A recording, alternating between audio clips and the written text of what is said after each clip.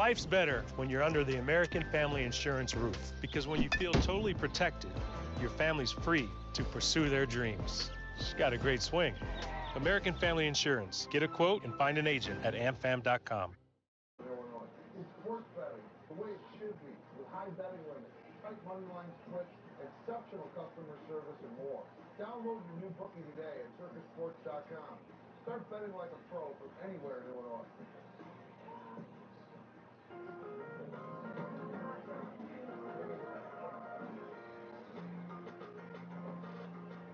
It's everything. It's everything. Well, not everything. The Hyundai Palisade, with advanced tech and award-winning safety. There's joy in every journey. Lease a Palisade for $359 a month, or get up to $1,250 bonus cash. Visit your local Hyundai dealer today.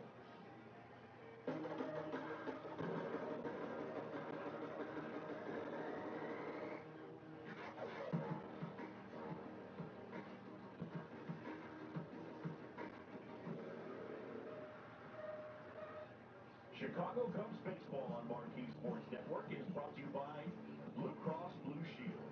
Through it all. By Ford. Visit your local Ford dealer today. And by Menards.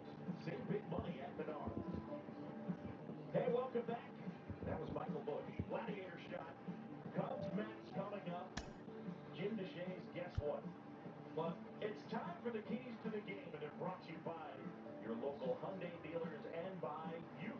Yeah, Bear Bridgie helping win here today. So hitters trying to get the ball in the air, going out to center and right center. JD just don't. JD Martinez over glass eight, hitting .407, .529 on base, .963 slugging percentage. Right on. The lefty Imanaga got knocked around pretty good yesterday. The right-hander Tayo goes today, and right-handers have fared a good bit better against this Met lineup that left-handed pitching has. Awesome. Jameson Taillon, he is on the mound and trying to get the Cubs back on track. We'll have lots of first pitch. Hello, baseball fans, and welcome. Interleague Baseball on MLB The Show. It's the Los Angeles Angels and the Chicago Cubs. Alongside Chris Singleton, I'm John Chambi. Singing a guy who could change this game with one swing of the bat. Andre White leads the team at OPS, so he's the guy that looks to slug and basically make things happen for them offensively. Just a machine in terms of production at the plate. He'll take his walks, he'll barrel up the baseball, he'll hit the ball in the gaps, he'll hit the ball over the fence. So talk about a guy going good. That's him right now, and he's a bat that you want to stay away from if you're the pitcher. Just about set to go now. And on the hill today, Cedric Harper having a pretty ridiculous season so far, Ziggy. Yeah, you see there with the sub-2 ERA, very dependable guy, and he's been pretty much lights out so far this season. So, when a guy like this takes the mound, Boog, I'm expecting to watch him get into a rhythm quickly and just move through a ball game. Sometimes you can see some big strikeouts. Other times, it's hard to even know he's there because the innings go so quickly. The pitch. And that one is in the dirt. And now 2-0.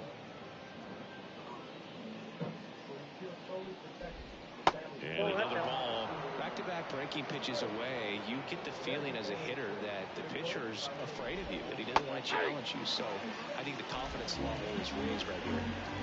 The pitch. That one misses. So a leadoff walk. His ability to draw walks has been something that's been part of his career since day one. On the north side of Chicago, John Chambi and Chris Singleton. Now at the plate, Nolan Schanuel. Marsh on at first, nobody out. Swings through that one out in front that time. Really need to hang in there. Runner on the move. Up the middle. And that one handled. Tosses to first. No chance at the double play with the runner in motion. Okay, let's check out the lineup. This has been a good, productive lineup so far this year, currently ranking among the better teams in terms of total hits and runs per game. Well, you know, this lineup sees it as very important to put the ball in play, Boog. I mean, this is an age where strikeouts are up so high and players are swinging and missing, going for the fences, but If you can increase that contact rate, you can be a dangerous club. You get more runners on base, and then all of a sudden, when that big swing comes through, you're plating more runs. So we'll see if this pitcher can get some soft contact, let the defense work behind her. One out and a runner at second.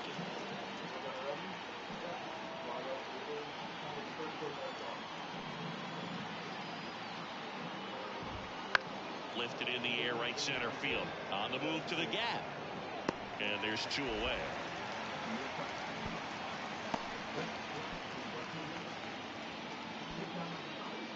Batting fourth, the catcher, Diaz. So digging in, Yainer Diaz. This is a guy who is very highly regarded defensively. Fun to watch him control stuff behind the plate. Good game caller, good at framing, but it's that big arm that really stands out. Runner at second, 2 down. Here in game 1 of this 3-game set. And that's a stolen base, not even close. Wow, that's a pretty elite throwing arm right there from the catcher spot. Pretty daring for him to try to steal third right there, but he gets the bag. Maybe the element of surprise was what came in because he's not used to guys running on him, and right there, stealing third base probably caught him off guard a little bit. 1 ball, 2 strikes. Down. Next offering is downstairs. Yeah, and because he's got the big arm, he pays attention to the running game and is sure to manage it. It misses, it's a strikeout. So it's no runs, no base hits, no errors, and 1 left on base. And now it'll be the Cubs' turn in a scoreless ball game.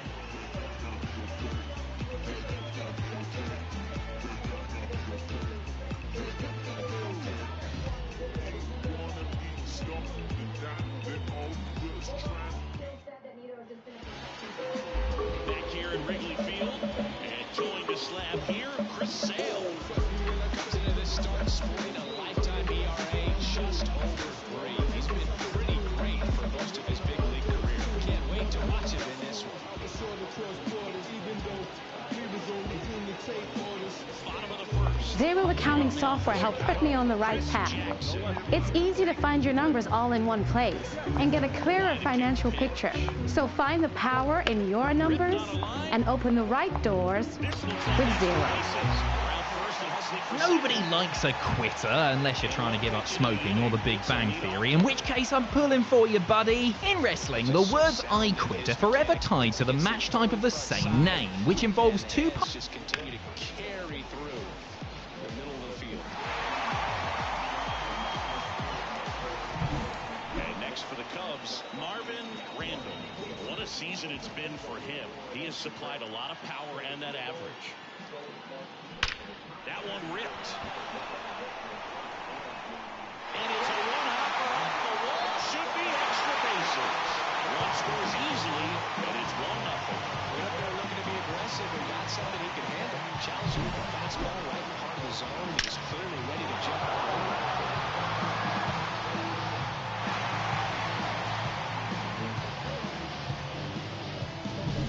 Here's the center fielder, the National League leader in runs batted in this year. Swings and blasts one deep to left center. Marsh moving back. And it's into the bleachers. Out of here. His 57th homer of the season, and they add to their lead. It's 3-0. He only needed 1 swing to square it up. Not wasting any time in that at-bat, Boog. Aggressive, and it paid off.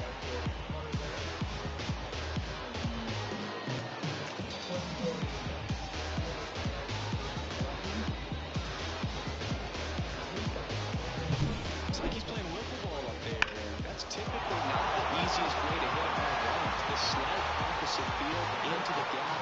Man, making it look easy, that's for sure. Here's a big power threat. Keith Edwards. Way outside, ball 1. Can be tough to bounce back after a big home run, but nobody on, nobody out. You just have to treat it as a fresh inning.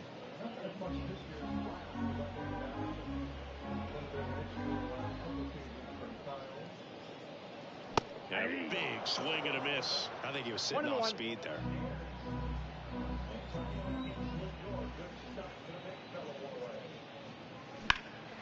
He swings and hits a fly ball, center field. There's one down. Here's a look at the Cubs lineup. Of course, one of the best players in the game today, Andre White. That batting average jumps out at you, and I mean you, Boo, because I know how much you love batting average. And that's because it's the best one in the entire National League. He's been consistent pretty much from day one of the season, and that's what it takes to lead the league and eventually win that batting title. I always enjoy seeing this guy go out there and take care of business at the plate. Out to center. Mateo has a beat on it. 2 down. Yeah, I'm looking at his body language, and he just doesn't seem like things are in sync. And the ball's just not coming off his bat the way it did earlier in the regular season. 2 outs, base is empty. Next up, it's the first-year shortstop.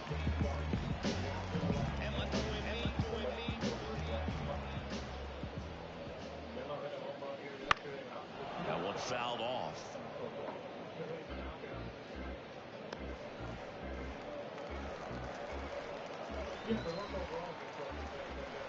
And now the lefty.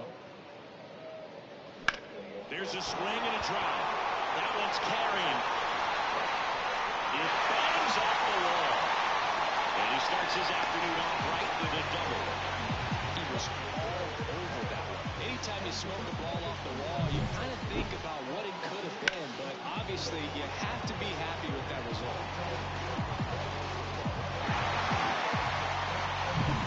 So, man aboard. Andre White, the next to hit, comes into this one with more homers than anyone in the National League. Swing and a miss, strike one. All one's the count.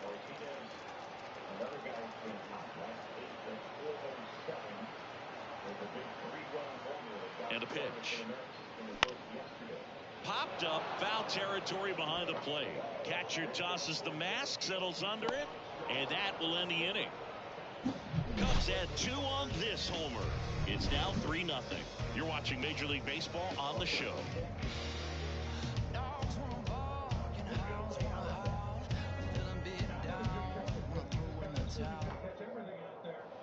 Here at Wrigley Field, Jorge Mateo now.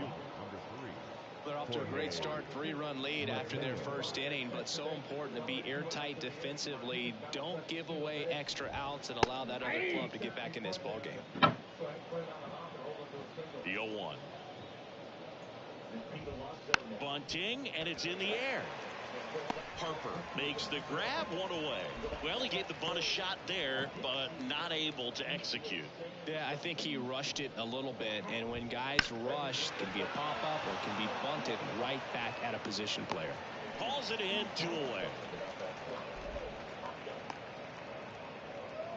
Batting 7, the third baseman. Ryan McMahon steps to the plate. Ryan McMahon.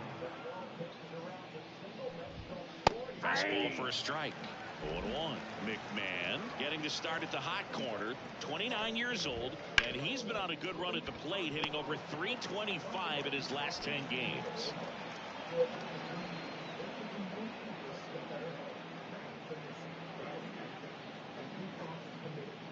So 2 down, Matt Wallman. Throughout all our community. The NASCAR Chicago Street Race, brought to you by Blue Cross. Driving access to better health. Whatever track you choose, through it all. My schedule's pretty jam-packed these days. I'm boss too. We know 3 birthday parties on Saturday, and Sunday, that's my me time. Okay. Works for me. Works for me. It's Darvin's renovation sale. Get 45, 65, up to 72% off store-wide. Special financing for 72 months, plus a $200 renovation bonus.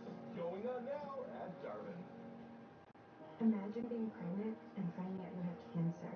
I'm Robin, and this is my cancer team at Northwestern Medicine. My nurses, my orthopedic surgeon, and my high-risk obstetrician. They created the safest plan, so I didn't have to choose between my life and my baby's. Robin's unique team worked together to remove her cancer the same morning they delivered her baby girl, Sophia. I worried one of us wouldn't make it, but here we are, thriving. Northwestern Medicine. Better. Bottom of the first, a hot Saturday afternoon. Nico Horner doing those eye exercises as he gets set to lead off.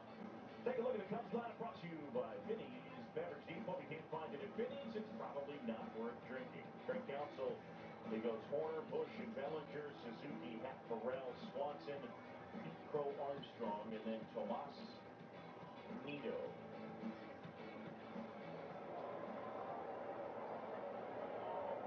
Tyler McGill is on the mound. First off, Rick foul back. Brought to you by Budweiser. This Bud's for you. A quick peek at Tyler McGill, 8th round pick by the Mets, 2018, out of the University of Arizona. Brother, former Cub and current brother Trevor McGill. He's 4-11 to 1 long ball this year, 32/3 innings pitched. He spent some time on the IL with a shoulder strain. 93 right to the heart of the zone. Typically average right around. The next to hit for the Angels. Chris, he's definitely going to finish the year with a new career high in homers. We just don't know how many he's going to hit quite yet. You know, he's been a tough out for a good stretch now. Pitchers just haven't been able to figure him out. He's been doing a really good job of getting on base as well. Bounce to third. A dive. Nice stop. That's going to be a single. Great effort on defense, but no chance to get him at first.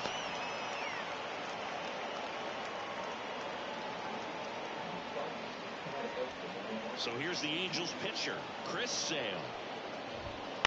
On the ground to short. Third out, and that ends the frame. Angels strand a couple. They trail it here, 3-0.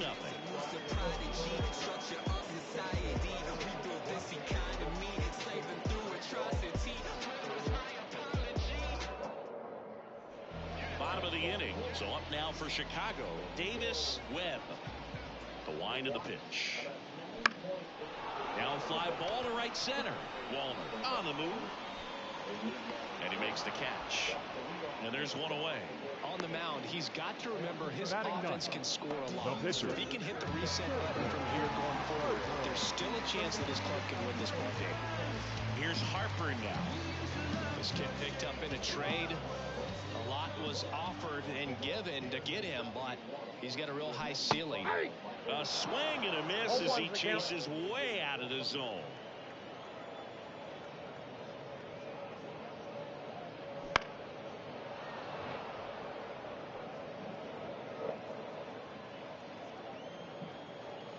Sale delivers. Swing and a ball hit out towards left center field. Marsh hooks it away for the out. And there are 2 outs.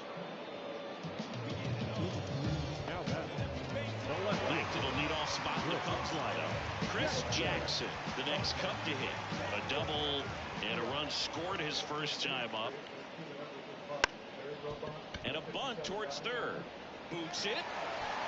Safe at first, no play. We'll see how they score this.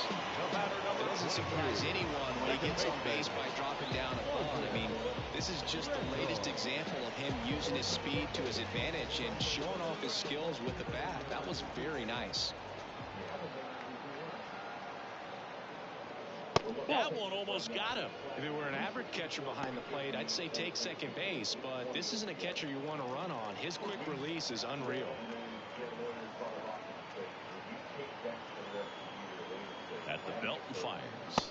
Way high with that one. Down 2-0. Chris with that distraction and a speedy guy at first. He's in a favorable hitter's count. If nothing else, I mean, this is a great spot for a hitter to be in.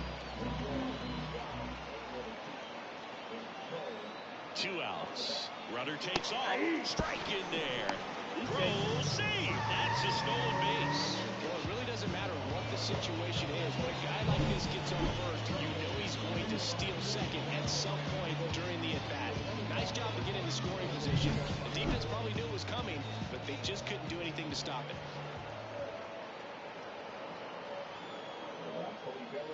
Next pitch is outside. He should get a pretty good pitch to hit here with 3-hole hitter coming up if he's walked.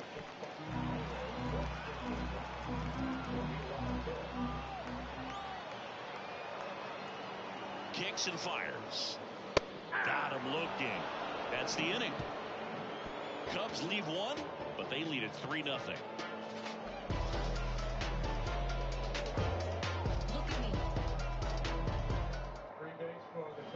set for the start of the inning. Brandon Marsh steps to the plate. And he deals. That one finds the zone. 0-1.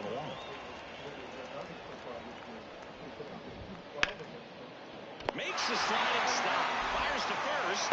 Leadoff hitter gone in the third.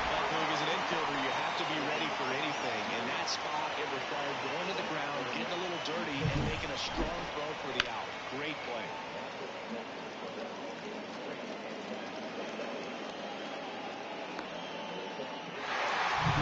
And here's the first baseman, Nolan Shotwell.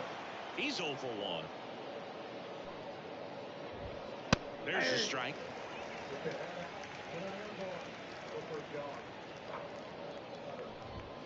And that's in the dirt.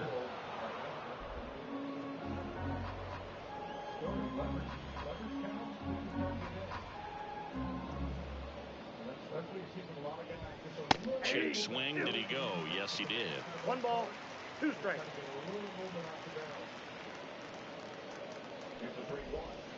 On the ground. Tosses to first. First 2 batters retired here in the top of the third. The batter number 2, second baseman, Nico Horner. 2 outs, base is empty. Here's Nico Horner. Chris, baseball today, so many strikeouts, and they are available to pitchers. But this is a guy that puts the bat on the ball and is kind of different from the players that we see day in, day out. Tosses to first, and it's a 1-2-3 inning. Angels go quietly there. They trail in this one 3-0.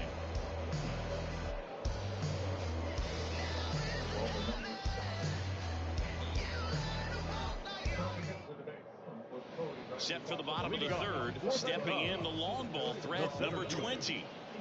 Here comes a pitch. Hot shot to third. Whips it across. 1 up, 1 down. Wrigley Field, the second oldest active ballpark in MLB. It opened in 1914 as Weedman Park for the Federal League's old Chicago Whales franchise. And now the right fielder, Heath Edwards. 0 for 1 with a fly out to center.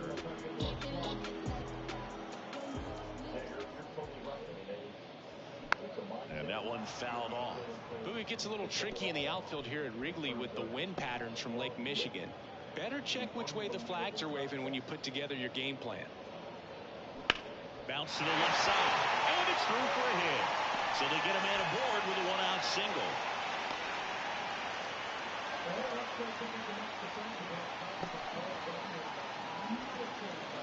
Third baseman, number 5, Taylor Harris, the next Cub to hit. He's got the power, but great contact skills. One of the best contact hitters in the game. Swing, and that ball smashed on a line. No trouble here. Puts it away for the out. And there are 2 down. number 33. You ain't from where you say you from. You ain't done what you say you done. And the batter will be the shortstop. Doubled his first time up. This is a true 5-tool guy. Not very many of them out there, but when he's on the field, you can't take your eye off of him. Swing and a miss. Fans come to the ballpark to watch him play. And in baseball, to have such a talented player going out there every day and putting on the show that he does, just a joy to watch. He swings and fouls one off. It's for average power, the ability to field, the arm, and then the speed. Really impressive. 2 outs. To the right side. And that chance handled. To first. Gets him easily. Ends the inning. 1 left for the Cubs. But they lead at 3-0.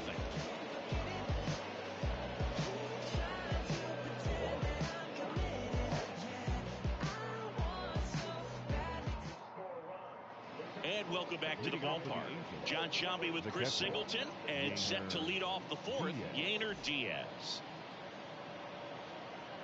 The pitch. Here's a strike. Not a lot of people know this, but this isn't the only Wrigley Field in MLB history. You know, when the league expanded and added the Los Angeles Angels in 1961, they played their first season at a stadium in LA called Wrigley Field, which had been the home of the minor league team of the same name. And he'll be safe at first.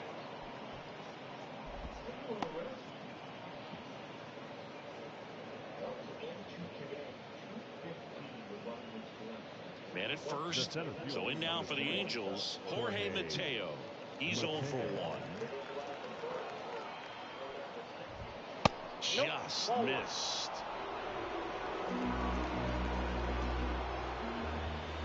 To first, maybe a 2-ball. In there safely.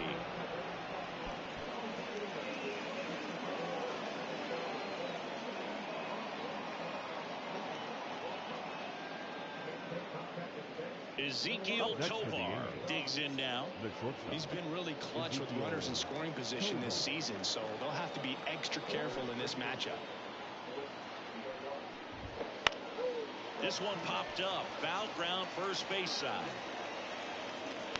And there's one away.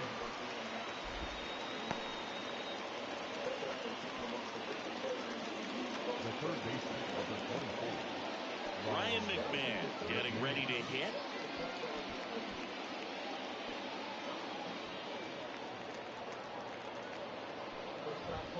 First pitch doesn't find the zone. Wouldn't chase that time. Good spot for the hitter. Definitely has the advantage in this count with runners on. Look for him to be aggressive on this next pitch. And a good eye there. Well, I would expect in this 3-0 count, you're taking all the way. See if they walk you. And he walked him on 4 pitches. That just came apart right there. 4-pitch walk, and the guy at the plate was not going to help him out by swinging at something out of the zone. So the bases are loaded here. One man gone. Matt Wallner will hit next. That one close, rule the ball. Ball 1. The last thing he wants is to hit the ball on the ground, but I wouldn't expect many pitches up in the zone. They'll be pitching for a double play in this spot.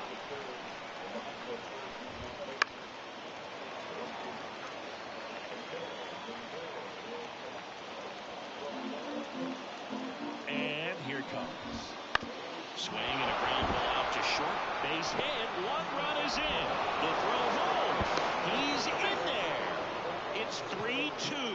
Oh, that's a big at bat coming through in the clutch to drive in a pair. Not much to this one other than just a willingness to go the other way and put the ball in play. That's a team at bat right there. Nice job of staying back and letting the ball get deep. In plenty of time to first, they retire the pitcher on a textbook sacrifice bunt. That was a productive at bat. You know you're doing something right anytime you help move 2 runners into scoring position and give your team a chance to drive in a few runs, even if it's still kind of early in the game. Marsh in the box now, takes strike 1. Big swing and a miss. More and more guys are looking to slug regardless of the count. In this situation, we'll keep a close eye on his approach. Swing and a chopper. They limit the damage here. So 2 runs in the inning on 1 base hit, a couple of errors, but 2 are left stranded. And midway in the 4th, it's the Cubs 3 and the Angels 2. Back here at the friendly confines, here's the power hitting catcher, Andre White. Well, after scoring runs, this is where you're looking for that shutdown inning. Get that hot team back in there to swing the bats. A swing and a miss, and that's strike 1. That one back up the middle, and it gets through. So a man on base to start the inning.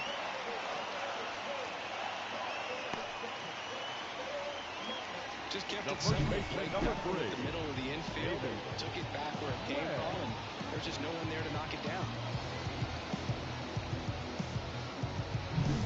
And up next for Chicago, Davis Webb flied to right his first time. That's outside, and that's ball 1.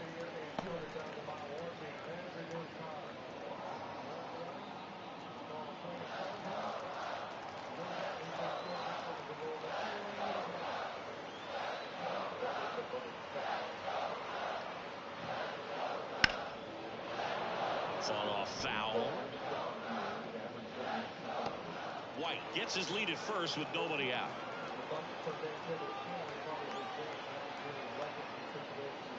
And another ball.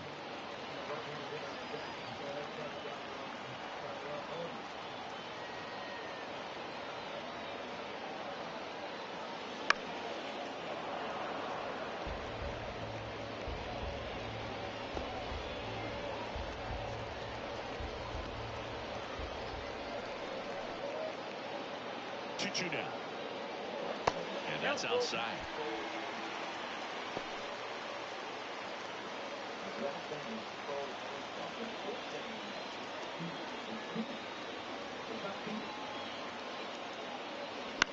Swing and a pop-up.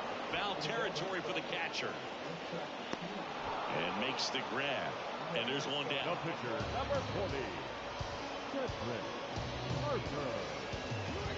And now here is Harper. Fly to left his first time. It's so easy to look at the big boys in this lineup, but he has been a pleasant surprise all season long.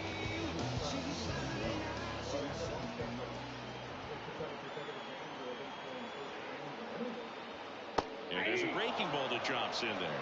Well, just a cement mixer slider right there. It's a great pitch to hit if you can recognize it early and jump on it. It's in there. And the count is 0-2. Love how vocal the umpire is today.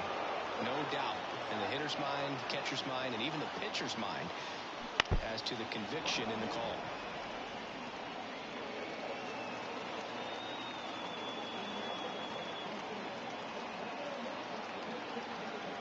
Two now. Ground ball could be two. There's one. And that's two.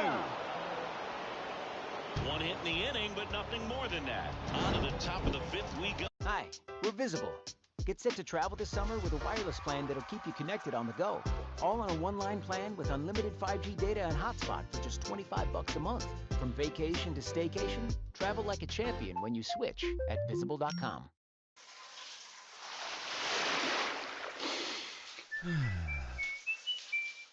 A hurry. Harper back to work. And there's a foul ball. Shadowell measures 6 feet 4 inches, 22 years old, and he was a 5th-round pick in 2024. The 1-1. And that's skip. From AAA.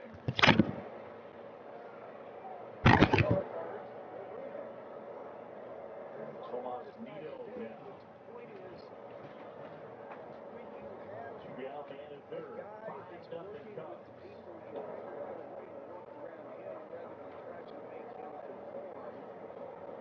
This was not damaging to the industry. I know that. The hit we were doing in other matches was a lot more damaging. By the way, ties the Cubs season on the runs in the first. Matches being over like So they're for a strike. So anyway, you know, nobody wants to see Andre the Giant chase anything. You want to see the goddamn ball chase anything. Marks hitting 226 this year. Lifetime 214 hitter. Still out of the game for a while. Debuted back in 17.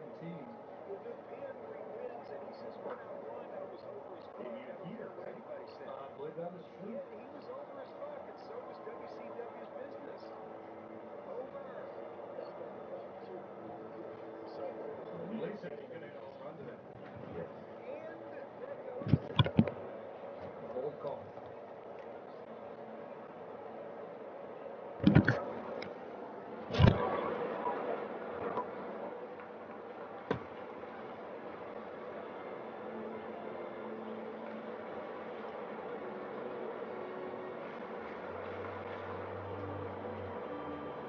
Cubs yesterday had to make the early move to the bullpen. It's just 3 innings.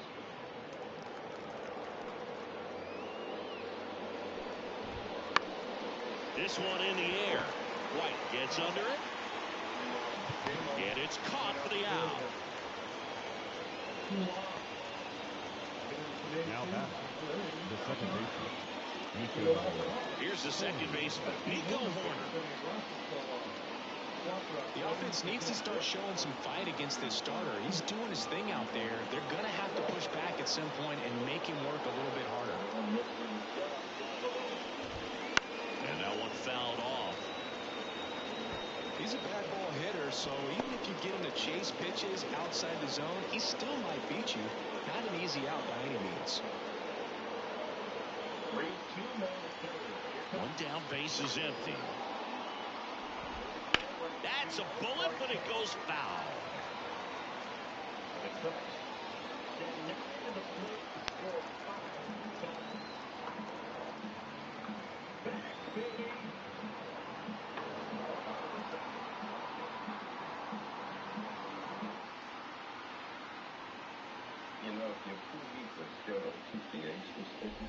Look out!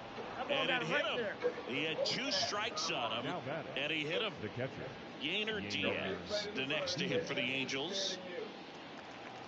Hey, Dad, can I ask you about some financial stuff? I'd love to help you some, but you know I hate giving out. Yeah, the first offering is not close. Corner on the go. Pitching for a strike. Safe at second, and he easily steals the bag. Well, with that kind of elite arm he has behind the plate, man, it's a pretty big deal when you can swipe a bag against this dude. Maybe more than anything, it prevents teams from just testing him thinking that they can even steal the base. But right here, they successfully moved that runner up to scoring position. Good job. And another ball. As a pitcher, you know the runner on second is ready to push things with his speed. A base hit's probably going to be a big run, so you really have to execute on the mound. That misses, and the count is 3-1. Jorge Mateo in the on-deck circle. The Cubs up by a run, and we're in the top of the 5th.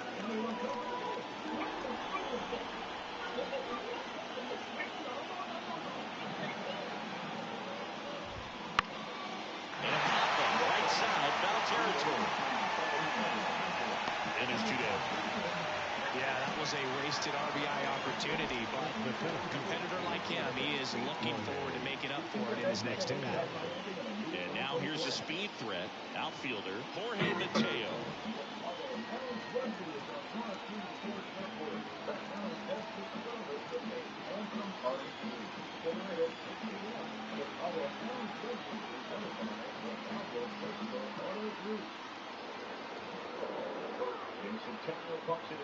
The pitch timer expired before he started his windup, so that's a ball. That must be incredibly frustrating for the pitcher, but this is all about creating more action and speeding up the game, and it's working. That one finds the zone, and the count 1-1.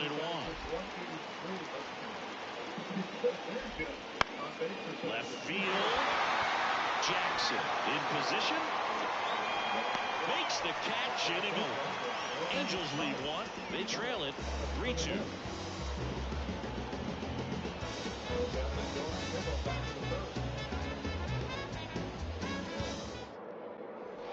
Back here at Wrigley Field, and stepping in is the speedy Chris Jackson. A wind of the pitch. And immediately pumps in a strike to the left-handed hitter.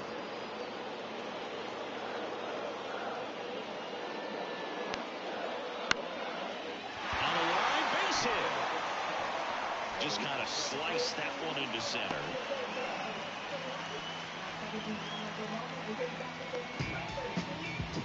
Marvin Randall, the next cut to hit. 1 for 2 with an RBI double back in the first. The MO for him is contact. The guy who's going to deliver average, not a ton of power. He's looking to hit a line drive somewhere. Well, that's why it's a team. And when you look at a lineup, he's a great 2-hole hitter, or a guy that you can put at the bottom to help turn that lineup over and have some momentum for your top hitters coming up to the plate. In the air, right field. Walner settles under it. Brings it in. 1 away. A little drop and drive on that swing. Backside collapsing just a little bit. Trying to put the ball in the air. And now the center fielder. He's already homered here in this one. He might want to steal second in this spot, but he's dealing with a catcher that has one of the best pop times in the game. He needs to pick his spot very wisely. Here's the pitch. Runner goes.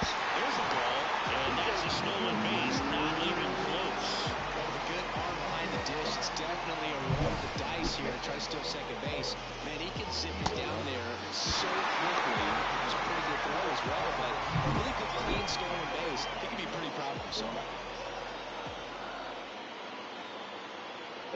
Left-hand hitter waits. Outside low, 2-0. Well, the good thing so far is that he hasn't issued any free passes. Unfortunately, they're making pretty good contact, so not getting the swings and misses and making that defense work behind him. Man at second. On the ground to the left. Finds his way through, base hit. Stop sign goes up at third. Runners at the corners with 1 out. Now it's the power speed combo. Pete Edwards, 1 for 2.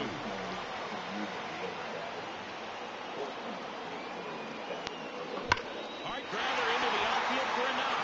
In comes the runner from third. It's 4-2. Love how he let that ball travel, trusted his hands. Nice job of running.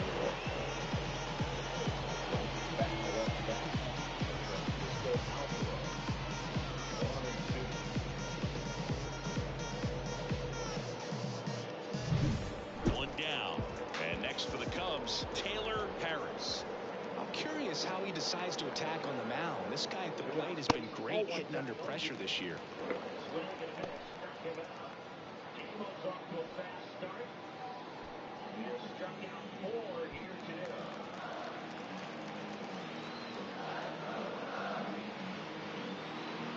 And a pitch. Double steal. Pitch misses. Throw to third. Save. Double steal. Sometimes stealing third base can be tough, especially if that shortstop or second baseman are making some noises, moving towards the bag, try to make you think that you've got to stay close. Well, they didn't do a very good job of that.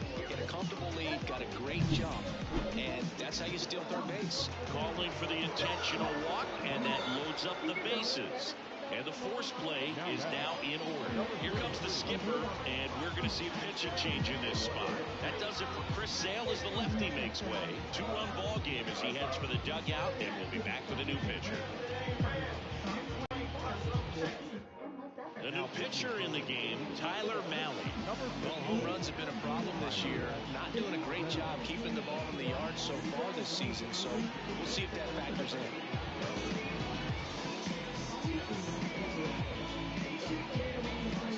Now it's the shortstop. Golden opportunity right here.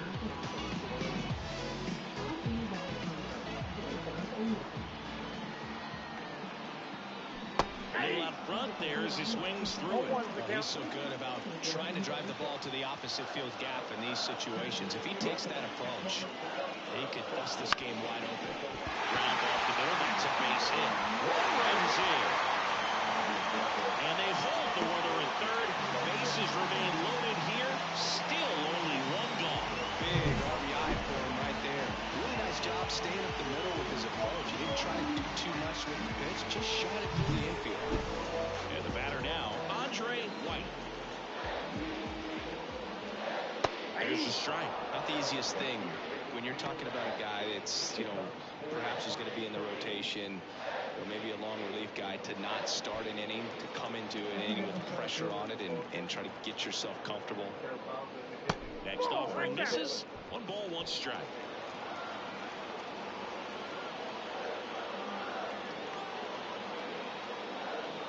Swings through that one. All loaded up. Last half of inning number 5. Out towards left center. Base hit. 1 run in already. And the throw's offline. Safe at third. Tag, and he's out at the plate.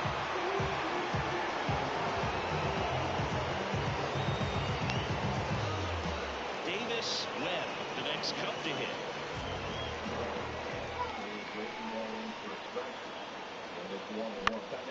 Swing and a foul back. That's out of play.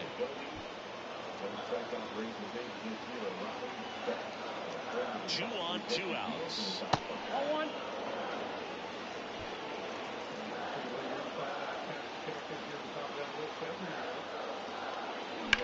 Puts it in the air out towards left center. And that is that. They strike for 3 runs on 5 hits, no errors, and a couple left on. 5 innings complete. It's the Cubs 6 and the Angels 2. And welcome back to the ballpark. And now, Ezequiel Tovar. Well, a big lead like this is comfortable many times, but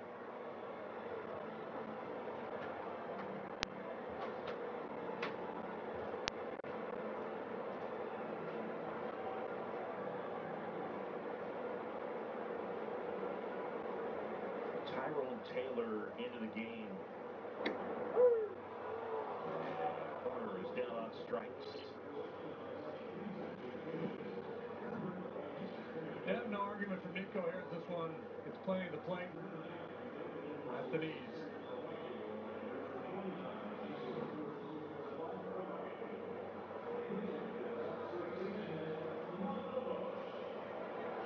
And now it's Michael Bush with 1 away.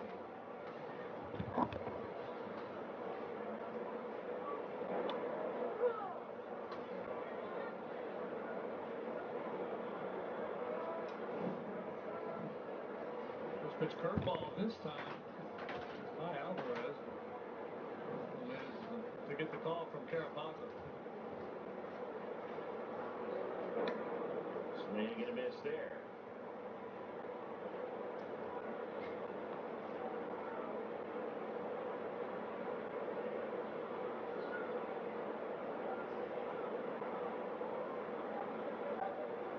McGill.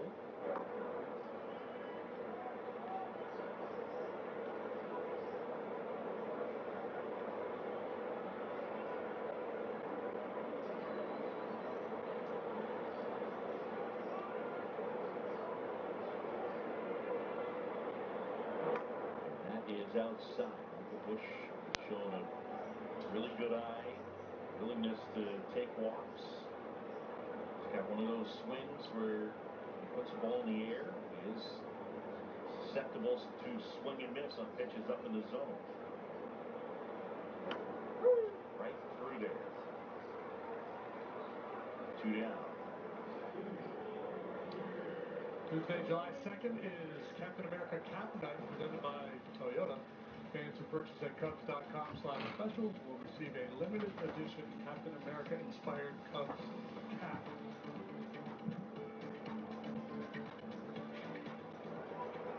Captain America cap. With the Phillies in town. Yep. We'll head out on the road after tomorrow night's game. Not when these two teams are matching up. You got to continue to keep your head down, play catch with that catcher, and just try to move through this lineup. And ball 1. Captain America's nickname. Captain America has a nickname. Missing inside, and it's 2-0. The pitch.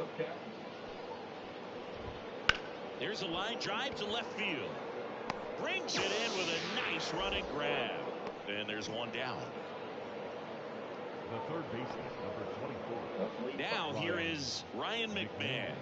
Bottom of the second, Ellie Awat. Got a run scored his first time. He's controlling things out there on the mound, not messing around at all. He's been in attack mode since the very start. 1 down, base is empty. And it's fouled away. Well, you can't really adjust your game plan for that last pitch. Guy hasn't thrown it very much. You got to focus on the stuff that he's throwing out there most of the time.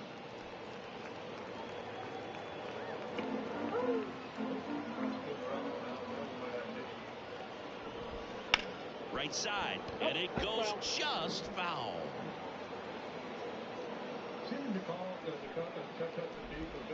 Good eye on that spot. It's a good take. 2 balls, 2 strikes.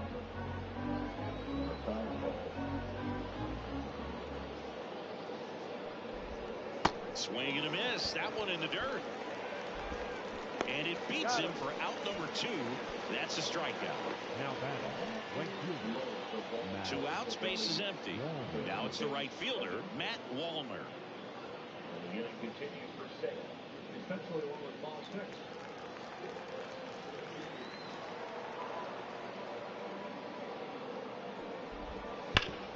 And he He grounds one back up the middle, and it finds its way through for a hit. And the inning's still alive with the pitcher spot next. I'm sure he feels really good about that one. You see a ball come off the bat like that, you know it was pretty much a perfect swing. And for me, I started wondering, and I'm looking on the computer, what was the exit velocity? This time 106.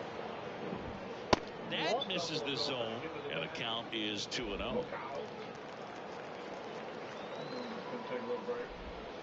And downstairs, Walner leads off first with 2 down to the inning. Strike one.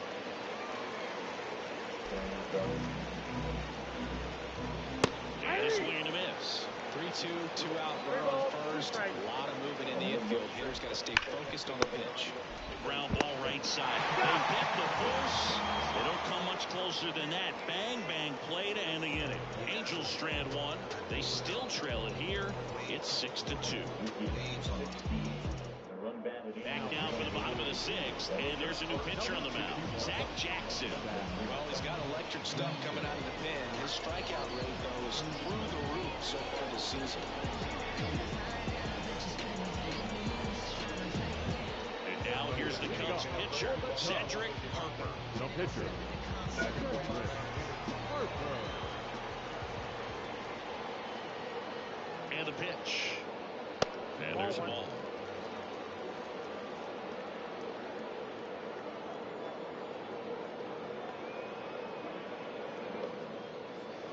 Foul ball.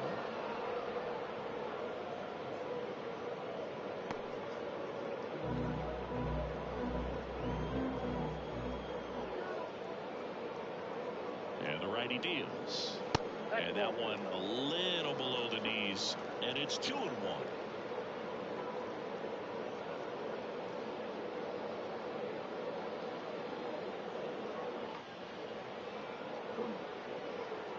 Kicks and deals. And another ball.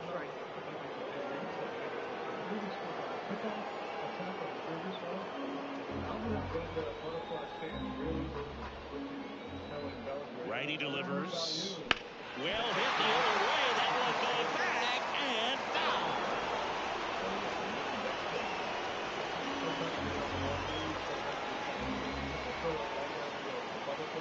And the right-hander deals. Up the middle, Horner. Throws to first. 1 up, 1 down. Now batting, left fielder, Chris Jackson. So the lineup flips over. Chris Jackson, the next Cub to hit. 3 for 3 with 2 singles and a double. And there's a strike. Action in the Angels bullpen. Alex Vesia up and throwing. Clevenger, the power lefty, up as well.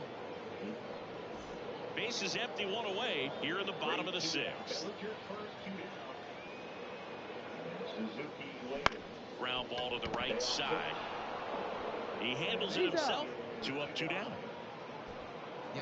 Now back, second baseman, Marvin Randall. Stepping in, Marvin Randall. 1 for 3. Out to short. 3 up, 3 down, inning over. Cubs are down quietly. They lead at 6-2.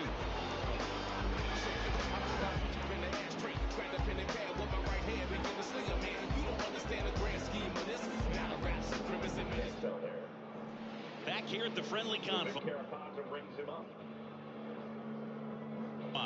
Now the left fielder, Brandon Marsh. Harper back to work.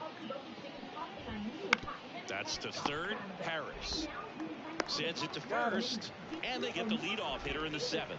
Well, he's doing a nice job of keeping the ball out of the air, lets the defense work behind him with another ground ball. Good execution. And next for the Angels, Nolan Shanuel. Hard hit to third.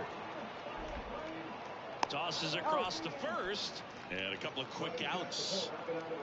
The batter number 2, second baseman, Nico Horner. 2 outs, base is empty. And now it's going to be Nico Horner.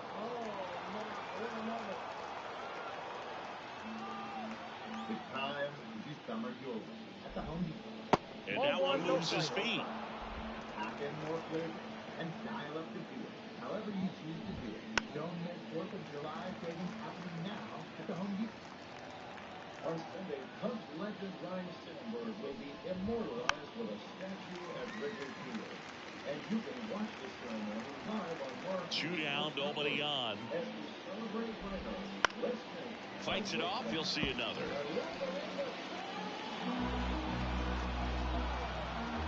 The pitch. Keeps the at-bat going with a foul ball. 2 outs. Fouls it off, still 1-2.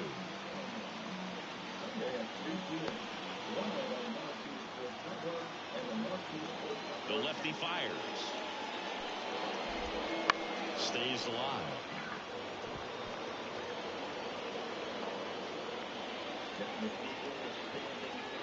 The pitch. Fouls it back with 2 strikes. 7 fouls in a row. Such an impressive at bat we're seeing right here, regardless of how it ends up. Got him swinging.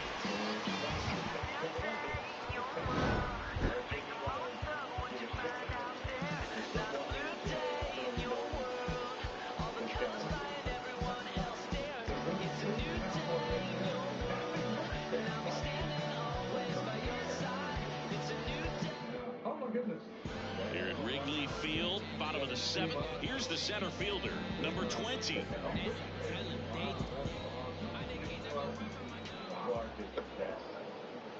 And a pitch. And first offering is fouled off.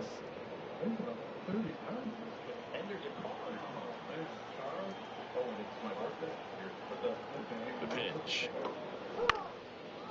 Bounced up the middle. Tovar on the run. Throw to first. Not in time. He legs it up. Nice job getting there. Good throw, but very difficult to get anybody on that one as far as you had to go and throw. You know? Yeah, no question.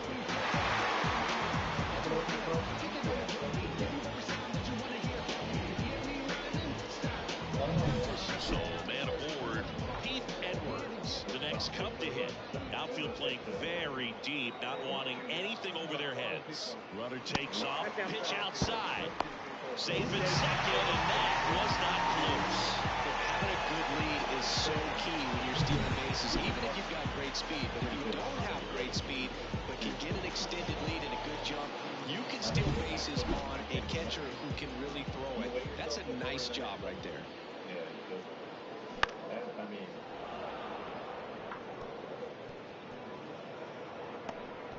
Runner at second, nobody out.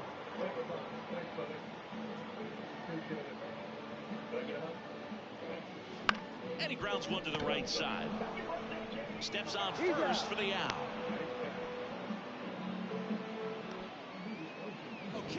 Third baseman, number 1, Taylor.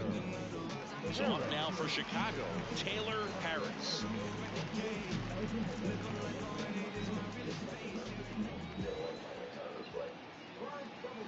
That one pushed foul. One away with a runner at third. Here at the bottom of the 7th. Swing and a miss. He was late. Strike 2. Talk about tying a guy up. That was ugly.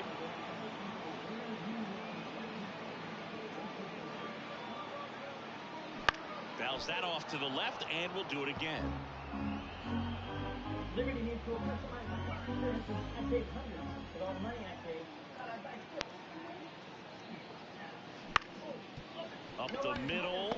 Nice grab. Fires the first on the run. Not in time, and that'll score a run. Protecting with strikes on him and putting the ball in play speaks to cutting down the strikeouts, shortening up with 2 strikes.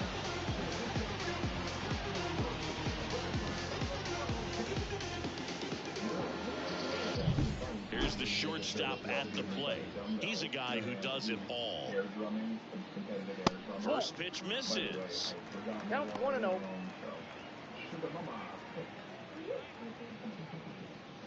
Hyundai Tucson with advanced tech and safety features. There's joy in every journey.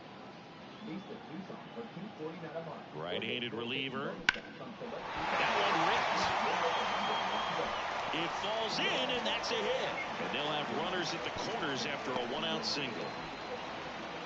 Having himself a really nice game at the plate. Recognized the break on that pitch early, and that allowed him to keep his front shoulder in. You know, it's easy to bail on those front door breaking balls, but a great job right there, letting it travel, then unloading a nice balanced swing.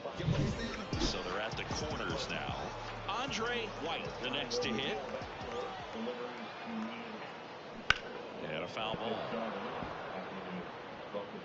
To the booth, comes general manager. How are you? Stay cool. Stay cool. Doing our best to get that. Always good to be here. Thanks, Luke. Kicks and fires. Fouled off left side.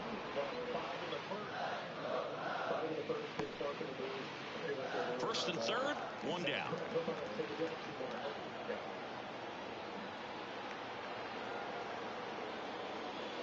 Outside low, and the count is 1-2.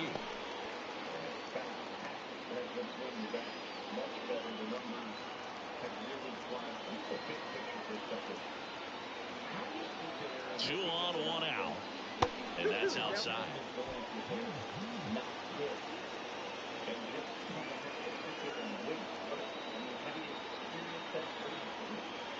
Here's a 2-2. Battling here as he fouls it away.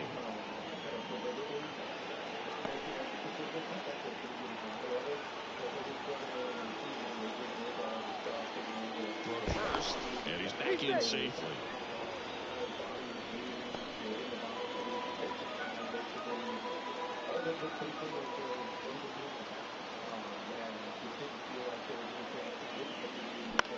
That one lifted to left. Bunch makes the catch. Runner tags for third. He's in on the sacrifice fly. And it's now a 6-run lead. Just pulled off of it a little bit right there. That front shoulder coming open instead of staying closed. If he does that, he's going to be able to go up the middle the other way with some authority instead of a fly out to left.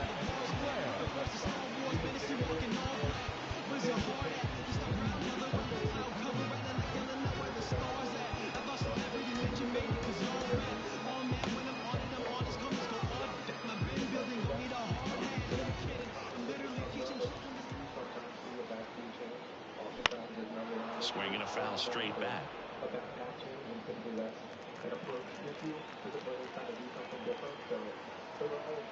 Right-hander kick steals. Foul ball there.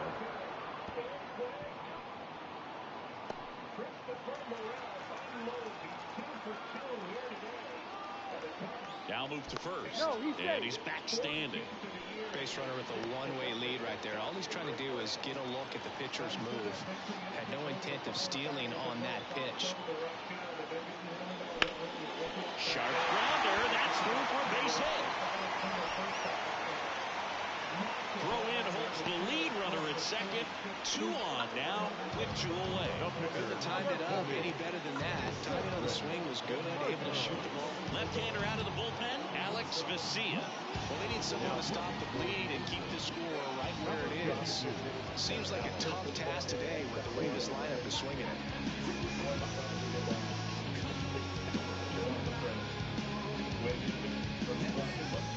So first and second with 2 outs. Now to the plate, the pitcher, Cedric Harper. And he chases that one below the zone. 0-1. When you consider the defensively, I don't think that anybody could drive. That's hard hit on the line. And that ends the inning. So it's 2 runs on 4 hits. No errors and a couple left on. 8th inning coming up. It's the Cubs 8 and the Angels 2.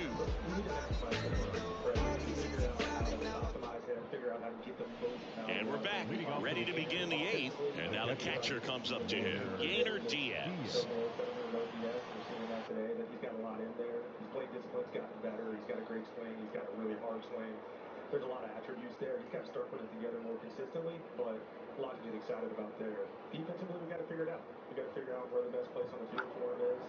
We tried third. He's gotten better at it at times. probably it's definitely not to the level we need it to be. But he's a valuable player, and we need to figure out how to optimize that. Like Dansby Swanson, when it's been bad for Christopher, the ball's on the ground too much. For Dansby, I want to say 70 to 75% of the balls that he pulls are on the ground. And that one is in there, and Swanson is gone. And so in today's game, you see so many guys trying to pull the ball, but they're trying to pull the ball in the air to get slugged, and he's been pulling it on the ground. So there's something going on there timing-wise that hasn't been working for him. Yeah, it's counterintuitive. A good approach where you're not trying to do too much. As he turns on the rubber, and with that good live arm delivers right through there for a strike. Actually getting out in front of the ball, lifting a little bit more effectively. That one's in there, and it's 0-2. All right, now, he may have not liked either of those first two pitches or agreed with the umpire's calls, but at this point, he's going to have to bear down and be ready to hit anything close to the zone. The wind of the pitch. And that's in the dirt. 2 strikes. I feel like there's a straight steal at home. Ground ball up the middle. On to first. Leadoff man is out here in the 8th. The center fielder, number 40, Jorge Mateo, the next to hit for the Angels.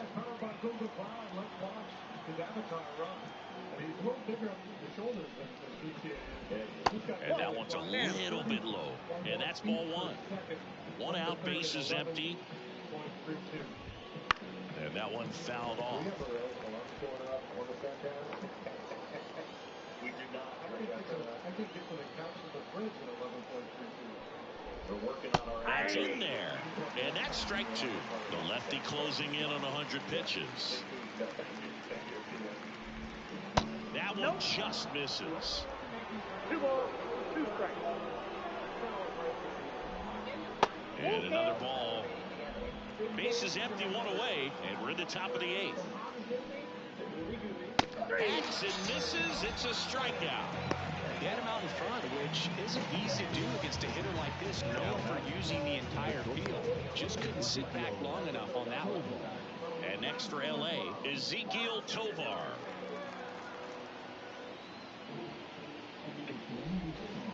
First pitch swinging. 0-1's the count.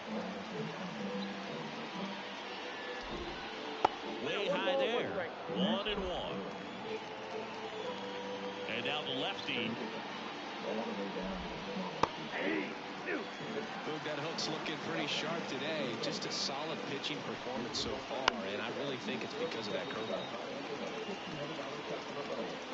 Here comes a pitch. Knocks that one away, and we'll do it again.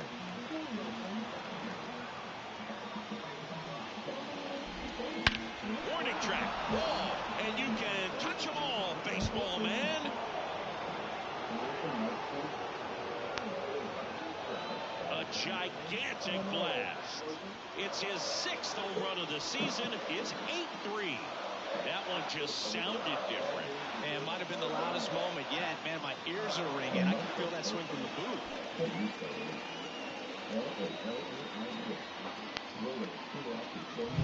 A good hitter gets pitch recognition early. He saw exactly where that was going to be. The challenge, not get over anxious and come out of your swing. He stayed on it and got all of it. Ryan McMahon, the next to hit for the Angels. It's to Brendan Nimmo. This is downstairs. Oh, and they're going to tag the pitcher with a pitch clock violation. That's an automatic ball. The pitcher must begin his motion before the pitch timer runs out. We're looking for a little more urgency out there. On the inside corner for a strike. Look at this. Jay, is there anything last minute birthday present? That's to third, Harris. Fires across the diamond, and that is that. 1 in the inning, and it comes from a rather unlikely power source. It's now 8-3. This is Cubs baseball on the show, Chicago.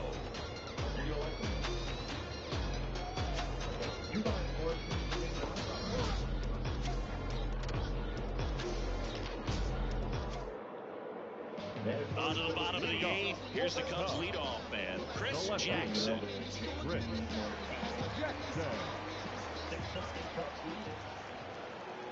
And here it comes. This one in the air, right field. Wallner ranging back. And there's one away. He was all over that first pitch fastball. Just barely missed it. Man, this guy was ready to hit. Marvin Randall digs in now. This guy, one of the best contact men in the sport as well. Outstanding on the defensive end. Swings and misses at the pitch off the plate. VIA, in his 5th season, he features a 4-seam fastball, a slider, and he works in a changeup. On the run, sends it over to first. 2 away. Just an outstanding play going up the middle right there. And the exchange to get the throw off to first just shows you why he's one of the best shortstops around. So smooth, yet so quick. Player in the majors in OPS over that stretch without a surprise. The answer is no trick. 14 to 9. Best player in the game. Number 2, JD Martinez. I mean, that guy. At the same time, and any slower, and those wheels burning down the first baseline are going to turn that into an infield hit. Maybe over that. Ripped to short. Play made, that ends the inning. 3 up, 3 down for the Cubs. They lead at 8-3.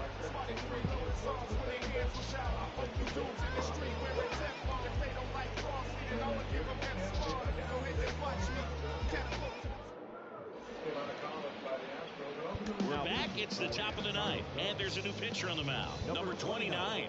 Power slider guy, Boo. He throws it hard and gets a lot of late movement, so it's tough to pick up. Wallner leading things off and takes a strike.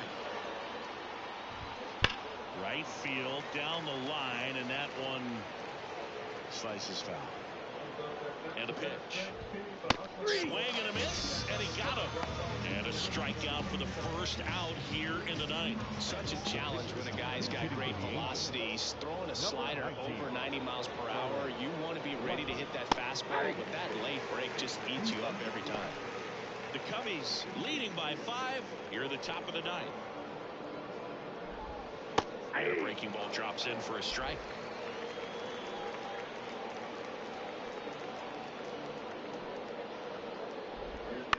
In the air, left side. Pulls up, and it drops for a hit.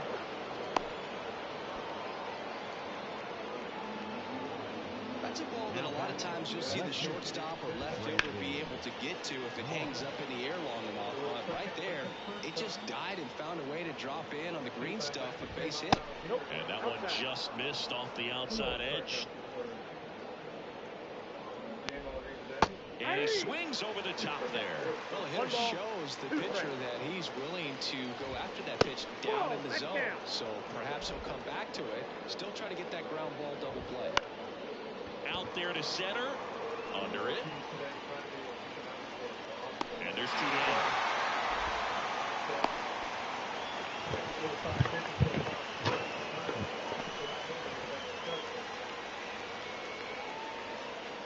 So it's their last chance in this one.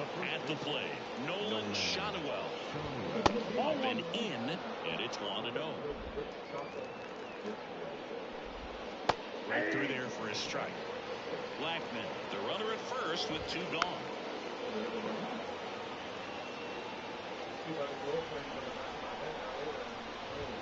And another ball. The Halos down to their final strike. Spoils that one, and it remains 2-2. 2 outs. And a swing and a miss, and that is the ball game. After 4 wins in a row, you start to think a little bit that you're on a roll, and that's the momentum that just takes on a life of its own. Players start hitting up and down the lineup. You never know who's going to come up with the big hit, who's going to come out of the bullpen and get the big outs, but it's a good feeling, and you want to extend it. 8-3 the final in this one. The Cubs go home a winner. For Chris Singleton and our entire crew here at MLB The Show, thanks for stopping by. I'm John Shambi. Talk to you soon. And they're gonna for you. But we know the truth. So we make it move. Why did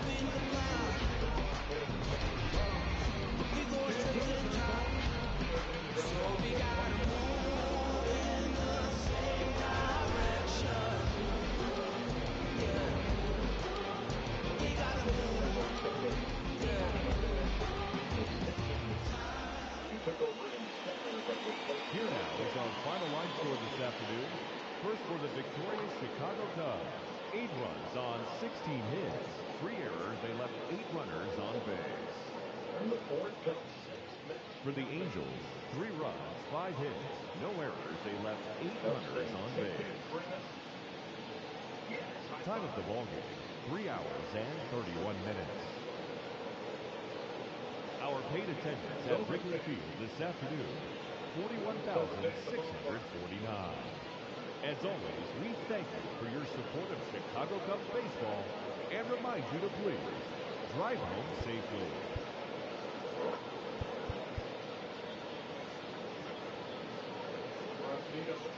Newcomb back behind the plate. High praise for his receiving skills. With Kramer.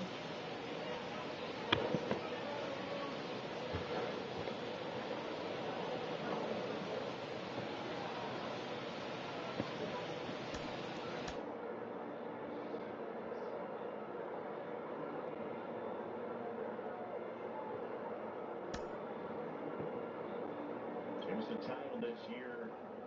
Just throwing more strikes, throwing the ball in the zone at a rate of about 54%. That is a career high. Over last year when he threw it a little over 51% of the zone. And there, Taylor no argument. And Taillon allows singles to the first 2 and then settles in. And the Mets don't score. If there's one thing we like, it's choices. And your Ford dealer is the place to start.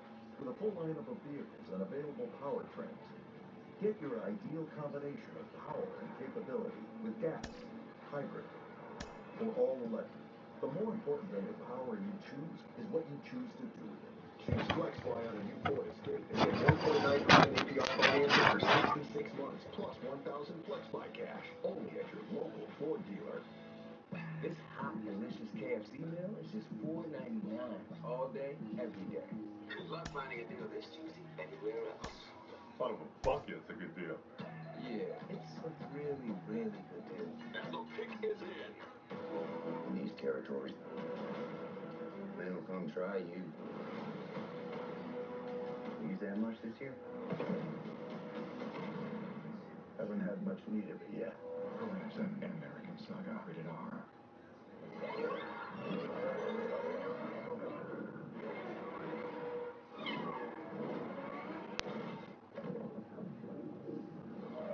Ion.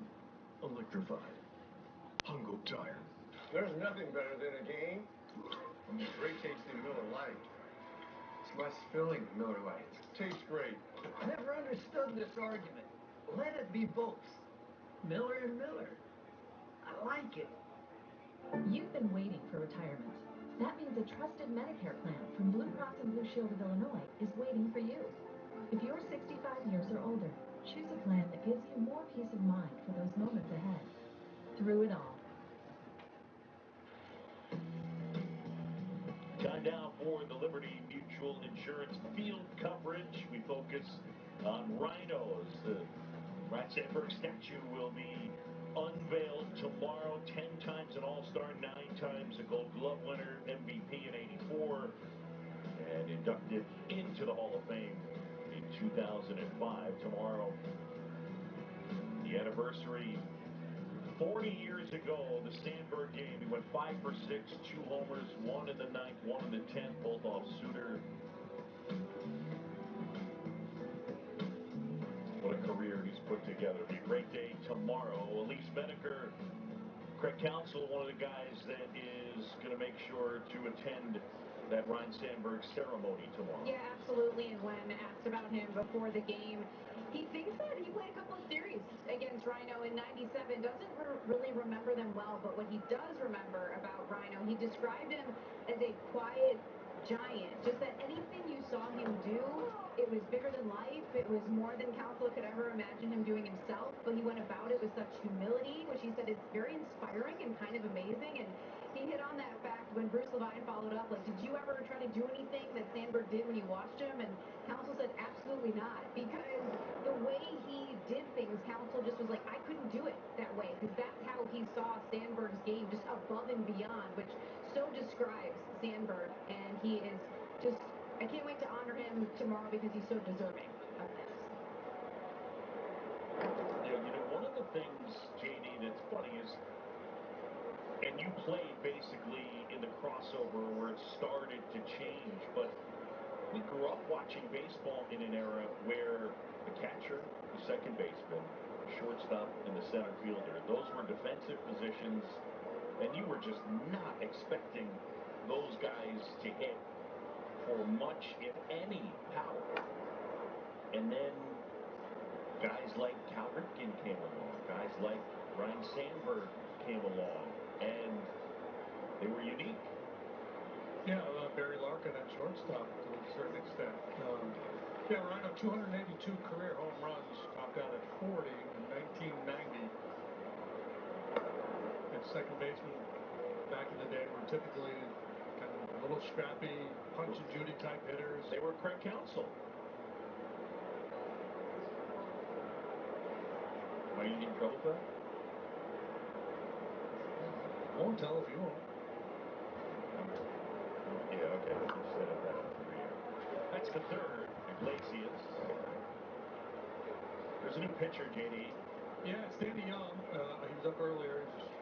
He's just all here to join the Mets. He's pitched 9 times, has an ERA of 1. It's impressive. Sinker slider guy. Here at the friendly confines, Wrigley Field. MLB The Show has interleague action for you this afternoon. It's the Los Angeles Angels and the Chicago Cubs.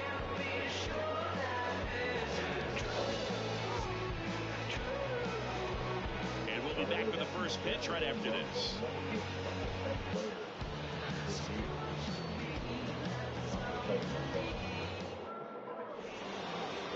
All right, just about set to go.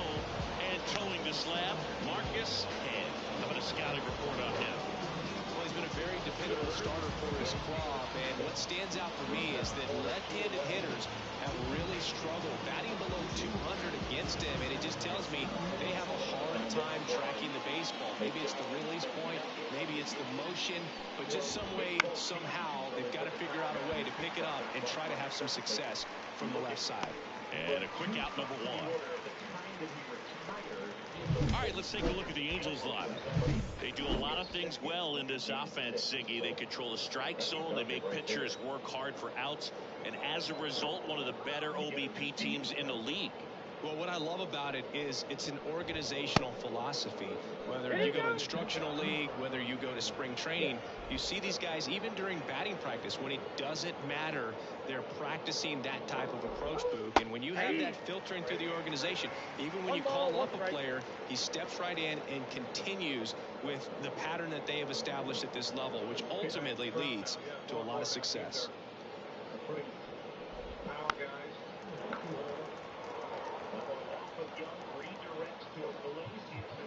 1 out, base is empty.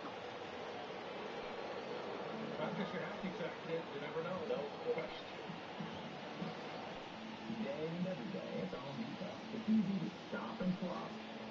Righty to the plate.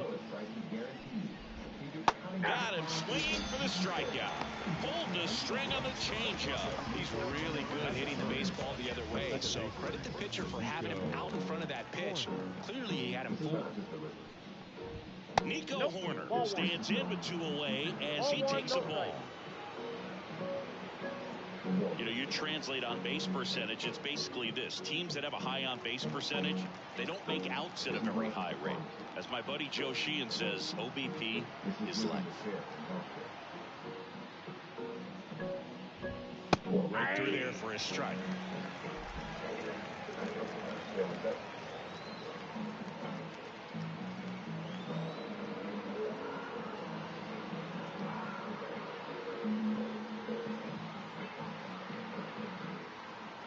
The pitch timer expired before he started his windup, so that's a ball. That must be incredibly frustrating for the pitcher, but this is all about creating more action and speeding up the game, and it's working.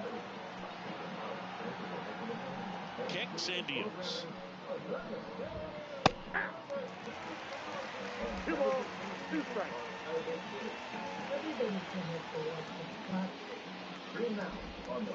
Foul ball, another 2-2 upcoming. 2 outs, base is empty. Batted by him, 1K. We head to the bottom of the first. No score after a half inning. Bottom of the first. So up now for Chicago, Chris Jackson. And he deals. To the right side, Shadowell. And he handles it himself for the out. Time now for the Chicago Cubs lineup. A very athletic offensive group with speed spread throughout this offense. Yeah, and it's so important that they have patient and quality at bats, because the key is to get on base. If they do that, then they can create a whole lot of havoc on the base paths, get runners around the score, and then that's going to get you some good pitches to hit as well. So a very athletic team, and we should be in for a treat in this one. It's not the standard approach that we see in today's game, but it does work for them offensively. That one fouled off.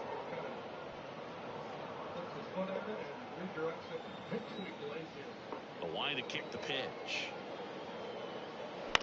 That one the other way. And he pulls up on it, and that's a hit. Showed a willingness to drive that pitch the opposite way. Didn't get jumpy, didn't try to pull the ball, but let it get deep, took the barrel right to it, and then extended through the swing for the line drive base hit. And now they've got some speed on first, so we'll see if they try to get him into motion. Now, number 20. Swing and a miss. That's strike one. Randall leads off first with one away. Ground ball left side, could be two. Looks to second, that's one, and that's two. Second inning coming up here at Wrigley. No score.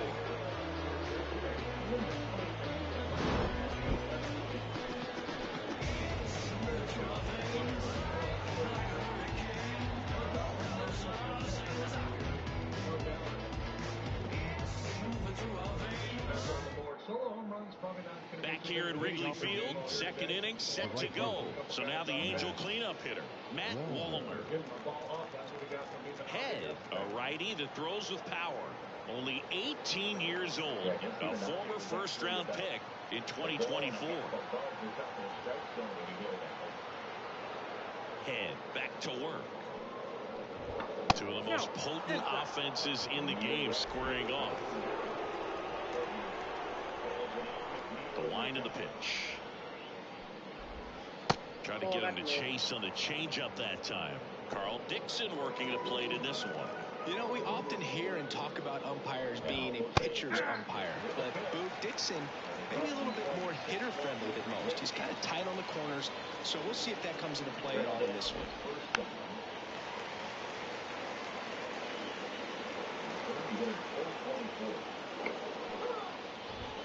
Got him. Looks like he's picked up right where he left off.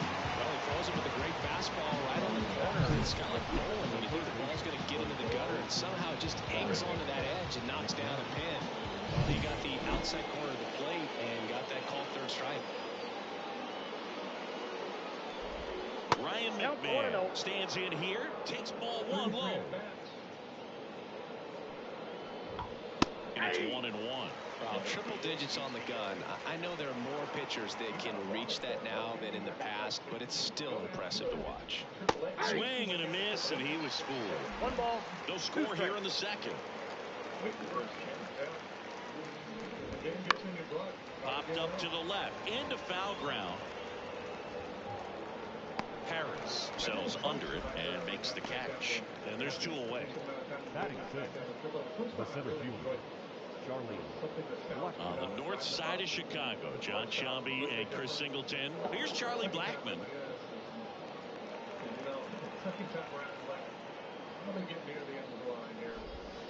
Clips the corner. That's strike one. I mean, that's perfect location, right on the black. I mean, over and over again, this guy demonstrates the ability to hit those spots. They're so tough to do anything with as a hitter. Swing and a pop-off in foul ground. White hauls it in to end the inning. Angels go down 1-2-3. We'll go to the bottom of the second. No score.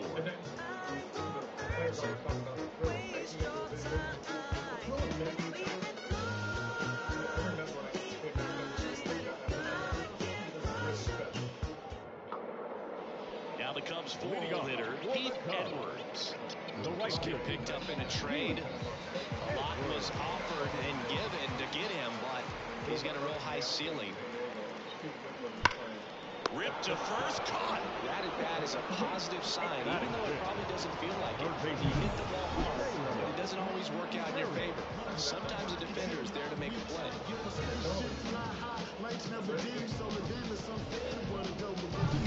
And now it's switch hitting third baseman Taylor Harris.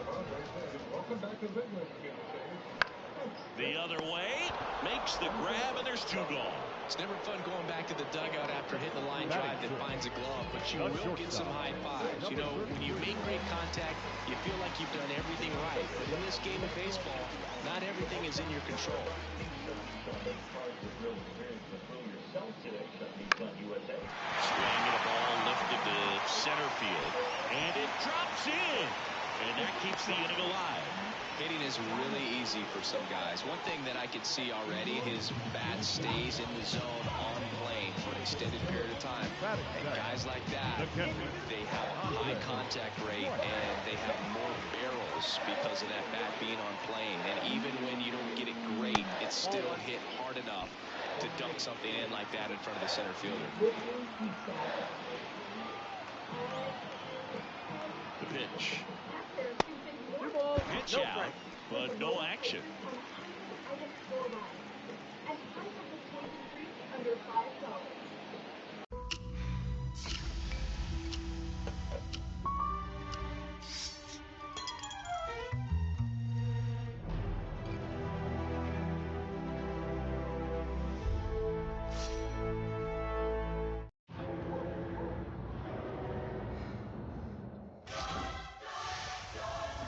Transform your water and live hydrated. Yeah. Care, pour, live more with Liquid IV.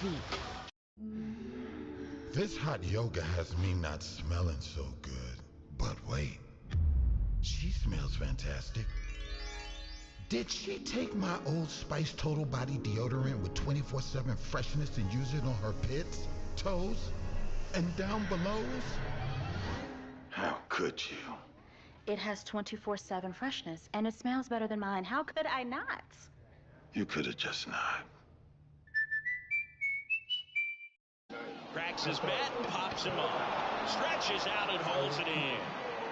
But two come across to score in the inning, courtesy of this two-run homer. It's now a 2-0 ball game. You're watching Cubs baseball on the show Chicago.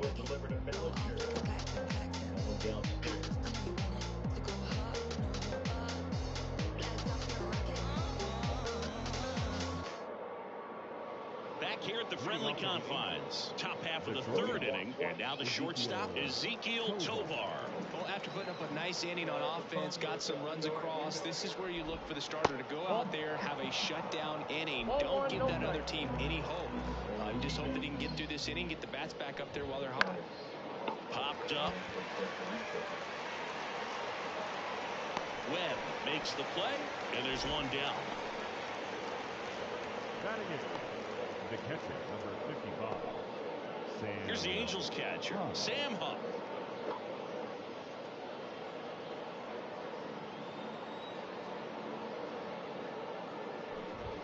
And that gets the top of the zone for a strike. Well, feels pretty comfortable right now. 6-1 lead, but this next lineup and hot day with wind blowing. Swing and a ground ball up the middle. That's a base hit. Score a couple more. He needed that one. It's been a tough stretch at the plate lately. Just kept it simple. Played Pepper with the middle of the infield and took it back where it came from, and there's just no one there to knock it down. Webb. One at second. Over to first. Safe. Sometimes getting down a good bunt can just be so difficult right there. You admire the pitcher for putting it down in play, but just a little too hard at the first baseman. You don't see that defensive play very often, so you got to tip your cap to the defense. Marsh at the plate for the second time as he takes ball one. That one catches. Catches the zone, and 1-1. Peterson off the first with 2 away. Swing and a miss as he was late. That was straight queso right there. Close one, doesn't get the call. 2 balls, 2 strikes. Left-hand hitter waits. And a swing and a miss. Down on strikes. And that is that. Here in Wrigley Field, here's the pitcher, Marcus and Peterson back to work. On the ground, right side. Leadoff man retired here in the 3rd. Good slider inside right there. Batter fighting to get there, just rolled over it, got a ground ball. And the batter now, Chris Jackson. Maybe expecting a bunt here. Third baseman playing in on the edge of the grass. Now a screamer into the outfield. And he can't make the play. Now he'll turn for second, and he'll reach second with 1 away. A solid swing from start to end, on time with everything, really good balance, nice extension, and he met it out front for the line drive knock.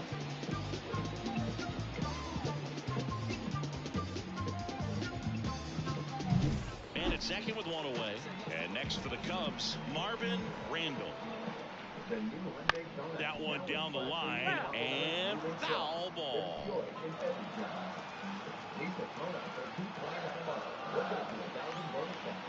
Man at second. Runner takes off. Pitch misses.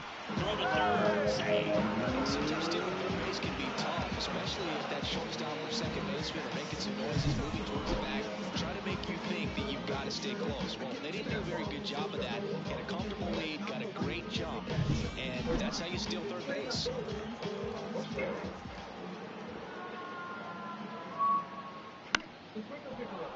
Downey and Ford feels like a sponge, and it's 2 times more absorbent when you're using less account. That's where it's correct. Oh, where's the pitch? The pitch. That one is absolutely belted. And that should be extra bases. Runner in for third to extend their lead. It's 3-zip. Round second, digging for third. And he's got an RBI triple. Seeing some good swings from him right now with consecutive extra base hits. I love the hustle out of the box, man. He drove that baseball, and he was thinking triple right away.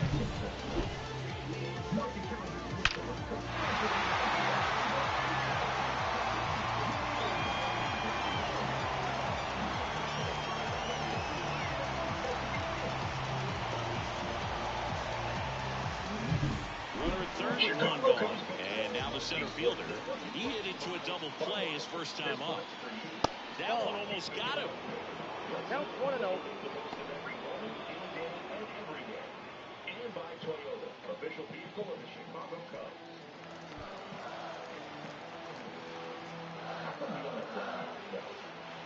The 1-0. Late on that fastball. Wow, good luck catching up to that one.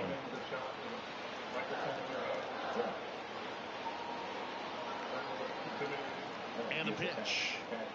Swing and a miss, and that's strike 2. 1 ball, 2 strikes. From Hauser to Suzuki Milford. I think Hauser was in the rotation earlier in the year, but did not go well. He transitioned to the bullpen. Foul ball still, a 1-2 count. Well, pretty clear to me, he's trying to go deep right there, but you've got to get a pitch that you can handle.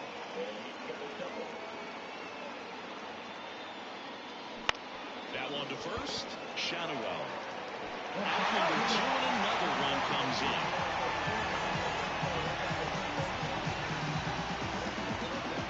So up now for Chicago, Pete Edwards. 0 for 1 so far.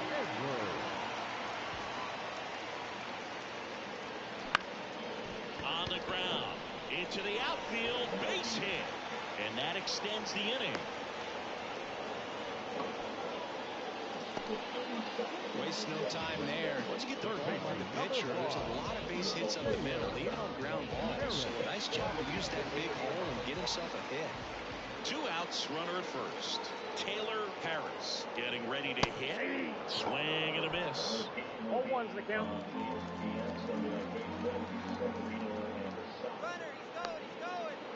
Oh, caught up in a rundown now.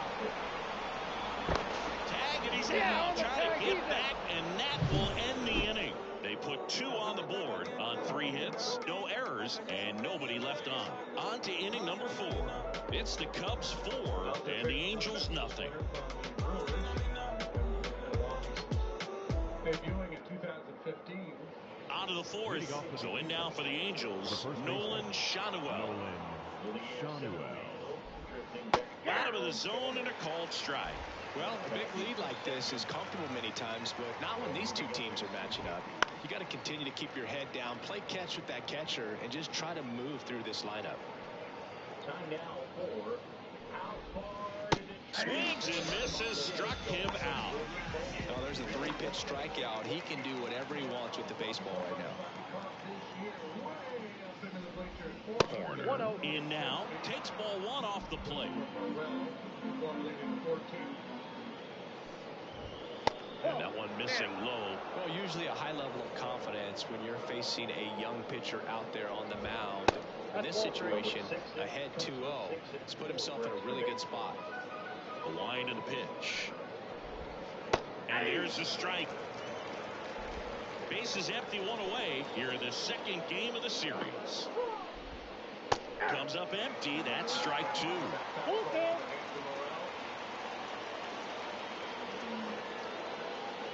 And a pitch. And a foul ball. He stays alive. Here, the center playable for Tyrone Taylor. He's got it. Swings through it for the K. And his season of strikeouts continues with number 250. Well, we see it a lot more these days than we ever did when I played, but a slider in the 90s still catches your attention. Even if you're sitting on the pitch, good luck recognizing that tight spin and adjusting to the late break. He swings and fouls one off. A little early on that fastball. I'm sure the pitcher taking a note. Look for an off-speed pitch on this next one. Next offering away upstairs. The Angels down by 4. Top half of inning number 4. That's inside. Good fastball there. I think it was a purpose pitch. Just want to make that hitter's feet uncomfortable. And that location will definitely do it. And that one wrapped foul.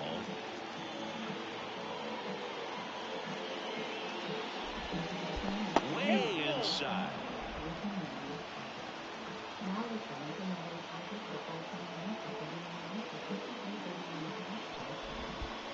Outside, and that is ball 4. One of the things about that 2-out walk, the base runner over the first base is going to have a very aggressive secondary lead. So a ball down the line or into the gap will produce a 2-out RBI, and those are the best. That is, if you are the offensive side. Throw to second, out, and that'll end the inning. We'll try to get into scoring position, but a great catch and throw to end the inning.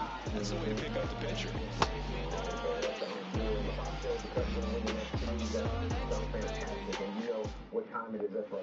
And welcome back to the ballpark. Bottom of the 4th, so up now for Chicago, Taylor Harris. When he steps into the batter's box, the comfort level looks so high. It doesn't matter what kind of delivery that pitcher has, what kind of velocity, what kind of secondary stuff. He is so settled in there, he owns the home plate area. The pitch. Swings through that.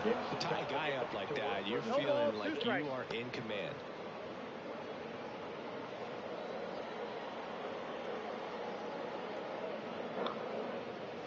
Swing and a miss. And he's down on strikes. Leadoff hitter retired in the 4th. And the batter will be the shortstop. 1 for 1 with a single and a run scored so far.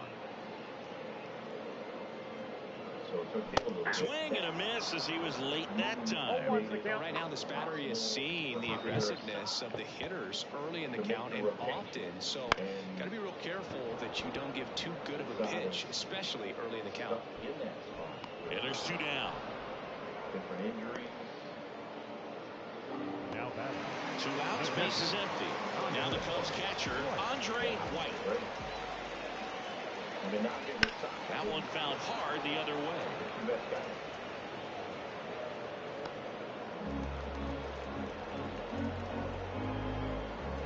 Now the 0-1. Collectively a 3.62 earned run. Fall off foul. He's got one already tonight. I wouldn't be surprised if he pops another one here. Handles that chance. 2 down, nobody on. We're here in the bottom of the 4th. Folks, fans in Illinois can purchase Coach Jerry's 50/50 raffle tickets starting. Here's a high fly ball out to center. Nabs it. That is the inning. They cool raffles out there. Dehydrated folks. Open up there today.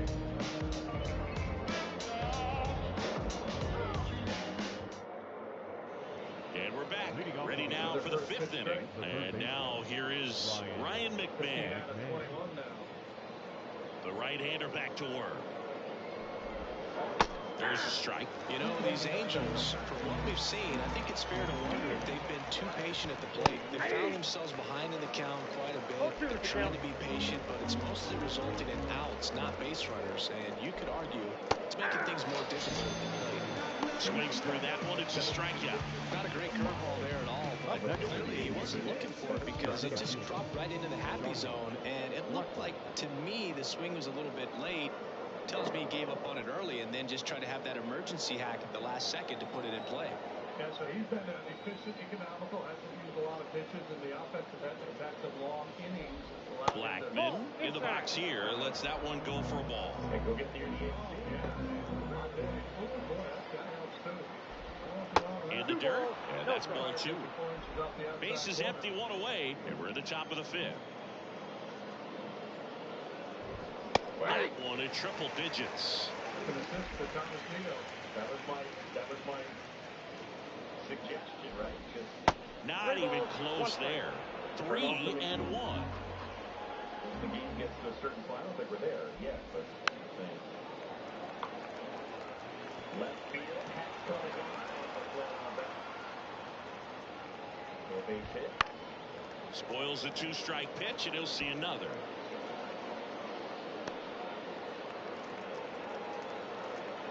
And the right-hander deals. All right, so you look at that last pitch. Goes down looking.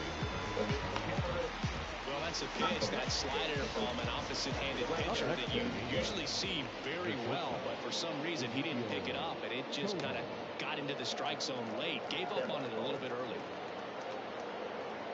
J. Stewart started in left field. Swinging a foul over the screen and back out of play. Righty delivers. The shortstop takes the ball.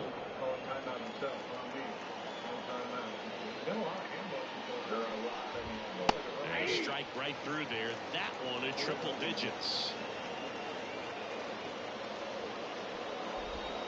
Swings through it, and that's a strikeout. And the Angels are gone in order. They're down 4-0. We head to the bottom of the 5th. And now the first baseman, Davis Webb. The pitch. Line drive, and that should be extra bases. Around first, heading for 2. In safely, it's a leadoff double in the 5th. He's been swinging it really well lately. Loud contact leads to the double. I mean, you can tell how extra bases written all over it as he jumped off of his stick.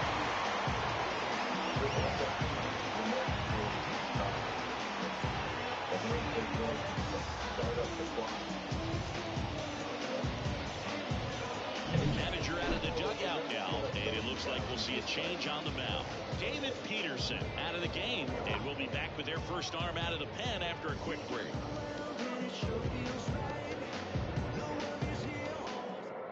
A new arm into the game, the righty, Tyler Malley.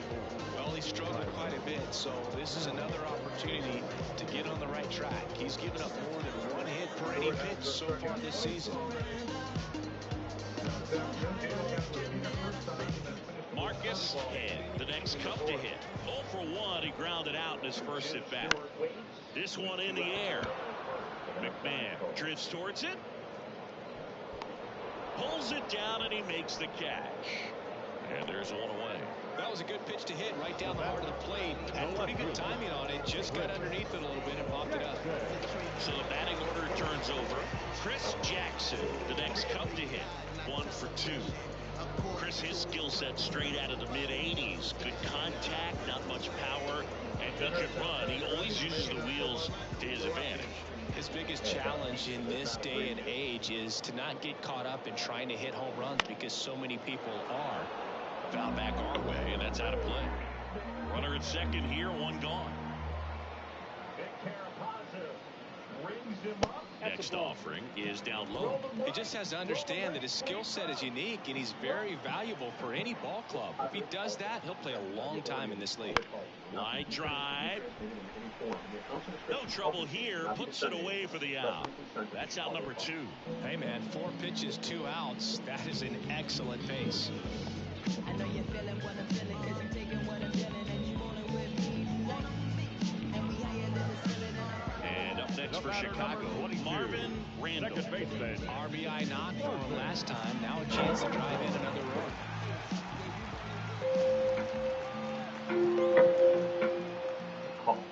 Just off the outside edge. 1-0.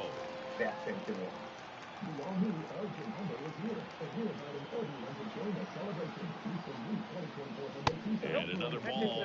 Well, he's so great about hitting the ball the other way. He gets those arms extended. So right there, just trying to straighten him up a little bit so he doesn't have as much outside play coverage. Corner over to first. Out with room to spare, and that's the inning. Cubs leave one, but they're in front 4-0.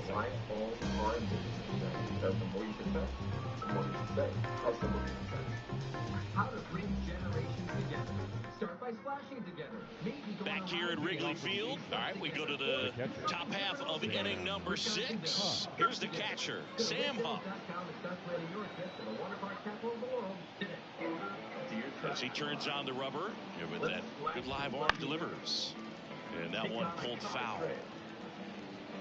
And race straight to the top. What's the point of winning if you can't kick back? Right-hander kicks, deals. Yours. Swing and a miss. And it's 0-2. It really looks like these hitters have been in between with their timing today. Good fastball, excellent slider, but they've not been able to commit to one velocity and stay there. The wind of the pitch. 6-1, bottom 6. Swing and a miss, struck him out. Pretty electric stuff showing up on the mound right now. I mean, in the double-digit strikeouts, he should be able to rack up some more with what he's done in this one. And not many of these hitters have had much of an answer for what he's offering out there. Pitch is in the dirt. Ball 1. Overall, it feels like Swanson's been swinging it better, although with that a ball short. Fast. And there's one away. Yeah, there's been some steps forward and a little regression and a good stretch. Ball, and he gets out of the way. Well, on the mound, very efficient, able to produce an outcome, it seems like, within the 3rd or 4th pitch of just about every at-bat. There's a strike. Now 2-1. Dangerous spot for that slider right there. Didn't seem to quite finish out front and get that sharp break. Tell you what, he doesn't want to throw that pitch again. And the slider just misses.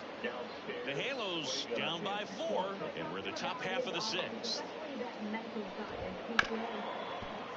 Hit hard on the ground is short. Throws across the diamond. 2 quick outs to open the top of the 6th. We talk about how the ball is coming out of the pitcher's hand. The way it comes out of his hand as an infielder, wow, really impressive. Back to the top of the lineup, Brandon Marsh now at the plate. And the first pitch misses for ball 1. 2 down, nobody on. Here in the 2nd game of the series. That one pushed foul out of play off to the left.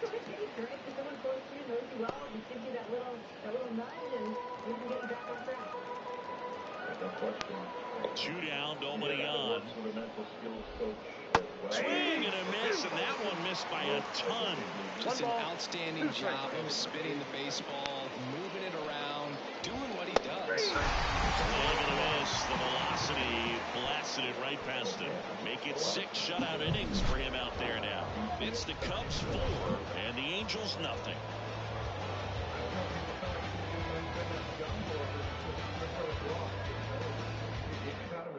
Back down for the bottom of the 6th, and there's a new pitcher on the mound, Dennis Santana.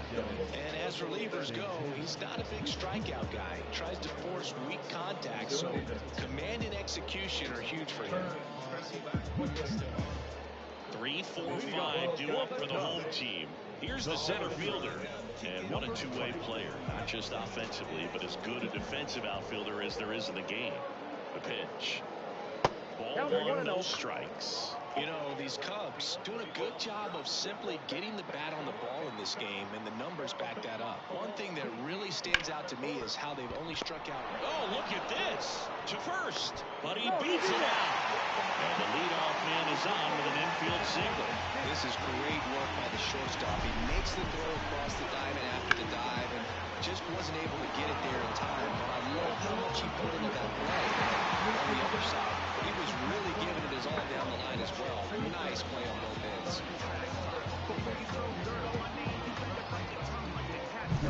And at first, Heath Edwards, the next Cub to hit. He has, as they like to say, let me guess, Boo, light tower power? That's right. He swings and misses at the first pitch. 0-1.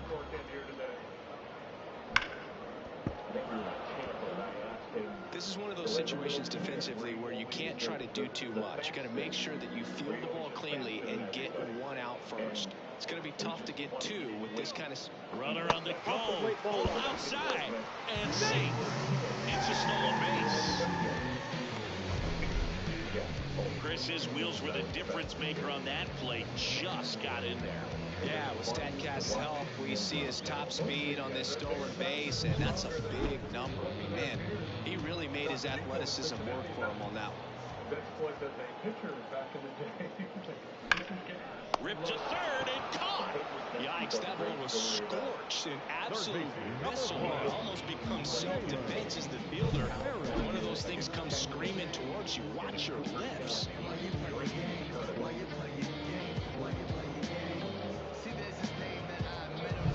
And next for the Cubs, Taylor Harris. Struck out on just 3 pitches last time. And that is in for a strike. It's 0-1. One out and a runner at second here in the bottom of the 6th. Runner takes off for third. Pitch in for a strike. Throw to third. Save. That wasn't close. Wow, that's a pretty elite throwing arm right there from the catcher spot. Pretty daring for him to try to steal third right there, but he gets the bag. Maybe the element of surprise was what came in because he's not used to guys running on him, and right there, stealing third base probably caught him off guard a little bit.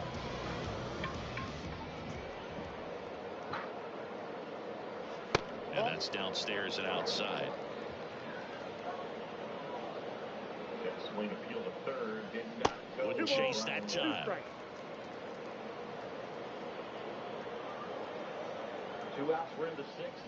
And he chases that one. 2 down. Bogey just ran out of patience there. He took a couple of pitches to even that count up at 2 balls and 2 strikes, but that time chased outside the zone. Tell me what you want, what you really want. Tell me what you want, what you really want.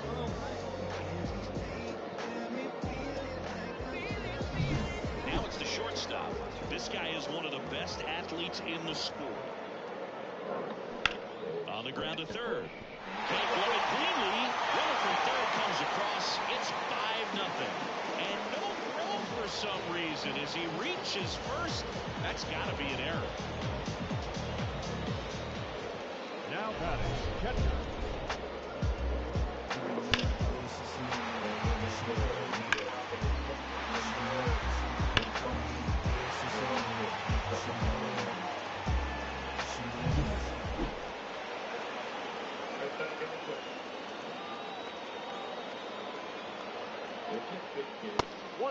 And a pitch out, but nothing going on. Green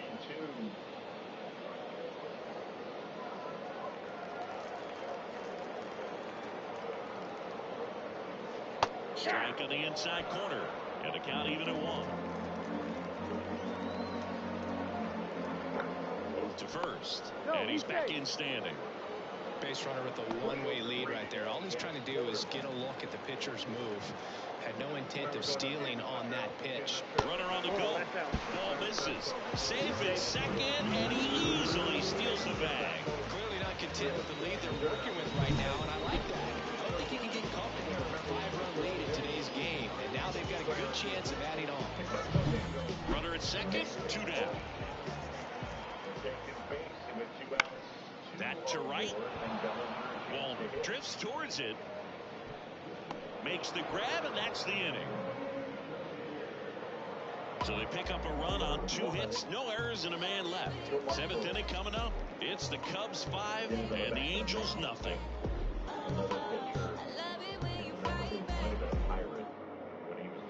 We go to the top of the 7th, and now Nolan Schanuel. This pitcher's done a good job of disrupting the hitter's timing with the mix of pitches and changing speeds. You want to keep that front foot inconsistent for the batter. Their swings are hesitant, and that's exactly what you want on the mound. And that should be extra bases. And it kicks off the base of the wall. Safe at second with a leadoff double. These guys today are so great with handling velocity. They're seeing high speeds day after day, and a nice job of turning that one around.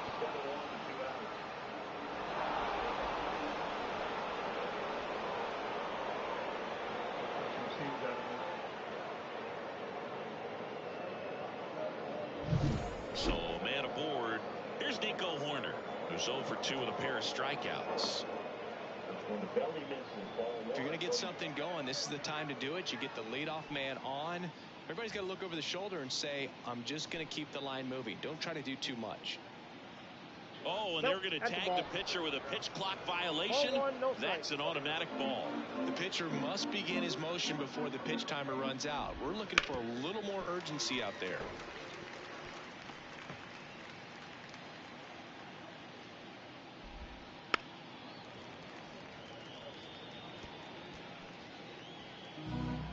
The 1-2. Just off the inside edge. Changing speeds has this lineup completely off balance in this one. We've seen a lot of mistimed swings, and it's been a challenge for these hitters to get their rhythm right.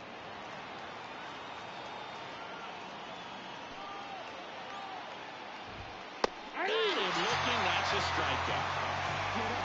Well, he's going to have some thinking to do when he leaves the ballpark after this one. That was his 3rd strikeout, and this one looking, obviously, so he's been a little overmatched. He's got to find a way just to be more competitive up there at the plate. Next to hit, Matt Wallner. His righty-lefty splits there. Base hit. That was smoked through the infield. The run comes in from second. It's 5-1. Picks himself up an RBI. There's nothing cheap about the way he got that one through the infield. That was ripped. Caught out in front and didn't get under it like he would have liked, but definitely put a good swing on.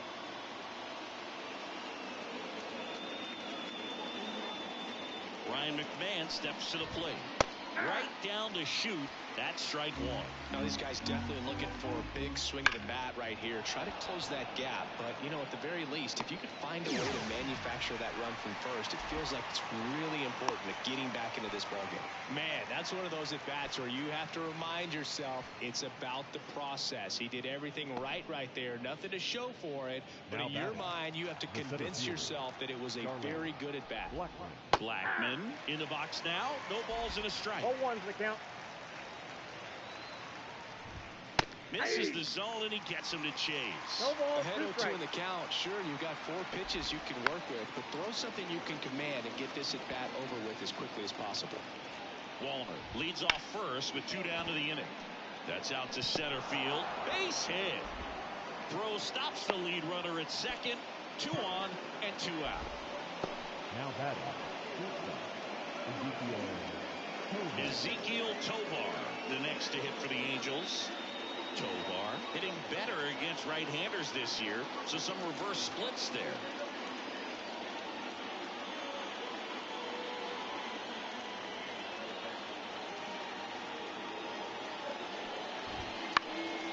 And that one is lifted in the air. Should have this one. And that'll do it. So 1 run in the inning on this base hit. It's now 5-1. You're dialed into the show. Tell us about the ransom demand. I learned that there was a voicemail from Christina. And possibly a double switch coming now as a meeting taking place near the home plate area. Garrett Clevenger on the pitch now, and he'll slide into the 7th spot in the lineup on the double switch. Jorge Mateo He'll move into the ninth spot in the lineup. Now plays shortstop and batting nine. Number 3, Jorge. And here's the first baseman, Davis Webb. The switch hitter batting right. Well, both sides equally as strong. So not a good time to try to turn him around with a relief pitcher and put him on the other side of the plate. Swing and a miss as he chases that one darting out of the zone. Meanwhile, activity in the bullpen. Alex Vesia, the left-hander, up and throwing. Here comes a pitch. This one lifted in the air, left field. Marsh moves under it. One up, one down. Just pulled off of it a little bit right there. That front shoulder coming open instead of staying closed. If he does that, he's going to be able to go up the middle the other way with some authority instead of a fly out to left.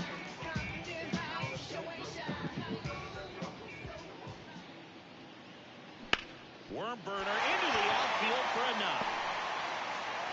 So that will bring up the top of the order with one away. Well, always a little boost and a bonus when you can get a productive result from the pitcher spot. I really like that swing, man. He didn't just push it the other way through the infield. He drove it that way, and it kind of makes me think he was thinking opposite field as he stepped into the box. Got a pitch he liked, and he got it done. And here is Chris Jackson. Swing and a miss. Looked off balance that time. Man at first, one away.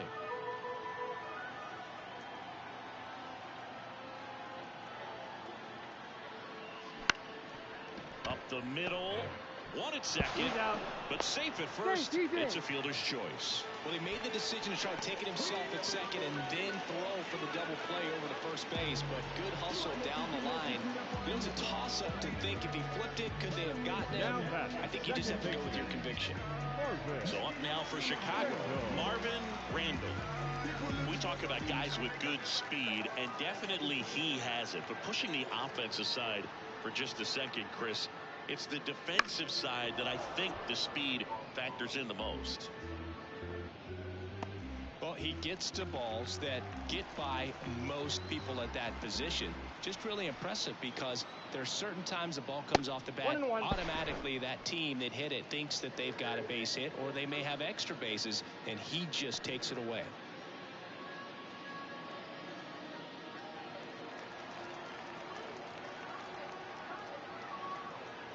Snap throw to first. Back in there standing.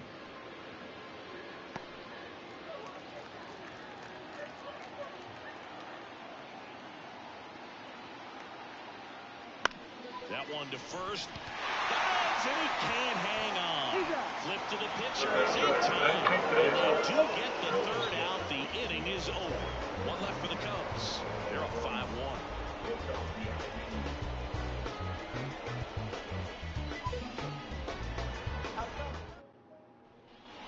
Here at Wrigley Field, and here's the catcher, Sam Huff.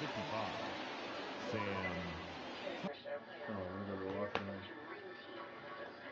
Course for the Mets. Strong, sturdy lower body. Be right back. Whoa, how'd you get your teeth so white? You gotta use the right toothpaste, don't you see? Not all toothpaste whiten the same. Crest 3D White removes 100% more stains for a noticeably whiter smile. Real personal fat. Crest. Summer's greatest hits are here.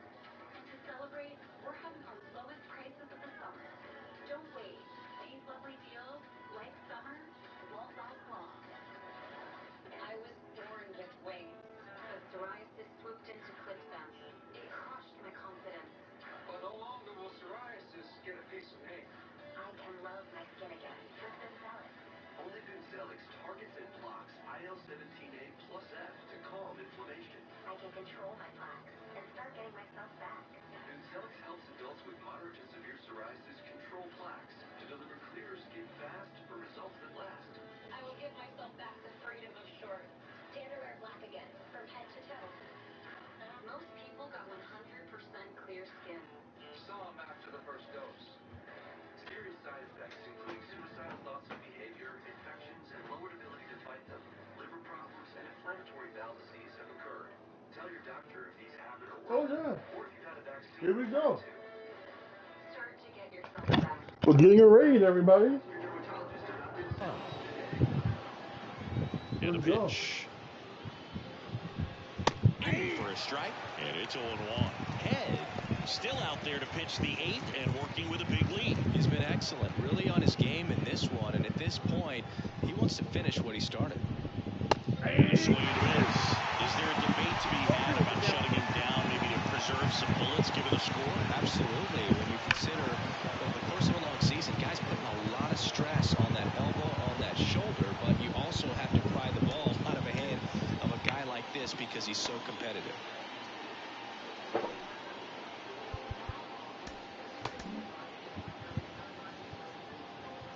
And the righty deals. Fights that one away, and the count remains 0-2. Righty to the plate. Right through there. One away.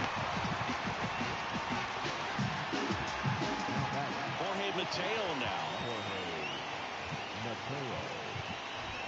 That one finds the zone. Strike one. These two offenses could put up runs in a hurry. 0-2 now as he swings through it.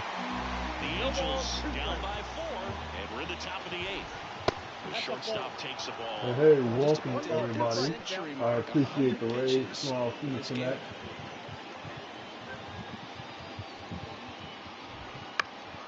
In the air, pretty deep out to center field. 2 away now.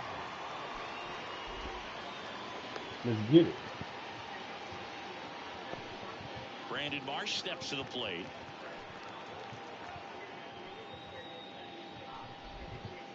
And that skips in the dirt.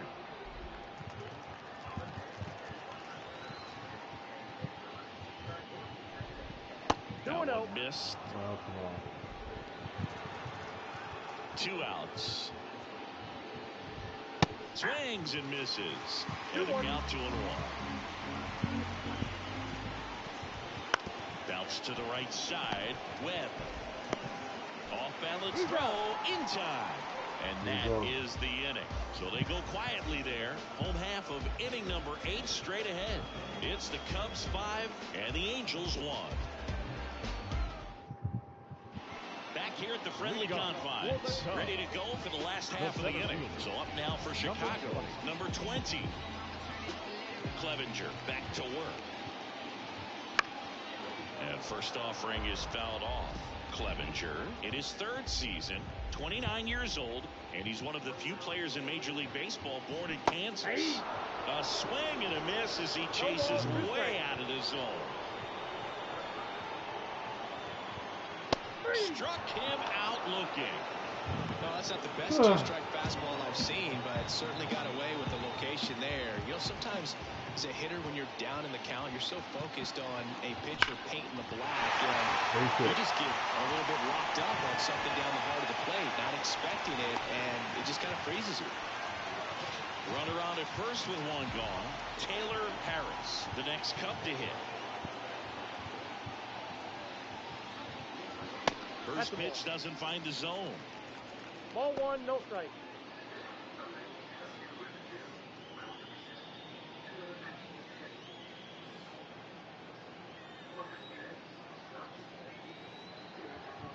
And here it comes. To first, might be 2. They get 1 out. Not in time. Number 33. Man at first, here's the shortstop at the plate. He is quite an athlete. I mean, you look around the other sports, basketball, football, you feel like he could thrive in one of those sports too.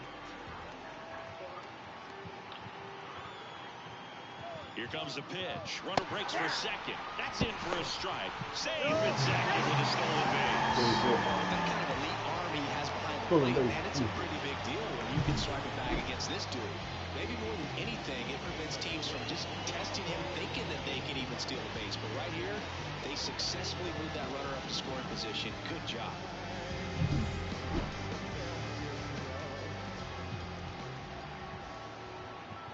Man on second, 2 down. Out towards right center field. Walner on his way over. He's got it. And that is out number 3. No runs, 1 hit, no errors, and a man left. Through 8 full, it's the Cubs 5 and the Angels 1.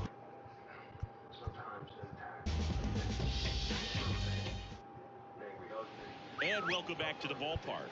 New inning getting started. Now the number 2 hitter. Number 29 gets the call from the pen. And he'll feature a hard slider to work off his fastball. And he deals. And the first pitch misses for ball 1. Just missed.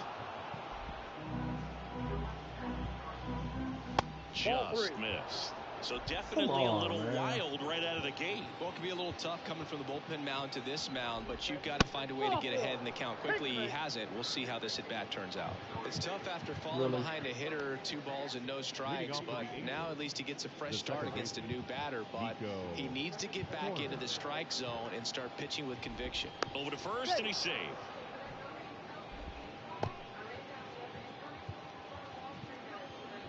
Corner now at the plate as he swings through strike 1. I got 1 ball, 1 in the dirt, but kept close. Now a throw to first, but back easily. The 1-1. And there's a ball.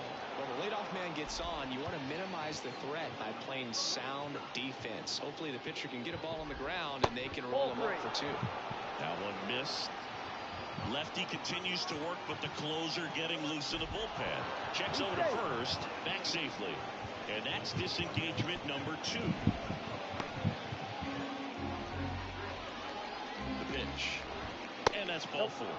Maybe a little loss of focus on the mound right there. Pretty much gifted him first base with a quick free pass. Matt Walner, the next to hit for the Angels. And immediately pumps in a strike to the left-handed hitter. Next offering in there for a strike. And the count is 0-2. Kicks and deals. Got it by him for the code. Dominating strikeout there on just 3 pitches, and that's what a good power pitcher can do to you. If he's hitting his spots, filling up the strike zone, sometimes he bats over before it really begins. Left-hand batter waits, and it's fouled away.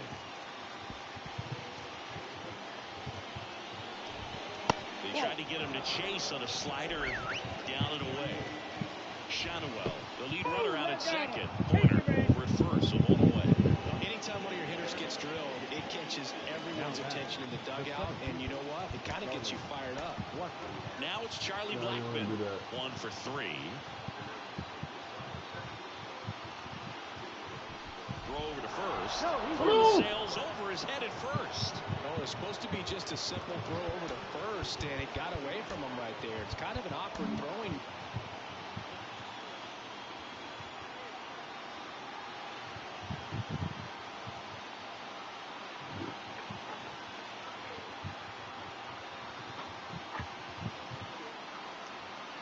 New pitcher in the game for the Cubs, Melvin Wilson. I can't imagine any save is an easy one. You're holding a small lead on the scoreboard, and you know those hitters are going to give you the best advance they can. So it's always high stress. Let's see what he's got here to try and close it out. And that one fouled off. Tying run at the plate. Swings and misses. Gonna count 1-2.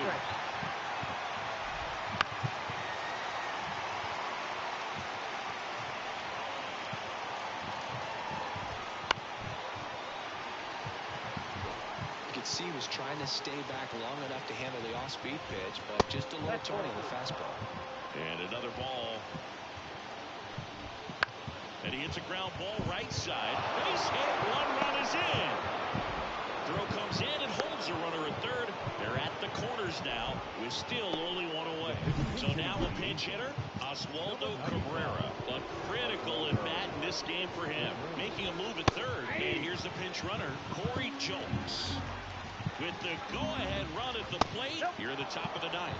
This is a situation where the hitter is looking for something up in the zone that he can get his arms extended. What you have to be careful of is that pitch that's up, that's in on your hands. That'll pop you up in the infield, and that's exactly what the pitcher wants. Lefty out of the stretch. Runners at first and third. Swing and a miss. 3-2 now.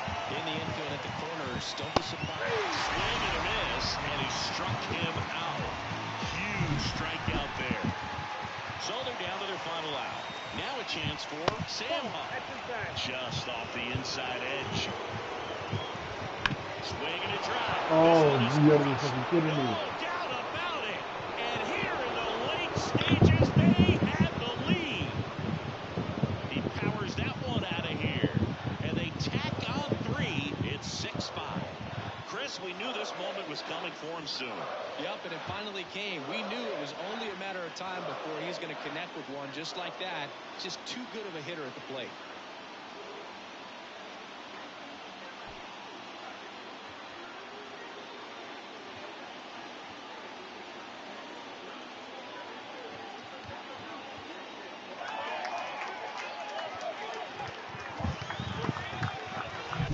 Most times it's the pitcher looking at the scoreboard for velocity, but in this case it's the hitter. He just turned around triple digits at the dish. I don't even know how he saw that pitch. Maybe he didn't, but he got a home run out of it.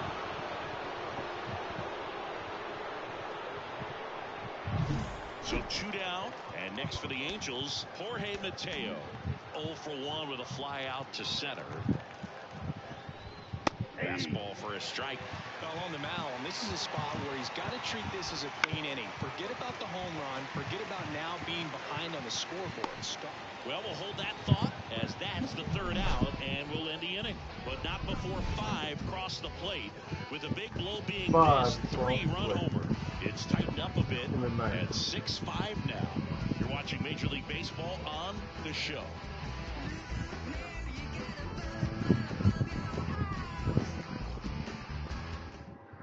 So coming into the game now on defense, Corey Jones. He's the new third baseman. Well, 1-run game.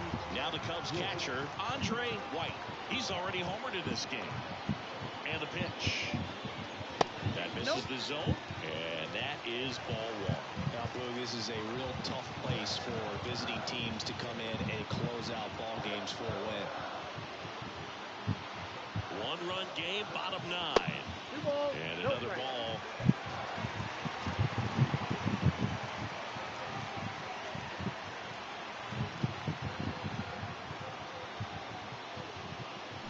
Swings and misses. 2-1 now.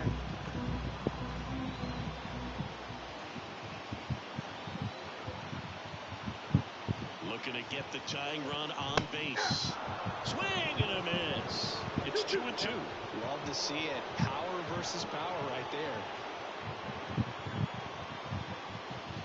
Just misses. 3 balls, 2 strikes. Davis Webb up next.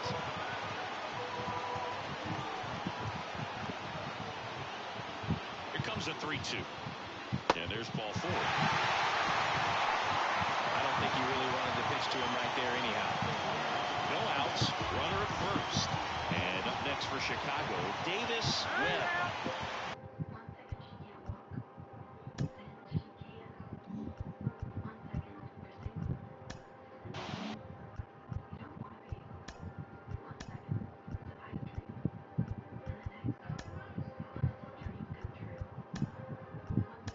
Making a move at first, and on the run for the Cubs, Osiris Johnson.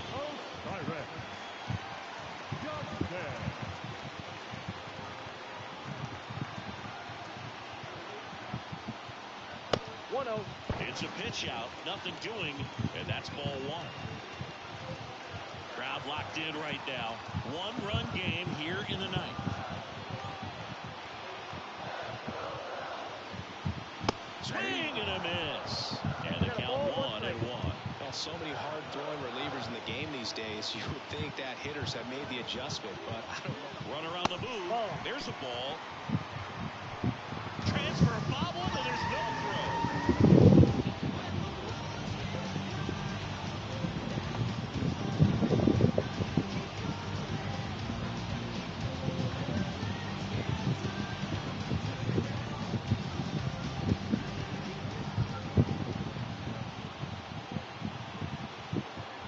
So the tying run at second. That one in triple digits.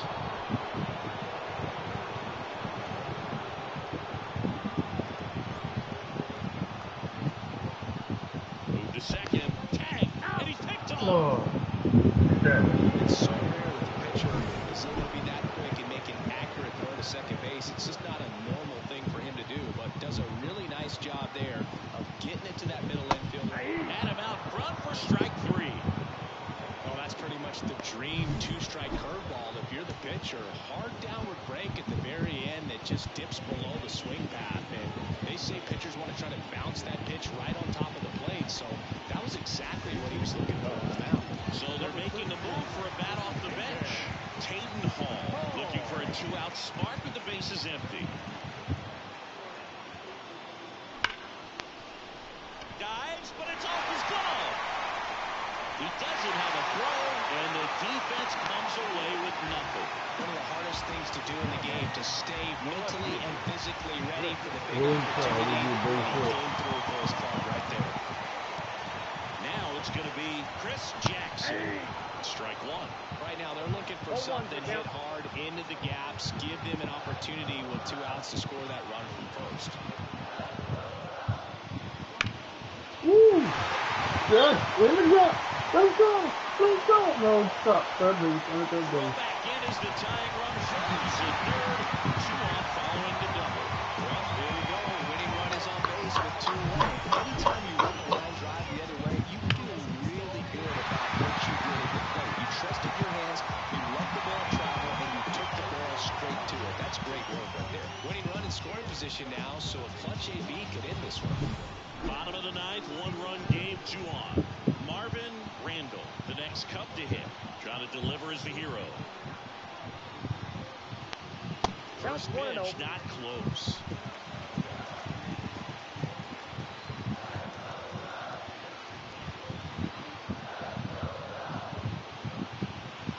And fouled off.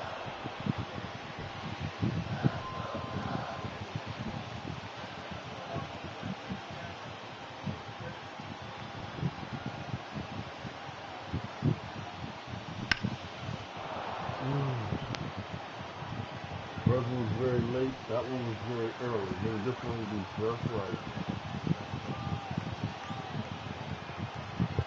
This could end it. That's down and in.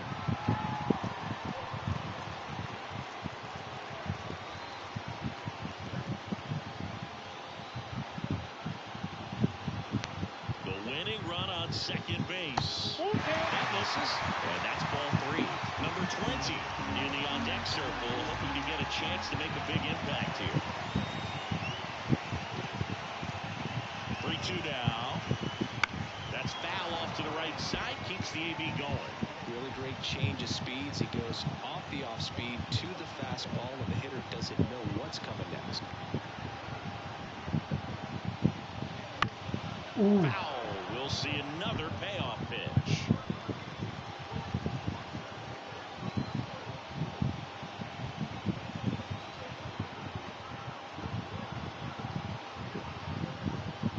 That one is inside ball 4. And I mean, oh, so close. That's a great at bat. He saw a lot of pitches and earned a walk. New pitcher in the game for the Angels, Paul Sewell. Well, no margin for error in terms of throwing strikes with the bases loaded. Just has to execute one pitch at a time to try to get out of this. 2 outs, bases full. And now the center fielder went down looking on 3 pitches last time. Let's see if he can be a little more aggressive right here.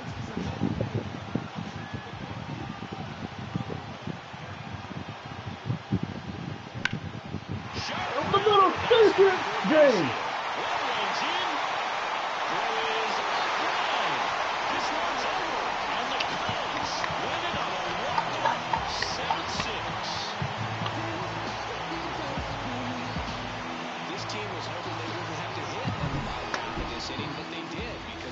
Scored that run, but they battled back, got the runs they needed for an awesome walk-off win. Woo.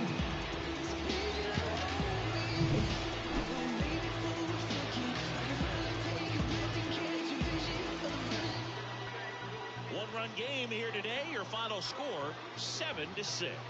So the Cubs celebrate at the plate. For Chris Singleton and our entire crew, I'm John Shambi saying so long.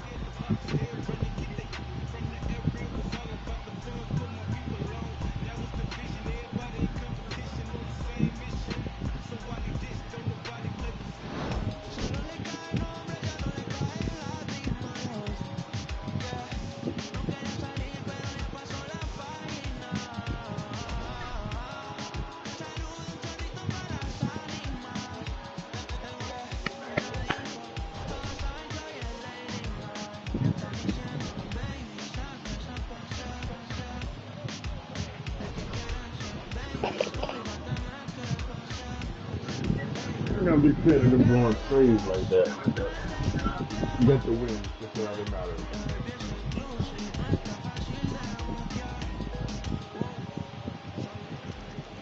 Here now is our final line score this afternoon. First for the victorious Chicago Cubs, 7 runs.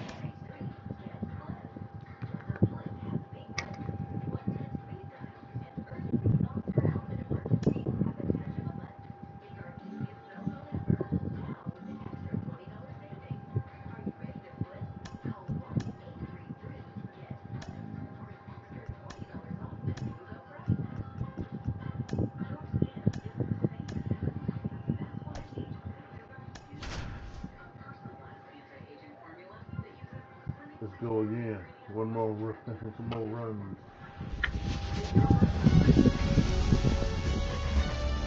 And welcome in, everybody. Glad you're with us. It's time for MLB The Show's Game of the Week. It's the Los Angeles Angels and the Chicago Cubs. John Shambi on play-by-play. Chris Singleton providing the color. So the Chicago Cubs have taken the first 2 games of this series, and today they'll go for the sweep. They played well, Chris, and they're looking for more of the same in this one. Yeah, they've been the side shaking hands on the field after each game so far. Played solid baseball to earn those wins, as you said, but every game offers up its...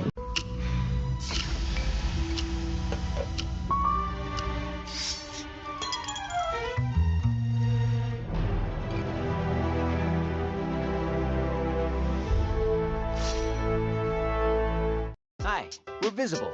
Get set to travel this summer with a wireless plan that'll keep you connected on the go. All on a one-line plan with unlimited 5G data and hotspot for just $25 a month. From vacation to staycation, travel like a champion when you switch at Visible.com. Oh boy, 2 kinds of Wisconsin cheddar cheese, sweet, smoky, thick cup bacon, pickled onions, tangy bistro sauce, all on a soft pretzel roll. Dreams really do come true. The limited time Pretzel House Pub Burger is as Wisconsin as it gets. Tryna hit that, and let me get that. Tryna hit that, and let me get that.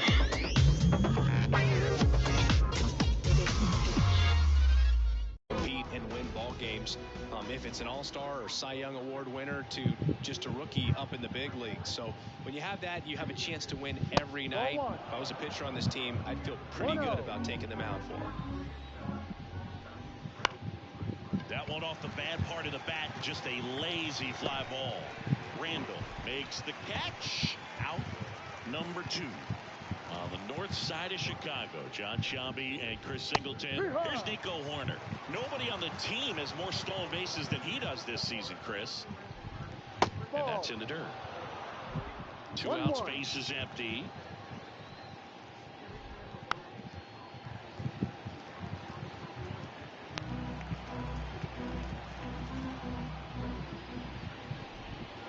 And another ball.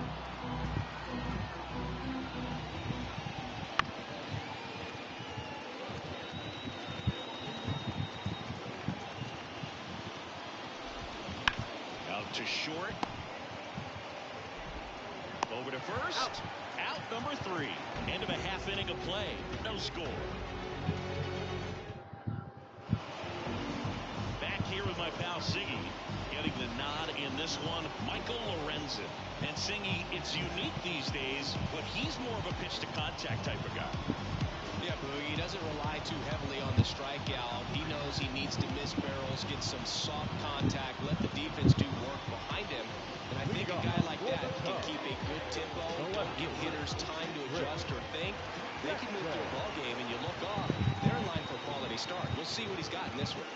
Chris Jackson now in the box. Comes up empty with a swing there.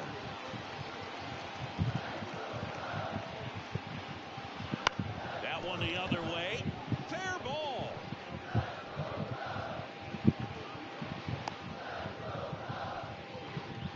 Didn't exactly square that one up, but sometimes you don't have to. On the mound, he's got to feel like he deserved a better result on that pitch. Really, I mean, just a soft liner that happened to stay fair, but even though you don't want to do it, you got to tip your cap because the guy at the plate, he found a way to fight it off and get that knock. And now, let's see if they force some action with good wheels on the bases. And now, Marvin up the middle. There's one. Whips it to first on the run. Play is made, 2 out. Well, you don't see 4-3 double plays all that often because it makes you as the second baseman move away from the target you're throwing to in order to get the force at second. But he looked very sure of himself on that one. Nicely done. And here's the rookie center fielder with 5 RBIs on 5 hits in the series coming in. And a foul ball.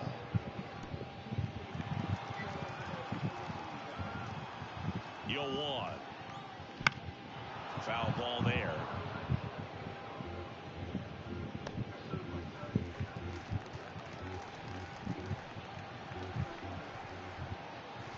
Two down, nobody on. Sharp grounder, that's through for a base hit.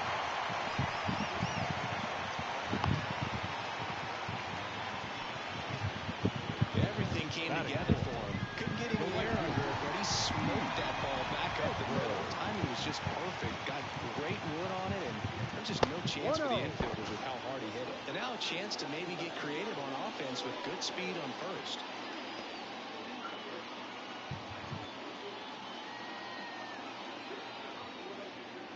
Two gone, but the go-ahead run is at first. Here in the 3rd and final game of the series.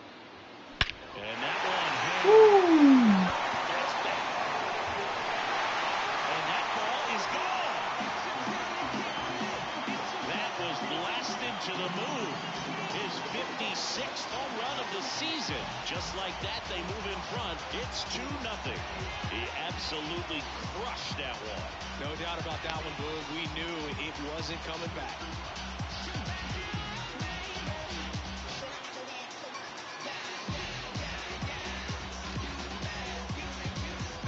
The pitcher knew as soon as that ball left his fingertips, it was trouble.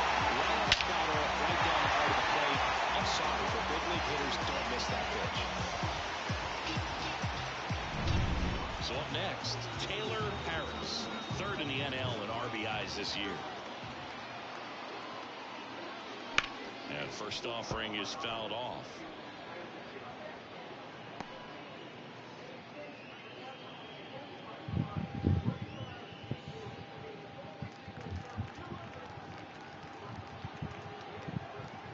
Two outs. Got the bat going too soon. It's strike 2. Well, pretty clear to me. He was trying to go deep right there, but you got to get a pitch that you can handle. Right side, hard hit. Fires over to first. And that is the inning. Cubs had 2 on this homer. And it's 2-0. We head to the 2nd in MLB The Show's Game of the Week.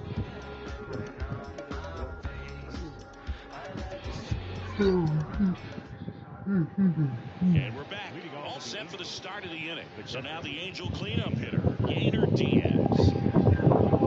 Diaz, in his 2nd season, 25 years old, and he was a 2nd-round pick in 2024.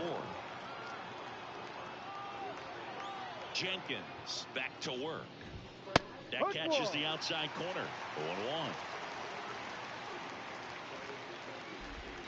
Right through there for a strike. Joe McDonald doing the home plate duties here. Well, Joe's an interesting one. I'm always trying to figure out what exactly his zone is. It feels like he kind of moves around from game to game, sometimes inning to inning.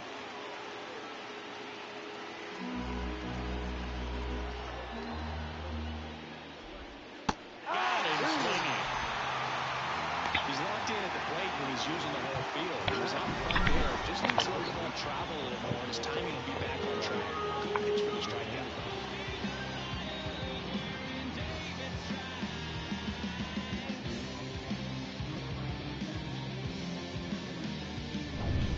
Ryan McMahon steps to the plate. 0 for 6 in the series so far.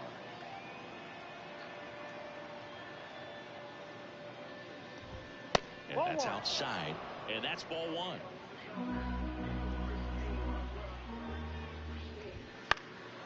In the air, out towards right center. Under it. He's there.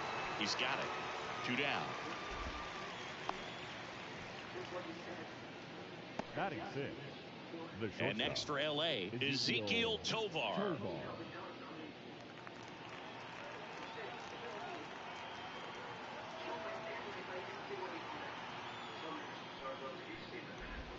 Ball. Outside low, ball 1. 1 ball, no strike. Swing and a high fly ball to left. Jackson settles underneath it and makes the play, and that's out number 3.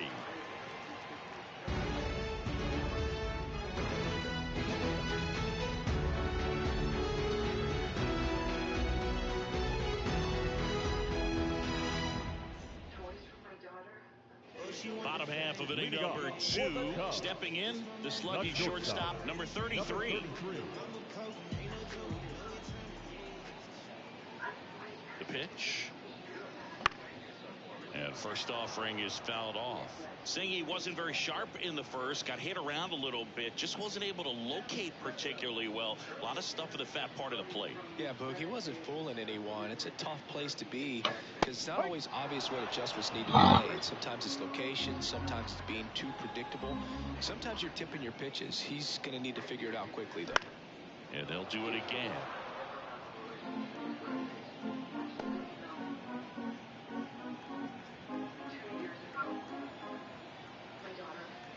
And a pitch.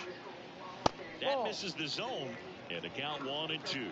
That's a really good job of laying off the 0-2 high fastball. Is going to make that pitcher really have to respect this hitter, even though he's behind in the count.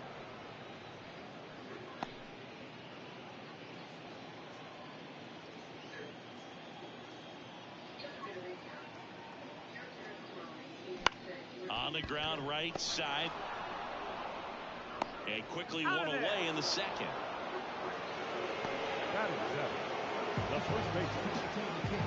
Hey, I want to thank you guys for the raid. I'll try again later on today, but thanks again for the raid and for everybody who watched. Make sure that you follow and you subscribe if you can. I appreciate it. Maybe above average speed, but he does. 1 out, base is empty. And I think that skill set really upgrades the position because when you have that kind of speed, it makes the whole team that much better.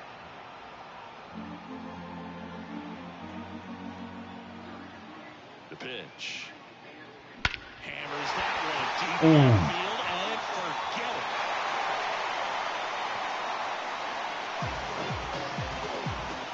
That'll fire up the dugout. His 21st of the year, and they add on. It's 3-0. That was blasted. Absolutely, no doubt off the bat.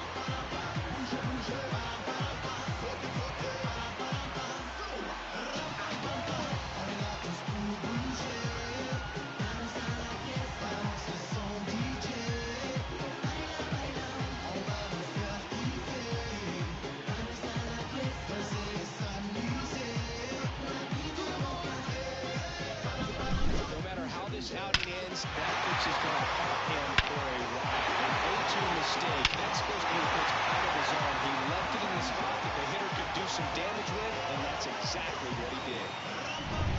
1 out, base is empty. Andre White, the next to hit. Homered in the ball game yesterday afternoon. Clobber to right field, way back, gone.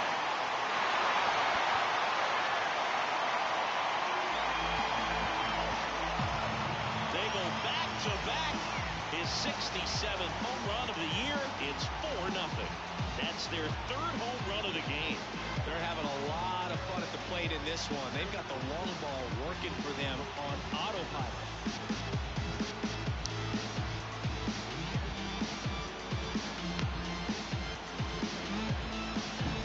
Back-to-back homers, always a special feeling at the ballpark, especially if it's your team that does it and those guys get to slap hands at home plate. This is the kind of thing that can really fire up a ball club.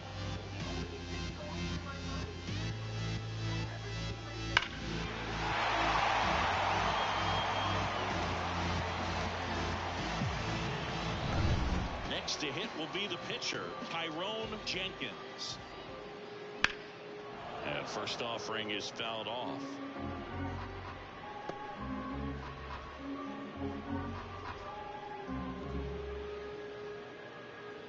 Two runs across in the inning, bottom half of inning number 2. Popped up to the left, into foul ground. McMahon snags it, and there are 2 outs. Yeah, I'm looking at his body language, and he just doesn't seem like things are in sync, and the ball's just not coming off his bat the way it did earlier in the regular season. So the lineup flips over.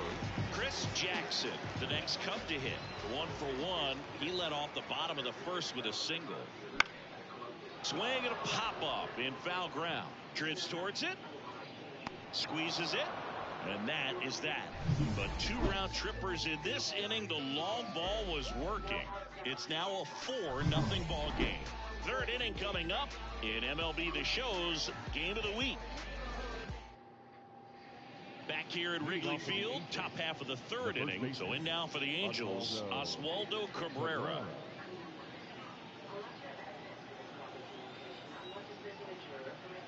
And a pitch. And takes low for ball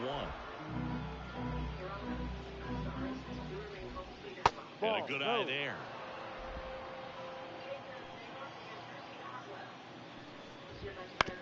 Ground ball left side, and that's just foul.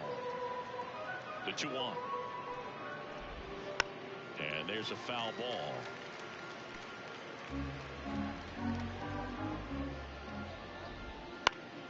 Still 2-2 after the foul ball.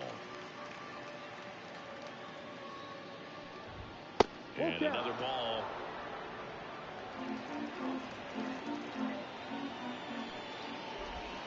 Swings and misses. 1 gone here. Well, he's got great strikeout stuff on the mound, doesn't he? I mean, double-digit strikeouts in his last start, and he's just racking them up again in this one. This guy can really dominate a game out there. Not a fun assignment for any lineup. And here is Jorge Mateo. First pitch misses. Popped foul out of play off to the right. 1 down, base is empty. And that's in the dirt. 2-1.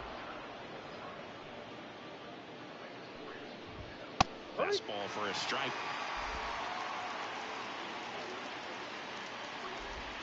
Next offering way off the plate. The Halos down by 4. We're here in the top half of inning number 3.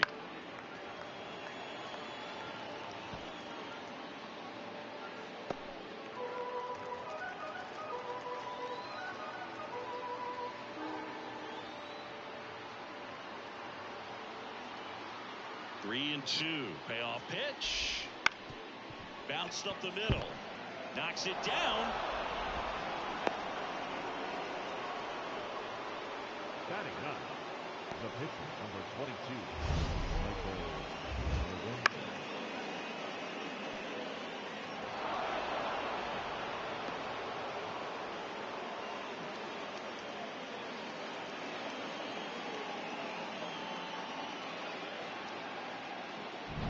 One down. So here's the Angels pitcher, Michael Lorenzen. Swing and a miss at 99 miles an hour. 1 strike. Man at first, 1 away. Strike 2. Oh, that's that slope right there. He threw it extremely well. Talk about just a ton of breaks. So tough to get that barrel to. Just misses the mark outside the zone. It's a good take. Spoils that one, and it remains 2-2. At the belt and fires. Can't connect on the curveball, struck him out. I got to think that was the plan all the way. He set him up with a high fastball and then bury that curveball down low to get him swinging. Now, especially with how effective pitchers work up in the zone these days, that's a devastating combination. Marsh batting for the second time, and that's strike one. Swing and a miss at 100 miles an hour. And 1-2.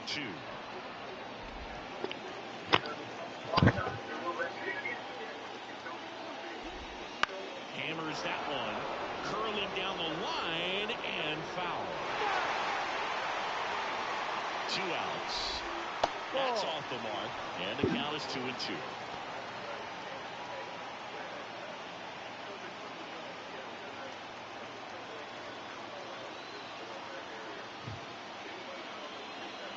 Kicks and fires. High fly ball out towards left field. Way back there. Up against the wall and brings it in. Angels strand one. They trail it here 4-0.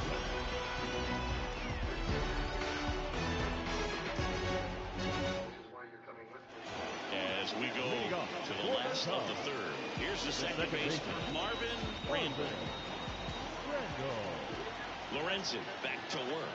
Been a rough start on the mound for this guy. This third inning so important for him to get on track, turn the page, settle in, do all those things you need to do to give your team a little bit of length in this one. This to center field. And there's one away. The batter, number 20. Here's the center fielder. Singled and scored his first time.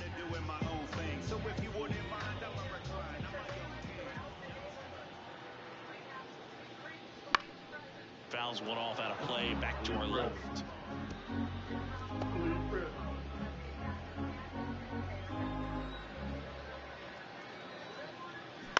Towards first, and he takes it himself for the out. Deceptive slider right there. Stayed in the tunnel a long time. Got that hitter out front. Rolled over it. Put it on the ground. So now it's the Cubs hitter in the 4-hole, Heath Edwards.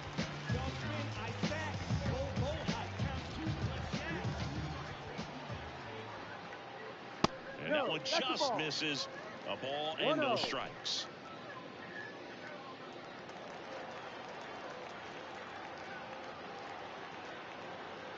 Two down, nobody on. Splits the plate, and it's a ball and a strike. He must have been looking for something else because he gave up on that pitch a little early. It was right down Main Street. Probably not going to see a better pitch to hit in this at bat. Late with the swing there. 2 strikes.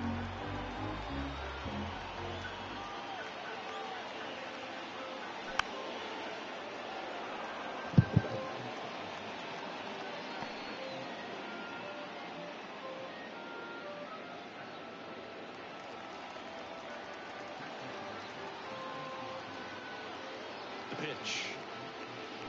Keeps the at-bat going with a foul ball.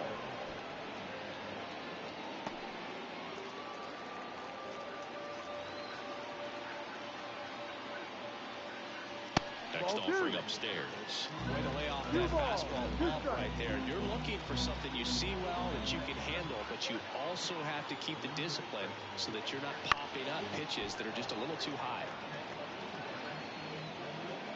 Good battle here. About to be the 8th pitch of the at-bat. Swings and misses. Struck him out. And the Cubs are down in order. But they lead it 4-0.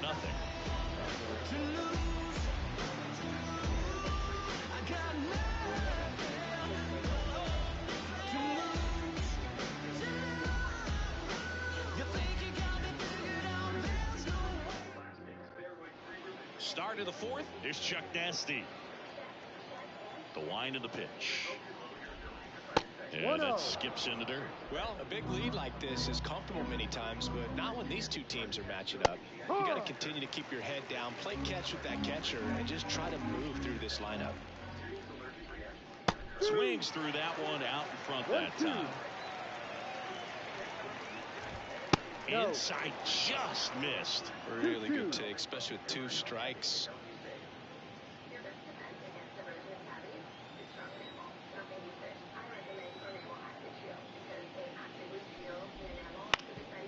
Ground ball up the middle. Slings to first, and one gone in the 4th as they get the leadoff man.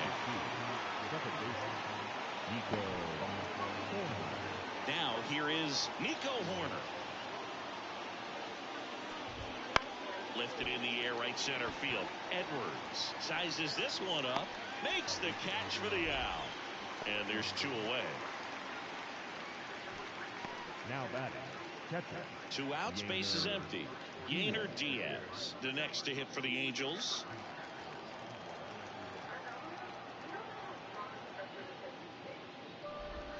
And the first pitch misses for ball 1.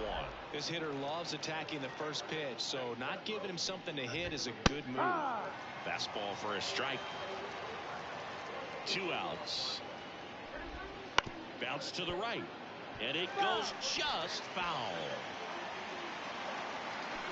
And the right-hander deals. Fights that one away. Still 1-2.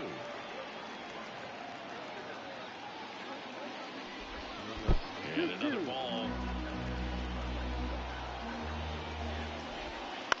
Out to short. Zips it to first. And that is that. Angels held in check. They're on the short end of a 4-0 score.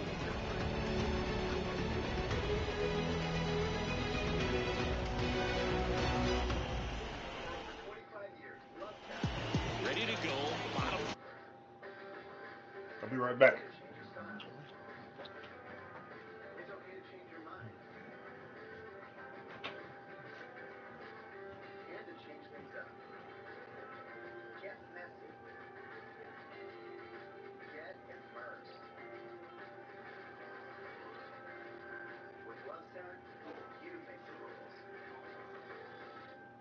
After my hair started thinning, my dermatologist recommended Nutrafol.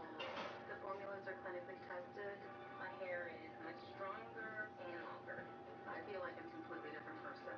Get growing at Nutrafol.com. Ready to switch?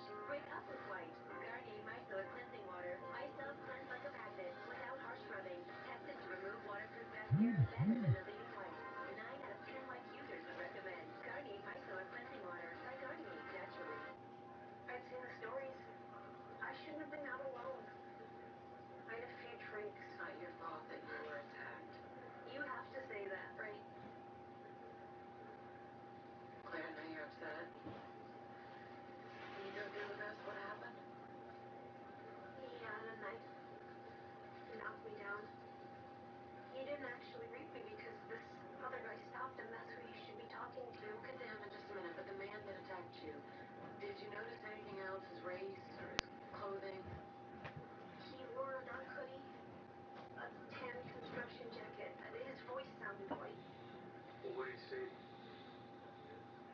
You're mine, bitch. But this other guy, the rescuer. He was wearing this crazy getup, like some downtown superhero. Well, hold on, he was in costume? Yeah. I thought I was imagining things, but he punched the rapist in the face and chased after him. Did you see which way they ran? Towards Houston Street. Whoever he is, he really is a hero. He saved me.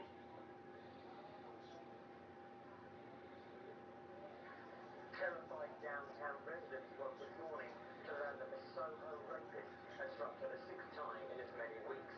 Sources tell us an illustrious hero said to be wearing body armor. I thought you and Rollins were looking at security cam footage. On it. Is anybody else working this case besides the massive defection? Say what you want about him, but he clocked the perp so hard that he left blood in his crime scene. His leaning on Warner. All right, we got 6 rapes and finally DNA hit at the start. Assuming he's our serial. Fits the profile. We got a 3 a.m. attack. The victim, Claire Grant, is brunette.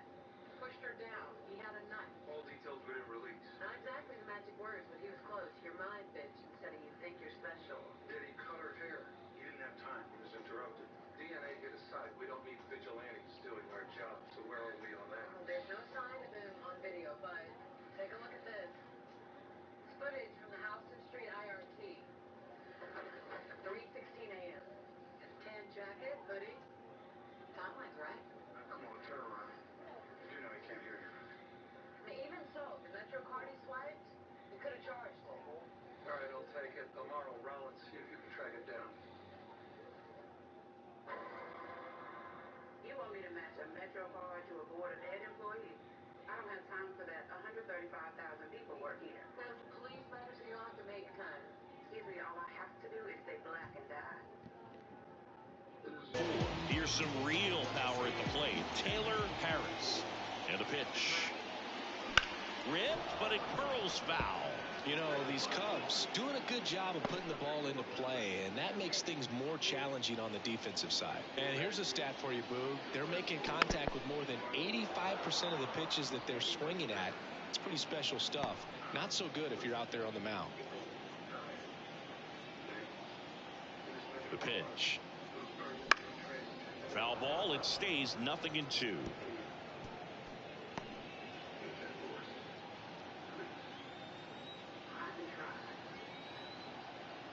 Righty to the plate. Foul ball, still 0-2. Well, he hasn't quite settled in out there. 4 runs in 3 innings. He's going to have some quick 1, 2, 3 innings to pitch deep into this ball game. And here it comes. Ball. Well, he's not afraid to fall into a 2-strike count. Knows the strike zone very well. So much so that I think umpires will look at him and determine whether it's a ball or strike, if he swings or not.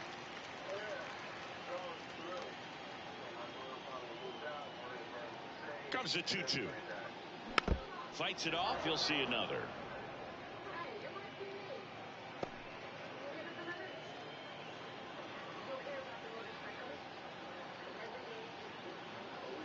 Swings and misses on the fastball up in the zone for the strikeout. Well, pitchers have become so much better at commanding that high fastball. It used to be that a lot of pitchers didn't like to throw it because it'd throw off their release point and their mechanics, and they're aimed at keeping everything at the knees, get ground balls. But because hitters get a swing path that can lift balls at the knees up in the air and over the fence, this pitch has come back into play, and they are doing some special things with it.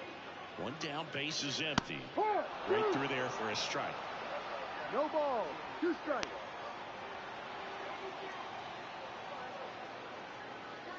Close one, doesn't get the call. And the count 1-2. And down on strikes. Now 2 away. Oh, nice job right there. He struck him out twice. The pitch before looked like it was strike 3. Doesn't get the call. Bears down. Throws another quality pitch for the strikeout. Webb in the box with 2 gone. And takes a look at a called strike.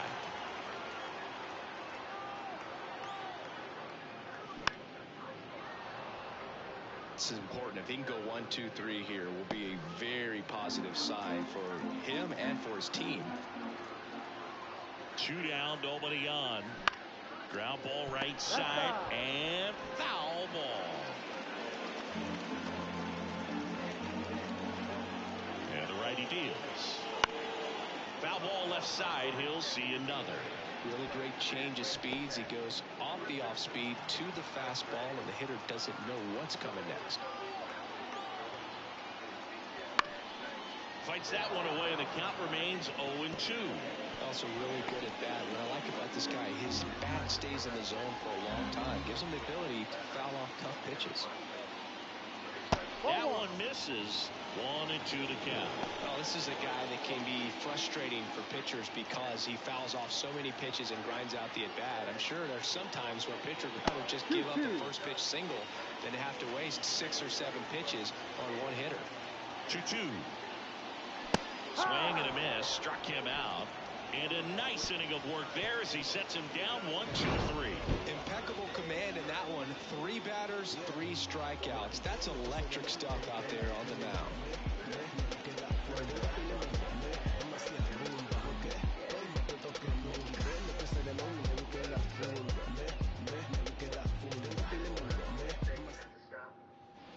Here at Wrigley Field, here's the third baseman, Ryan McMahon. Ryan McMahon.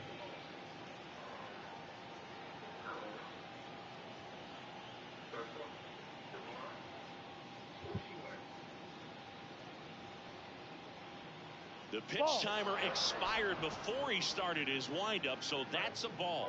That must be incredibly frustrating for the pitcher, but this is all about creating more action and speeding up the game, and it's working.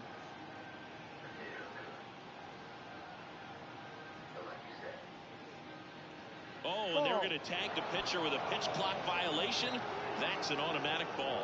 The pitcher must begin his motion before the pitch timer runs out. We're looking for a little more urgency out there. Right-hander kicks, deals. And a foul ball.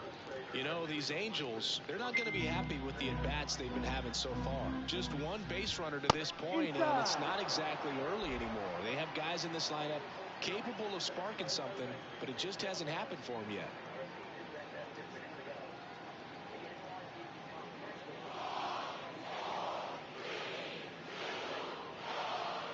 That's an automatic ball.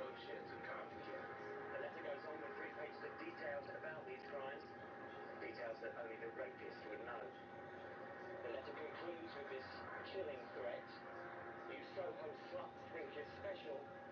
This is just the beginning. We need to get that letter. You'll have to pry from his cold, dead fingers. Give your TV antenna an upgrade. Meet Tablo. Tablo lets you record, pause, and replay your favorites, and gives you access to more free channels you can't get with an antenna alone. Tablo connects to any TV antenna and your Wi-Fi, so you can watch on any device, anywhere in your home. Get it all with 0 monthly fees or contracts. Get your Tablo today at an incredible low price. Tablo, they want to watch forever. Order now at TabloTV.com or these popular retailers. No fees or minimums and no overdraft fees are another reason banking with Capital One is an even easier decision than this. We need a clutch hit. There. Gina. And you're there, rookie. Yep, even easier than that. What's in your wallet? BK goes full of flavor for slingers. We think of Philly is set with flavor. Juicy beef and melty cheese. All these toppings will make you say sweet. BK, having your way. Some days you can feel like a spectator in your own life with chronic migraine. 15 or more headaches. Because the timer ran out. And a free base with the wall. Not exactly a confidence-boosting play on the mound. So, man aboard. And now Ezekiel Tovar. Yep. And that's in for a strike.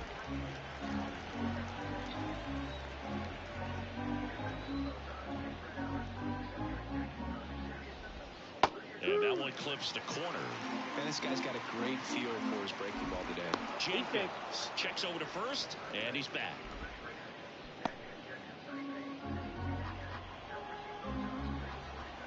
Kicks and deals. Swing and a miss, struck him out. Had him way out front of the slur. That's a good breaking ball there, just off the corner where you can't really do much damage, but it's close enough to where you've got to protect, and he just couldn't find a way to fight it off.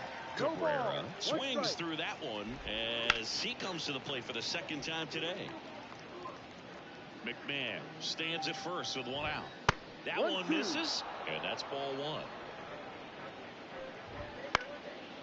Popped up, foul territory behind the plate. White makes the play, and there's 2 away. The right fielder, number 3. Jorge Mateo, the next to hit for the Angels. Right through there for a strike. Mateo, in his 5th season, 28 years old, and he was born in the Dominican Republic.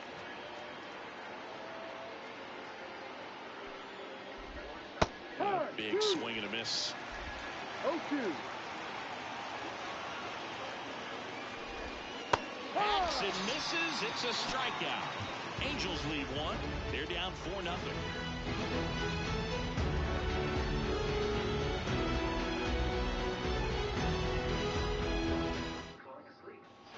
Bottom of the inning. So up now for Chicago. Andre White.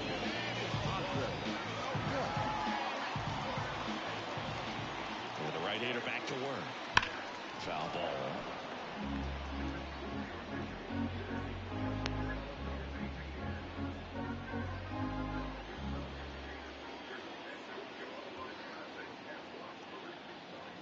Next offering is in for a strike.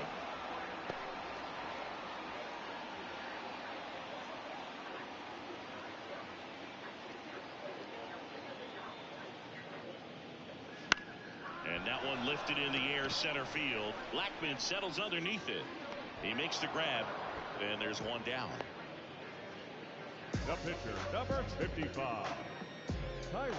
Here's a big power threat. Tyrone Jenkins popped out and fouled ground first time through.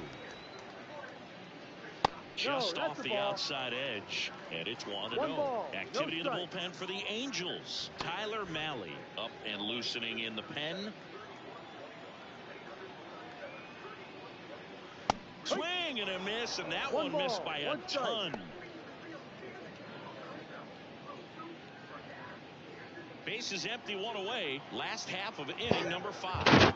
That one finds the zone, and it's 1-2.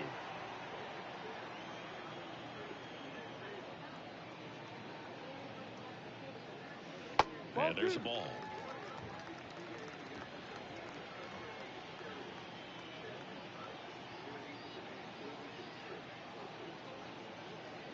Fouls that off to the left, and we'll do it again. He's mixing his pitches really well. Late on that fastball after seeing the changeup. See if he can elevate one. I think if he does, he'll get the swing and miss.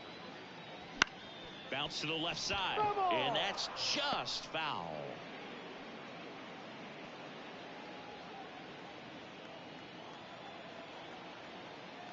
The 2-2. And that's in the dirt.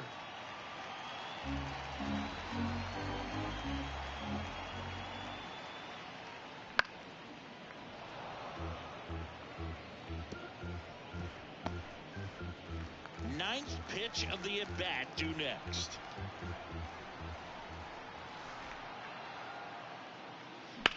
That's towards center. Blackman moving under it. And puts the squeeze on that one. And there's 2 down. Up next for the Cubs, no left fielder. And up next for Chicago, Chris Jackson, 1 for 2.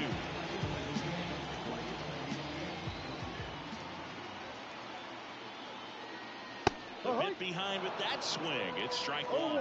In the on-deck circle, you really want to use that opportunity to see some pitches and time up the fastball. Last thing you want to do is miss a good hittable fastball early in the count. In the air, left field, and that'll fall for a base hit.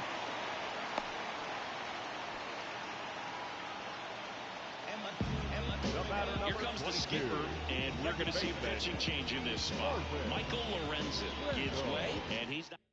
Now on the bump, Tyler Malley. And compared to a lot of other relievers, strikeouts have not been a big weapon for him this year, so the defense should be active. Popped up to the left, into foul ground, drifts towards it, and that is the 3rd out of the inning. Cubs leave 1, they lead 4-0.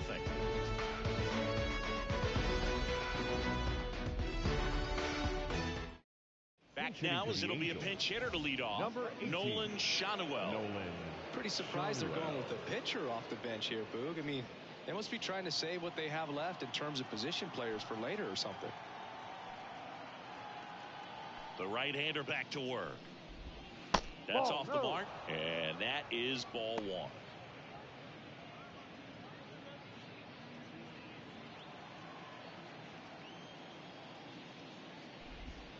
And that skips in the dirt.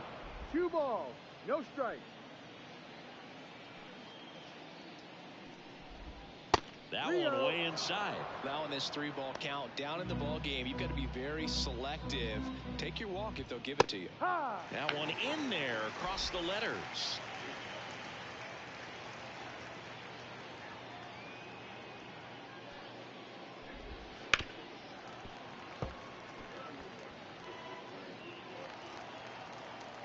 Three-two now. Now this is in the air down the line. Sizing this one up. And there's 1 down.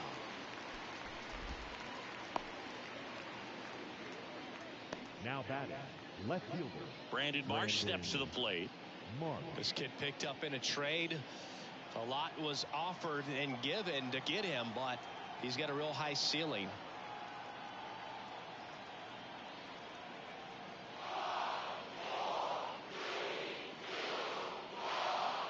The pitch timer expired before he started his windup, so that's a ball.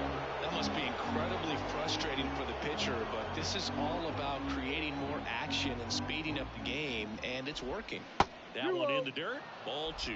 Well, they've kept him pretty quiet in this series. Still doesn't have a knock. I know you want to get that first knock out of the way. Maybe more will come, but you got to give some credit to the pitching staff. They've had a great plan against him. Next offering is in for a strike. Base is empty, one away, and we're the top half of the sixth. Pitch is in there, and now 2-2.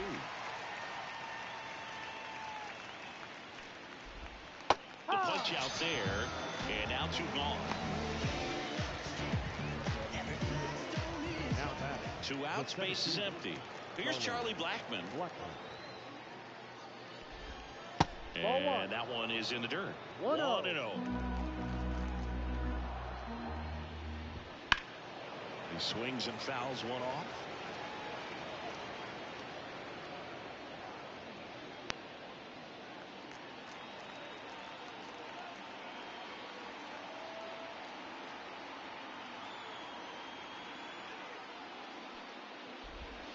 That one ran inside, almost got him. Well, as good as things can be, it can be a tough day at the office, even for the skippers. Seeing the offense just sputter, not able to get anything going. Edwards tracks it down for the out. So another good inning for him on the mound. 6 shutout innings now. It's the Cubs 4 and the Angels nothing.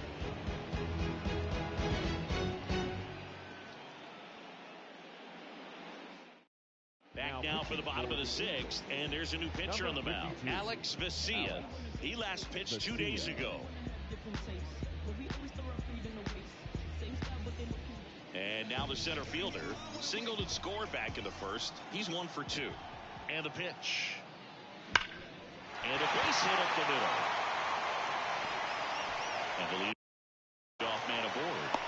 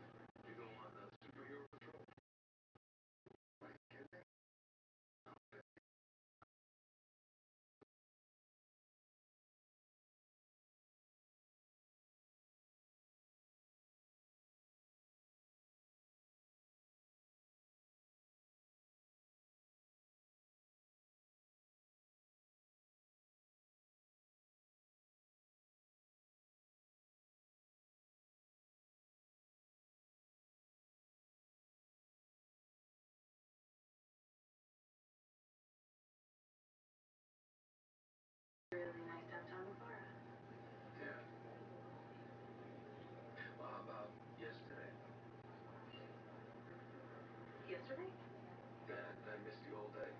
Oh, I took Zara to the park, and we played princesses. It was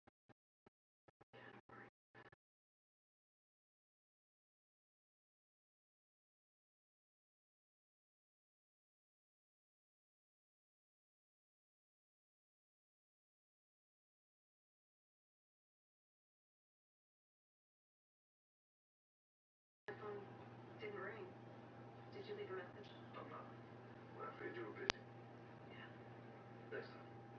Mm-hmm.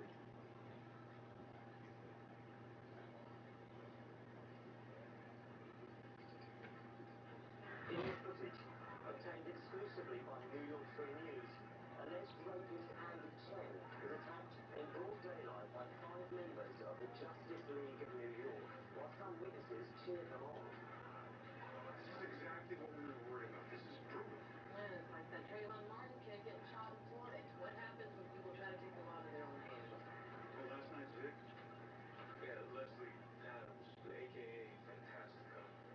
That girl can handle herself. Are we sure it's not another copycat? Not likely. Her hair was cut. We never released that detail. Leslie was the only one that was knocked out. Why? Well, remember Snowden? He's sending a message to the vigilantes. Well, how did the rapist even know where to find Leslie? Stewart and Leslie, now they've been involved in community outreach for weeks. So, if the rapist infiltrated their group, he'd know they were up on the roof. The serial rapist has been attending his own anti-rapist rally. Henry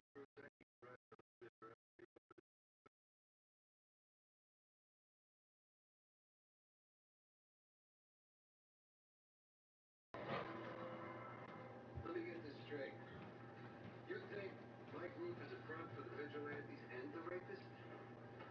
This is NYPD payback. If you'd have told us Leslie was a member of the Justice League when we asked you, she might not have been hurt. The first inkling I had was at the march on Wednesday.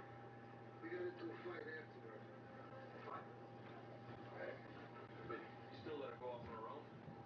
I'm married. Did you ever try telling a woman what to do? Good luck with that.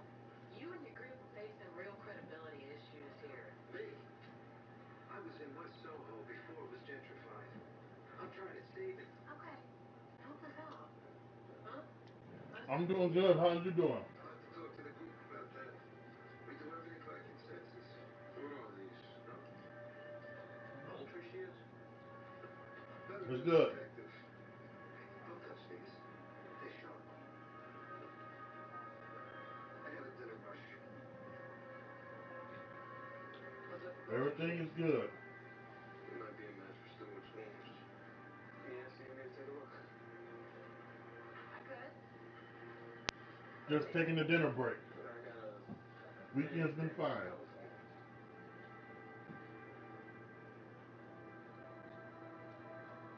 How has yours been?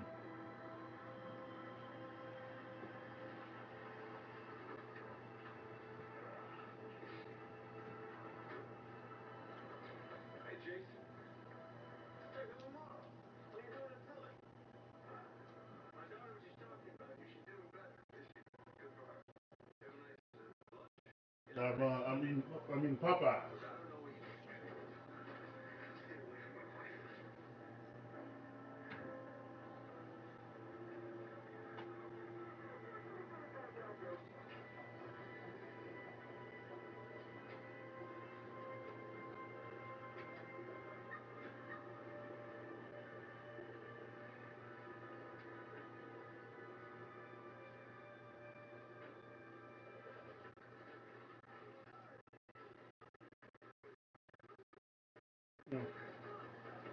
I'll get to it.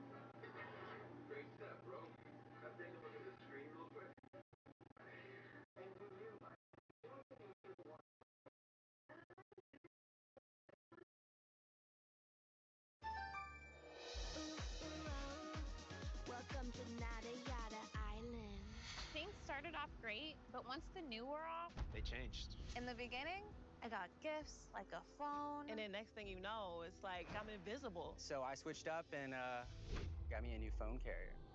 Don't put up with wireless yada yada.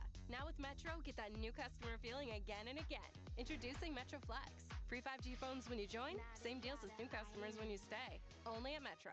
Actually have a sponsor for today's stream.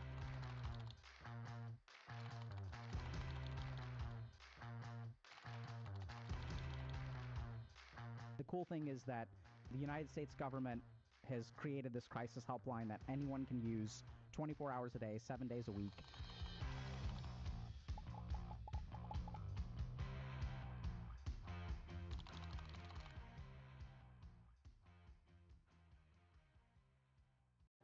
Insurance is the answer. Call 800-497-3121. 800-497-3121. This outdated DMV has two forms of ID. Think of all the places that could expose your info. Lifelong monitors millions of data points per day.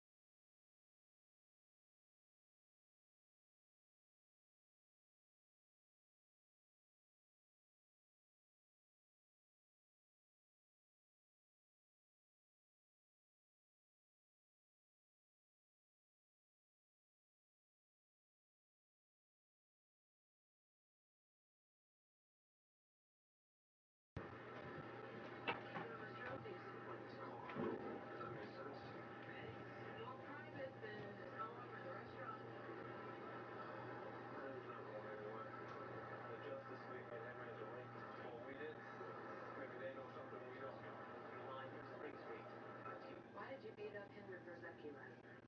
It wasn't me. How could I? I can't even lift my arm.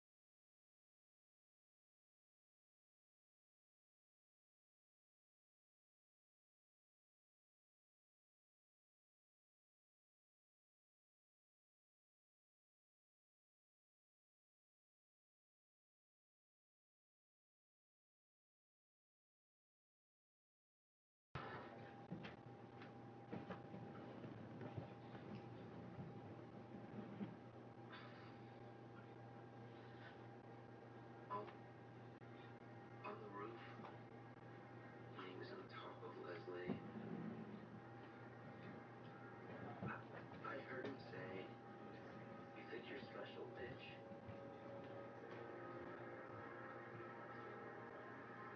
I recognize his voice.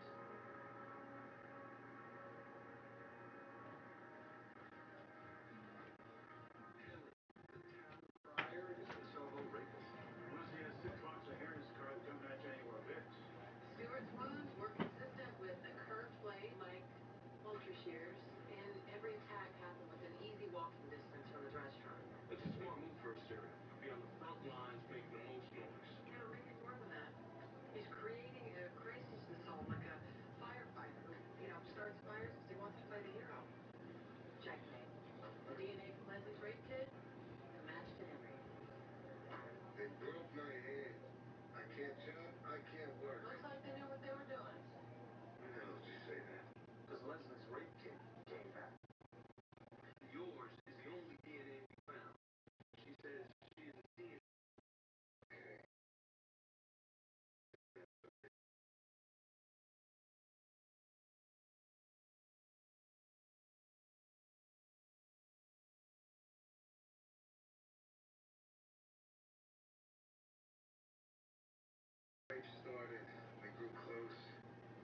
was nervous being alone. I saw.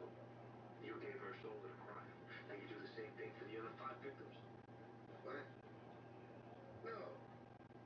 Your rape kit tells you that. You got a problem in your crime lab. No, it's not our lab. It's from your car. There were trophies. From the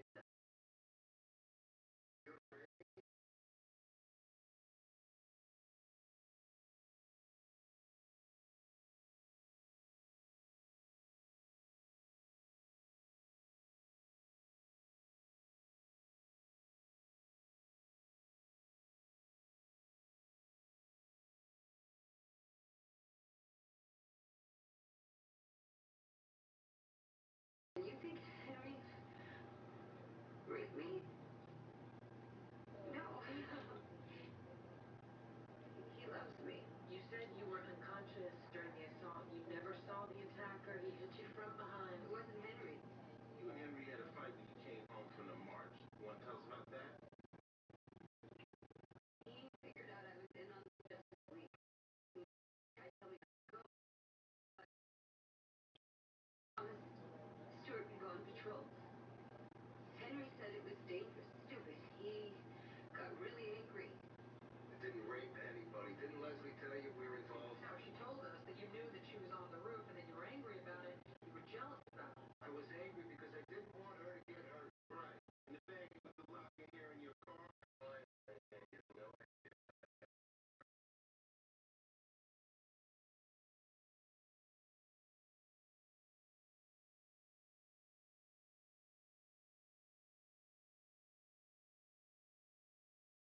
Wife and daughter. Your what? You want her to verify it? If you worry about your marriage later, you're in real trouble there. I'll go to my wife. The night of the first rape, I was with Amy, my pastry chef. She's also married, so go ahead and wreck her life too. The other nights I was either with Leslie or Jeanette, my wife's sister. Wow. It's not what you think. You don't want to know anything. 3 for 3. Leslie, the pastry chef, and sister-in-law all confirmed Henry's alibi. Dorman and video footage. He's not a serial.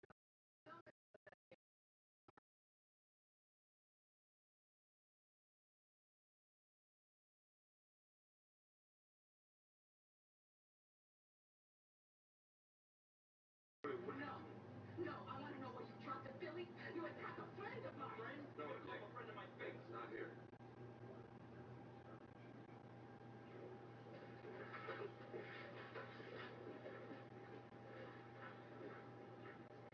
That right there is why I stopped marrying Italian women. You come to the station.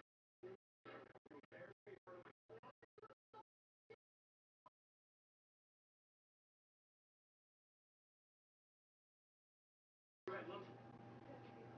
You followed me.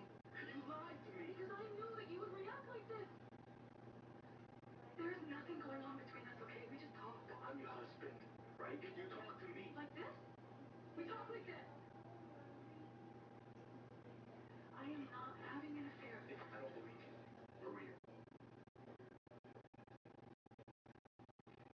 Look, I saw you. That brown stone.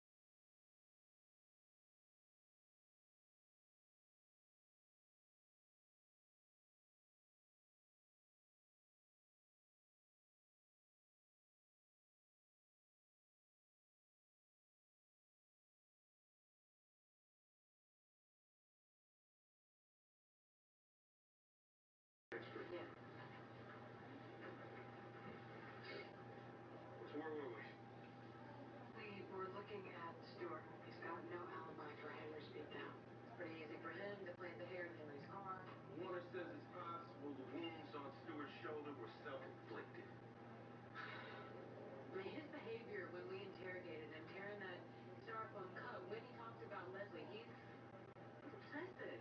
He works at his comic book store. I can see it. He's an outsider who's desperate to be seen as a hero in Leslie's eyes. You two got all that from the way he tears a cup.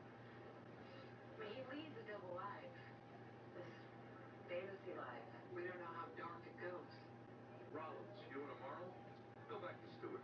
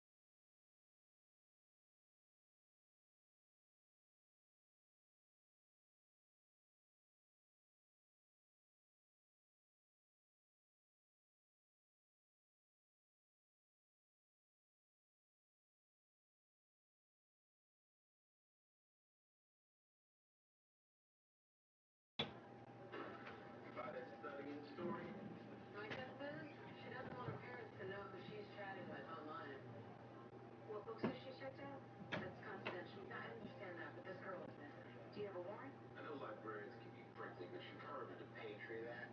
Oh, now this missing girl is volunteerism. If we ask to look at the FBI and you with a FISA warrant, they've never been turned down. And that'll take half the day. The clock's ticking on this girl.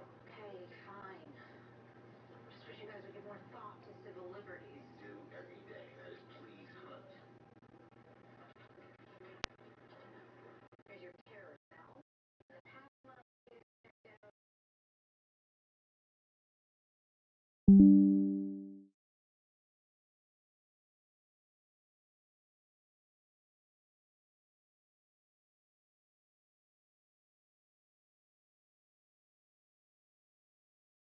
Look who we found wandering through the hallway. Hey, John. Hey, glad to get your call. Hey. Doctor was in town at a convention, dropped the dime, thought he could help us with the case. You already know Amanda? This is Detective Nick Amaro. How's the new assignment? Single gay Chinese American man living in Oklahoma City opposed to the death penalty. It's happening. What do you got? Well, what do you know about the psychology of donor children? So we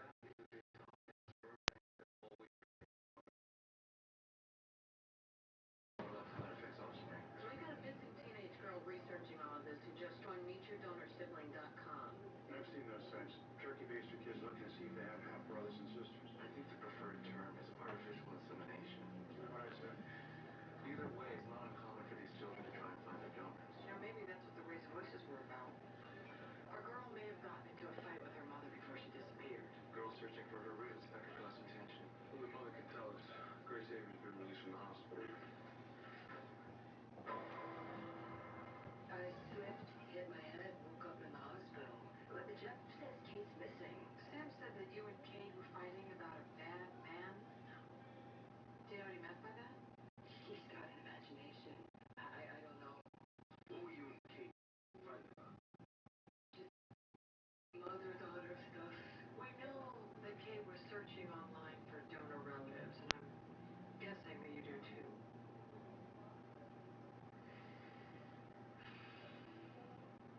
My husband can never know. Please. Okay?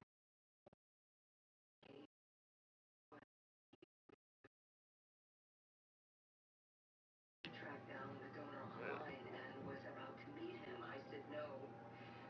We fought. That's what Sam must have heard. And Jeff believes he's Kate's biological father. Said he went to a sperm bank. I got pregnant with Kate. Jeff and I got married. 12 years later, I used the same sample to have Sam. How did Kate find out? She was, making a memory book for her grandmother. Going through old photo boxes, she found a medical card for New York cryogenics. Donor 141. Jeff never knew about any of this. Family secrets. Liz, this is beyond that. His wife lied to him about their 2 kids for 16 years. She manipulated him into marrying. We got a hit on Kate's debit card. Coffee bar at Lincoln Center, $24. They're rolling for our road. $24. That's a lot of latte. Maybe Kate's not alone.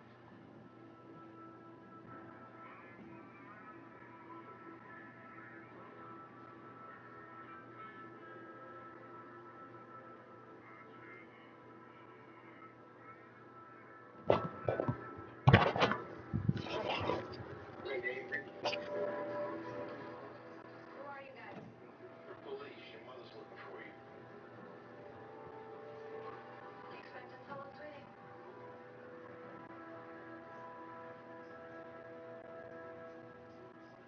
Saturday night, NWSL is on ION.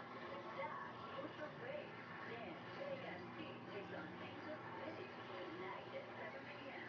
Saturday Night Soccer on ION is presented by Capital One. What's in your wallet? Who just picked up Buffalo Wild Wings Go? Hey, sir! What? Jimmy already got B-Dubs Go. Yeah, Jimmy already got B-Dubs Go. Jimmy already got B-Dubs Go? Jimmy already got B-Dubs. Okay, Jimmy already got B-Dubs Go delivered. But did he get 6 free? All right. Your best defense against erosion and cavities is strong enamel. Nothing beats it. I recommend Pronamel Active Shield because it actively shields the enamel to defend against erosion and cavities. I've think this product is a game changer for my patients. It really works. Looking for a smarter way to love? Try this Swiffer Pillow Love.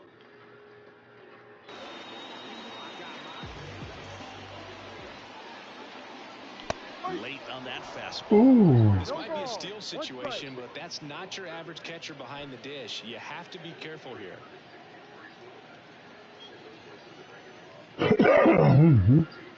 Runner at first with no outs here. Step off throw to first. Back standing.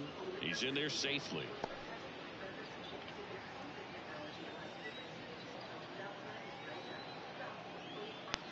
Here comes a pitch. Runner on the go. Pitch misses. He's in there. Second, great jump, and that is a stolen base. It wasn't even close. Well, he picked over once just before the pitch to check on him, but that didn't seem to slow up his jump on the pitch at all. I think that guy's been studying some video. Awesome job to be prepared, got the timing down, and he gets into scoring position. Man at second. Swing and a miss. 1-2. 1 ball, 2 strikes.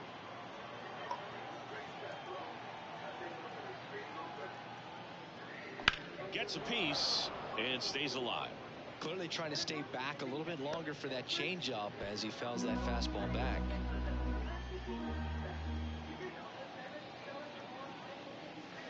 Swings through it, and that's a strikeout.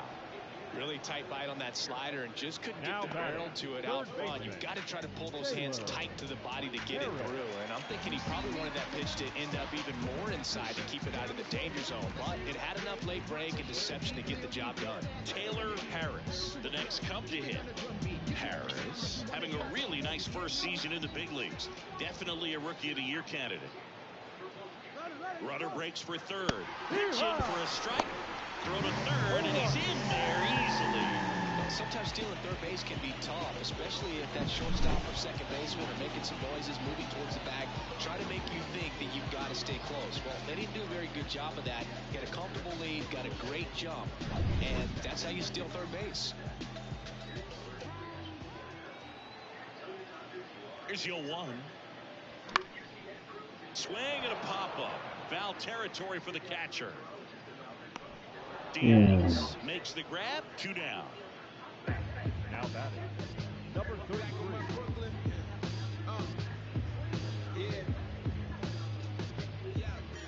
And the batter will be the shortstop. This kid is so special. He's a shortstop by trade and big-time power.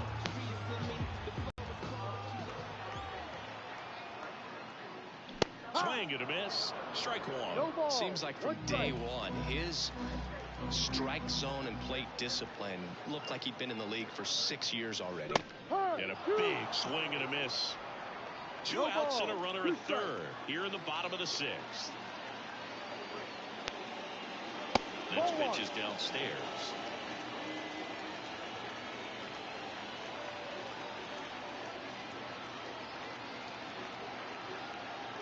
Two outs. Hard hit left side. And the inning is over. 1 hit, 1 left. We're through 6 full. It's the Cubs 4 and the Angels nothing.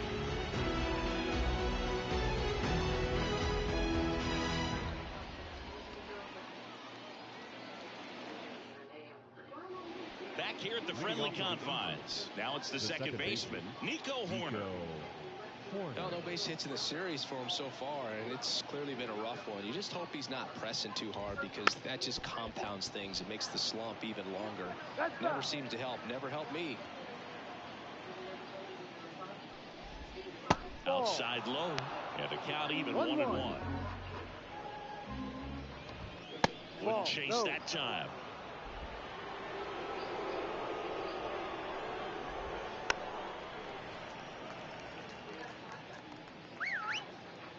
Righty delivers. That misses the zone. Full count, 3-2. Good plate appearance there. Able to take the walk.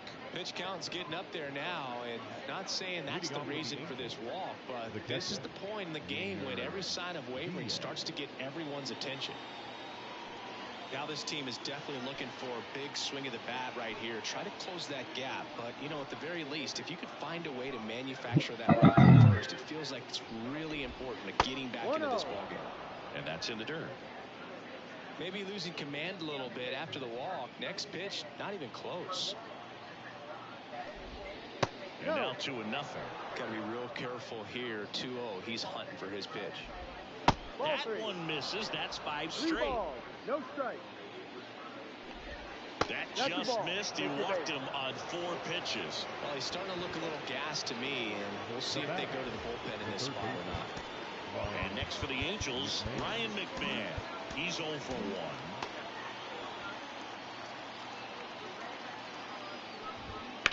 And that one fouled off. The Angels with a chance to get back into it. Here in the top half of inning number 7. 0-2. Inside move to second.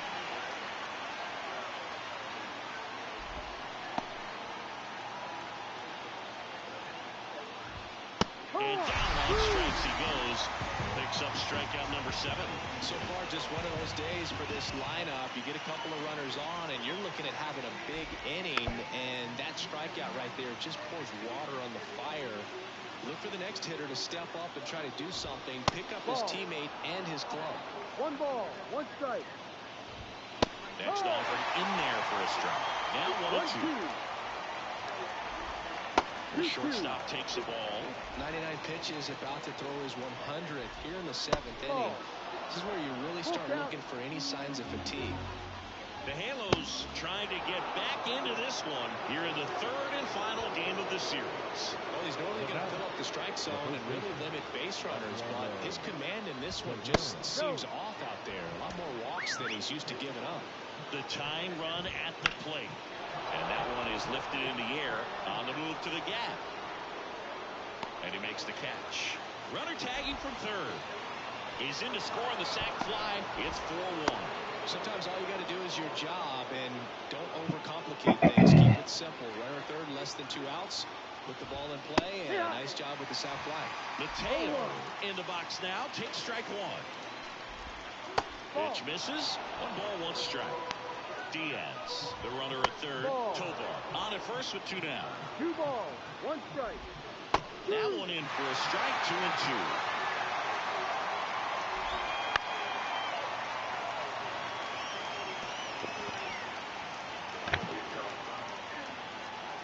Tying run at the plate. Foul ball, another 2-2 upcoming.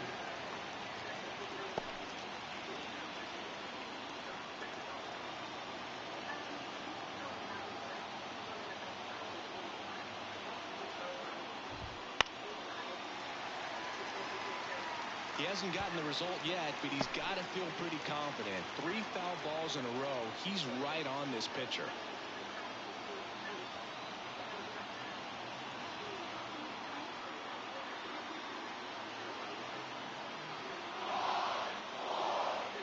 Two on, 2 outs. Popped up. Brings it in for the 3rd out. 2 men left stranded, but they do push across 1. Midway in inning number 7, and it's time to stretch. It's the Cubs 4 and the Angels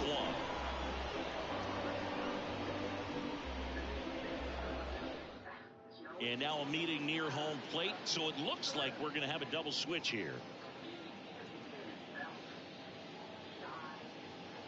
Garrett Clevenger on the pitch now, and he'll slide into the 7th spot in the lineup on the double switch. Yohandy Morales, he'll move into the 9th spot in the lineup. Now playing first base and batting 9, number 27, Yohandy. And now the first baseman, Davis Webb. He's already homered here in this one. The first baseman. If you don't get ahead in the count, you can forget about having any success against him.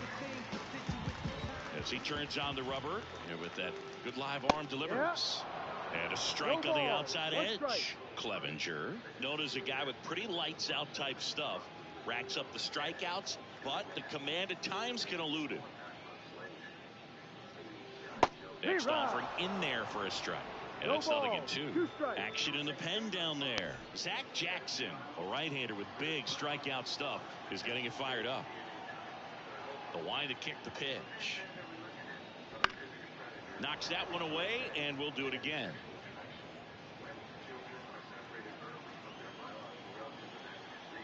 The pitch.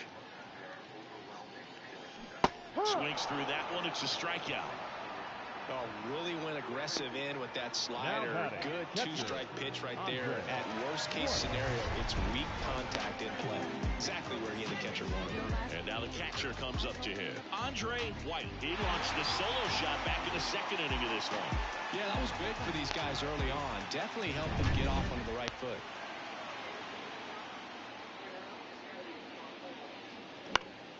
Swinging a foul straight back.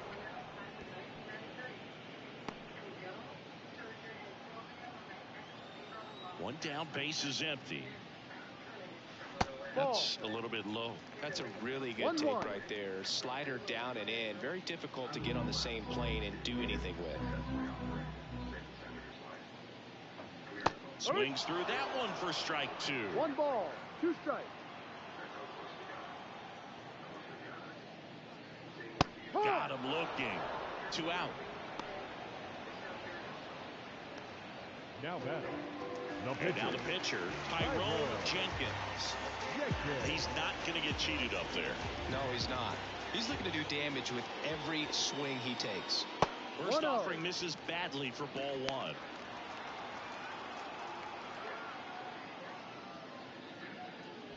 Right through there for a strike.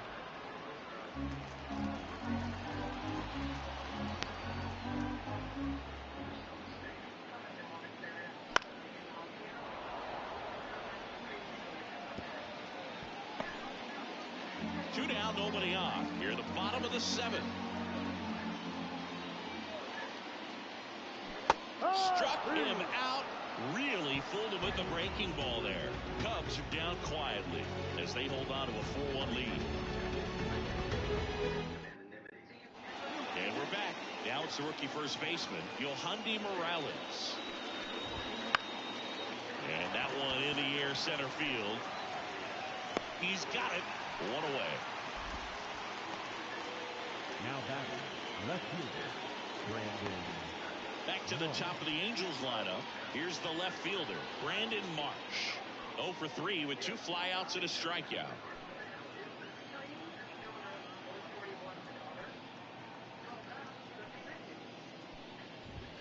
And that one almost got him.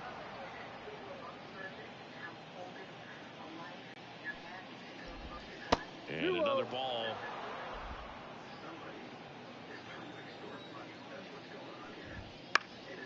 In the air, right field.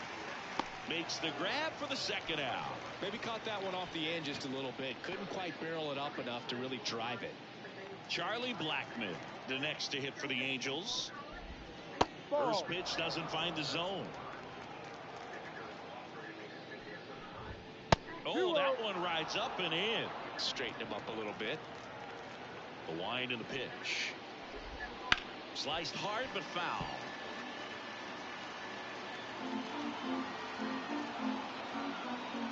Two down, nobody on. That one fouled off. 2-2.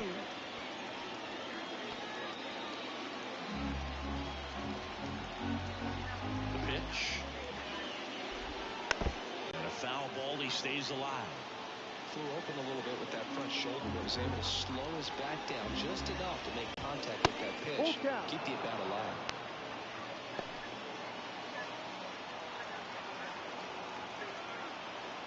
Left-hand batter waits. The right-hander gives up the 2-out walk. It feels to me like his time on the mound is running short. It's starting to show some signs of fatigue, so we'll see how much longer they let him go. Runner at first with 2 away. Nico Horner, the next to hit for the Angels. Here comes a new arm for the Cubs, Tristan Garnett. Big swing and miss stuff right here, Boog. Averaging more than 1 strikeout per inning this season. So far, he's been pretty electric. Fastball in for a strike, 0-1. Oh, it's critical right here that they bear down and turn in some quality at bats. Try to chip away at that lead, because if it gets to the 9th, that closer's coming in. The pitch. Swing and a miss, struck him out. Angels strand 1. And this is still a 4-1 ball game.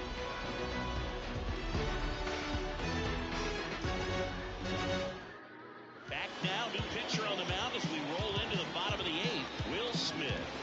He's averaging more than 1 hit allowed per inning pitch this season, and that's not where you want to be at all. So we'll see how he does here.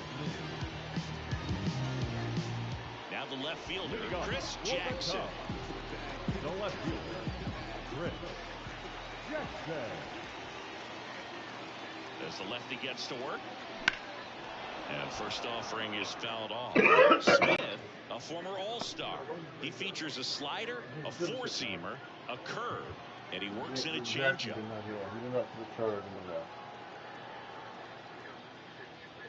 Ripped on a line. And it gets by him. Around first and hustling for second. Not stopping. He's going for 3.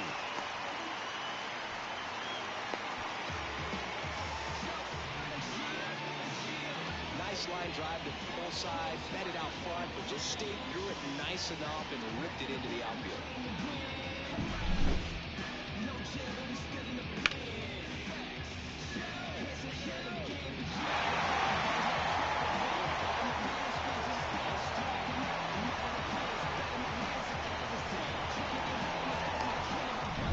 So a man aboard, and now Marvin Randall. And a swing and a miss there. You know, these Cubs, simply put, are producing a lot of quality swings. We've heard lots of loud noise coming from their bats in this one, haven't we? I mean, they've logged 6 hits at 90+ exit velocity, and that doesn't happen by accident. Runner at third, nobody out. Here, the bottom half of the 8th inning.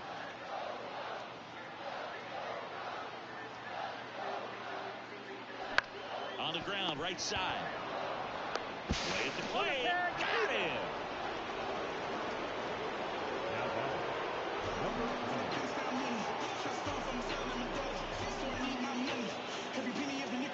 Here's the center fielder. This guy with big-time power and an elite defender.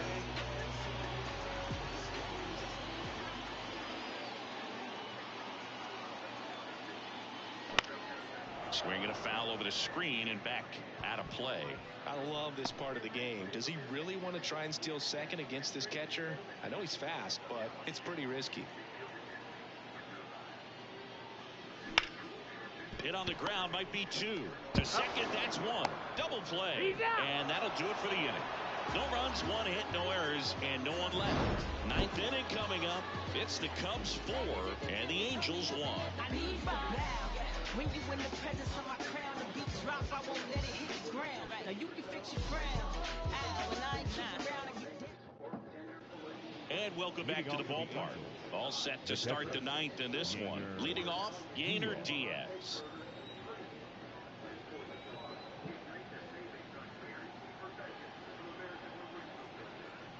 The lefty fires. That hit him. And the leadoff man is aboard to start the inning. Well, they found ways to get on base in a variety of ways in this one. Hits, walks, and now a hit by pitch. And next for L.A., Ryan McMahon. 3-pitch strikeout last time up. Got to put up more of a fight in this one.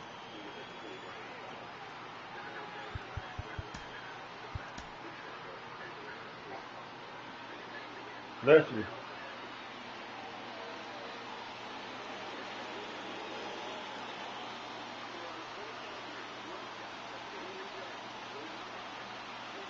Melvin Wilson takes over on the mound. Well, he's the guy they hope to turn to out of the pen to lock down a win. So this game has gone to plan more or less.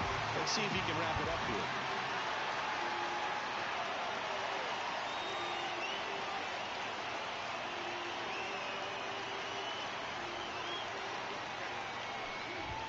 Fastball for a strike, and it's 0-1. Late that time, and it's strike 2. Quickly in an 0-2 count, you've got to figure out a way to shorten your path to the baseball. Put it in play somewhere, then you got a chance. And now the lefty. Chopper right side. Webb. And they put the tag on him for the out.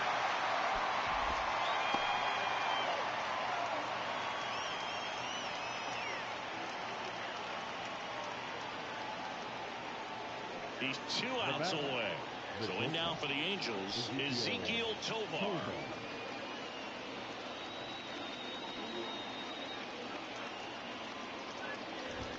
First offering, and it just misses. He is an absolute flamethrower, of course, and you don't have to watch very long, and the radar gun is lighting right up.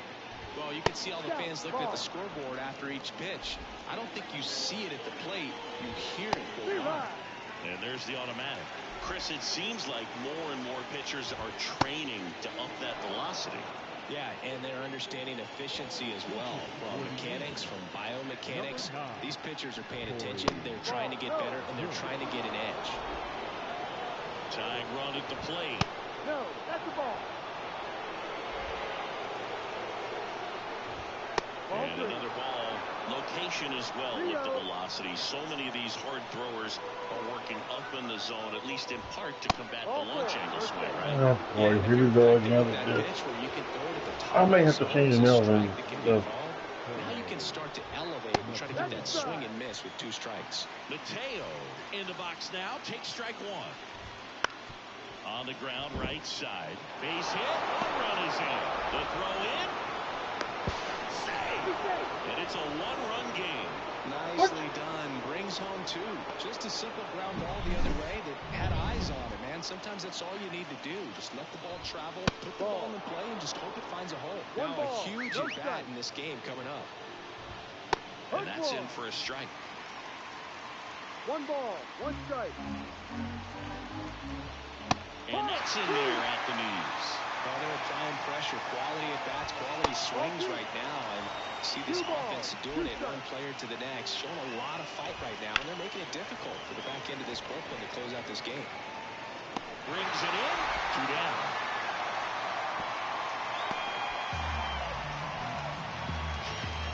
Up next for the Angels, the left fielder, Angels down to their final out. Next to hit, Brandon Marsh. Down to their final out, but an opportunity to deliver the tying and maybe even winning run. First pitch just misses. Home plate umpires trying to tighten things up a little bit. Swing, and he breaks his bat. Throw to first, ball game. And the Cubs finish off a 3-game sweep here in front of the home crowd. Well, with this 6th win in a row, all of a sudden, you start to look around, up and down the lineup, to your left, to your right as a player, and you say, you know what, we're good. We may have had some tough times earlier on, but this is a good team, and you start to expect this kind of play out of yourselves. We'll see if this translates into a longer winning streak than it is right now. And the final score here, 4-3. They hang on to win it by a run. For Chris Singleton and our entire crew here at MLB The Show, thanks for stopping by the Game of the Week. I'm John Schaub. We'll talk to you soon.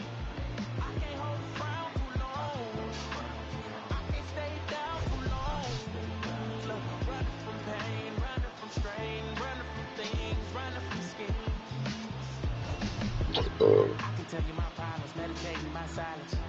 But I keep pushing my pen, rotating my stylus. Brokenness feeling like sin, now no breath, low dollar.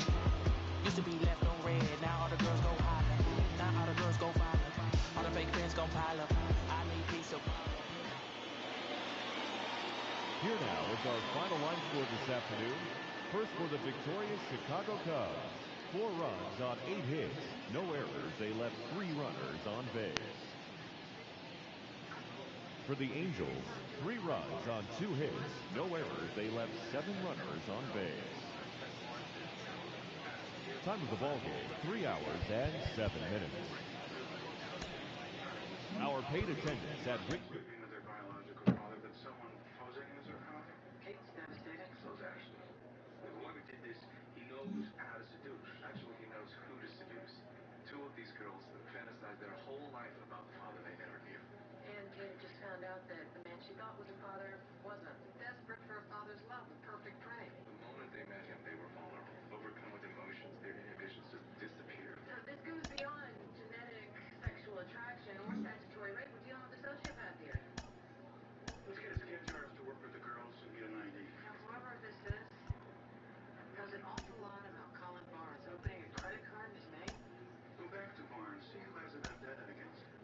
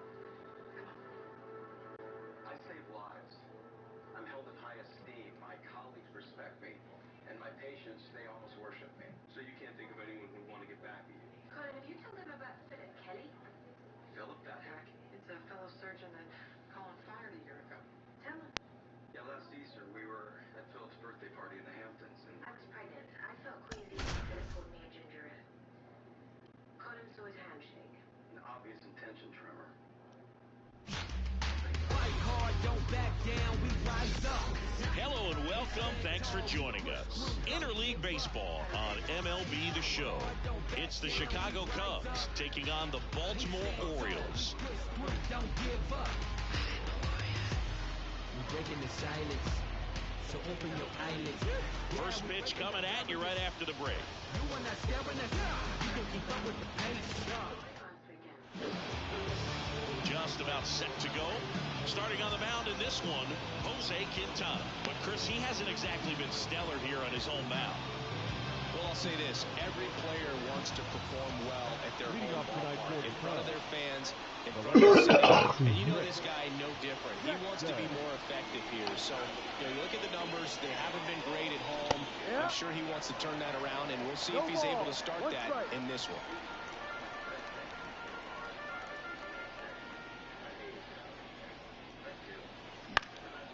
Now fly ball to right center. Lays out and makes the play. Hitter's got a broken heart on that one. It had base hit written all over it. Maybe extra bases. Great diving catch for the upset.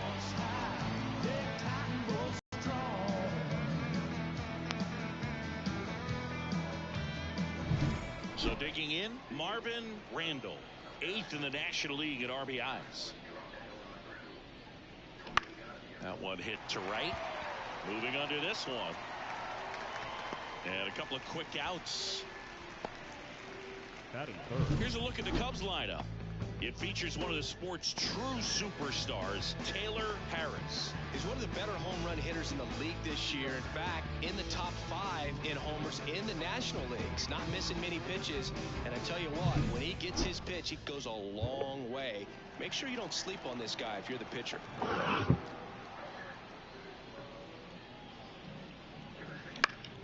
In the air to left down the line. Hernandez snags it on the run. On to the bottom of the first. No score.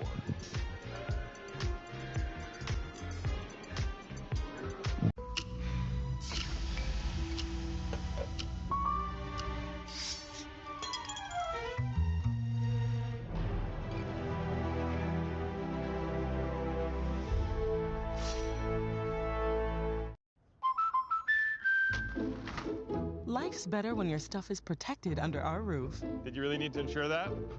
It was a wedding gift. Cute. Build a customized renter's policy with us today. Oh boy, 2 kinds of Wisconsin cheddar cheese, sweet, smoky, thick cut bacon, pickled onions, tangy bistro sauce, all on a soft pretzel roll. Dreams really do come true. The limited time Pretzel House Pub Burger is as Wisconsin as it gets. Just trying to straighten him up a little bit so he doesn't have as much outside plate coverage. This ball's chopped to the ground. Randall throws to first in time. One gone, bottom half of the first. Take a look at the lineup. Someone who makes things happen for them, in part with his legs, Jordan Westburg. And Boog, you and I were talking about him before the game. He's got good speed, and if you watch him in this game, he's that type of guy that's very smart. He doesn't have this just eye-popping speed, but he knows how to use it, and he's very intelligent on the base pass to get to the next base, to get around the bases, and ultimately score runs. Thomas, he's the kind of starter that a lot of pitching coaches and managers as well really appreciate. Not a guy who's going to get himself into trouble by dancing around, by walking guys. Cuts and misses. It's a strikeout. Came after him with the fastball on 0-2, and that's a pretty good demonstration of what power pitching is all about. He's got the stuff, obviously, and right there he used it to put his opponent away without needing to waste any pitches. The 1-0. And he swings and lifts one to deep center field. Johnson going back on this one. Pulls it in on the warning track. Scoreless after 1.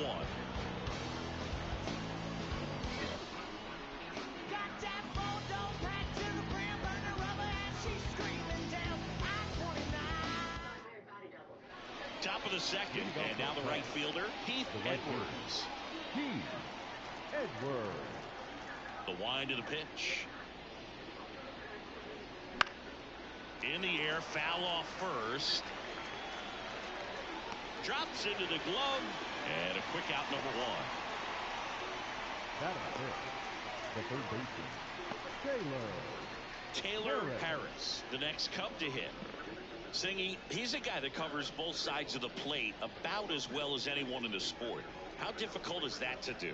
Oh, just look at the back of my bubblegum card. You'll see how hard it is. These guys are great, man. They have the ability. And that gets down into the gap. Makes the turn and heads for second. And it's a one-out double for the first hit of the game. Oh, no waiting around right there. He was ready to swing it on the first pitch. That ball was real. 106 off the bat, and that's the kind of feedback that tells you you're right where you want to be with your swing mechanics. Runner in scoring position now, and a good opportunity to push across the first run of the ball game. And at second with one away. Next up, it's the first-year shortstop. Third on the National League leaderboard for batting average. Breaking ball in there for a strike. Hitter's got some good opposite field power.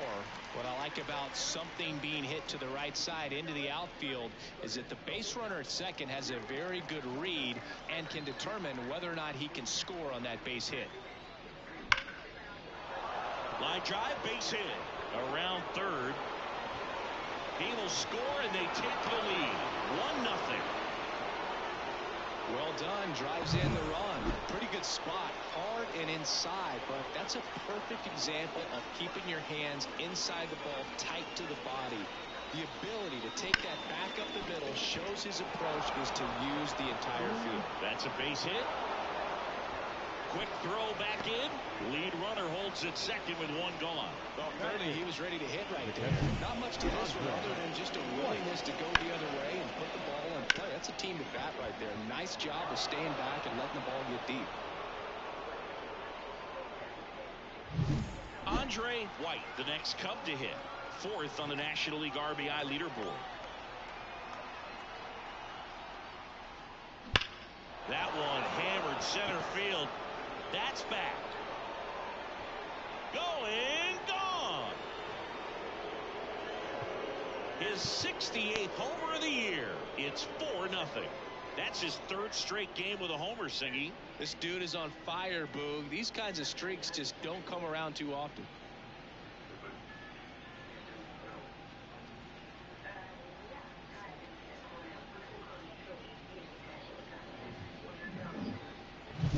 Love to see a hitter aggressive on the first pitch of an at-bat. You watch him from the on-deck circle, so when you step in the box, you're ready to pull the trigger wherever it's at. Really good job by the hitter. Total conviction on that swing.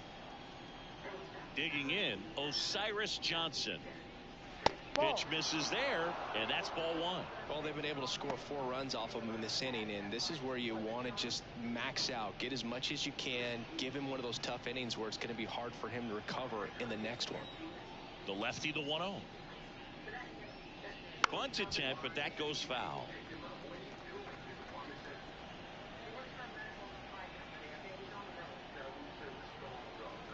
One down, base is empty. Check swing. He held up. Now 2 balls and a strike.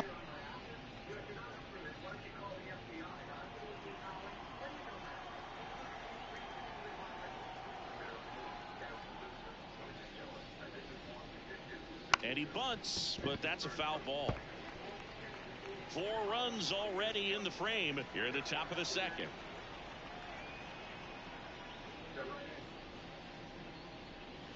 Caught him looking for the K. No, just couldn't pull the trigger on the fastball right there, and I don't think he was taking it, thinking it might be a called ball or anything. I just think he was flat out frozen. Did not expect that location, in my opinion.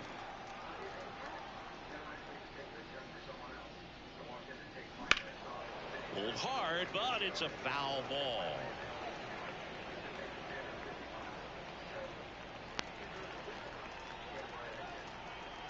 Two outs. Ripped to short. Quips it to Mountcastle. That'll end the inning after a lot of scoring. So the Cubs get 3 on this blast. It's now a 4-0 ball game. It's Major League Baseball on the show.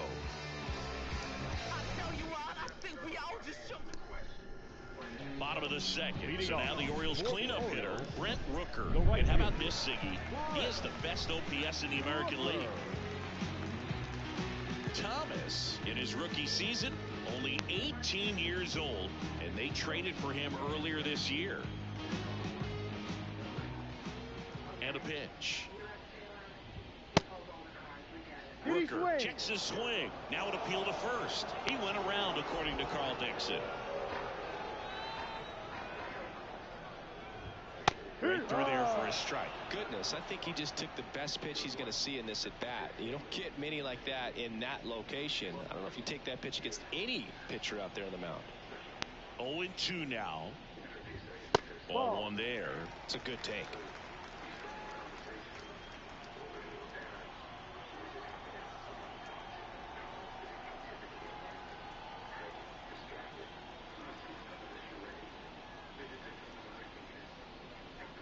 Kicks and fires. Spoils the 2-strike pitch, and he'll see another.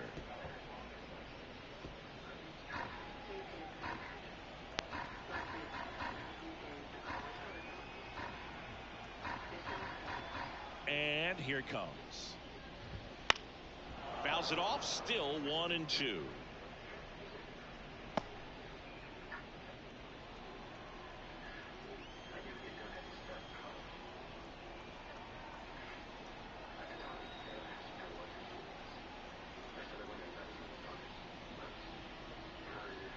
And he deals. Got him swinging. He chased the changeup. That's one out, the bottom of the second. Here's the designated hitter for the Orioles, Ty France. Wouldn't chase that time. 1-0.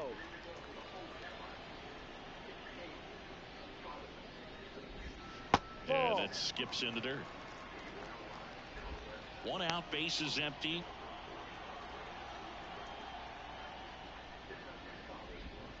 In the dirt, and that's ball 3.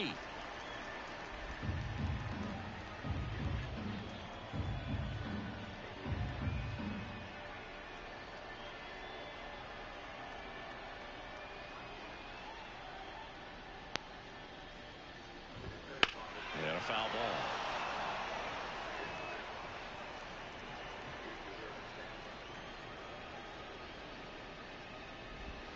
Swing and a miss, and he chases that one in the dirt.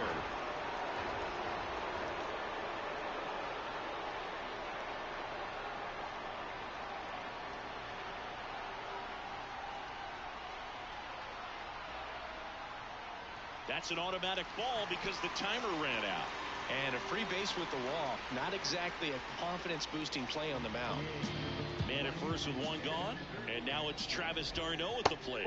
Pitch misses, and that's ball 1. 1 ball, no France, strike. the base runner at first with 1 out. Look out. That fastball drilled him. Oh, right now he's thinking, man, I wish that had been an off-speed pitch. But instead of fastball, and you can tell that hurts a little bit.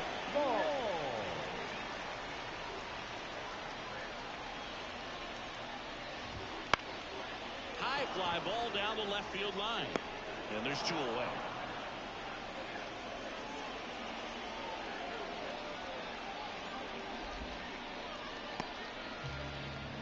So first and second with 2 outs. And here's the rookie center fielder, Drew Gilbert. That one's upstairs, ball 1. Ball 1.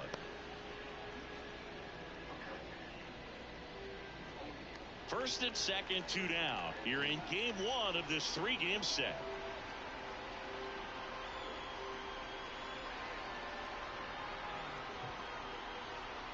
The pitch. That one way inside. Good spot for the hitter. Definitely has the advantage in this count with runners on. Look for him to be aggressive on this next pitch. And that drops in for a strike.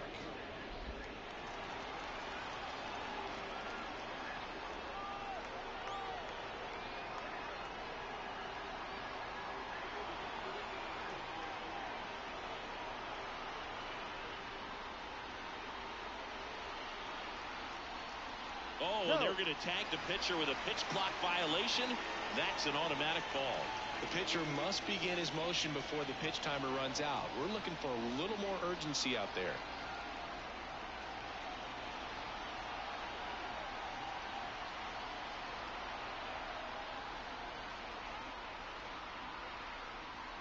That's an automatic ball because the timer ran out. And a free base with the walk. Not exactly a confidence-boosting play on the mound. The second baseman. Here's the second baseman, Nick Gonzalez. Not getting the results he's wanted at the plate recently. Only 2 hits over the last 5 games.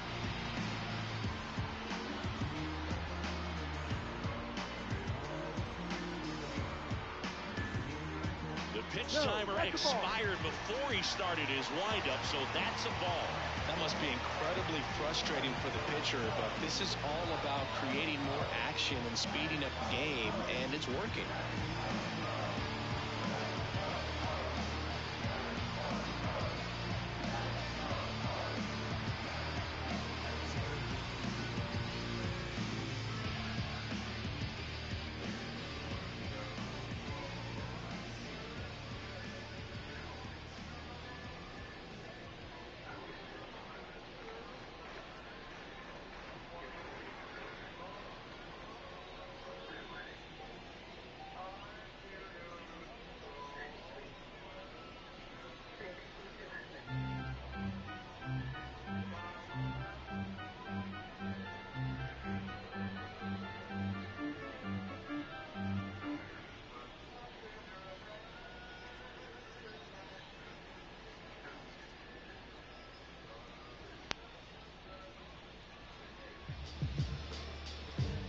There's more to us than just a crust. The subfloor in the basement laying underneath the dust. The foundation of human nature's faith is just a trust. But the snake continues constricting my airwaves till they're crushed. Surrounded by sleepwalkers, the walking dead hanging from threads. Marionettes with talking heads. Going over the dome with one chopper leaving floored. Even the score without pulling the tech out the drawers.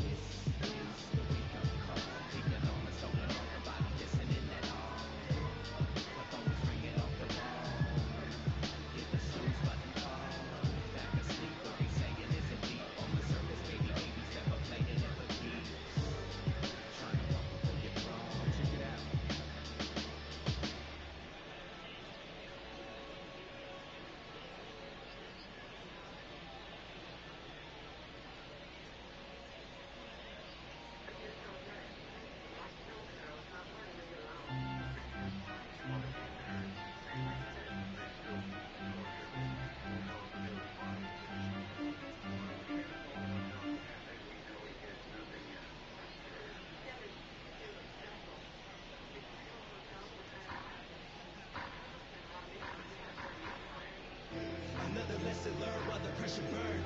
I made my own chairs in the trendsetter. I know I've been through it. I know I've been doing music some time. I know I'm into it. Gotta survive, so I reach for the sky. God till we're reaching the sky. I recall to come up. I was on the field with the runners. Was on the winning team, we was getting cream, skimming on the surface with the facial schemes, kill the scene. It all did a number. I'm a winner, boy, better run up. Was swimming in my dreams, I was gaining steam, rekindling the hype, just doing my thing. I was in the slumber, shooting all my shots with the jumper. My crew abandoned me like I was tumbleweed. I'm out with the old and in with the new breed. Right till we're reaching the sky.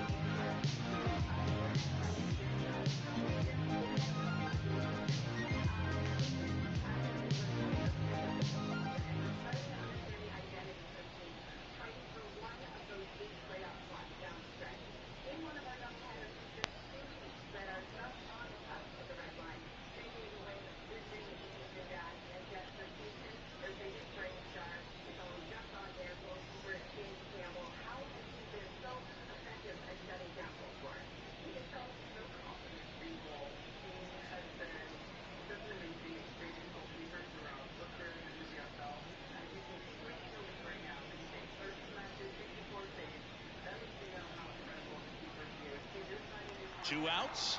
Bases are full.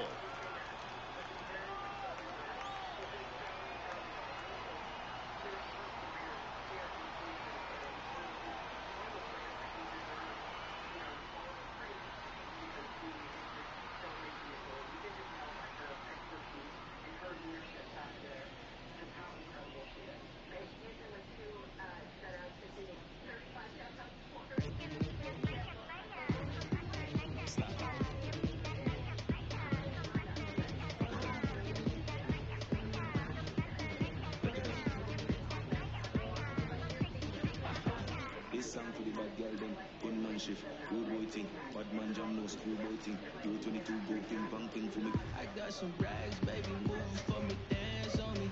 I got some rags, baby, move for me, dance for me.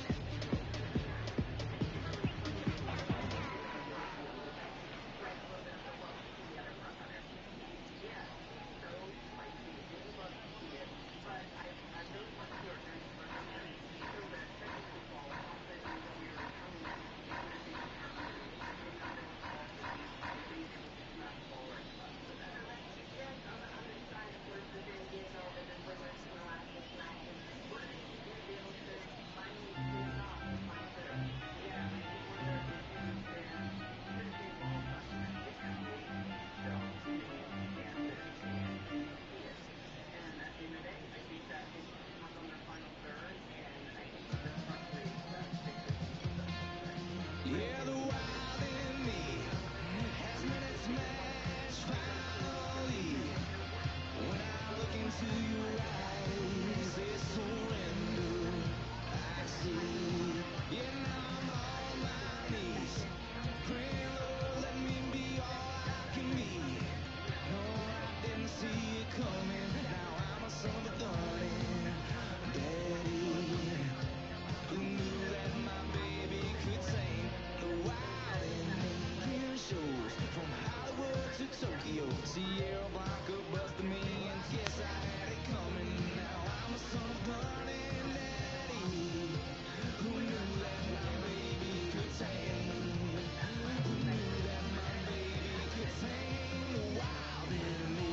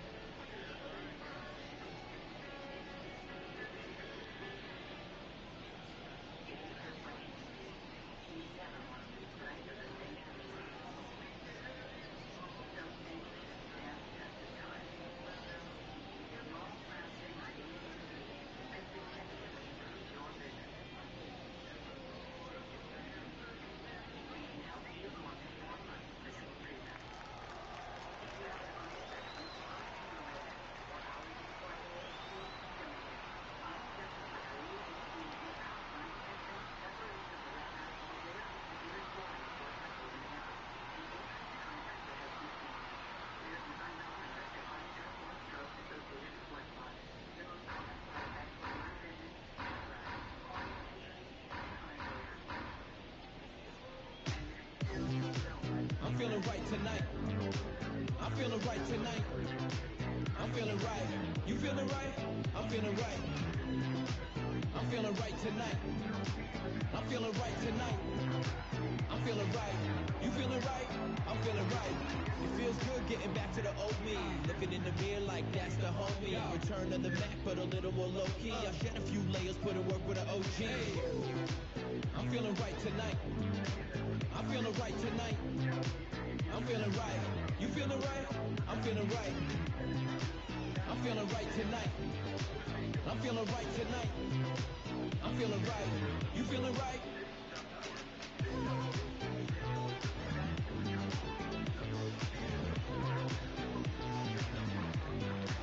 I'm feeling right.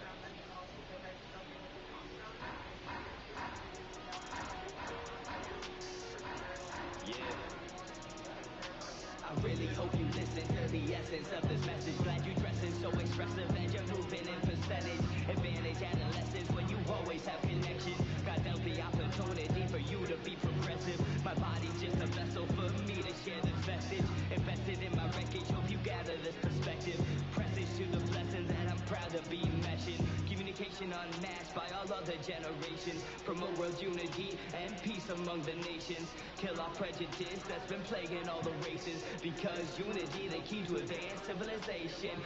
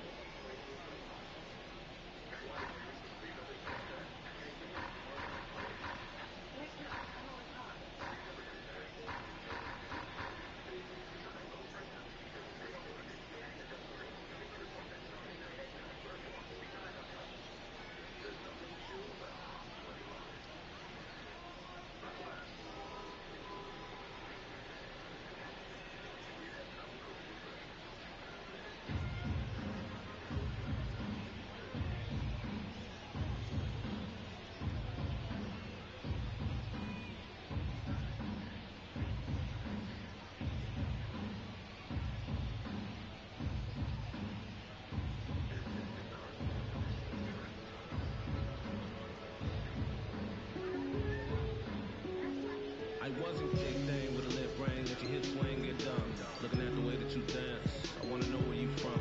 Left cheek, right cheek, how you getting them jeans? Baddest in here you might be. I need what you give to me. I need what you give to me. Oh yeah, I need what you give to me. Drop it right now, break it down, then rewind. Then the start flying. Drop it right now, break it down, then rewind.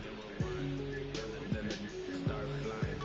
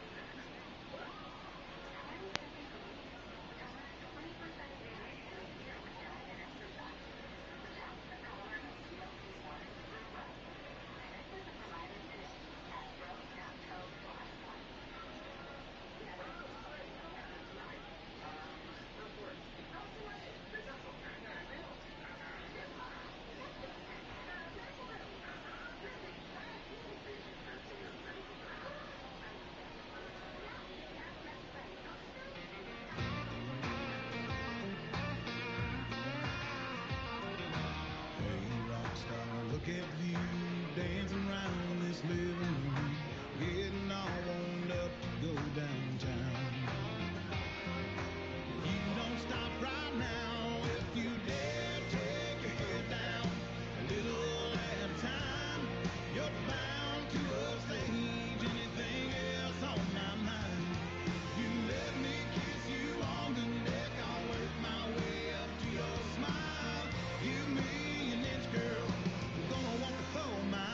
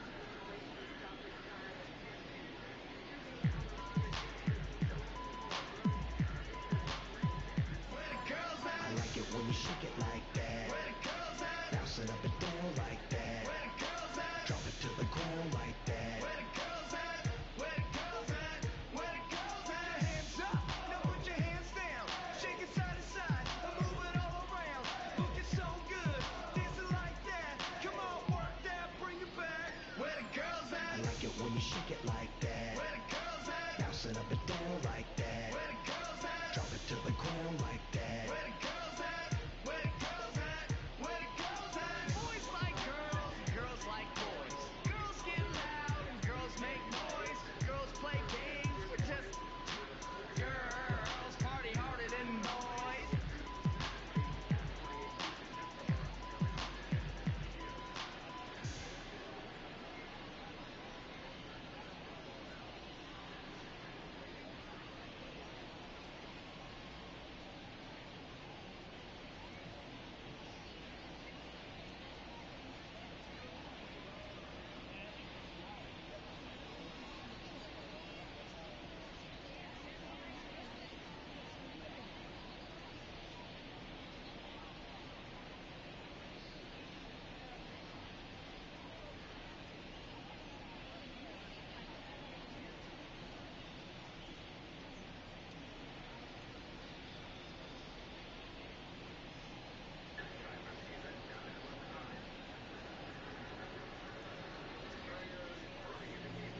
when it's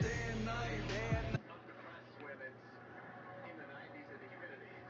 So interesting already from the jump. I thought Vincenzo he might take that mid-block that we've seen in a 4-2-4, but well, really, it's more of a selective, coordinated, targeted press. Oh boy. Oh, and they're going to tag the pitcher with a pitch clock violation. That's an automatic ball. The pitcher must begin his motion before the pitch timer runs out. We're looking for a little more urgency out there. Thomas, one of the best strikeout pitchers in the game, and that certainly is a benefit to him when he's in a spot like this.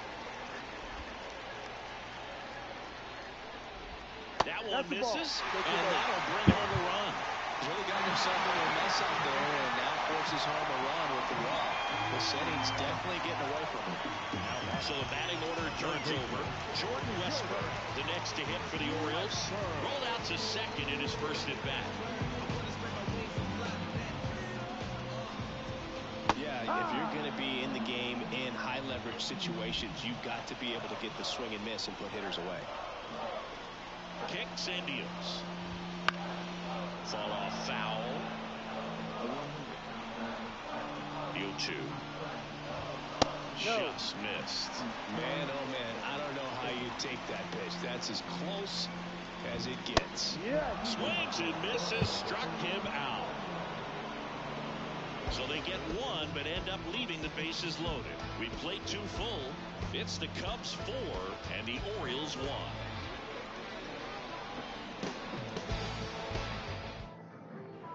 Back here in Baltimore, and stepping in is the speedy Marvin Randall. Quintana back to work. This is a rookie we've been paying close attention.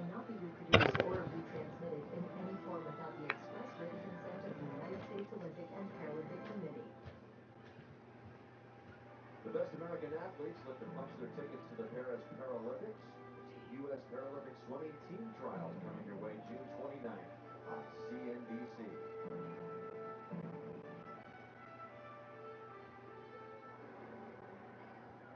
All right, no longer a secret. Bobby Fink, what he did 3 years ago at the Tokyo Games in scintillating fashion. Coming back in that 800 and then making it 2 gold medals to try to defend in Paris. He's already set himself up to defend the 800 free rally and trying to put himself in position to defend that 1,500-meter goal as well. It really was a wonderful moment for Team USA. First time that the United States had won that gold medal in 37 years. Bobby Fink just talked to his coach, Anthony Nesty, who will lead the U.S. Olympic men's side. So Fink in that middle lane 4. Another guy to keep an eye on, this guy just above him, David Johnston, the 22-year-old. He was 3rd in the 400 free, and he was 4th in the 800. So a couple of pretty near misses for Johnston there. You see in lane 3, right? Yeah, this is a tough thing to see on a stat sheet. A number 3 by your name, a number 4 by your name. It's as I've said all week long, it's a bit of a heartbreaking moment when you're so close, yet so far away. Has the Fink style of swimming this race changed from 3 years ago? No, his style hasn't changed, and we were together last summer when we saw that. We've seen greater races, maybe. From a duel standpoint, I'm not sure if we've ever seen a better one in a 1,500 anyway. After 1,500 meters, Ahmed Haknawi and Robert Fink were separated by 5/100ths of a second and went the second and third fastest times in history and almost broke the world record. A lot of people thought that was going to be untouchable.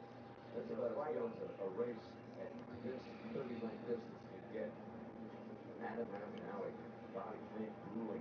Haknawi winning that duel with a 14:31.54.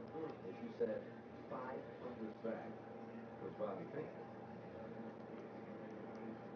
You know what's cool about Bobby also, Dan, is, you know, and I was messing around with this earlier. From the 300 mark to the 1100 mark, that's 800 meters. He was 0.26 of a hundredth, so 0.26, 26 one-hundredths of a second difference in each one of those 50s. So in that range, he stayed in that range for 16 straight 50s. And then I went on my phone. I said, okay, I'm going to pull out my stopwatch on my phone and see if I can flip my fingers fast at 0.26. That was about 0.11, but quick.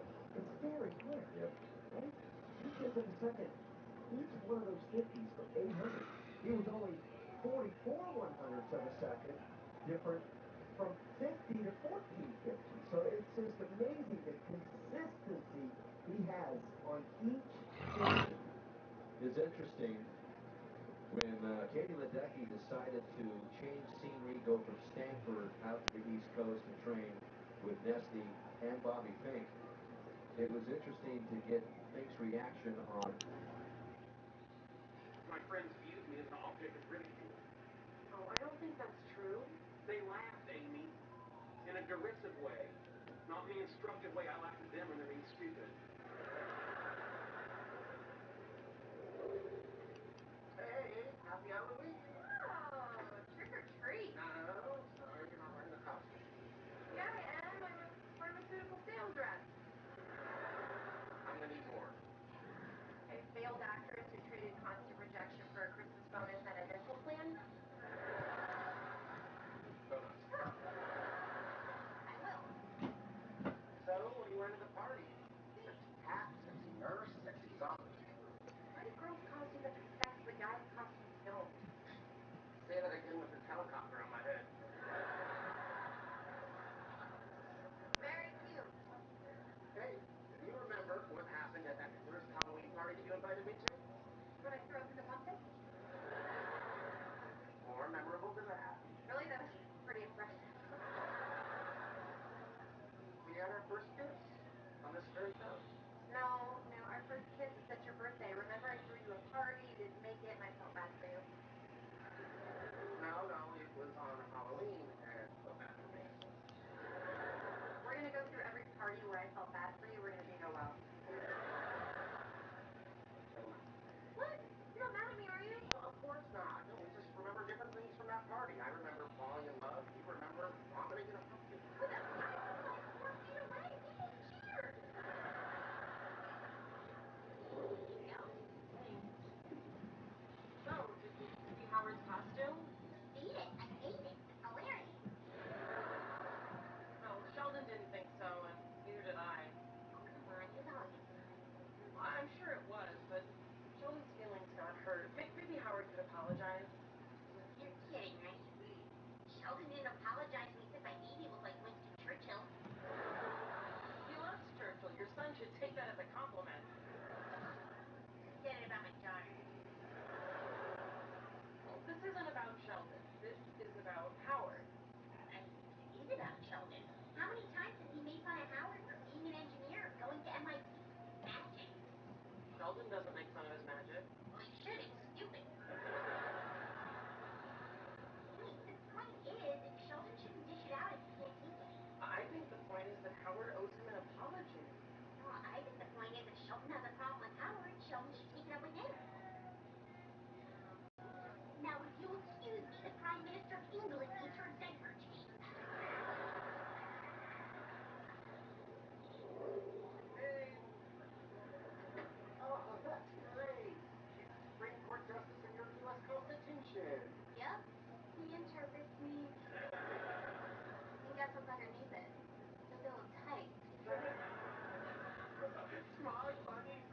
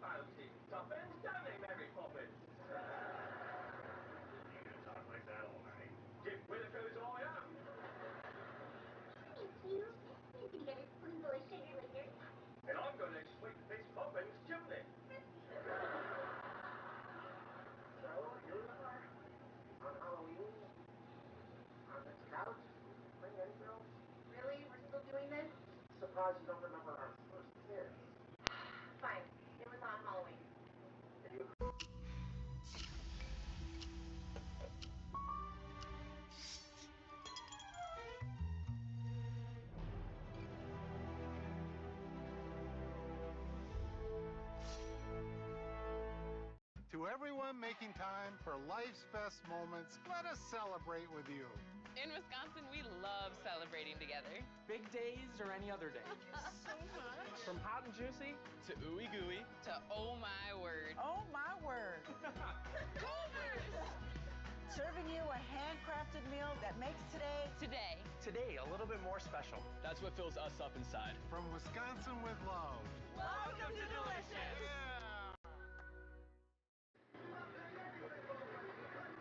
To this season, one of the top prospects in the game, and he looks like he belongs at this level. He's enjoying a good season at the plate.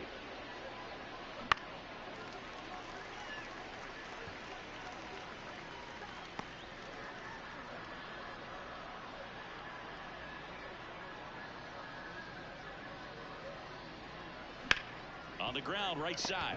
And that one handled. Leadoff hitter gone in the third. Well, Siggy, you come here to this gorgeous ballpark. It's hard to be here and not think about one of the legends of the game, Cal Ripken Jr. Yeah, Boog. Cal is one of the all-time legends, but there are other guys as well that I think you could mention in there. Eddie Murray, Jim Palmer. They have a rich history of great players in this franchise. Whips it to Mountcastle. First two batters retired here in the top of the third. Keith Edwards, the next Cub to hit. I think when you contemplate him as a player, the first thing you think about is defense, and you think about that great arm. I also think about the speed. If he can get on, that's going to give one more thing for that pitcher to think about. And that one fouled off. And, of course, Cal's number retired here by the Orioles, and that number 8 on display in that left field corner just outside the stadium beyond the scoreboard.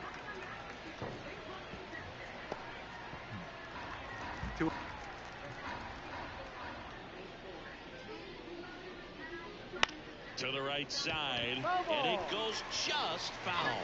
One thing about Cal is he played hard every single game, and just impressive to be on the field with the legend and see the effort that he gave even on the tail end of his career. 2 out, space is empty.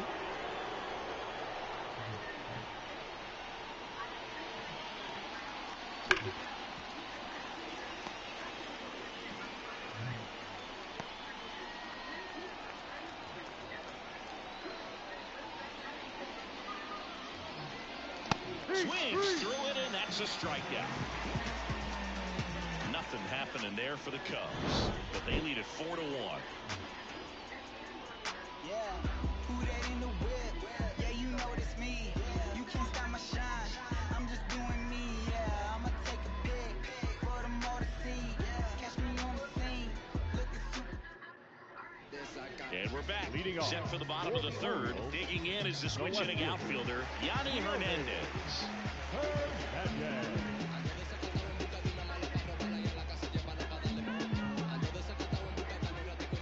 The line of the pitch. Fastball for a strike. You know, these Orioles showing great discipline at the plate, and patience definitely seems to be the name of their game in this one. They've worked 3 walks already, so that proves they're not anxious up there. They're sticking to their game plan, and it's working. The pitch. Popped up right side under this one. Corrals it.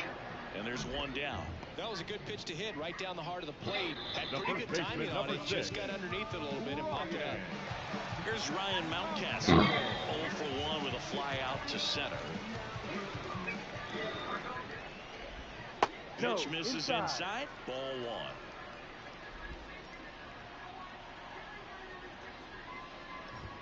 1. And a strike right through there. That one in triple digits.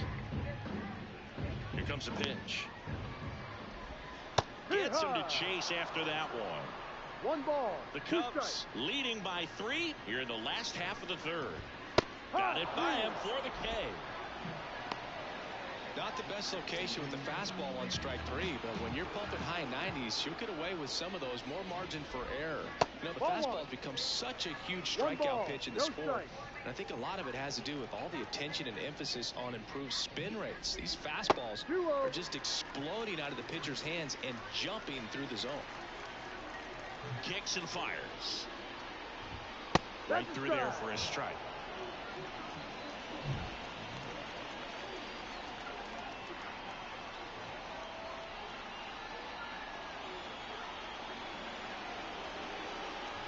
2 down, nobody on. Ball. 3-1.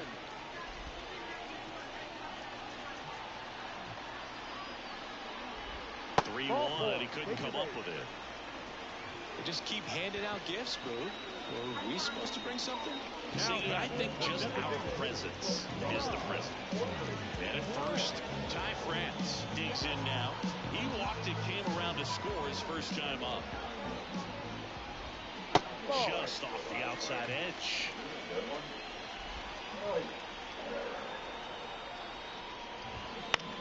Fly ball to right. Edwards has a beat on it, nabs it, and that'll do it.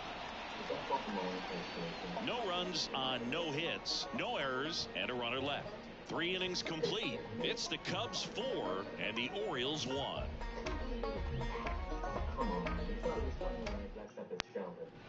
As we go to the top of the 4th, stepping in the long ball threat, Taylor Harris. Seeing you talk about a guy that has all the skills. The range is really good, but the arm just stands out, and he makes all the plays. Ball 1, no strikes. And because of that big power arm, he's able to play a little bit deeper, make throws from the outfield grass all the way across the diamond, and still get a pretty good runner. That's impressive. Pitch misses there. Now 2-0.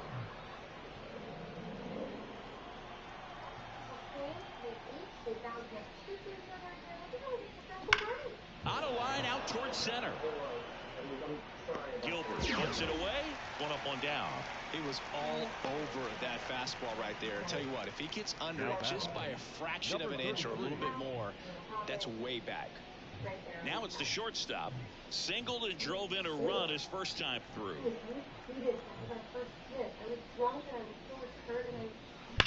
In hard, that gets through. So a man aboard now with 1 away.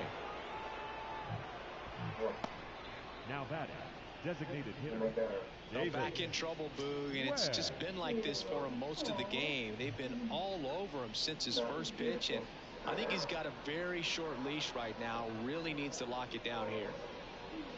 1 gone, runner at first. Davis, Webb getting ready to hit. Quintana keeping an eye on him.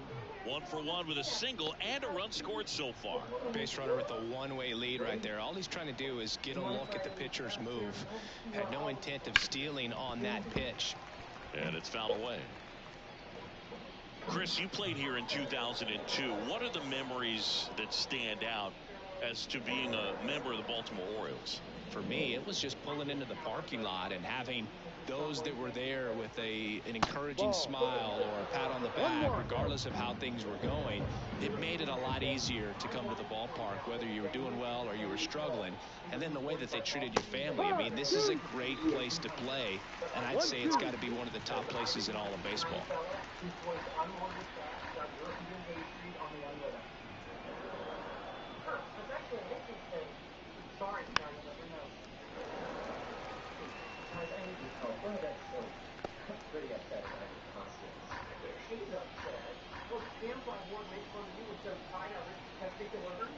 And a 1-2. And a swing and a miss. Now 2 out. And at first, stepping in, Andre White. He's already homered in this game.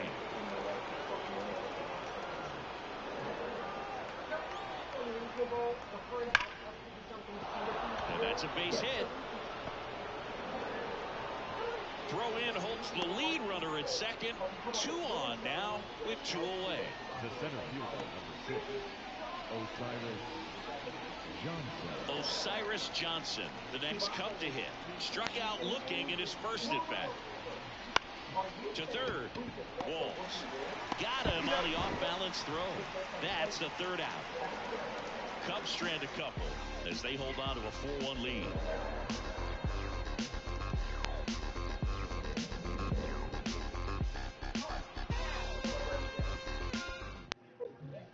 And welcome back to the ballpark. John Chambie and Chris Singleton with you. And leading off the bottom of the 4th, Travis d'Arnaud. See, there's this name that I met on the train, and I never complain, but I sure dig my game. We never kick it, it's this and whenever we hang. Kinda strange, I wonder if she really knows my name. And the pitch. And that's in for a strike. No ball. One strike.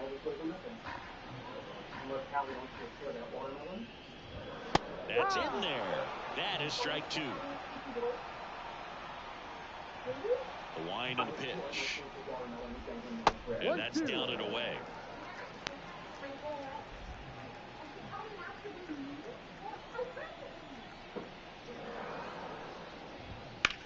In the air to left center. Johnson on his way over. Puts it away for the out. Then there's one away. Now batting, shortstop. So next to hit for Baltimore, Taylor Walls.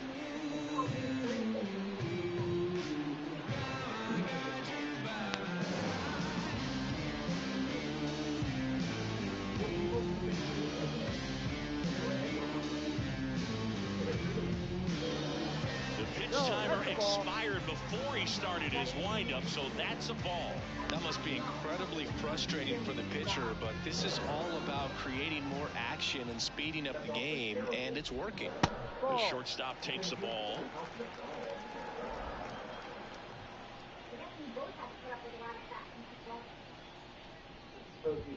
That one missing inside. Well, I would expect in this 3-0 count, you're taking all the way. See if they'll walk you.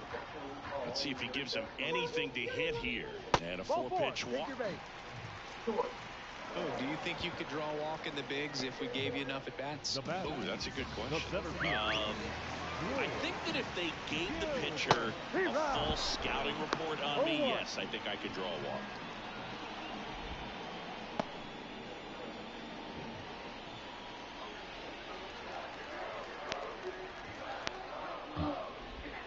And ball one.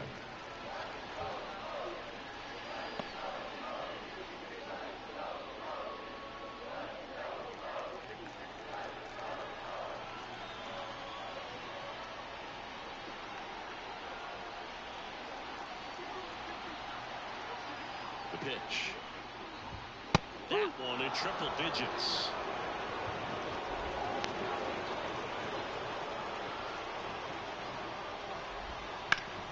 Ground ball to the middle. That's a base hit.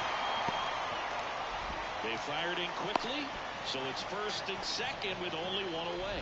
He needed out. It's been a tough stretch at the plate lately. Really nice job staying up the middle with his approach. He didn't try to do too much with the pitch, just shot it through the infield.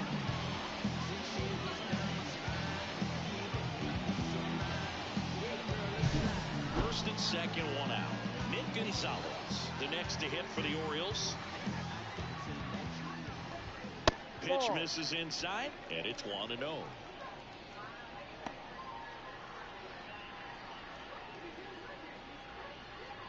Runners at first and second with one gone. We're here in the bottom of the fourth. Next pitch is outside.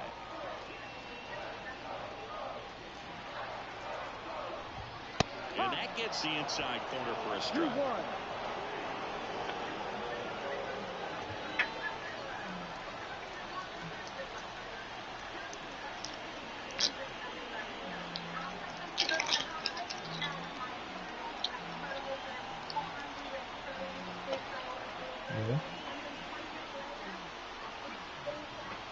Oh, and they're going to tag the pitcher with a pitch clock violation.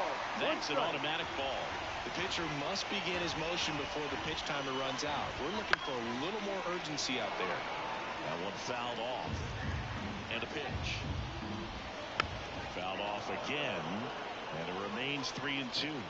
2 on, 1 out. On the ground, a second, might be 2. Whips it to first. 2 away. That was a productive at bat. You know you're doing something right anytime you help move 2 runners into scoring position and give your team a chance to drive in a few runs, even if it's still kind of early in the game. Now here is Jordan Westburg. In the air, right side of the infield. Got it. Really had to move for that catch. And the inning is over. Orioles strand a couple, and they trail it 4-1.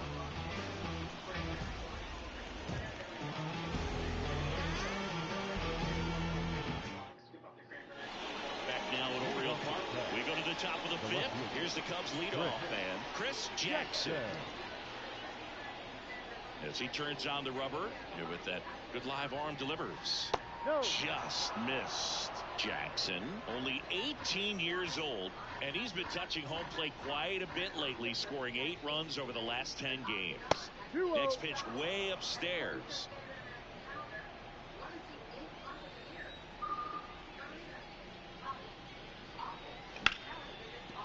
And a rope into center field, base hit. Man aboard on the leadoff single. Well, that was one of those high percentage advantage counts where batting averages are just so much higher. Just a cookie down the middle. I mean, those are the ones you dream about. Ones in the cage, you're just hoping you get in the ball game. Right down the middle, not a whole lot of velocity, right on top of it. And the batter now, Marvin Randall. Foul ball there.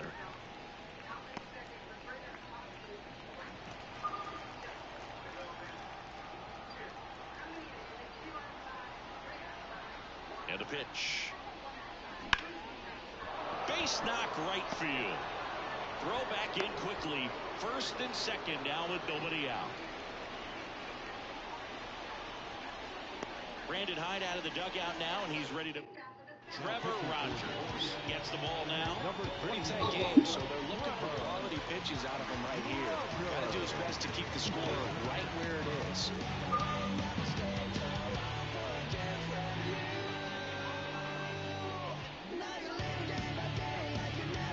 Next is the speedy first baseman. Ground ball right side, could be 2. Gonzalez to second, not in time at first. It's a fielder's choice. Not the easiest thing when you're talking about a guy that's, perhaps is going to be in the rotation, or maybe a long relief guy, to not start an inning, to come into an inning with pressure on it and try to get yourself comfortable.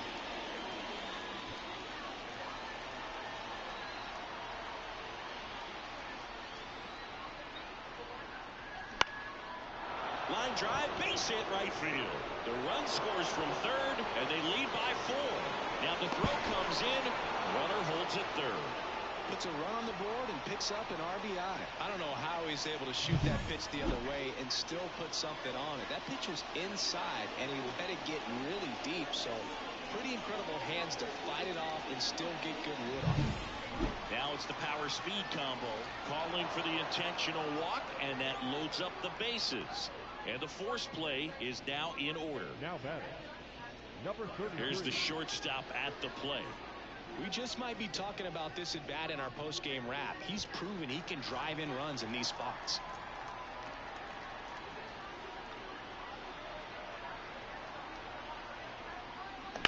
Hard ground ball, base knock. 1 run is in. Here's the throw to the plate. It's offline. The run comes in. Gets the job done as he brings home a pair. I really like that swing, man. He didn't just push it the other way through the infield. He drove it that way, and it kind of makes me think he was thinking opposite field as he stepped into the box. Got a pitch he liked, and he got it done. And here's the DH for the Cubs. Davis Webb, 1 for 2. Just missed.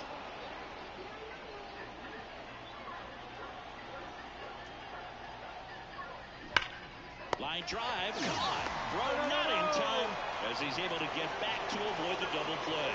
Well, baseball can be cruel, can it? I mean, sometimes it gives and sometimes it takes away. He did everything right on that swing, but he's got nothing to show for it.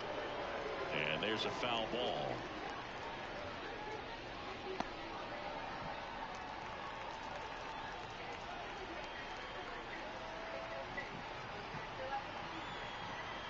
At the belt and fires. On the ground. Walks. Tosses to first. That ends the inning and stops things from getting out of hand. 3 runs on 4 hits. No errors, but 2 are left stranded. Last half of the 5th coming up. It's the Cubs 7 and the Orioles 1. We head to the bottom of the 5th. Now it's the switch hitting outfielder, Yanni Hernandez. Well, every pitch pitcher wants run support, and having a lead is nice, but it can be challenging for some pitchers. I think keeping the mindset to attack instead of trying to be too fine and have too much finesse. Go after hitters and get quick outs. Ball one low.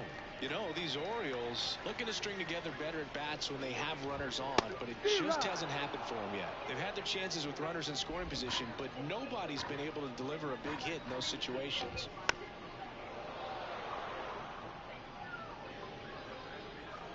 The 1-2. And they'll do it again.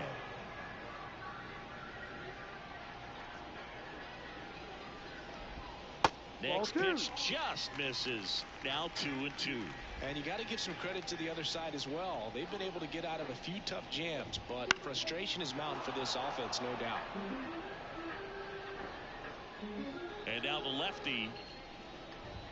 Ball. Full count.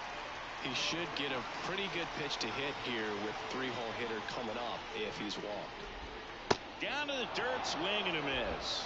In time to get him, one away in the strikeout. Took that screwball up there and got him to swing through it. It's kind of part changeup, part curveball, a reverse curveball, I guess, and clearly it's got some good movement on it. We just don't get to see a good one very often, so it's kind of fun to see, and that was a great one right there.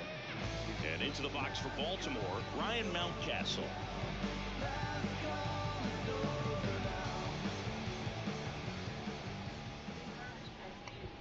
Splits the plate, 1-1. No ball, 1 strike. And that's in the dirt.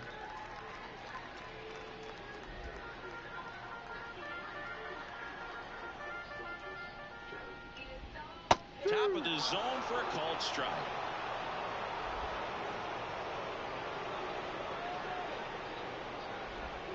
Foul ball still, a 1-2 count.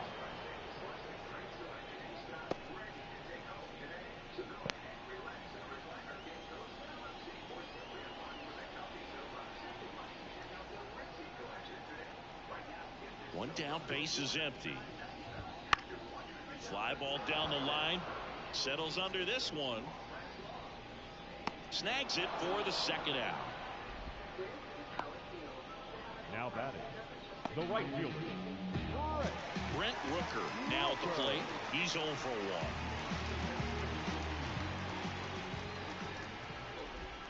That hits the dirt, and that is ball 1.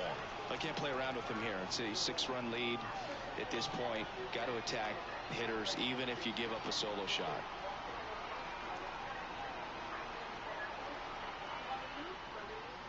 The pitch timer expired before he started his windup, so that's a ball. That must be incredibly frustrating for the pitcher, but this is all about creating more action and speeding up the game, and it's working.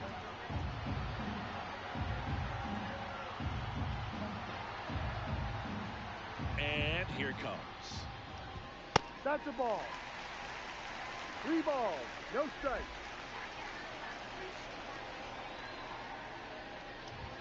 And there's the automatic. Back-to-back fastballs in. That last one called for a strike. Probably go away, but look for him to come back in there to try to finish you off. Center field, Johnson under it. He's got it, and that'll end the inning.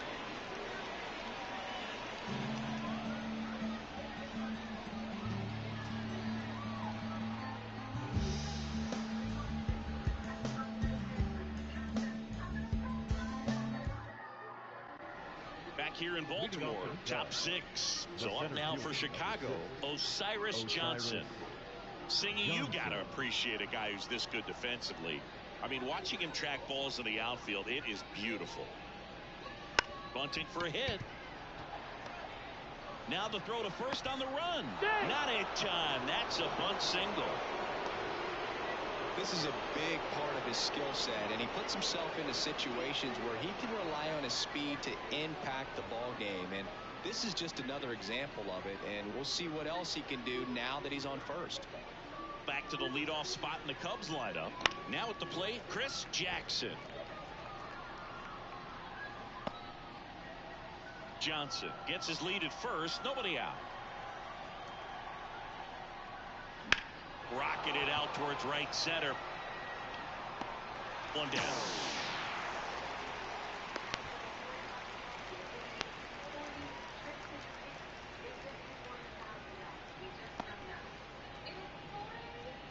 Man at first, and next for the Cubs, Marvin Randall.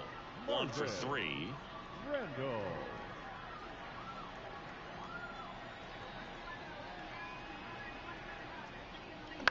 This one in the air, right field. No trouble here. Puts it away for the out. And there's 2 down. A little drop and drive on that swing. Backside collapsing just a little bit, trying to put the ball in the air. And here's the first baseman. This kid picked up in a trade. A lot was offered and given to get him, but he's got a real high ceiling. That one ripped left field. Hernandez raging back towards the wall. And that one hops the wall. Coming home. The relay to third, and he's in there. A run comes in on the play. First pitch swinging, went up there with a plan to be aggressive. This was a really nice swing. Didn't quite get enough behind it to get it out of here, but once it got over his head in left field, it was extra bases all the way.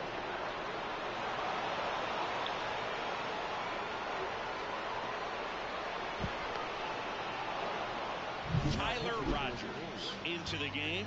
Definitely a guy that pounds the strike zone, makes hitters earn their way on base, and rarely gets in trouble because of free passes.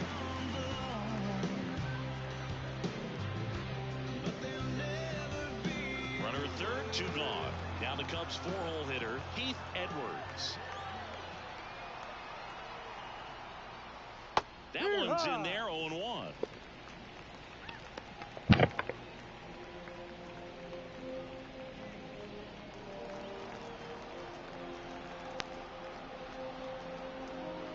And the righty deals. Swing and a miss as he was out front that time. The Cubbies up big in this one, and we're in the top half of the 6th. Swings through that, and it's a strikeout. Good job at damage control right there.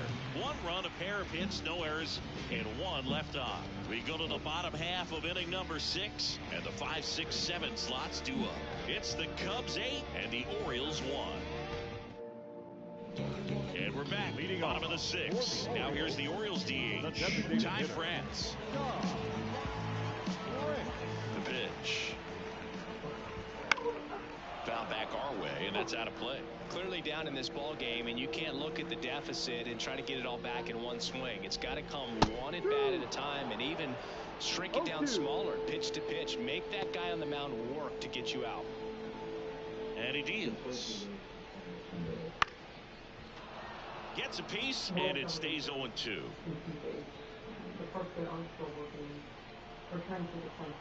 The wind of the pitch. Cut on and miss, struck him out. Leadoff man retired in the 6th. Really love the pitch sequence right there. I'm telling you what, pitcher and catcher are on the same page right now. Travis d'Arnaud, the next to hit for the Orioles. That one at triple digits. 0-1. The Orioles with a lot of ground to make up here in the bottom of the 6th. That one misses, and it's 1-1.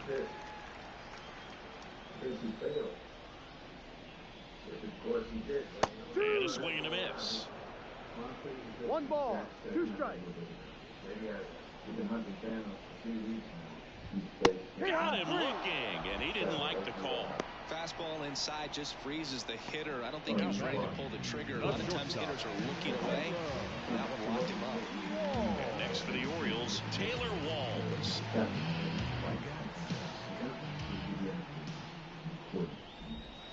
Pulls that one foul.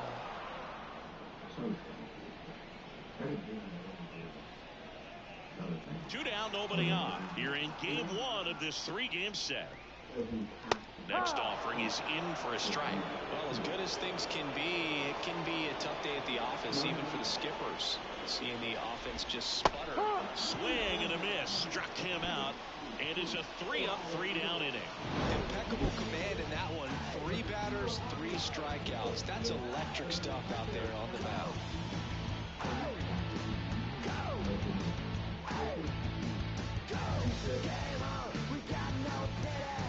Game on, yeah, we're coming for you. All your kids out living in the city. Rock and roll. And welcome back to the ballpark. Now the third baseman, Taylor Harris. The third baseman, Taylor Harris. The pitch. Swings and misses. Strike one. He normally does damage on that pitch in that location. Just a swing and a miss there. I don't think you want to throw it again, though.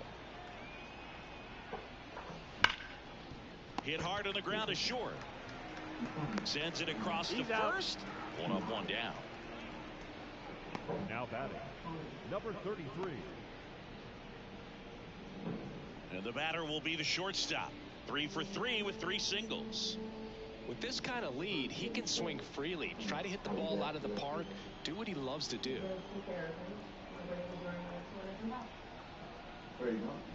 First pitch swinging.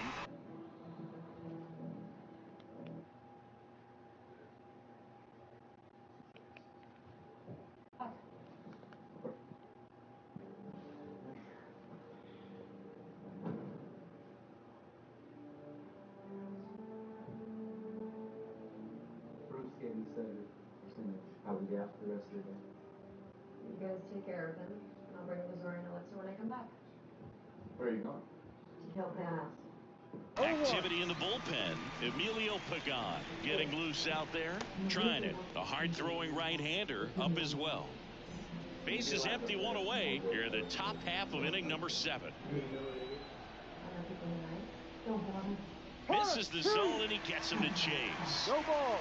2 strikes. And he grounds one back up the middle. Fires to first on the run. Safe at first as they can't make the play. Well, an error like that, you look at the scoreboard and you kind of wonder if they are losing focus out there. And look, it can be tough to stay locked in when you're getting blown out. We've all been there. And I'm not saying that's definitely what happened on this play, but it's not a great look. Runner on at first with one gone. At the plate, Davis Webb. He's a catcher by trade, but the DH here in this one. That's outside, and that's ball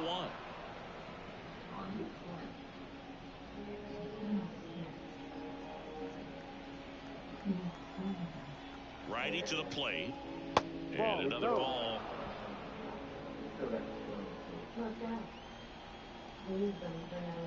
Just like that. Yeah. Listen.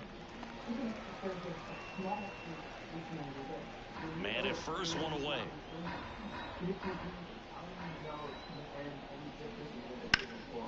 That one back up the middle and it gets through.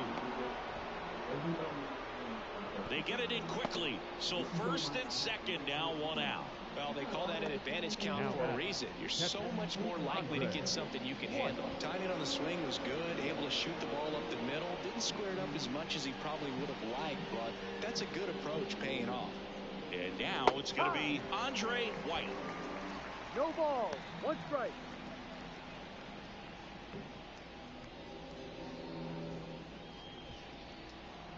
I like it.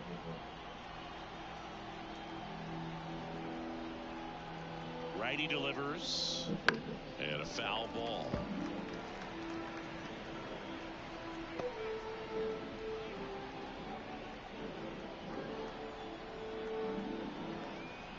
The pitch. And down on strikes. 2 gone. Now that. So first and second with 2 outs. Now Osiris Johnson.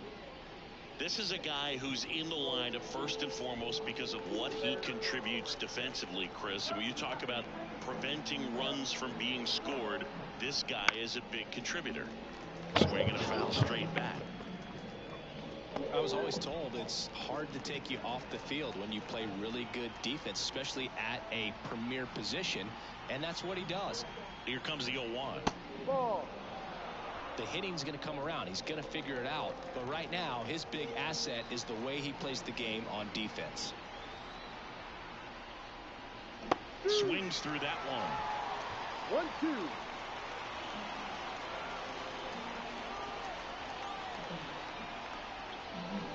Hacks and misses. It's a strikeout. set for the last half of the seventh. And now the center fielder, Drew Gilbert.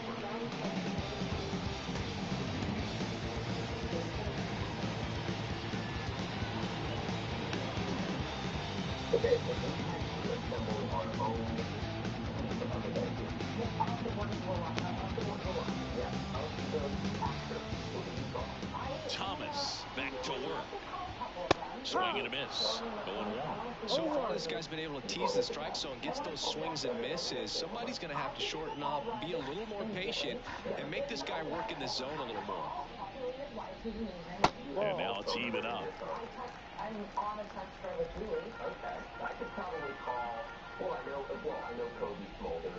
Breaking ball through there for a strike.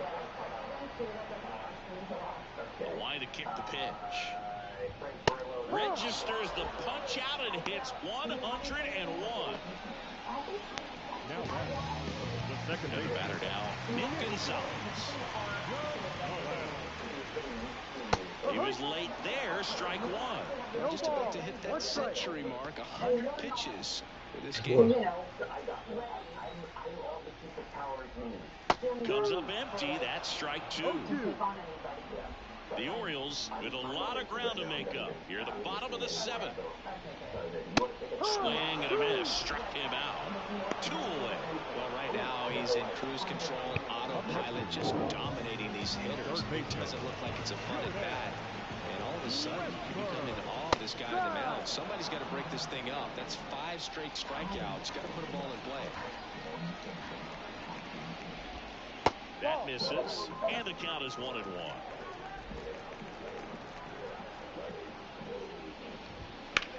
Up the middle, dives, but it kicks off his glove. No play, that's an infield single.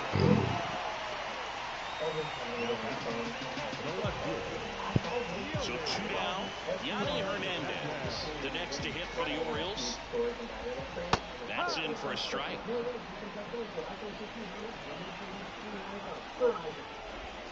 And that one is inside. 1 ball, 1 strike.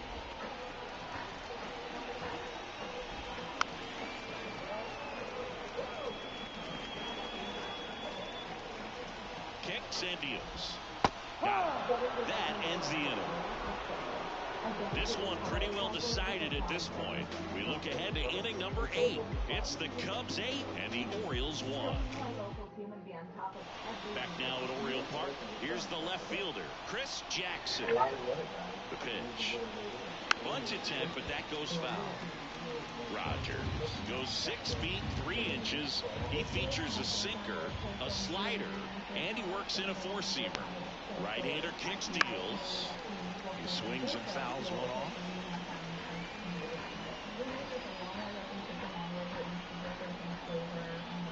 And the right-hander deals on the ground.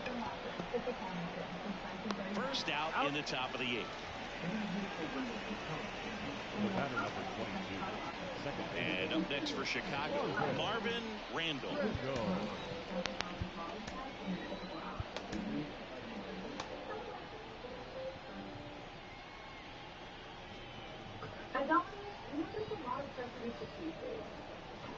Out front with the swing, and that is strike one. The Cubs up big in this one, and we're in the top of the 8th. Swing and a base hit.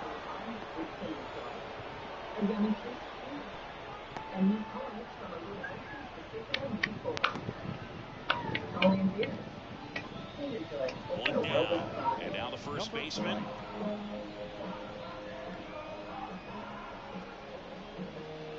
And the first pitch misses for ball 1. 1 ball, no strikes. Here goes the runner. Pitch is low. Throw, save. That's a stolen base. Randall over at second, 1 down. Smoked to right center, and this one's gonna go out of here.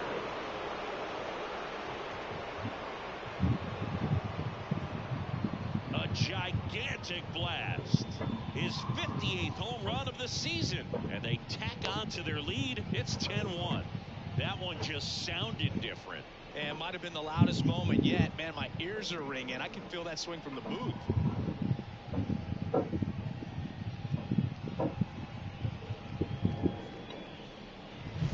When you're lacking velocity, it's so critical that you move the ball around, change speeds, even try to trick the hitter at times. But when you give up a home run right there, the manager doesn't have a lot of patience because the velocity's not there to overcome and get the swing and miss.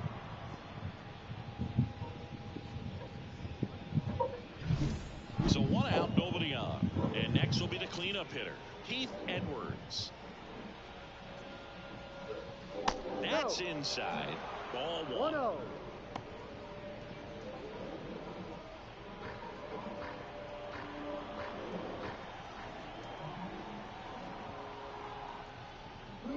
Swings through that one for strike 1. 1-1.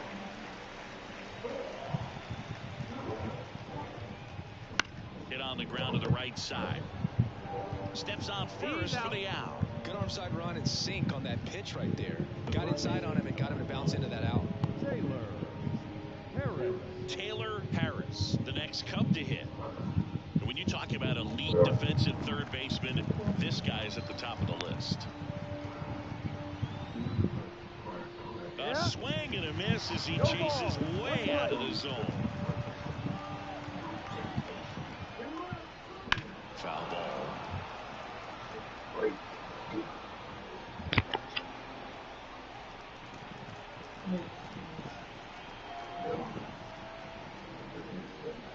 Foul tip into the mid, struck him out. But 2 come across to score in the inning, courtesy of this 2-run homer. And this is now a 10-1 ball game. Back after this on the show.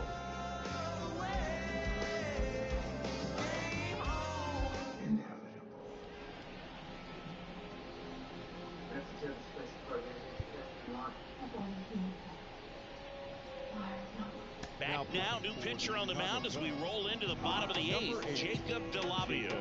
Well, I got to think he probably has a little extra in the tank facing his former team, and there's not a player in the league that doesn't get a little extra motivation when he plays against his old squad.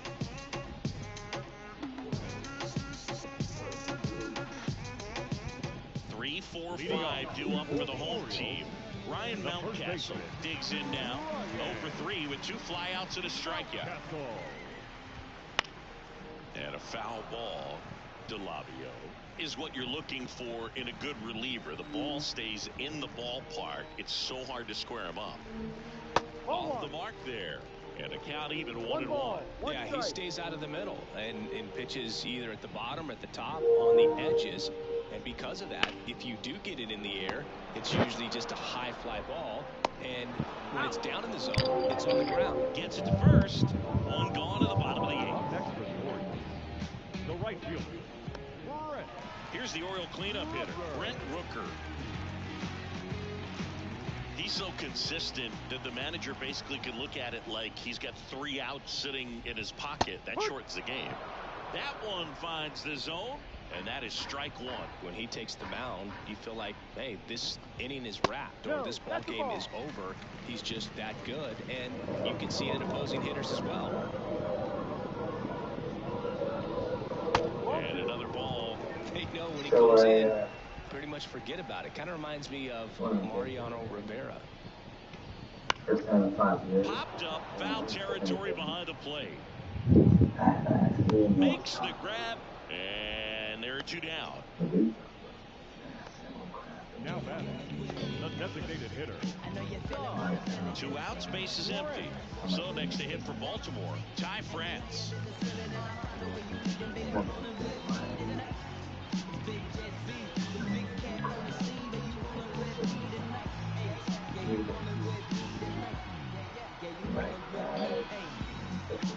Oh, and they're going to tag the pitcher with a pitch clock violation.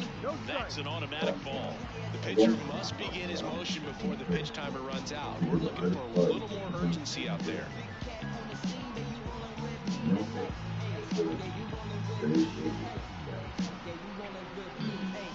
The pitch timer expired before he started his windup, so that's a ball.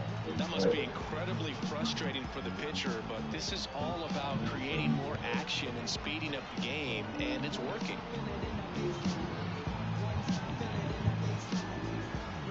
And here it comes. This one popped up. Foul ground, first base side. Makes the catch, and that's the inning.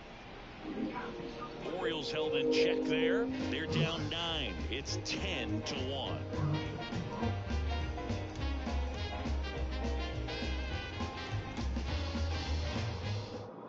We're back, and on the mound is the closer, Raisel Iglesias. And with the big deficit on the scoreboard, he almost has to just put that out of his mind. Every outing matters for relievers and their numbers, but I think it's tough to get up for this type of appearance the same way you would for one in a close game. Now it's the shortstop. Great speed and great power. A great athlete, quite simply. The wind and the pitch. Not close with that one. Ball 1. When you have a real athletic player and who's able to do the baseball mechanical things really well, look out, because the sky's the limit on that potential. Here comes a pitch. That misses, and it's 2-1.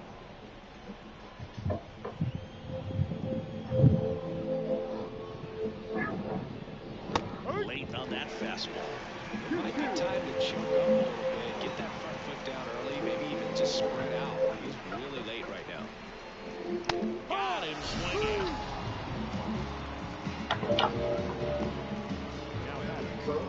Davis Webb, the next to hit.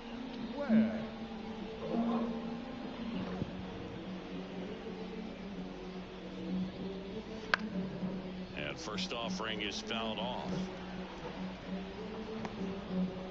Base is empty, 1 away. Here at the top of the 9th.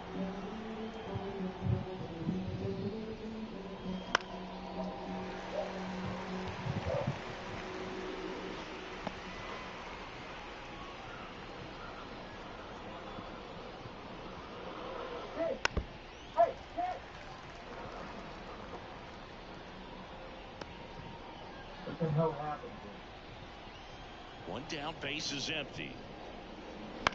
And he grounds one to the right side. Gonzalez to first in time. 2 up, 2 down. The catcher, Andre White. Now the Cubs catcher, Andre White. He's already homered here in this one. And that is cut on and missed. That's strike 1. 2 down, nobody on. Here in game 1 of this 3-game set. Thumbs up empty. Well, that's today's style of baseball right there, right? Big time velo on the bump and big time pop at the plate.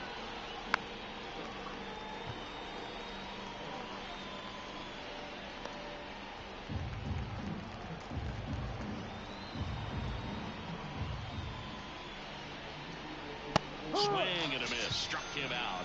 And the Cubs go 1-2-3. Nothing doing for the offense that time. 6, 7, 8 scheduled to start the bottom of the 9th. It's the Cubbies 10 and the Orioles 1.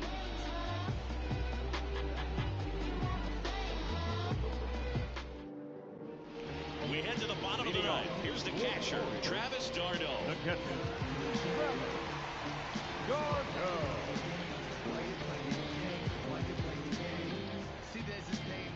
Delavio back to work. There's a strike.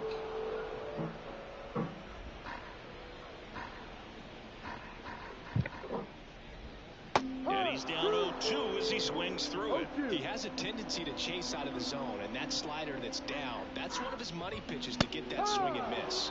And down on strikes he goes, and 1 away. No, just excellent location on that inside fastball, really locked him up. And as a hitter, it's not typically what you're looking for. You're trying to protect away and then in, so you can be a little bit tardy with 2 strikes. Hard to tell if he was fooled or if he thought it would be called a ball, but either way, that's a really nice pitch. That one not close, and now it's even 1-1.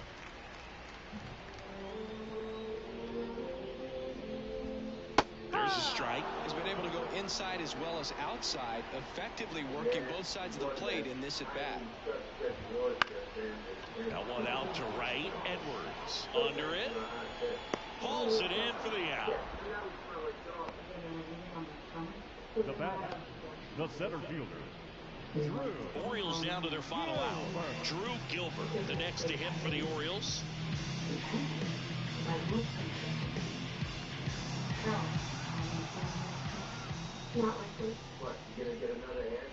That misses, and that's ball one. 1 ball, no strike. Just missed. The Cubbies up big in this one here in the last half of inning number 9. Right through there for a strike.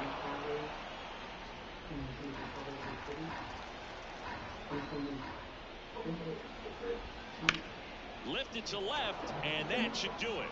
He's got it. Ball game. And the Cubs take this one in a blowout. The number 7 is such a cool and sort of lucky number. Well, this team has been playing really well, but to win 7 games in a row, there's been some luck and there's been some really good play. I think you get to this point, you start to look at, can we double it?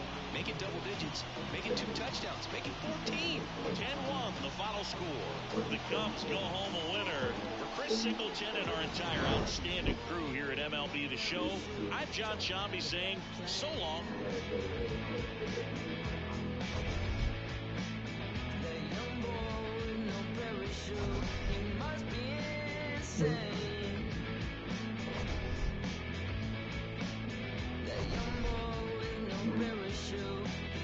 So free.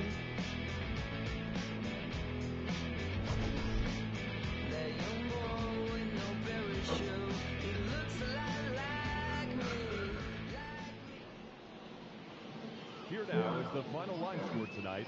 First for the victorious Chicago Cubs. 10 runs, 15 hits, no errors. You here to do your laundry? It was too fun.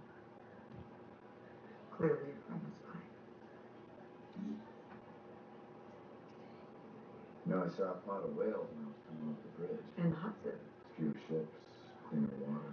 You know, if you're about to tell me to look on the bright side,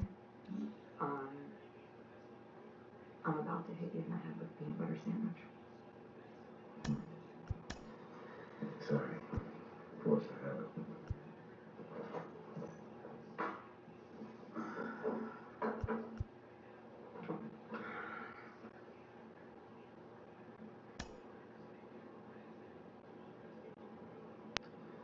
You know, I keep telling everybody they should move on and grow. Some do. Relax. If I move on, Maybe it doesn't need to be done.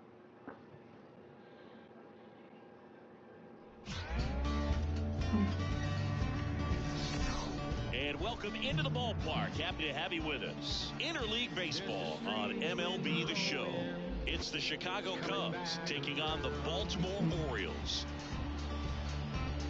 First pitch coming your way next.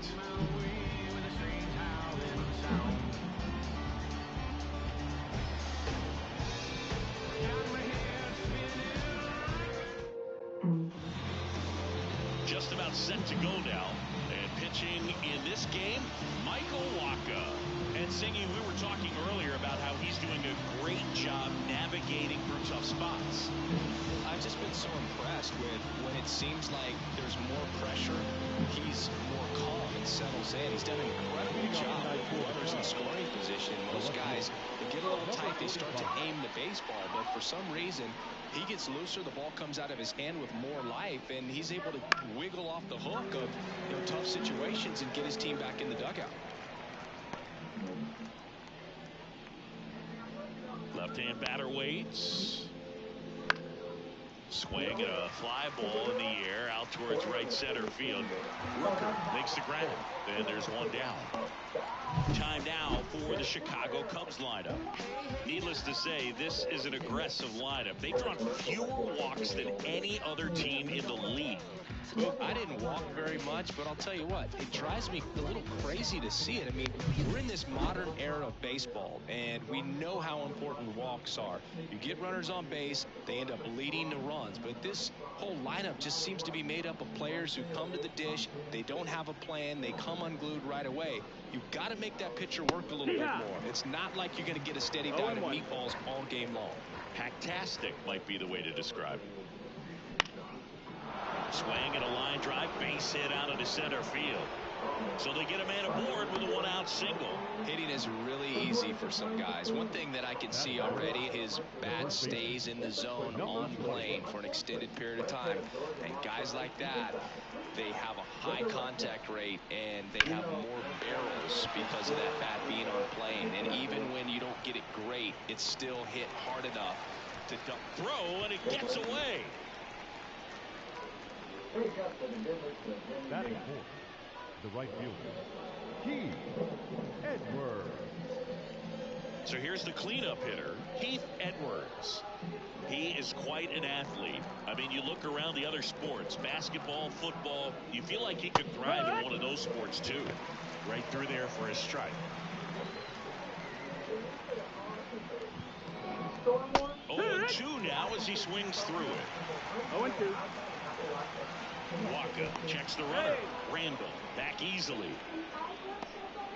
2 gone, but the go-ahead run is at first. And we're just getting started here in the top of the first. That's the ball. Low. Safe at second, and that was not close. Well, a nice lead and a nice steal there to get into scoring position with the heart of the order complete.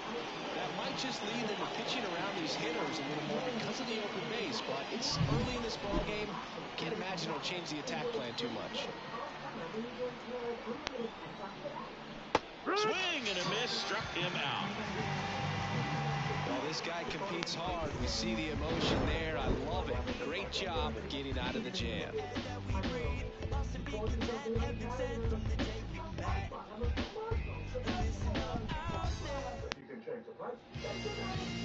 Back here with my pal Singy, and on the hill the big righty, Big Daddy Jordan. Singy, he's kind of a road warrior, yeah?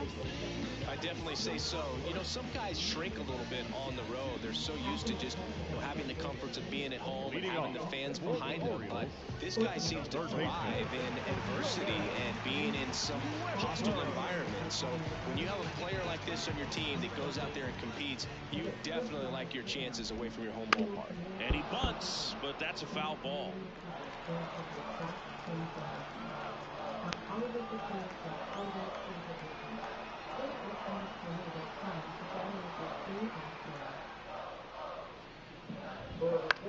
High fly ball out into left center field. Jackson has this one sized up, makes the catch, and there's one gone. Time now to take a look at the Orioles lineup put together by manager Brandon Hyde. And a big factor for them in recent games, Ryan Mountcastle. And he's leading them in runs batted in this season, which tells me this guy is able to slow things down when it seems like there's a little bit of pressure. And he's looking at it as an opportunity to do damage. You know, a lot of guys, they see runners on base and they get big. They feel like all this pressure, I've got to get these runs in. But somehow he seems to settle into these situations. So watch out when he comes to the plate. Oslevis Basabe, the next to hit, takes outside. That one down the line, and foul ball.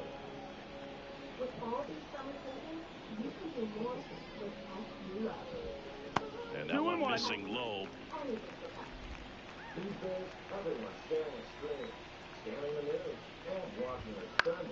Line drive, and that's base hit out into center field.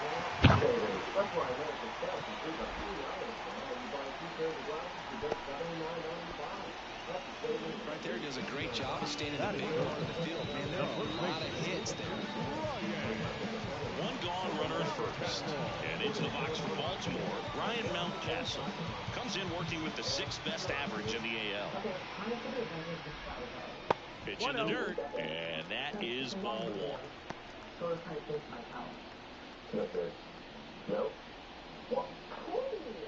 For whatever reasons, this is a hitter that performs better in night games. We'll see what he brings in this one.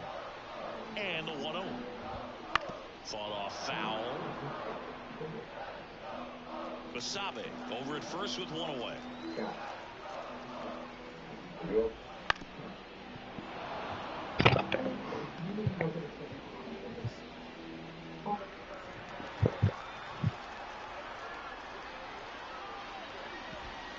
And a swing and a miss. And 2 away now. Batting fourth. Brent Rooker, the next to hit for the Orioles. 4th in the American League in batting average this year.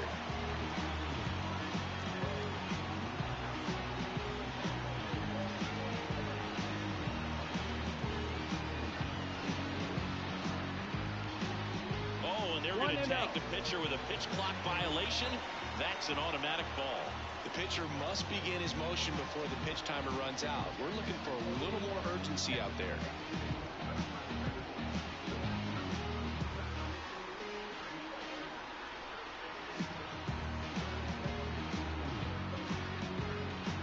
The pitch timer expired before he started his windup, so that's a ball.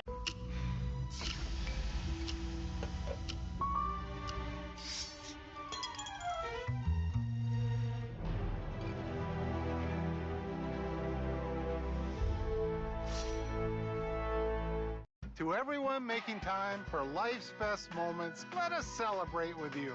In Wisconsin, we love celebrating together. Big days or any other day. So much. From hot and juicy to ooey gooey to oh my word. Oh my word. Serving you a handcrafted meal that makes Today a little bit more special. That's what fills us up inside. From Wisconsin with love. Welcome to Delicious. Yeah. No fees or minimums and no overdraft fee. Jeter. Hang in there, rookie. Yep, even easier than that. What's in your wallet?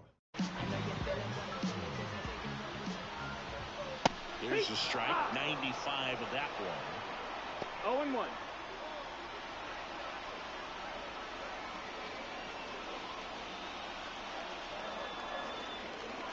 And a pitch. On the ground to the left. Zips it across.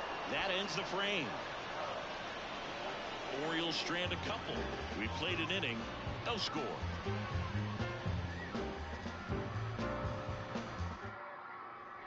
Second inning set to go. So up now for Chicago, Taylor Harris.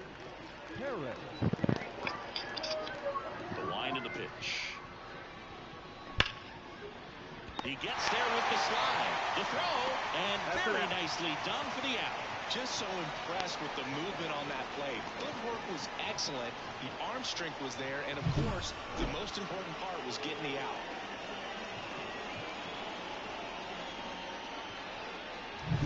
Next up, it's the first-year shortstop. Late on that fastball. Waka, a former All-Star, 32 years old, and he's one of the few players in Major League Baseball born in Iowa.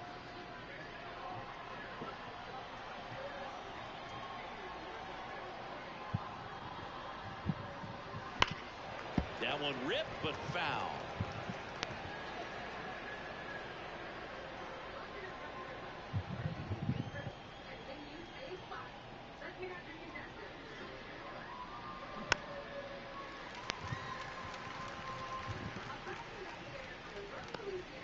Second inning here, no score.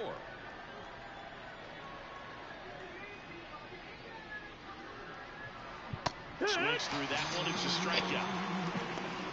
No, that pitch wasn't even close to being a strike, and that just goes to show you how defensive hitters can become when they're up against an 0-2 count.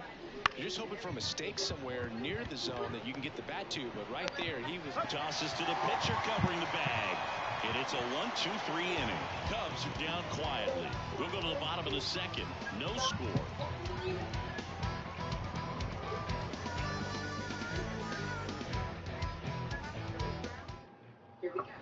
And we're back. We head to the bottom of the second. Now it's going to be Drew Gilbert. And the first pitch misses for ball one.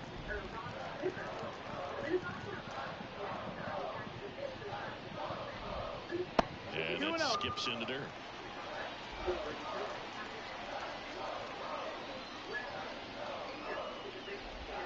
That one finds the zone. Now 2 balls and a strike. And that's in the dirt. The pitch. A little out front there as he swings through it. Count is full.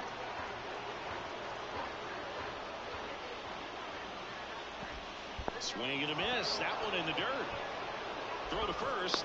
Got him. One away on the strikeout. Well, he's got great strikeout stuff on the mound, doesn't he? I mean, double-digit strikeouts in his last start, and he's just racking them up again in this one. This guy can really dominate a game out there. Not a fun assignment for any lineup. Now it's the second baseman, Nick Gonzalez. 1 run batted in yesterday. Their only run of the game.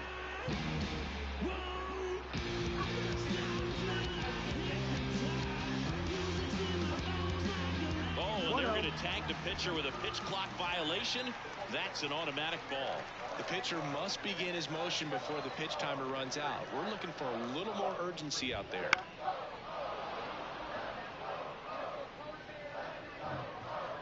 One out, bases empty.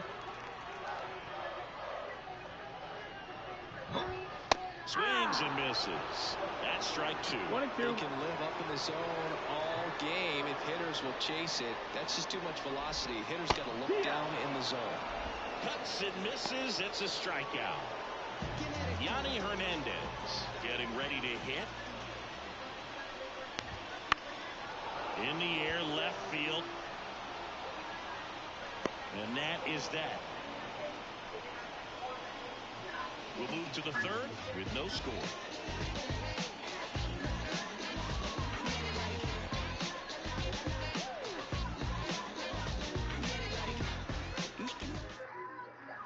Back here in Baltimore, now it's the DH, Andre White. He's not going to get cheated up there. No, he's not. He's looking to do damage with every swing he takes. And that's off the inside edge. And that's ball 1.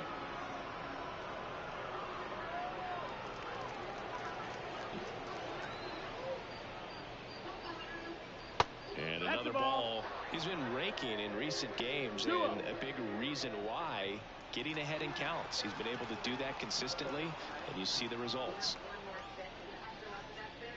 Misses just off the outside edge. I think that was a strike. Well, I think he's trying to get a feel for where that one missed. I mean, it could have gone either way, but he looked a little shocked for a second there. Let's see if he gives him anything to hit here. There's the strike. Thought the green light might be on right there, but maybe not. If you're looking to swing in that count, that's the pitch you want. Next offering in there for a strike. Counts full, 3-2. Kicks and fires. Foul off the plate. They'll do it again.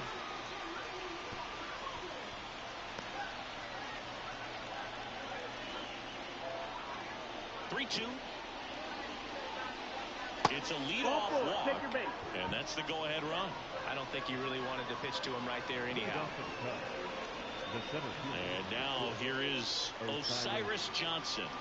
He's been tearing it up at the plate recently. Hits in each of the last 6 games. That's inside. Top of the third, no score.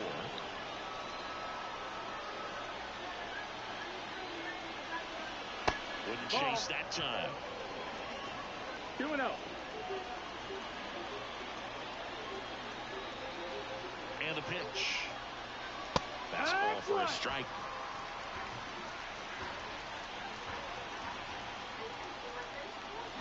Fouls one off. 2-2.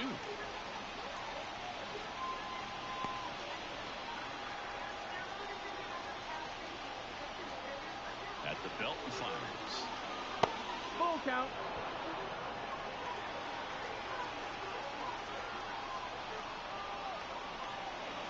And he walked it. Take your base. Well, interesting. He went with the off speed and walked the hitter. Man, you got to challenge the guy with the fastball.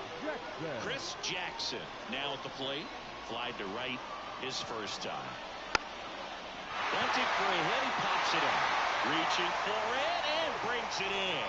Well, he gave the bunt a shot there, but not able to execute. Yeah, I think he rushed it a little bit, and when guys rush, it can be a pop-up or it can be bunted right back at a position player. Well, all eyes on the double play ball in this spot. No better way to get out of this inning. Late swing, fouled off.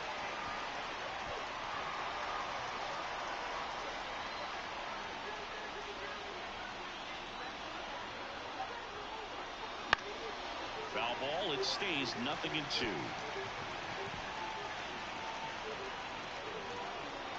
Two on, one out. In the air, center field. He's under it.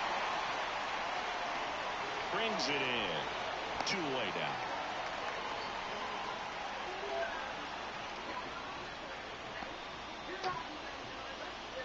So first and second with 2 outs. Next is the speedy first baseman, 0 for 1 with a fly out to center. First pitch misses. He really committed to that fastball up at the top of the zone. He knows that if he makes a mistake in the zone, it gets hit hard by a power guy like this. That's a nice miss right there. 2 on, 2 outs. Rolled softly, but that goes foul.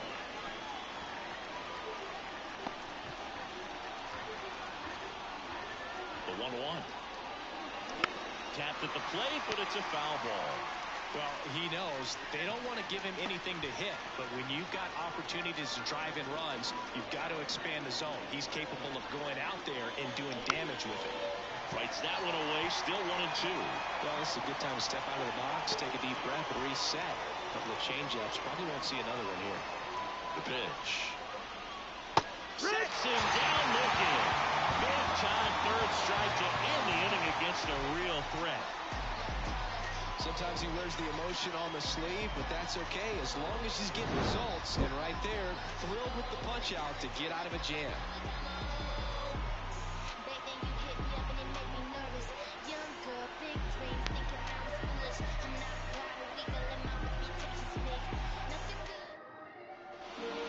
As we go to the last of the third, here's the speedy catcher, Connor Wong. Jordan back to work. That clips the corner. Man, I mean, nice job just presenting it to be better than it actually was.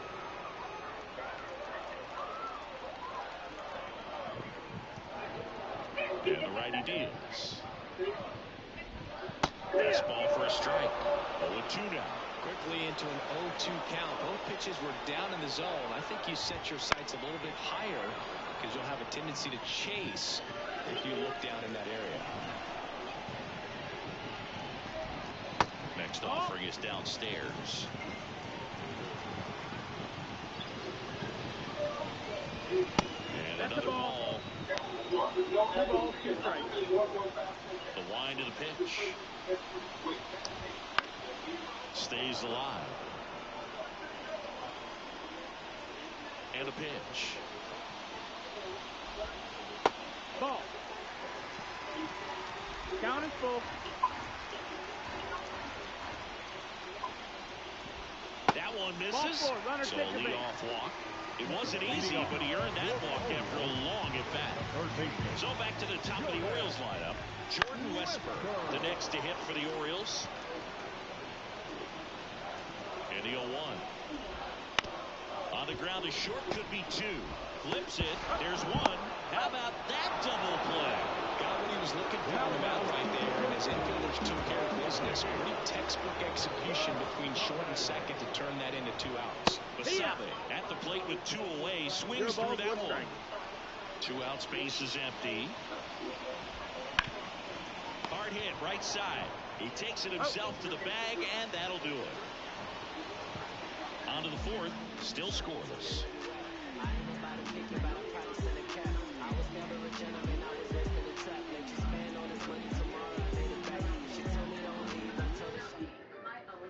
And welcome back to the ballpark. John Shelby with Chris Singleton, and set to lead off the 4th, Pete Edwards. Started to swing, held up.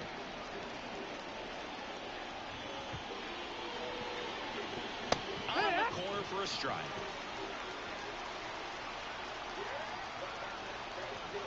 And a pitch. Smoked on the ground a second. Whips it to Mountcastle. Leadoff hitter retired in the fourth.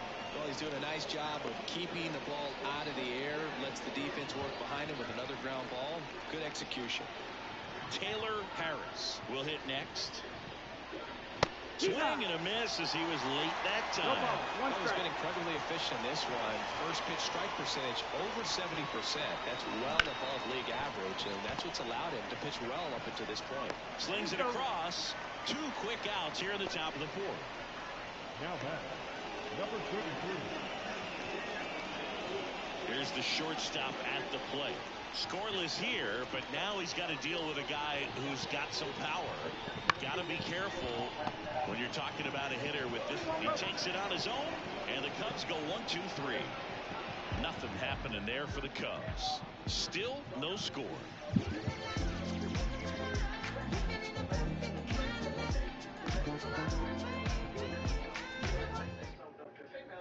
Bottom of the fourth, and here's the first baseman, Ryan Mountcastle. The first baseman, And he deals. Mountcastle. And a good fastball to start him off. That's strike one.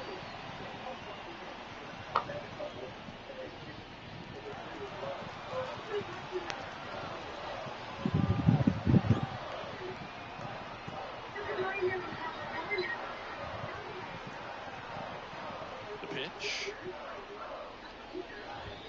Swing and a miss, and that's strike two. No ball, 2 strikes. Now one missed. 1 ball, 2 strikes. The line to kick the pitch. Fouls it off, still 1-2.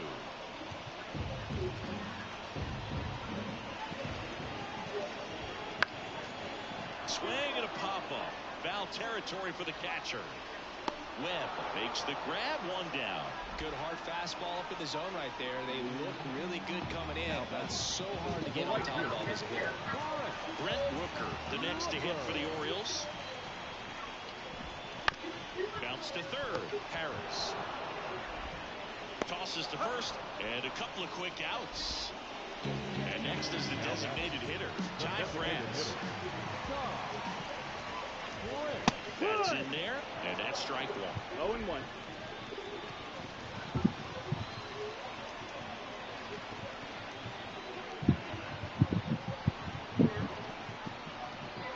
Pitch. And there's a foul ball.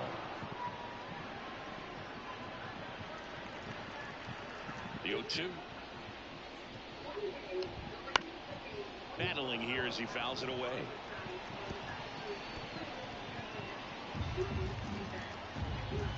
Two outs.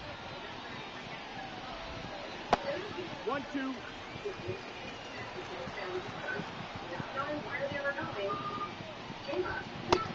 Down on strikes.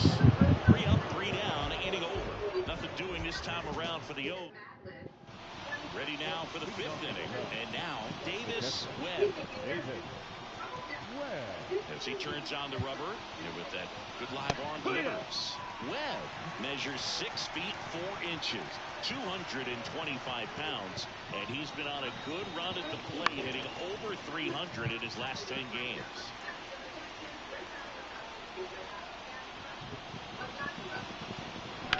Ground ball right side. Lays out, but he can't squeeze it. And he beats it. He's safe. Just a good job putting the ball in play and then busted down the first baseline. Beat the ball pretty easily. Didn't try to do too much with it. Just a really controlled, simple swing. We don't see a whole lot of that these days with hitters trying to launch and hit home runs. But sometimes you got to shorten up just like that. And now let's see if they force some action with good wheels on the bases. Andre White, the next Cub to hit. Walked his first time. 1 and out. Pitch out, but no action.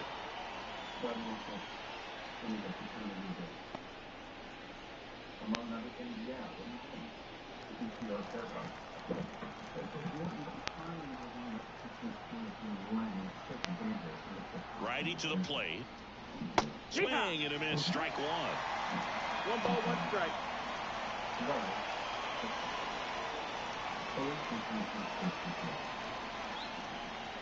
Right-hander kicks, deals. And a count 1-2. With 2 strikes, may see some movement over there at first base, trying to stay out of the double play right here. The pitch. Swings through it, and that's a strikeout. Well, I think he was waiting on the changeup right there, and he got it. It just drifted too far in on him. I think that pitch is just a little more out over the plate. Probably squares it up, but instead, he's going to have to go take a seat. And now here's a speed threat. Outfielder Osiris Johnson. He reached out a walk his first time. Edge of the zone for a strike. It's 0-1.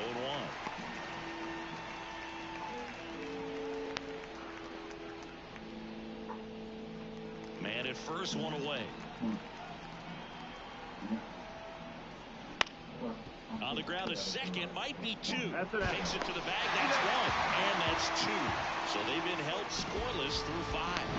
And we still have no score.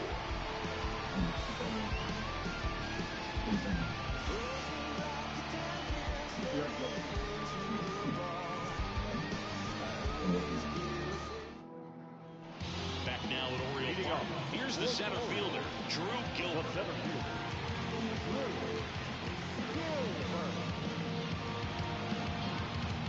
Now the right-hander ready to go. Still no score. Not even close there. Ball 1. You know, these Orioles, as this game goes on, have to be more disciplined at the plate. They're chasing a lot of pitches outside the zone, and those chases that are turning into a bunch of outs. Can they turn that around and stay within the zone? We'll see, but I think they have to. Here's a 1-1. And a foul ball.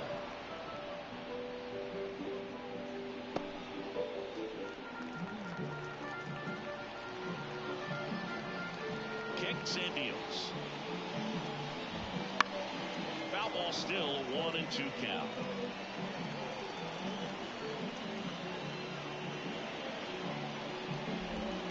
Swings and misses, struck him out. He had him out in front, which isn't easy to do against a hitter like this, known for using the entire field. Just couldn't sit back long enough on that one. Gonzalez takes low, second trip to the plate in this one. Fastball in for a strike, and the count 1-1. 1-1.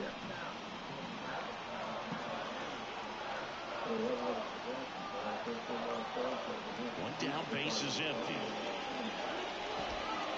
And it skips in the dirt. 2-1.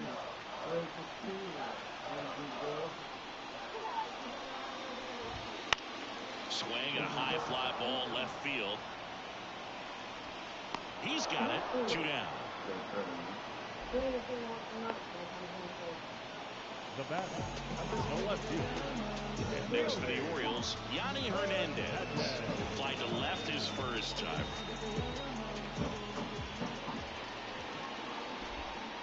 That one misses in the dirt. All tied up here in the second game of the series. Popped in the air, left field. Jackson makes the catch, and that'll do it. 6th inning coming up. Still nothing on the scoreboard. And we're back. All right, we go to the top half of inning number 6. Here's the Cubs leadoff man, Chris Jackson. Lifted in the air, right center field. Gilbert makes the grab. 1 pitch and 1 out. The batter number 22. So up next, Marvin Randall. 1 for 2.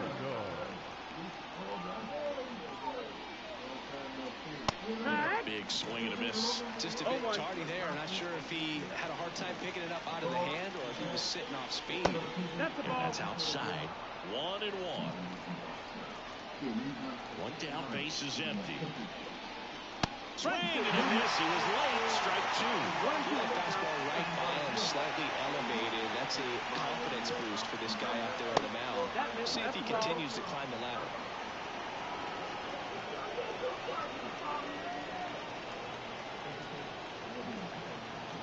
The 2-2 down.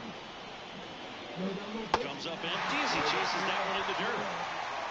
Out, drop, third strike, 2 gone. Chris, third time through the order, and a couple of quick outs for the starter. Yeah, he's been very frugal today, economical with the pitch count.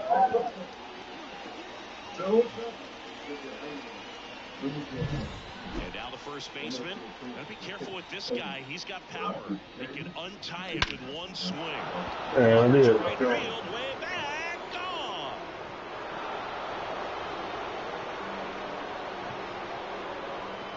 A massive home run. His 59th home run of the season.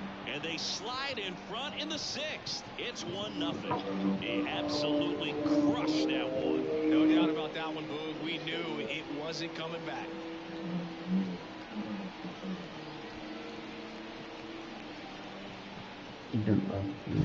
The pitcher knew as soon as that ball left his fingertips, it was trouble. Right on the platter, right down the heart of the plate. I'm sorry, big league hitters don't miss that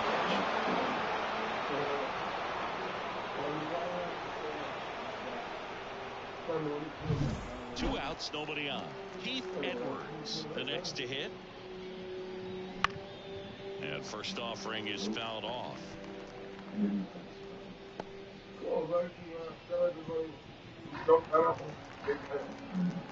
2 down, nobody on. That one fouled off.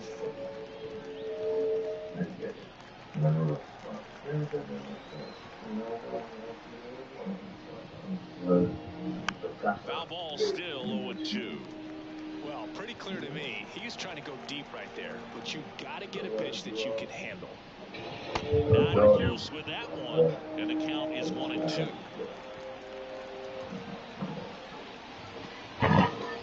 Wouldn't chase that time. 1 run across to the frame so far, and we're in the top half of the 6th. On the mark there, and now it's 3-2. Taylor Harris to bat next.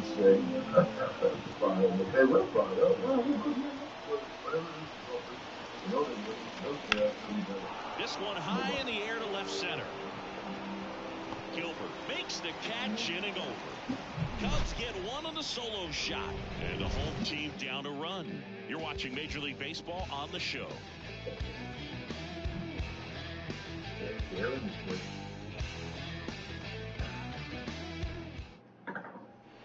Back here in Baltimore, and here's the catcher, Connor Wong. The catcher,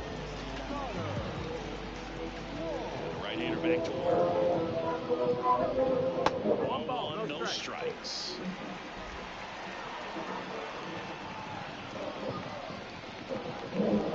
That's a strike. A little frustrated with the strike zone. That one off the mark, and the count 2-1.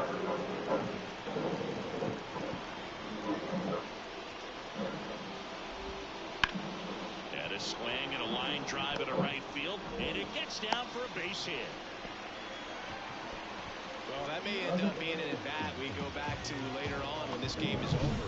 Nice job of driving that pitch the other way on the line. You know, hitters, they take so many reps in the cages working on going to the opposite field, and it doesn't always translate into the game, but right there it did, and he did it perfectly.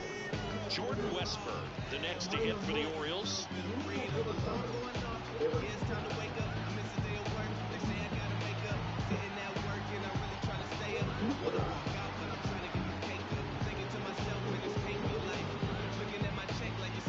Timer expired before he started his windup, so that's a ball. That must be incredibly frustrating for the pitcher, but this is all about creating more action and speeding up the game, and it's working.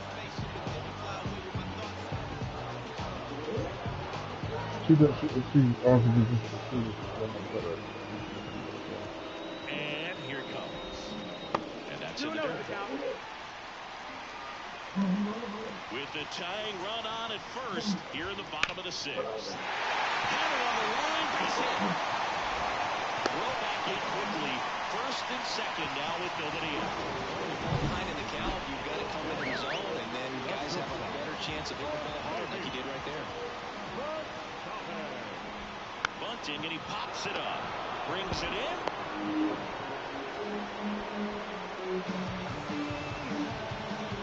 Two on, 1 out. Here's Ryan Mountcastle.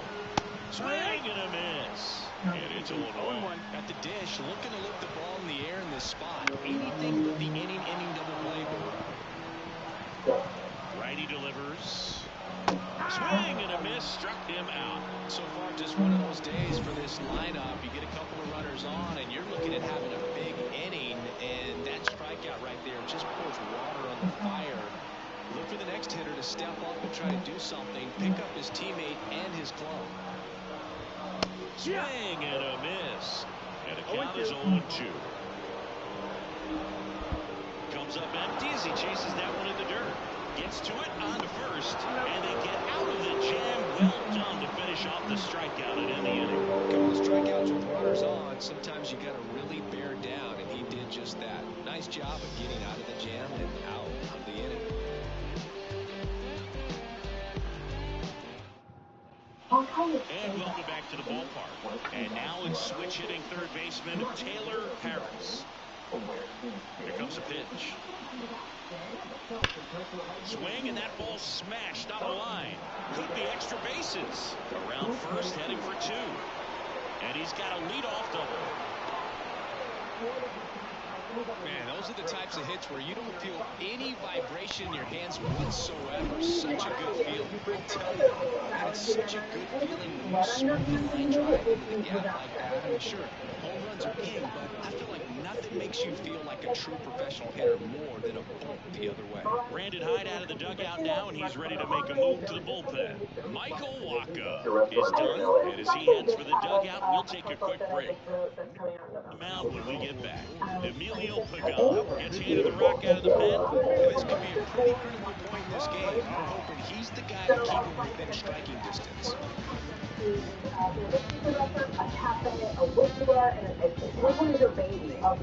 batter will be the shortstop. I kept you still one, marry one. There's a strike up high. 0-1. Let me ask you something. If you knew the world was coming to an end, what would your last meal be? I would probably start with like a perfect thing croissant in the morning, and maybe Check swing, you went too far, and it's a strike. Definitely a bowl of ramen, and probably finish with like a perfect, warm, freshly filled. The 0-2. Oh, whoa, I love it. Good eye on that spot. Really close pitch down around the knees there, and you could see him asking where it missed. Probably doesn't agree, but it appears he's ready to move on to the next pitch.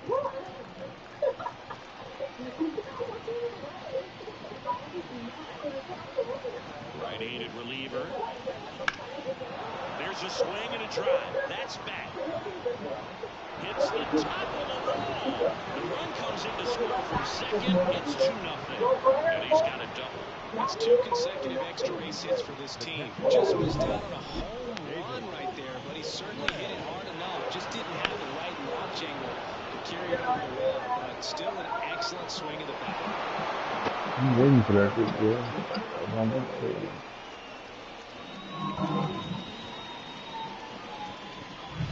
Now the catcher up to hit. Davis Webb.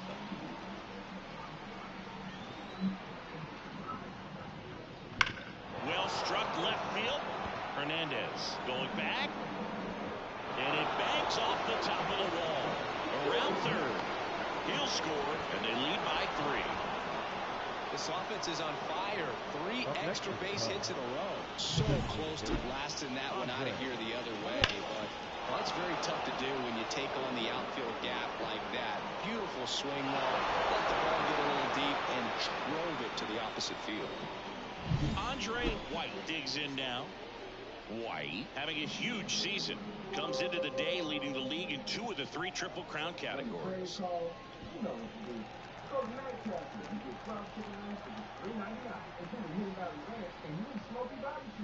Fall off foul.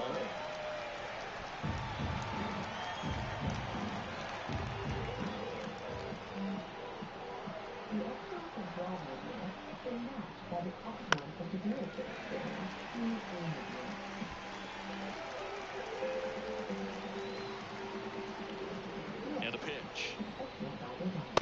misses just off the outside edge. I think that was a strike. Caught a break right there. A pretty good pitch on the outside corner.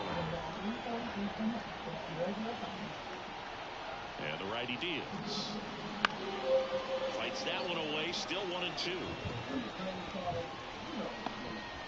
Runner in scoring position. Nobody out here in the top half of inning number 7.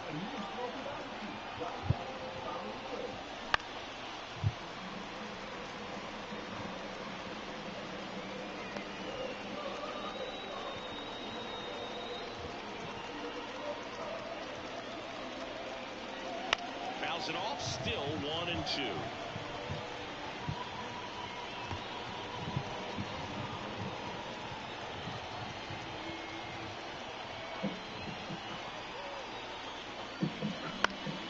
To short. Whips it to Mountcastle.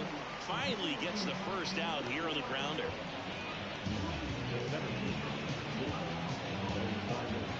And now the center fielder, Osiris Johnson. He's 0 for 1. The bottom of the order here, Boog. You got to go right after this guy. As they look to pick up an add-on run. And the number 9 guy at the plate. Strike 1.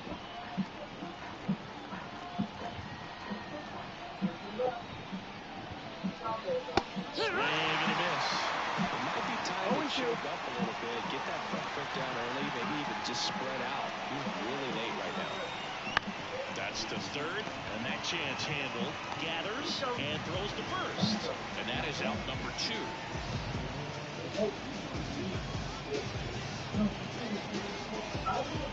So the lineup flips over. Now the left fielder, Chris Jackson.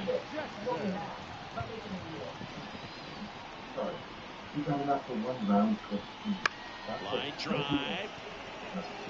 And that gets down for a base hit. And they hold him at third. 90 feet away with 2 out. Well, that started and ended pretty quickly. No messing around right there. That pretty much split the zone down the middle. And those are the ones where you got to make a play.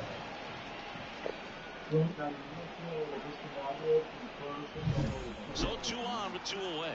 Now the number 2 hitter, Marvin Randall. 1 for 3. Swing and a miss. It's 0-1. Looking for some insurance. Or as our friends down in the South would say, insurance. No matter how you say it, we know what you mean. 2 on, 2 outs. Swing and a miss as he was late. Man, he was really targeting that fastball. Great job of setting him up by throwing the curveball. Add some velocity to it on the next pitch. Can't catch up. Gets a piece, and it stays 0-2.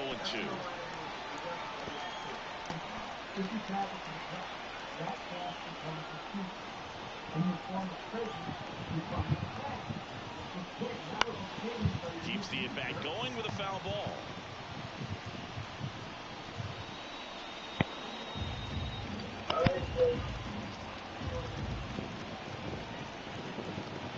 Two outs. Now a high fly ball out to left center. Gilbert under it. Pulls it down and he makes the catch. And that's the third out. So it's 2 runs on 4 hits. No errors and a couple left on. 7th inning stretch time. It's the Cubs 3 and the Orioles nothing.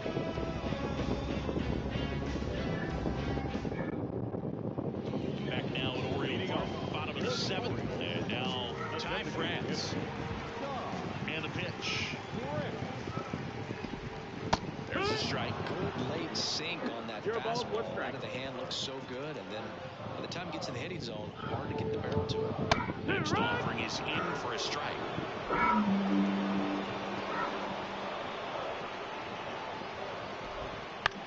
That's to third. And the leadoff hitter set down to open the 7th.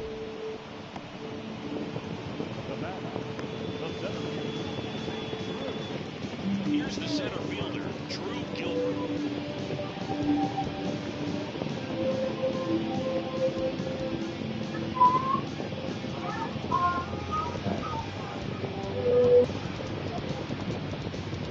Oh, and they're going to tag the pitcher with a pitch clock violation. That's an automatic ball.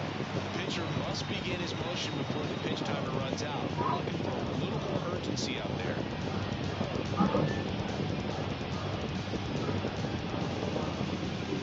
Struggled a little bit in this one earlier, but doing a much better job in this at bat to get ahead and find a good hitter's count at 2-0. There's a strike, and it's 2-1. Okay, so the houses. Now we got to figure out the land. Swing and a miss. Lovely swing right there. So impressive how the velo is still there, even this deep into the outing. Still 2-2 after the foul ball.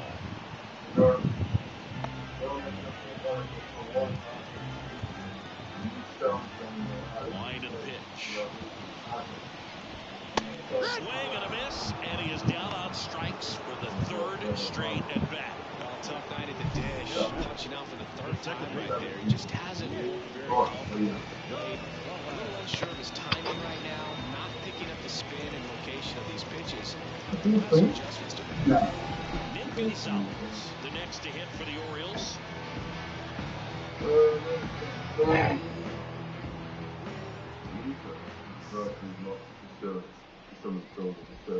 Pitch misses inside, and it's 1-0. 2 down, nobody on. Here at the bottom of the 7th. Swing and a high fly ball down the right field line. And puts the squeeze on that one. That is the inning.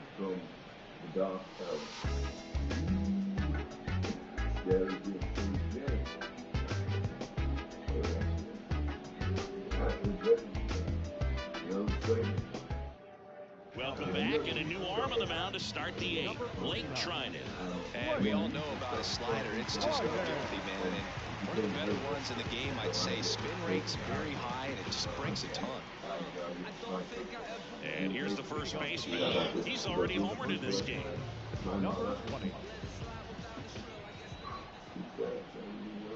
The pitch. He swings and fouls one off.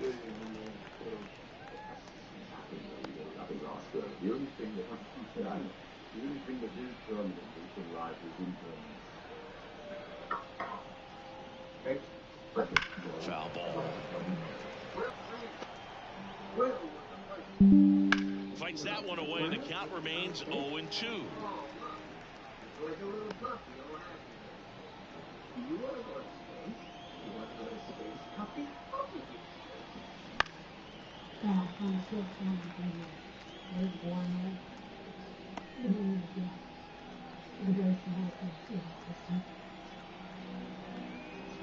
Kicks and fires.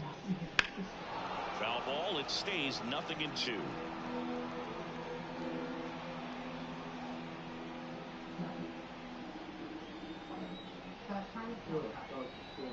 Left-hand hitter waits. Runs it up to 96 to record the punch out. Very frustrating right there as a...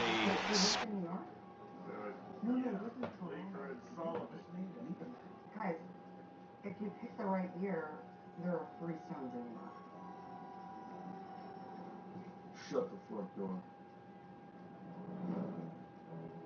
All right, we have a plan. 6 stones, 3 teams, 1 challenge.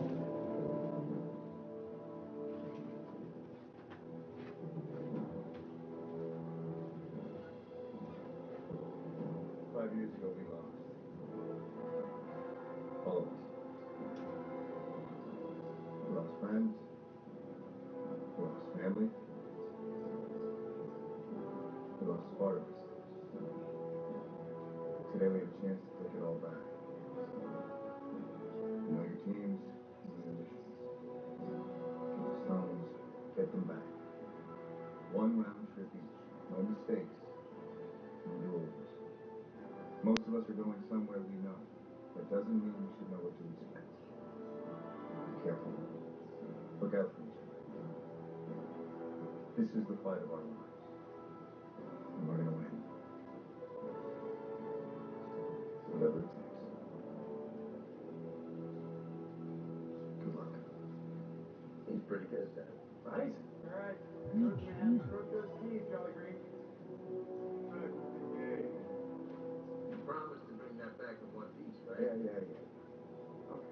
about that? The Browns, though, that was pretty quick.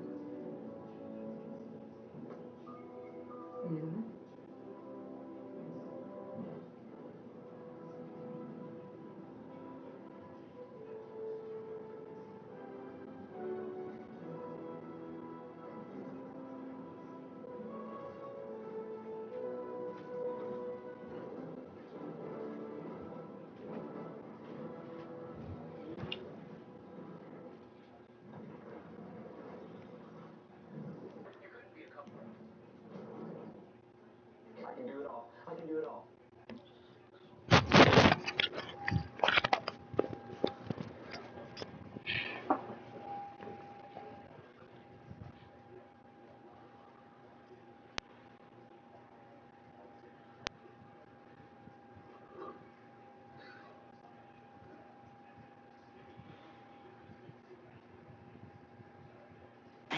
Potential base runner. When with 2 strikes you just struggle to put the ball in play. You don't even have to get a hit at that point. You can help your team just by reaching on an error, but some way you got to find a way to shorten up the swing and put the ball in play next time. Base is empty, 1 away, and we're in the top of the 8th.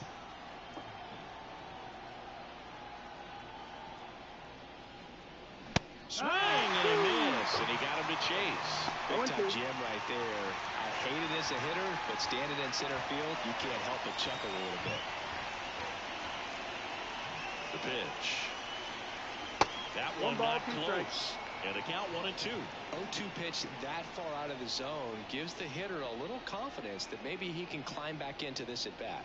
Hacks and misses. It's a strikeout. Chance to strike out the side now. You talk about the benefits, the advantages of relievers who can come in and get the swing and miss, whether it's inherited runners or maybe a little jam that they get into themselves. Knowing that they can miss the bat, tell you what, that's huge and can change the ball game. And first offering is fouled off. 2 down, nobody on here in the second game of the series.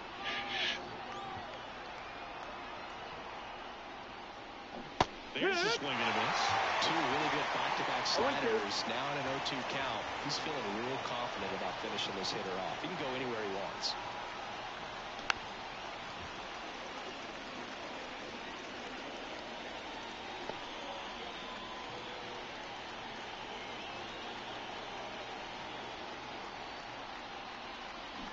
Foul ball, still 0-2.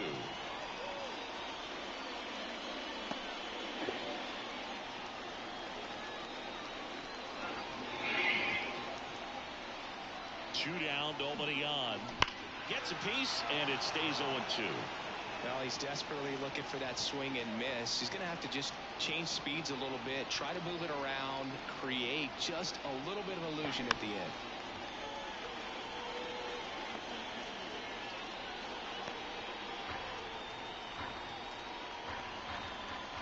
Two outs. Into center. No trouble here. Puts it away for the out. And that is that.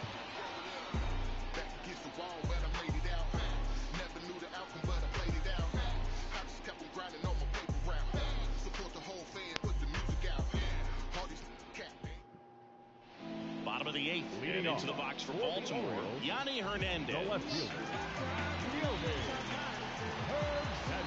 Jordan back to work. And that one clips the corner.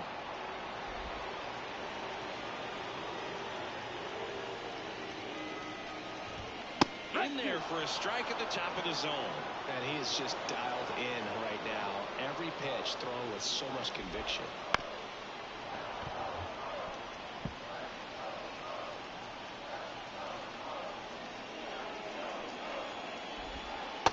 Just misses with that one.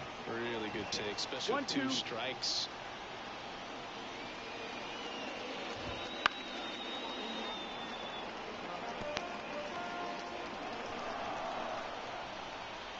And the right-hander deals.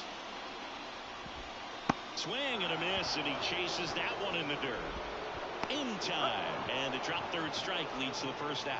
Been a pretty rough start to this series for him at the plate. 3 strikeouts in the first game yesterday, another one right there.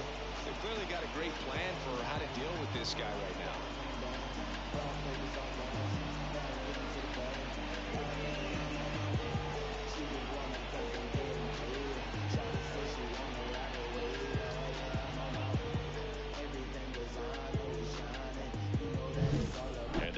pitcher comes up to hit. Connor Wong.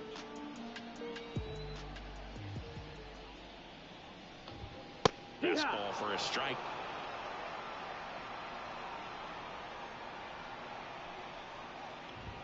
That clips the zone. 0-2. Not sure if he could be in more of a groove. Looks really relaxed. He's retired 7 straight. This guy's feeling it right now. Liner, base hit. And that turns the lineup over. Now batting, the third baseman. Back to the top of the lineup. Here's the third baseman, Jordan Westburg. And there's the ball. Here's a run-scoring opportunity. You definitely got to push something across because it's not going to get any easier. You get to the ninth, got a lockdown closer ready to come in. Instead of letting the hitter get his arms extended, tied him up a little bit, slightly up, slightly in. And now 1-2. Wong leads off first with 1 away. Couldn't catch up to the heater. No messing around with the pitch calling in that sequence right there. 4 pitches, all fastballs. Yeah, and that makes me think that was the play before the at-bat even started. If you think you can simply just beat a guy with only your fastball, why throw him anything else until he shows you he can handle it? And now the shortstop, Oslevis Basabe. The shortstop takes the ball. The Orioles trailing by 3 near the bottom half of the 8th inning. Ground ball left side, and that's just foul. Pop foul out of play off to the right. And he deals. And that will end the inning. 1 left for the Orioles. Still down 3-0.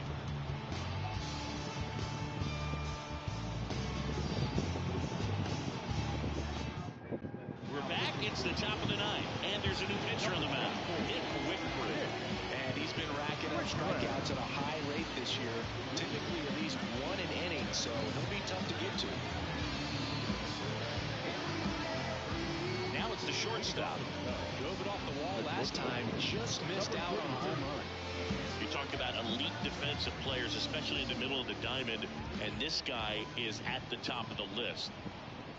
And a pitch. That misses the zone, and that's ball 1. And you played behind guys, and they loved having your speed out there defensively. One of the things that we talk about is how much pitchers enjoy having those elite defenders behind them. Slapped hard the other way, but foul.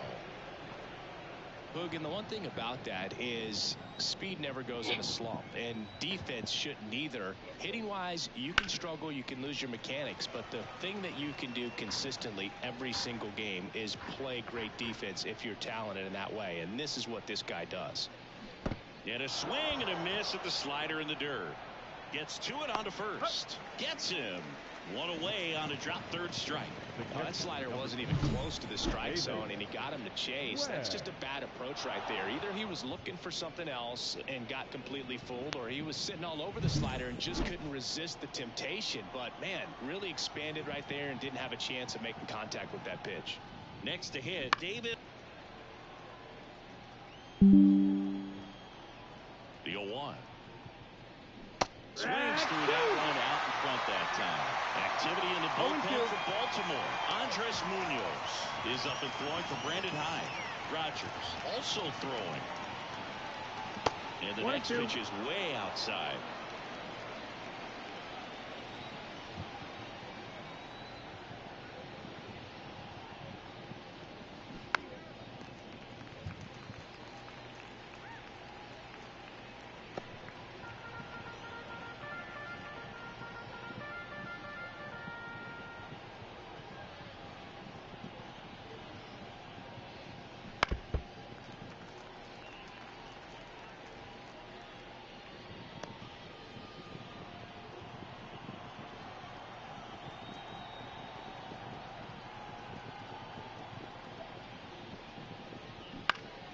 Fights it off. He'll see another.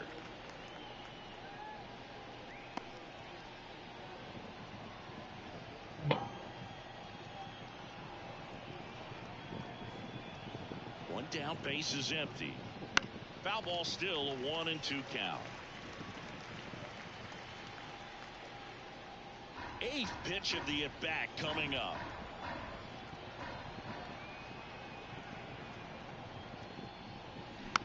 Tap to first. Mountcastle. The flip to the pitcher covering. So it was a long battle at the plate, but they still managed to get the out. Designated hitter, Andre. Now it'll be the Cubs DH, Andre White.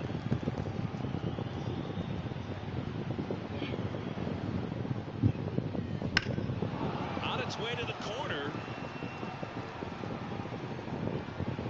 And it's off the wall, but foul.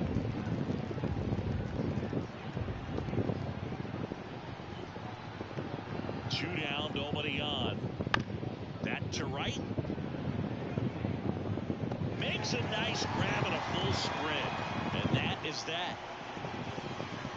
Bottom of the ninth coming up, and we'll see if he can complete the shutout after the break.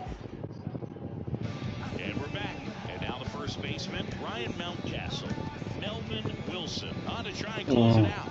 Power slider guy, Boog. He throws it hard and gets a lot of late movement, so it's tough to pick up. Melvin Wilson. The pitch. And a strike right through there. That one in triple digits. And there's a foul ball.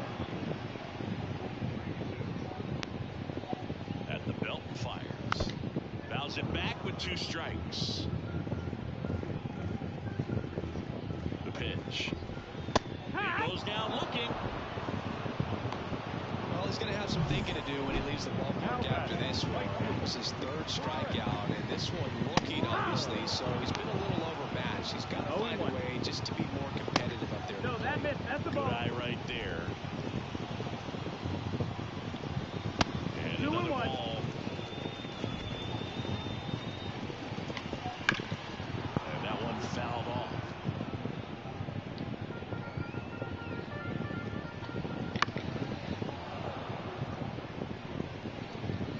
Cubs trying to close out a 3-run lead. We're in the last half of the 9th inning. Full count. And it's ball 4. He missed down low. Well, he tried to nibble right there and just missed his spot. The hitter didn't offer at it. Now he has somebody to worry about over at first. That's hard hit in the line. Jackson makes the play.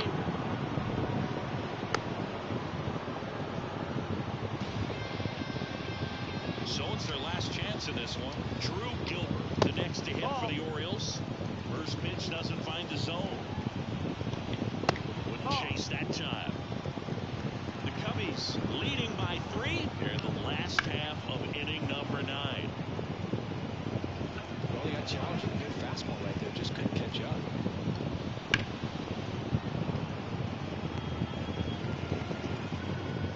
The Orioles down to their final strike. They tried to get him to chase on a slider down and away. So now 2 on, 2 outs. Not what he wanted to do there, Boo. That keeps this inning alive and gives this offense a good chance to cut into their deficit. Gonzalez in the box now. Takes strike 1. These fans, they are ready to cheer about something. Fights that one away, and the count remains 0-2. The tying run at the plate. Got him! And that is the ball game. When you reel off 8 wins in a row, you're this close to double digits, and now all of a sudden it's a challenge within a challenge to get 2 more wins to get to 10. But there's definitely a high level of confidence that this team is playing at right now, and that's one of those things. You don't want to rock the boat. You don't want to disturb things. Make sure the clubhouse is giving you the same good food it's been giving you all along, and you can keep this win streak going. The shutout in this one, 3-0 our final score. For Chris Singleton and our entire outstanding crew here at MLB The Show, I'm John Shambi. We'll see you soon.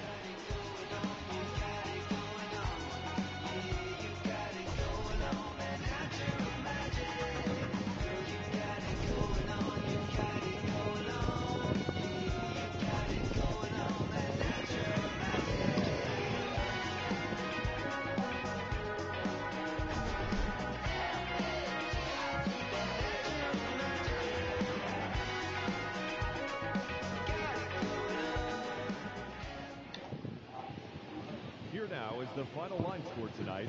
First for the victorious Chicago Cubs. 3 runs on 7 hits. No errors. They left 6 runners on base. For the Orioles, no runs, 5 hits, no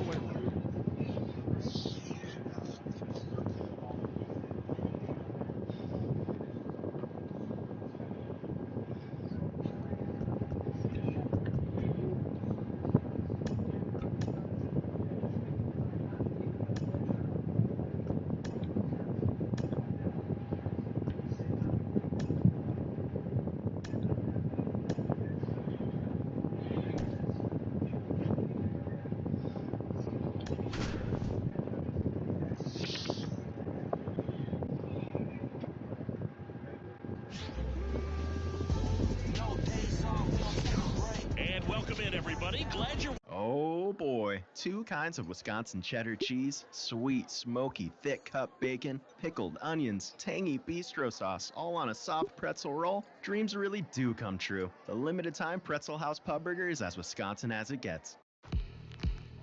When you travel with Amex Platinum, you can get room upgrades at fine hotels and resorts when available, so your trip goes from great to greatest. That's the powerful backing of American Express. When things get tough. Yeah, his batting average against is actually better when he's in a jam, so we'll see if he continues to dance his way out of danger. All right, ready to get underway. So up now for Chicago, Chris Jackson. And here comes strike one.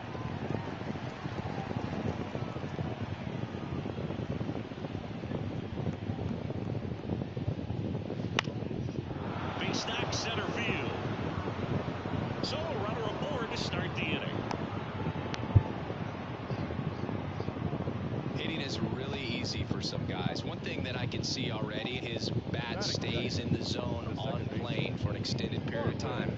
And guys like that, they have a high contact rate and they have more barrels because of that bat being on plane. And even when you don't get it great, it's still hit hard enough to dunk something in like that in front of the center fielder.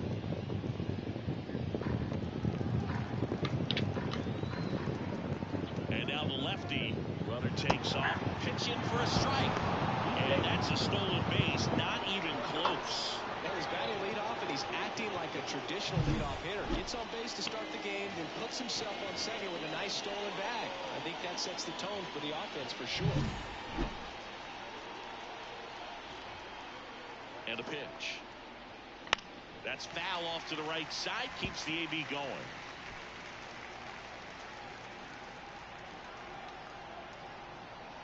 Man at second. And a foul ball, he stays alive.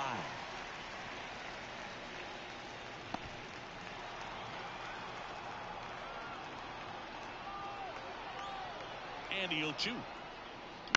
Fly ball center field. Flying after this one. Pulls it in on the run. One away. Batting third, the first baseman. All right, let's take a look at the lineup. One guy swinging a hot bat recently, Chris Jackson. Not doing anything crazy right now, but he's been solid over the last 10 games. And hey, with that batting average, if it was over the course of a full season, we're talking about Hall of Fame numbers. 333 over the last 10 games. 1 for 3 doesn't seem that impressive, but you know what? It's tough to do when you consider. Here's Andre starting another streak. Enjoy this little run right now. He's not getting to 70 though. I think Jason tell it.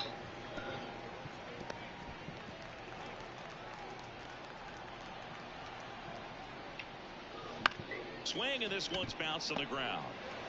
In plenty of time to first. That's it out. Keith Edwards now at the plate. Here's the pitch. Runner breaks for third. There's a ball. Throw to third, and he's in there easily.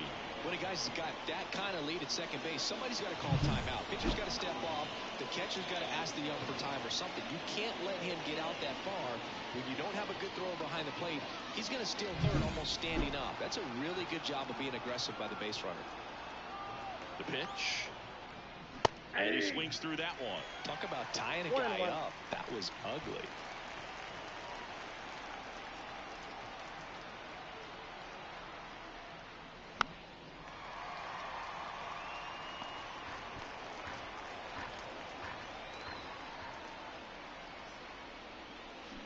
Chases that one out of the zone, and that'll do it. Well, needed a big strikeout to get out of danger. Turned into the deception of that changeup. Great execution. Really sold it with the arm speed. Had his opponent way out on that front foot.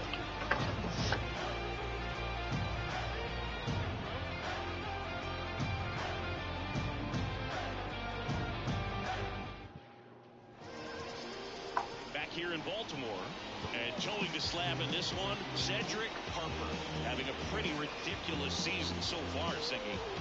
Yeah, you see there with the sub-2 ERA, very dependable guy, and he's been pretty much lights out so far this season. So, when a guy like this takes the mound, Boog, I'm expecting to watch him get into a rhythm quickly and just move through a ball game. Sometimes you can see some big strikeouts. Other times it's hard to even know he's there because the innings go so quickly. Here's the 0-2. Knocks that one away, and we'll do it again.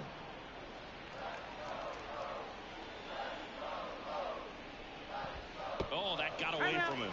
And he's going to reach on a hit by pitch to lead off the inning. And stepping in, the rookie left fielder, Heston Kjerstad. Swing and a miss. 0-1. Kjerstad. That misses the zone, and the count is 1-1. Nobody out, runner at first.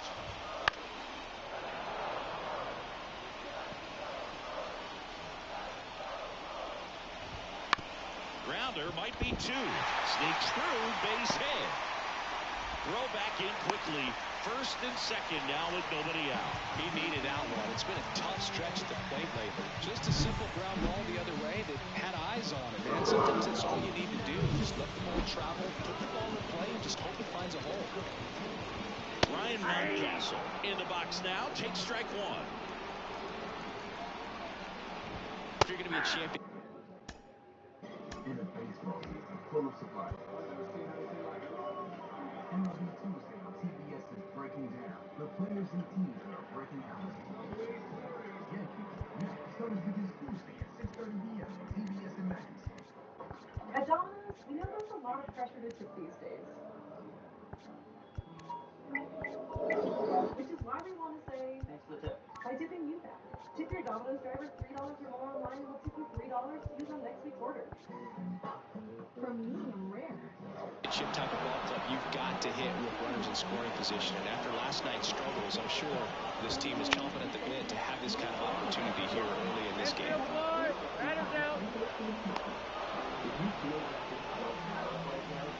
All right, let's take a look at the Orioles lineup now. At the bottom of the lineup, a guy trying to turn things around.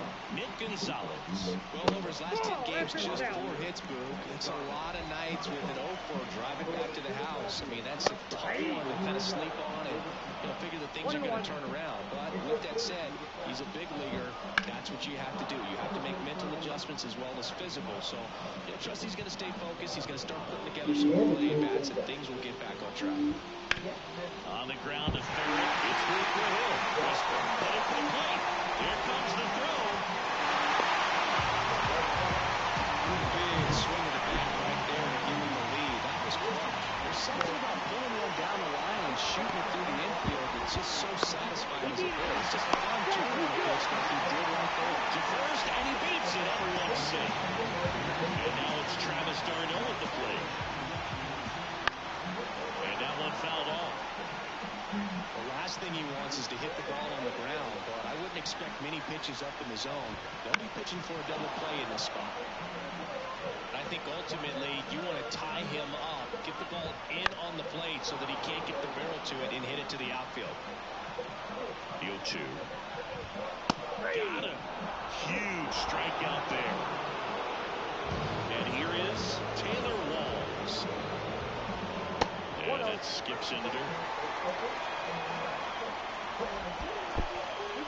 In the dirt. Wow, that's a great job behind the dish there. The pitch. And a curve is down and in. In situations like these, the air can get really thin up there at the plate. You got to find a way to breathe and slow everything down. Bases loaded, 2 down. Here in the third and final game of the series. Slice the other way and foul. On the ground to short. Whips it across, and that'll keep more runs from coming in, inning over. But the RBI single pushes across a run. It's an early 1-0 lead. This is Cubs baseball on the show, Chicago.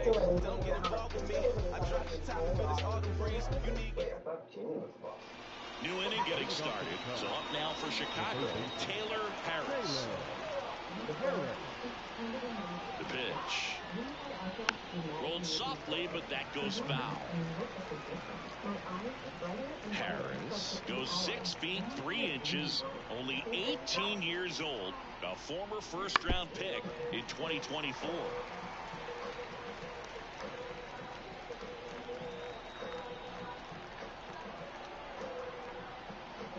Kicks and deals. Foul ball, it stays 0-2.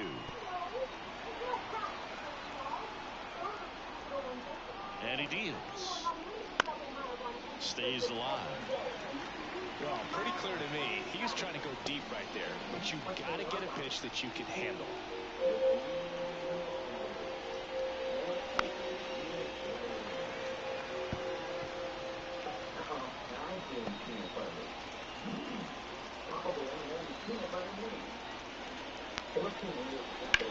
Swung on, belted.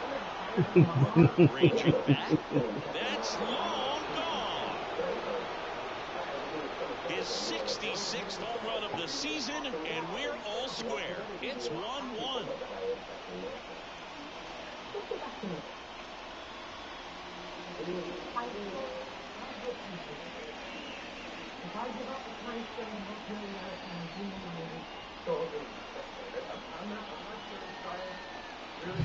There was a fastball down the middle. I don't think the hitter recognized the pitch, but once he did, was quick enough to get it in play with some authority. He got that up and out of here.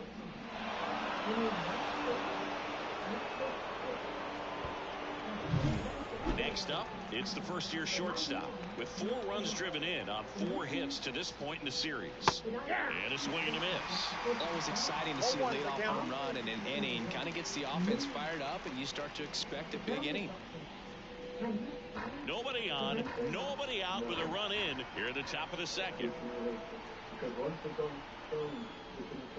Inside corner, and that's called a strike.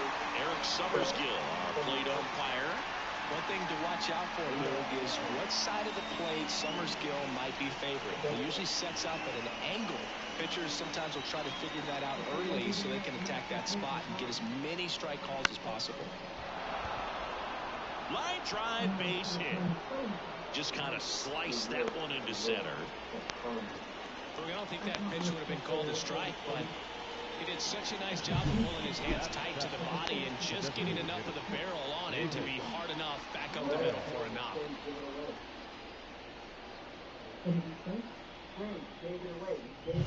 Davis Webb, the next Cub to hit.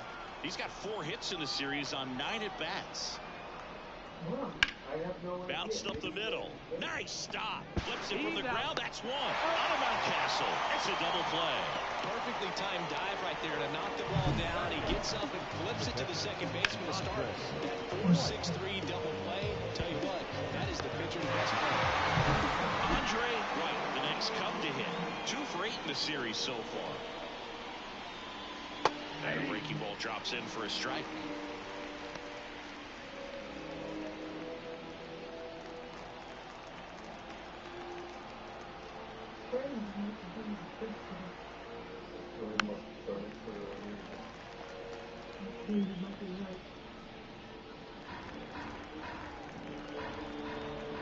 And the pitch.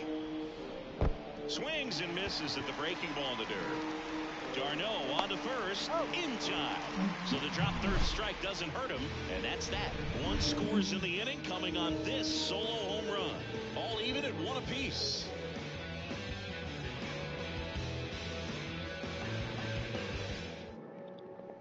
And welcome back to the ballpark. Bottom half of inning number 2, and here is Drew Gilbert.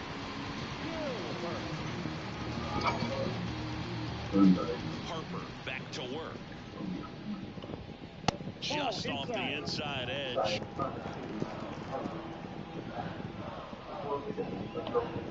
A swing and a miss, and that's strike 1. This guy's got such a good sinker. As a hitter, you've got to look up in the zone. If you look down, you're going to be chasing stuff in the dirt. And another ball.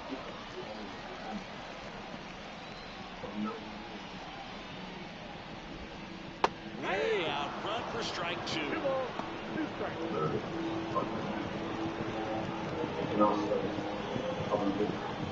And a pitch.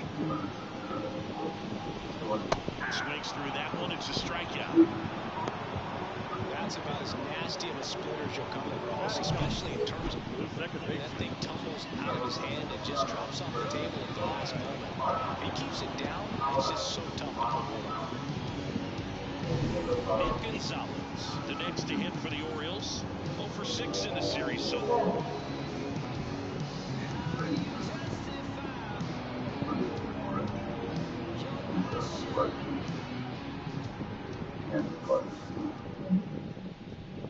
He takes a strike. 0-1.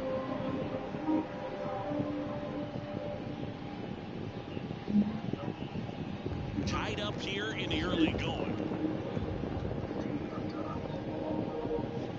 And a curve is down and in.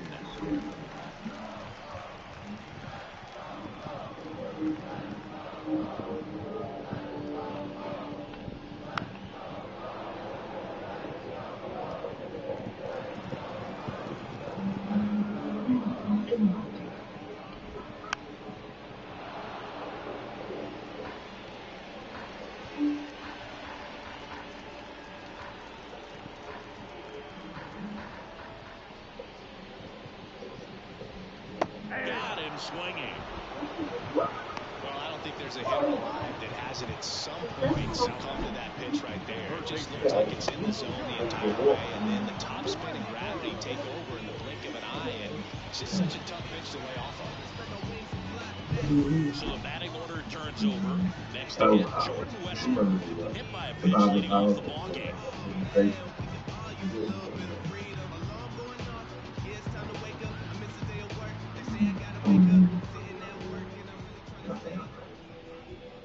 And that's in the dirt. The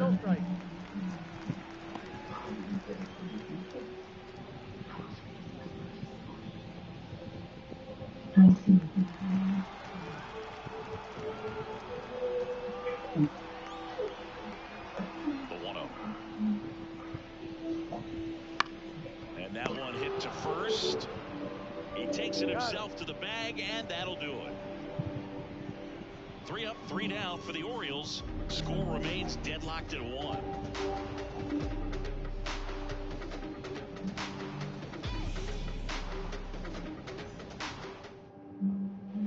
All set for the start of the inning. Here's a speed threat, Osiris Johnson. I think when you contemplate him as a player, the first thing you think about is defense, and you think about that great arm. I also think about the speed. If he can get on, that's going to give one more thing for that pitcher to think about. He was late there, strike 1. I think he was sitting off speed there.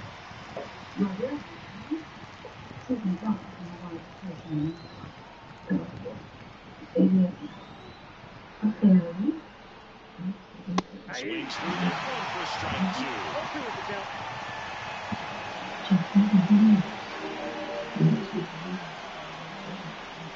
Missed with a changeup. 1-2 the count. And a pitch. Fights that one away, still 1-2.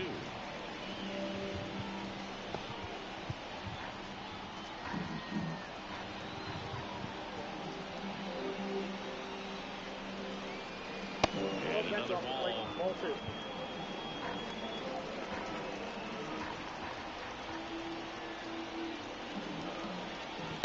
Chase that time.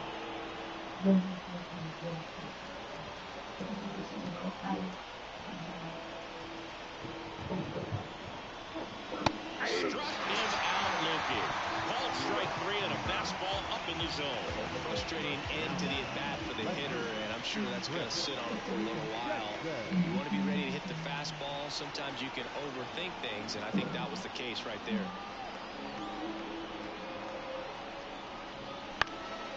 And that one fouled off. 1 out, base is empty. Swing and a miss. And it's 0-2. No ball, 2 strikes.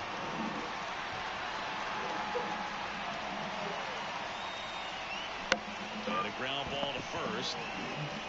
And he handles it himself for the out. The batter, number 22, second baseman. And next for the Cubs, Marvin Randall. He's kind of an outlier, especially when guys are consciously sacrificing contact to deliver power. Swings through that one for strike one. Yeah, his swing is so good. It's in the zone a long time. He gets the barrel to it a lot, and that produces more base hits. And that one a little below the knees, and that is ball one.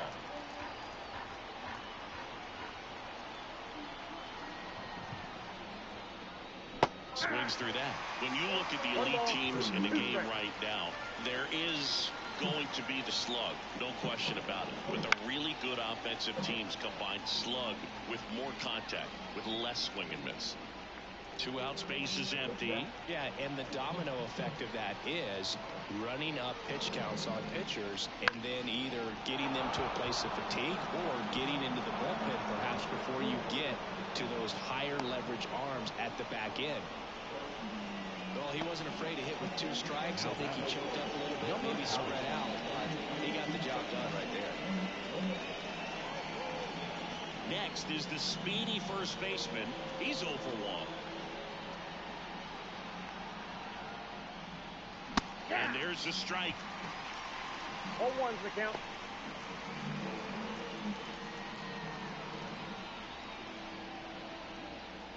Randall, the runner at first with 2 gone.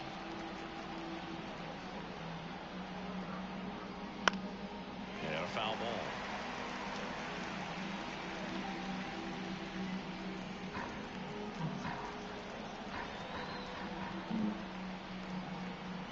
Two outs.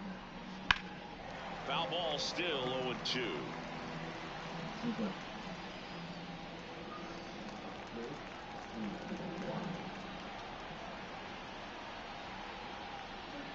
Down to the dirt, swing and a miss. And it's in time for the 3rd out, so that'll end the inning. So no runs here on a base hit, no errors, and 1 left. We head down to the home half of inning number 3. All tied 1-1.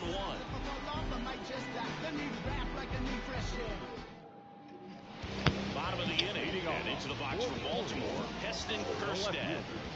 Harper back to work. Little chopper rolls foul.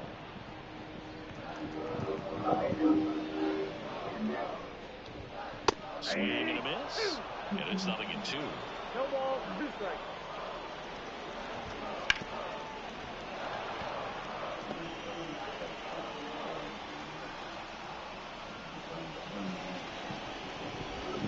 Got it by him for the K. Really love the pitch sequence right there. I'm telling you what, pitcher and catcher on the same page right now. Here's Ryan Mountcastle. That pitch gets the corner, and it's 0-1. Man, I mean, nice job just presenting it to be better than it actually was. Just missed. The lefty fires. Gonna go 1-2. 1 ball, 2 strikes.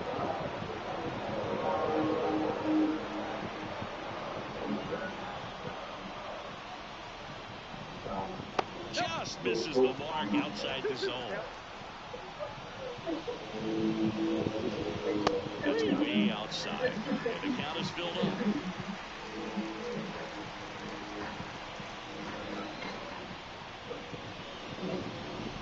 And there's ball 4. Now batting, right fielder. Now it's the right fielder, Brent Rooker. Counts 1-0. In the dirt, blocked. No advance, good job behind the dish. Kicks and fires. Double play ball to second. Off balance beat, there's 1. Double play. What a twin killing to end the inning. So they make short work of them there. On to inning number 4. All tied 1-1.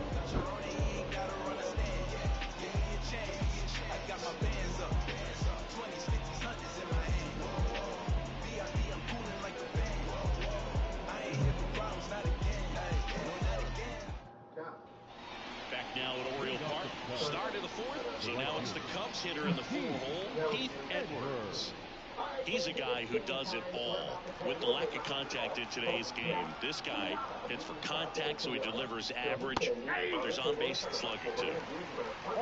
Early in the count, you have to be real careful because of that power, but then if this hitter gets a strike or two on him, he's still very comfortable. And because he has the ability to get the barrel to the baseball, he's a threat deep into the count as well.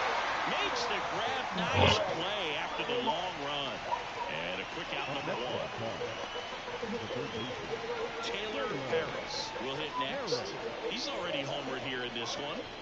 This guy makes great contact. One of the best in the game at putting bat on ball. He's got such quick hands, and he's gaining pitch recognition. That keeps him square to the plate. There's a good chance that his bat stays in the zone a long time, and that produces solid contact consistently. One down, base is empty. Out to short, Walls. To first, two gone now. Now batting, number 33. Here's the shortstop at the plate. He's someone that you might not describe as having elite level speed, but he can absolutely move, and it is a factor in his game. Late with the swing there. Look, this guy's definitely a plus runner. What I love about him is that he goes all out every single time, never takes a break. It's guys like that, even though they don't have the elite speed, the fact that they're consistent with it, they make moves on the base paths. All tied up, top half of inning number 4.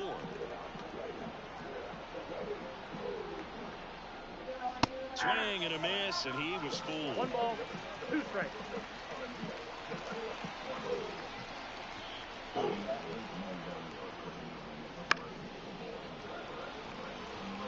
That was the emergency hack right there.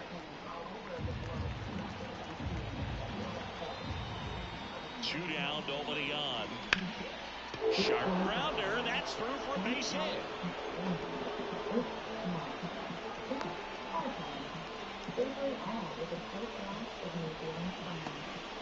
Just so sound in his mechanics. Hits against a firm front side, and the hands just continue to carry through the middle of the field. Go ahead run on base. Davis Webb, the next Cub to hit. That one fouled off.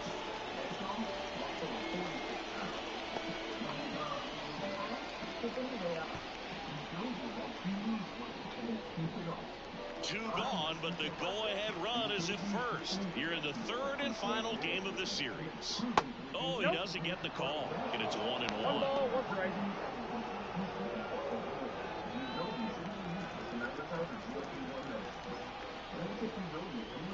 Breaking ball clips the corner. That's a strike.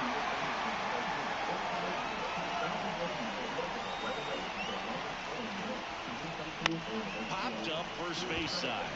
Mountcastle gets under it. Makes the grab, and that'll end the inning. One left for the Cubs. Still tied, 1-1.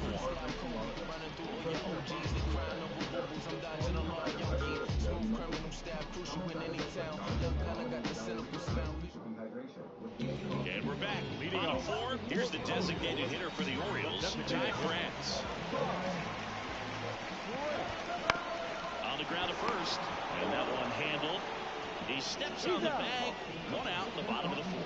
Yeah, I'm looking at his body language, and he just doesn't seem like things are in sync, and the ball's just not coming off his bat the way it did earlier in the regular season. Here's the catcher, Travis d'Arnaud. Went down on strikes his first time through. Close, but called the ball. And that's ball 1.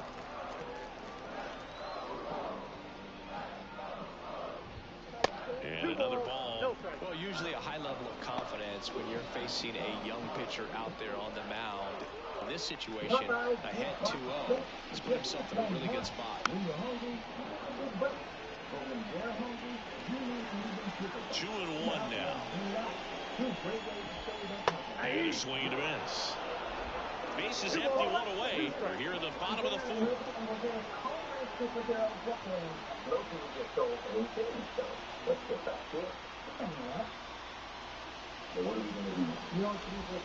That misses the zone, and the count's full. Definitely a swing and miss slider down and in. He finished that really well. Just couldn't get him to operate it. The wind of the pitch. This one chopped up the middle. Tosses to first. And that quickly 2 away. First of all, that's just a nice job to even get to that ball. And then even more impressive was the throw. Off balance, had to try to, in the air, get his shoulders turned and make a strong throw. Does show off the strength of the arm. We're usually used to seeing that kind of arm strength from the shortstop.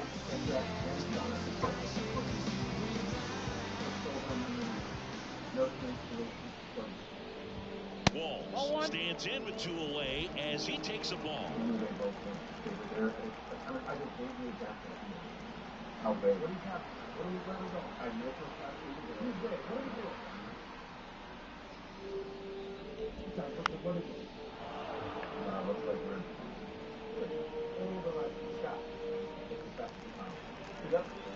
What can you do?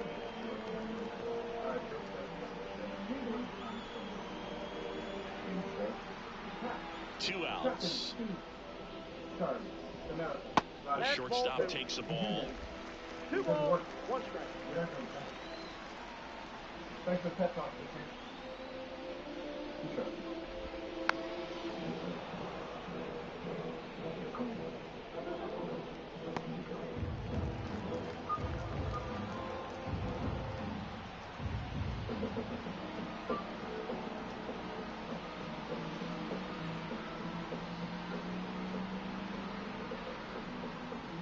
The pitch timer expired before he started his windup, so that's a ball.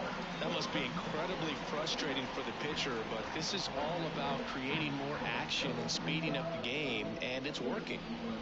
Inside ball 4. Well, a great back and forth in that at bat. He had to lay off some really close pitches, and somehow he found a way to keep the bat on his shoulder right there. I'll tell you right now, I couldn't have done it.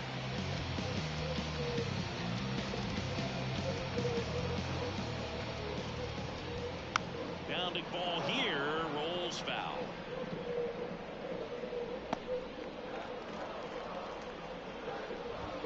Ball 1 there. Walls off of first with 2 away.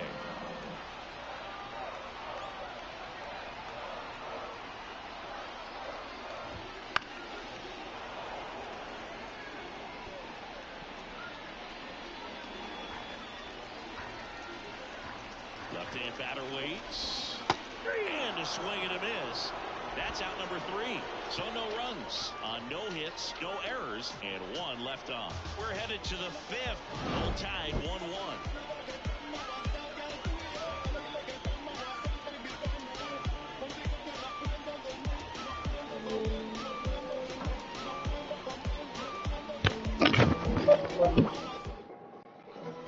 We go to the top of the 5th. Here's the power hitting catcher, Andre White.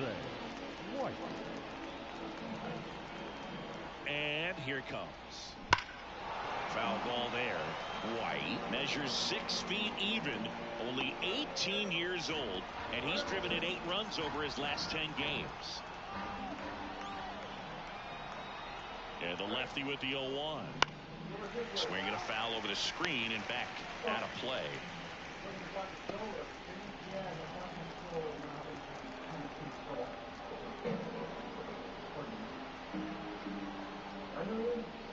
Swings through it, and that's a strikeout. Just overmatched on that fastball right there. It wasn't like he was set up for it by something off speed earlier in the at-bat. Just came right after him with 3 straight, and he had no answer for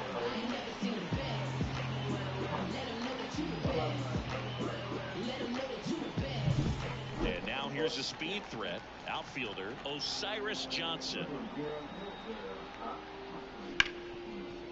Hard hit left side.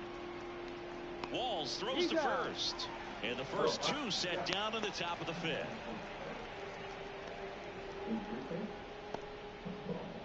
Back to the leadoff spot in the Cubs lineup. Chris Jackson, the next Cub to hit. 1 for 2.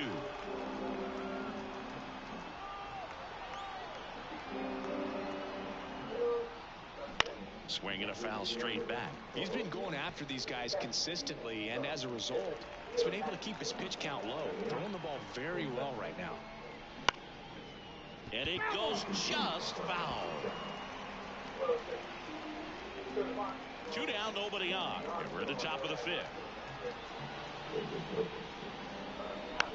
Hit weakly on the ground. Gonzalez. See!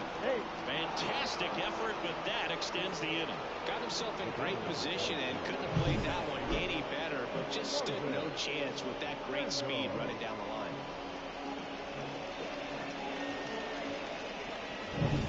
Here's the second baseman, Marvin Randall.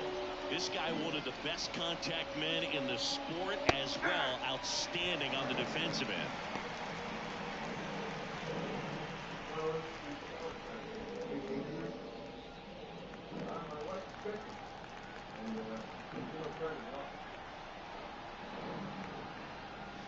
One and one. And a pitch out, but nothing going on.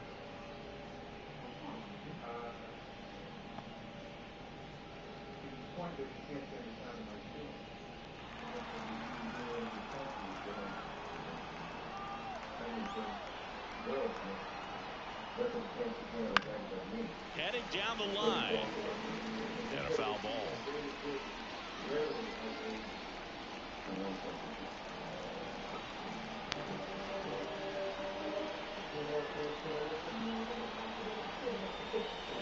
Swing and a miss. Struck him out. Couldn't catch up to the heater. Cubs lead 1. Score remains tied 1-1.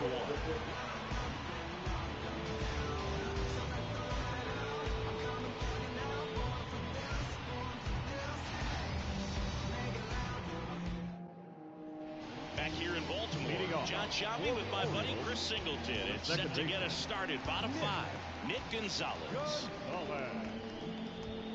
That's a strike across the top of the zone. You know, these Orioles just lacking discipline at the plate in this ballgame. They've been chasing pitches outside the zone all. Oh, that can come on the mound. No chance for a play, and let's hope the left-hander's not hurt out there. Catcher coming on to check on him. It looked like it got him on his back leg. So you wonder if that might be a problem for him in terms of pushing off the rubber. Yeah, it's a great point, and we'll have to see how he looks. But to me, it appears he's moving pretty well. I think it's just going to sting for a while, but hopefully nothing more. Westberg in the box now. Takes strike 1. This is one of those situations the infielders have to pre-plan and understand that the ball's going to be hit extremely hard right at them if they're going to have a chance to go for a double play. All tied up. Last half of inning number 5. The next pitch misses. Now 1-2.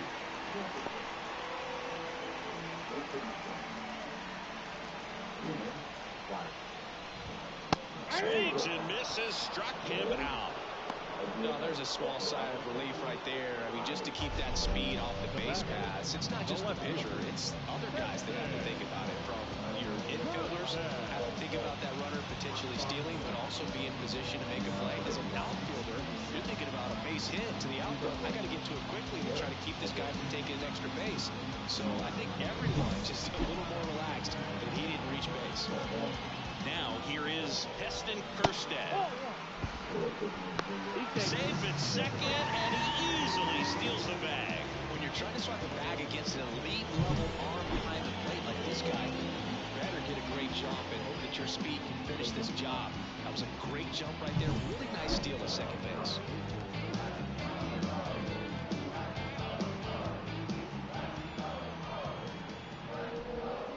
And that skips into there. As a pitcher, you know the runner on second is ready to push things with his speed. A base hit's probably going to be a big run, so you really have to. And look out.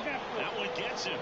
The second man he's plunked in this one. Lefty on lefty matchup, and sometimes you can be on roller skates a little bit where you're really wanting to get out of the way, but other times where you're saying, probably safer if I just try to get a fat part of my body on the baseball and won't hurt as much.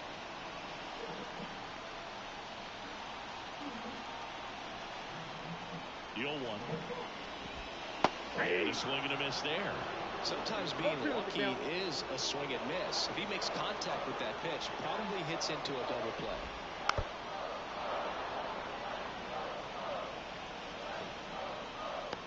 Gonzalez at second. Kerstead at first. One gone. Swing and a miss. Struck him out.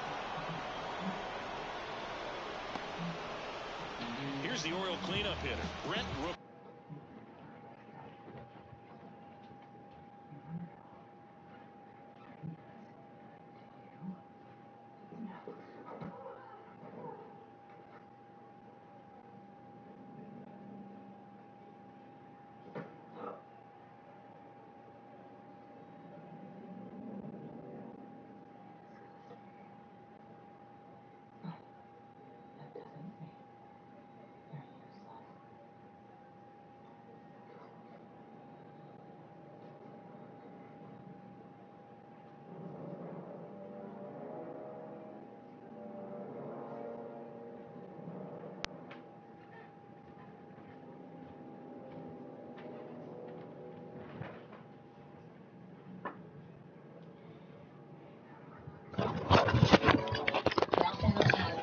I wonder if you could pick up pinata candy with those big beefy fingers. That's what we're wearing.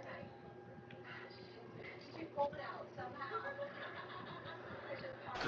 1 for 2 and an RBI base hit back in the first. Slider for a strike.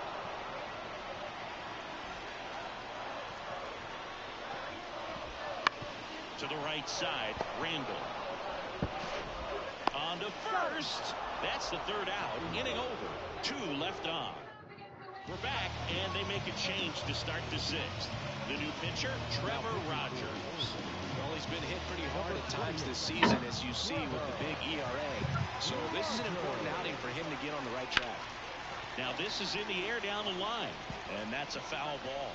Rogers, a former All-Star. He features a 4-seam fastball, a changeup, a slider, and he works in a 2-seamer.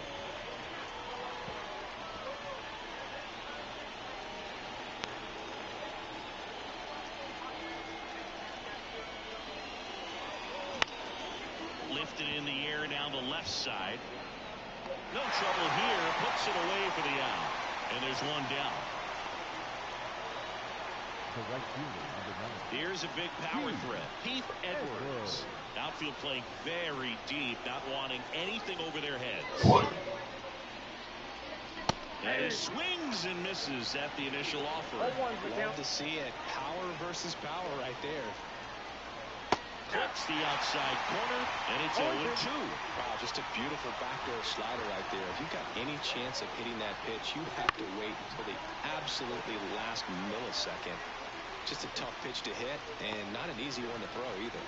Mountcastle pulls that one down, 2 away. Taylor Harris, the next Cub to hit. That one is absolutely belted. Way back there. And it's out of here. Another homer. His second home run of the game. It's 2-1. He put a charge into that one. That was a lightning swing right there. No doubt about it.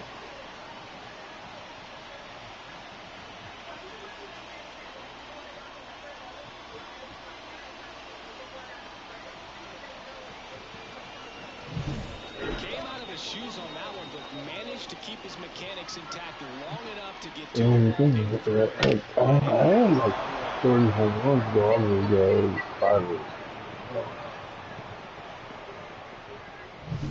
And the batter will be the shortstop. And that one ripped into right. He makes the grab, and that is that. Cubs get one on the solo shot, and it's now a 2-1 ball game. It's Major League Baseball, and it's on the show.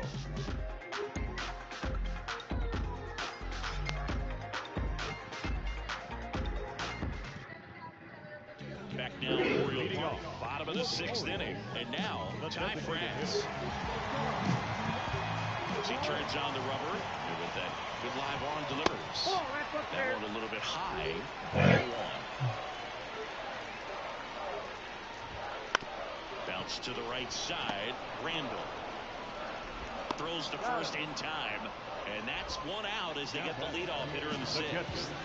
Good sinker low in the zone right there and produced exactly what he was looking for. Ball on the ground, nice ground out. Tarno up for the third time and takes ball one.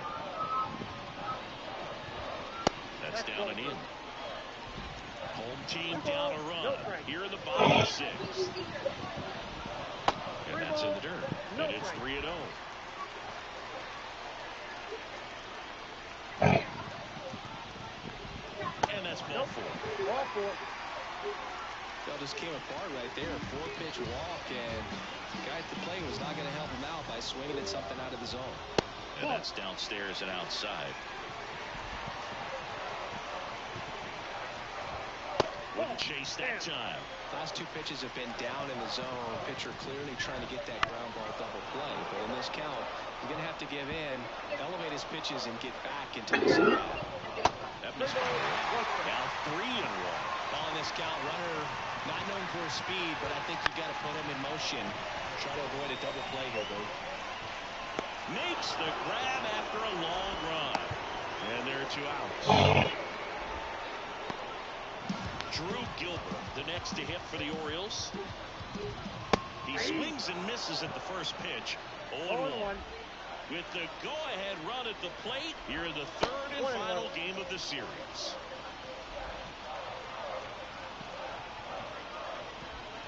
Just missed. Last couple of pitches breaking balls away. I think he's going to have to come firm inside to be able to open up that location if he wants to go back there later in this count. 2 outs. In the air to left down the line. And that will drop foul. 2-2 now. Gets a piece and stays alive. 2-2 now. And another ball. The lefty closing in on 100 pitches. Foul ball, and it remains a full count. Battling here as he fouls it away.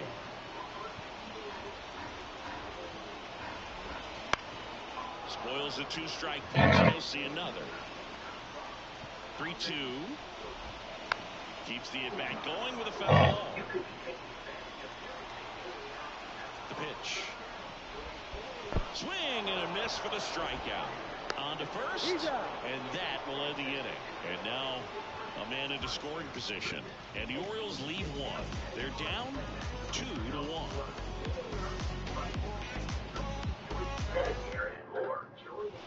And welcome back to the ballpark.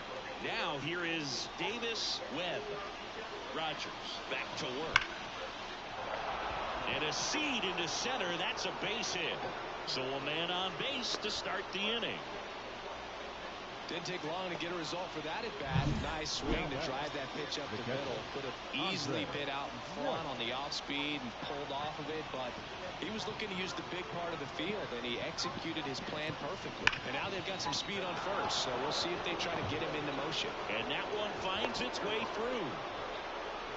Couple of singles back to back. That was one of those swings that feels like you're swinging an aluminum bat. He jumped off so hard, squared it up, and it went screaming at 108 miles per hour.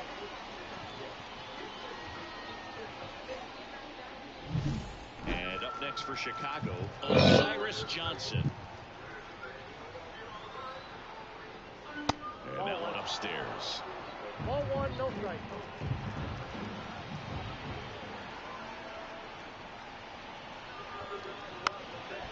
Now a drag bunt, third base side. Bare hand has to hurry. In time. Got him. That right there was a productive at bat. You know you're doing something right anytime you help move 2 runners into scoring position and give your team a chance to drive in a couple of runs.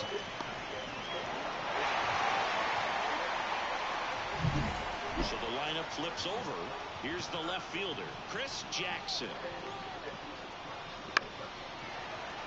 And fouled off.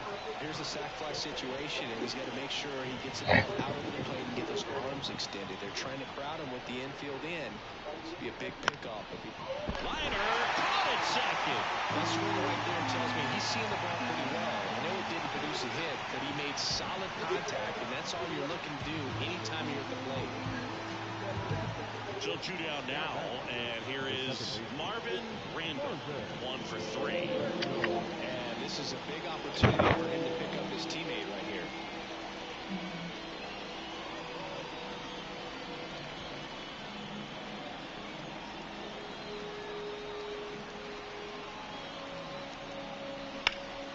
Rip towards third.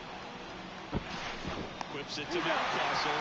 That ends the inning as they squander a chance to pick up some insurance. Cubs strand a couple as they're unable to add to their 2-1 lead. And we're back. Leading in, Nick Gonzalez. The second baseman, Nick Gonzalez. The wind of the pitch. Breaking ball inside. 1-0. Well, he's back out there to begin the 7th. That surprised you at all, Chris? Yeah, a little bit. It was a little rough 6th inning there, but his skipper's got a lot of confidence in him. But trust me, they will keep a close eye on how he does in this one. Looking to get the tying run on base. Swing and a tapper that rolls foul.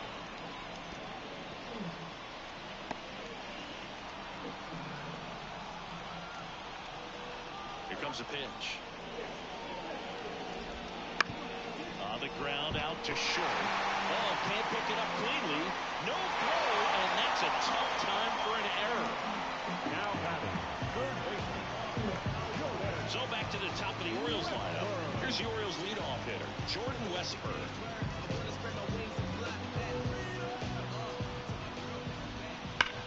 On the ground to first, could be 2. Tosses to the pitcher, covering the bag. And 1 away in the bottom of the 7th. You want to be a great defense, you have to deliver consistently. It doesn't matter how many highlight reel plays you make if you can't execute the small stuff, just like we saw.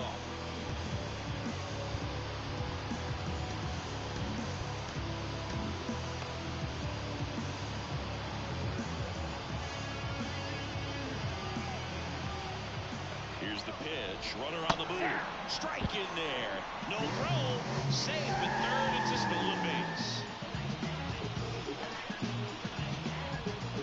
Trying to hold a 1-run lead here at the bottom of the 7th.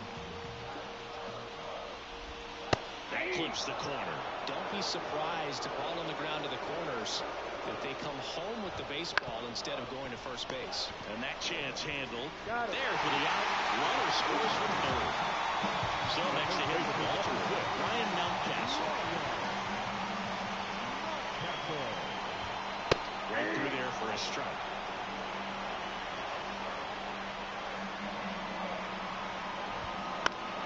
In the air out to center. He's got it.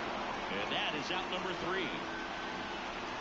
But they're able to even it up here in the late innings. 8th inning coming up. We are tied 2-2.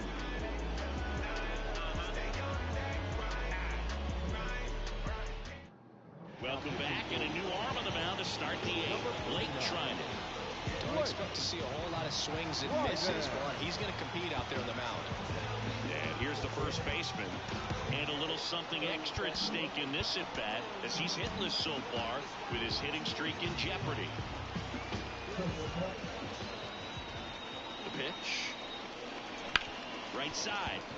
And it finds its way through for a hit. Off to a good start with a leadoff dive.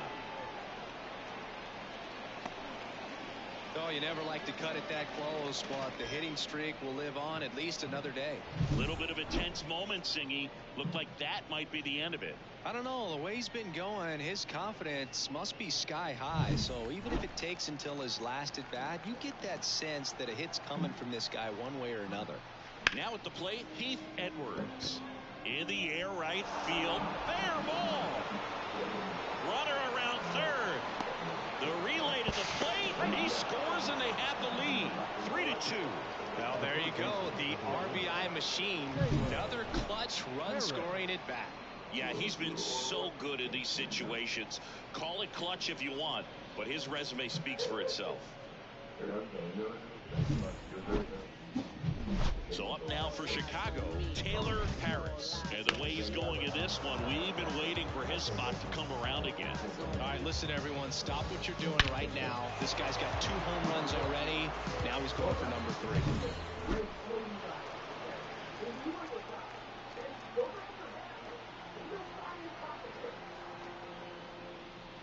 That one misses, and it's 1-0. Movement in the bullpen. Nick Wickgren, the veteran right-hander, appears to be loosening up. Rogers getting cranked up as well. The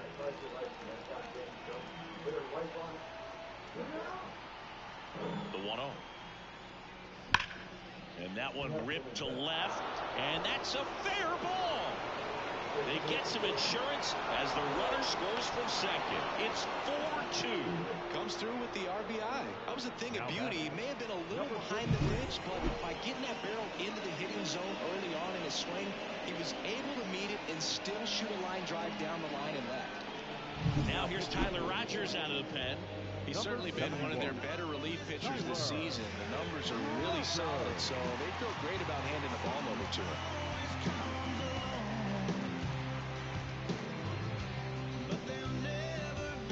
Now it's the shortstop.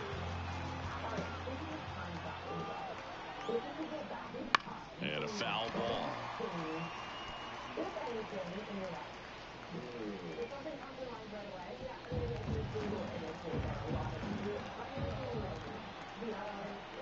Righty delivers. Swings and misses at the pitch off the plate. 2 really good back-to-back sliders. Now in an 0-2 count. He's feeling real confident about finishing this hitter off. He can go anywhere he wants. In the air, right field. And that'll fall for a base hit.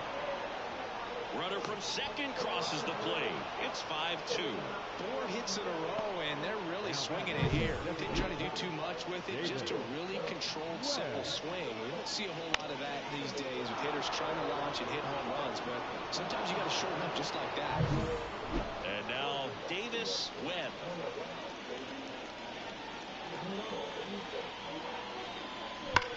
Slides, but it gets by him. Throw back in quickly. First and second now with nobody out. They are really feeding off each other. That's 5 hits in a row. Pretty tough for the infielders to do anything with that one. He pulled it hard into the outfield, and even when you keep it on the ground, it feels great when you hit a missile like that. Andre White, the next Cub to hit, known for his rocket arm behind the plate. There's a strike. First and second here, no outs.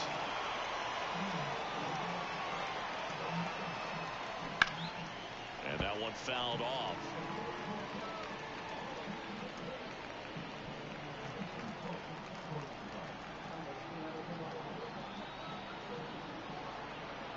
And the righty deals. On the ground to third, might be 2. Goes to second for 1. Plenty of time at first. That's a double play. As a former player, watching 5-4-3 double plays brings back some adrenaline. It's such an exciting play, and it's always a great reminder of baseball being such a team sport. And now it's going to be Osiris Johnson.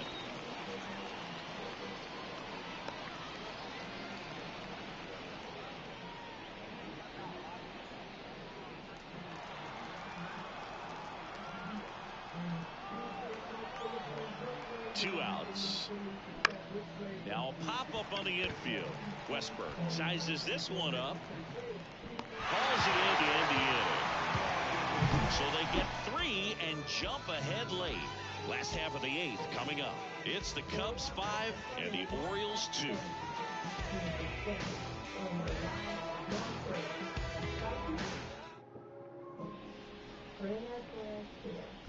Back now, new pitcher on the mound as we roll into the bottom of the 8th. Tristan Garnett on for his 20th appearance of the year. Rooker stands in here, leaves that one off the inside.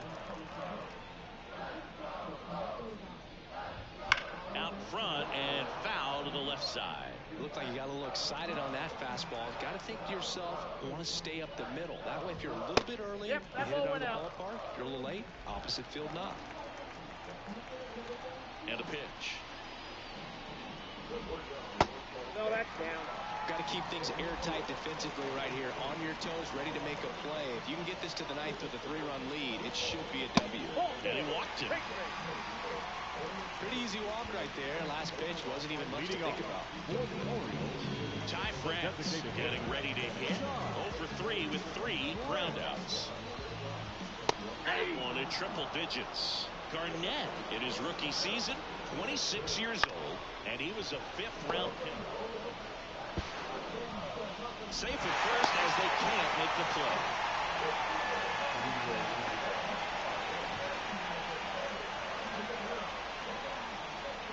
So now the injury forcing a substitution at second base. On the run for Baltimore, Robert Hassel III.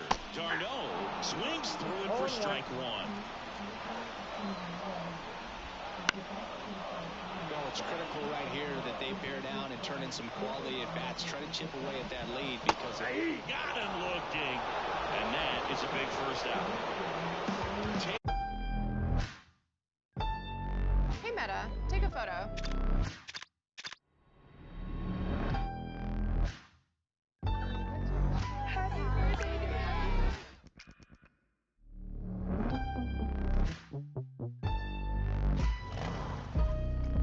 Hey, Meta, look and translate that sign. It says, dance all night.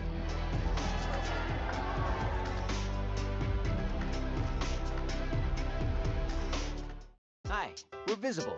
Get set to travel this summer with a wireless plan that'll keep you connected on the go. All on a one-line plan with unlimited 5G data and hotspot for just $25 a month. From vacation to staycation, travel like a champion when you switch at Visible.com. Oh boy, 2 kinds of Wisconsin cheddar cheese, sweet, smoky, thick cup bacon, pickled onions, tangy bistro sauce, all on a soft pretzel roll. Dreams really do come true. The limited time Pretzel House Pub Burger is as Wisconsin as it gets. Had to make a great pitch, did it, got the strike. Now into the ball game on defense, Robert Hassel III. He takes over at right. Back to the top of the lineup, down the left fielder, Chris Jackson. Outfield playing pretty shallow. And it is. Next offering, popped in the air, right field, and there's one down. Lefties can definitely be a little pull happy up there, especially with pitches that they see pretty well. That was a good example. He hooked an outside pitch, hit that ball in the air to right, just not with much authority.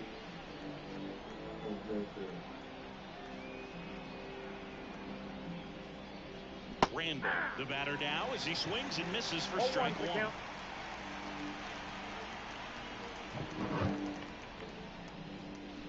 Swing and a miss. Well, you got the hitter already chasing that nasty slider. If you're on the mound, you just want to expand the zone right now. Get a swing and miss and get through this at bat. Swing and a line drive and a base hit up the middle. So a man aboard now with 1 away.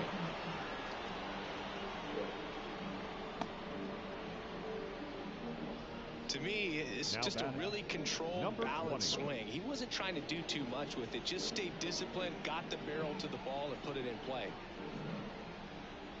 Whitgren checks on first, and he's back in easily. Base runner with a one-way lead right there. All he's trying to do is get a look at the pitcher's move. Had no intent of stealing on that pitch. Stepping in, number 20. And the first pitch misses for ball 1.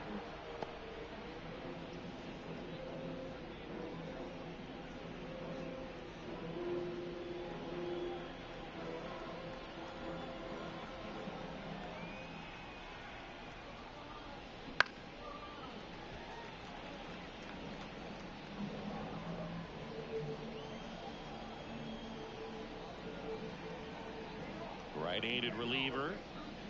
That one's in there. 1 and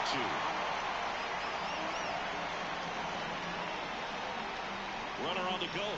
Pitch misses inside. Safe at second, and that was not close.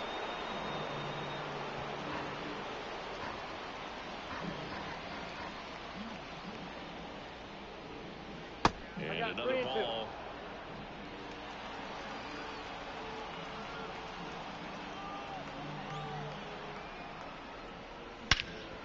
Hit pretty well in the air out to center. Under it. Squeezes it. Runner tags at second, and he moves up to third. Now 2 away.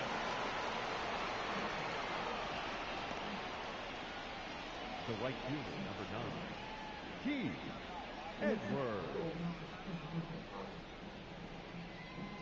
So a man aboard. Now the Cubs 4-hole hitter, Keith Edwards.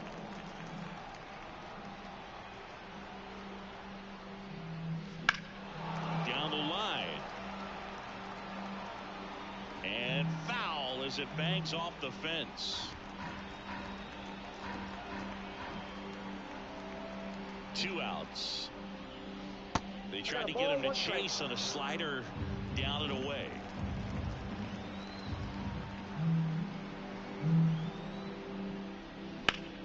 Swing and a ground ball up the middle. That's a base hit. In comes the run from third. It's 6-2. Couple of hits in a row for him here. Just kept it simple. Played pepper with the middle of the infield and took it back where it came from, and there's just no one there to knock it down.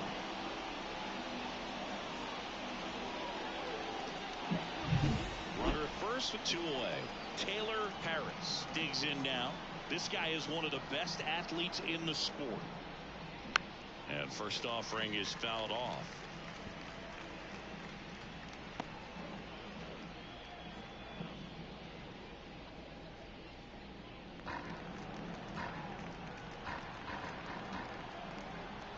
Righty to the plate. 1 ball, 1 strike. It's a pitch out, nothing doing, and that's ball 1. 1 run across in the frame so far here in the top of the 9th.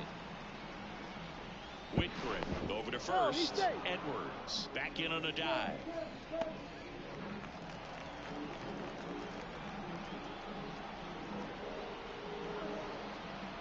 At the belt and fires. So a foul ball makes it 1-2.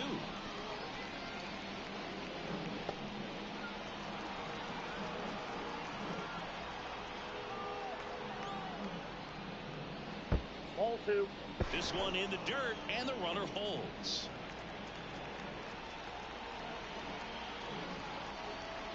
Here's a 2-2. Smoke to right center, and this one's gonna go out of here.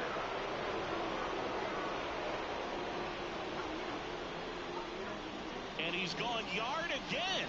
That's his 3rd home run of the game, and they boost their lead. It's 8-2. Singy, the ball is jumping off his bat. Yes, it is. Tons of loud contact. Man, it's been impressive. He's putting on quite the show at the dish here in this one, and he's just so locked in with this swing, and he's just not missing right now. 3-homer game, man, it's so special. And I tell you what, it's a lot of fun watching him pull it off as well. Emilio Pagan on the pitch here. I think it's got to be a little tough coming in out of the pen when your guys are trailing so big on the scoreboard. Just doesn't have the same intensity to it, but he's got to find a way because these batters count the same for his stats, obviously, regardless of the score. Here's the shortstop at the plate. He's a guy who does it all. And a good fastball to start him off. That's strike 1.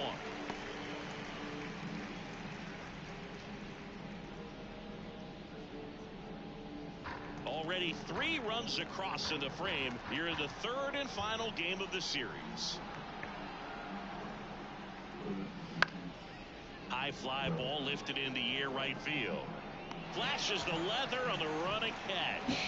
And that'll do it. But they strike for 3 in the inning. 2 on this 2-run home run. It's now 8-2. You're watching Major League Baseball exclusively on the show.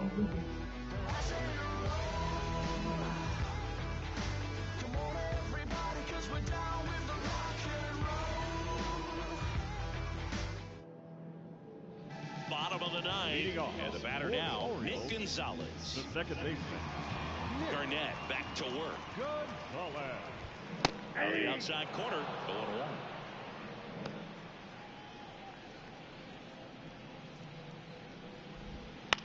Popped up. Should have this one. 1 up, 1 down.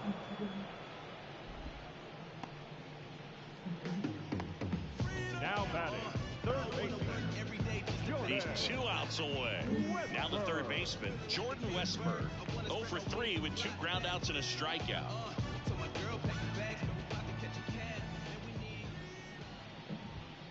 And that's off. the inside edge. And that is ball one. Wouldn't chase that time. Lefty continues to work, but the closer getting loose in the bullpen.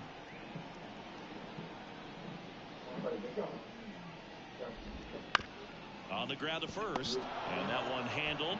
He'll do it himself, and a couple of quick outs. Now batting, the left fielder, Kirsten. So they're down to their final out. Heston Kjerstad now at the plate.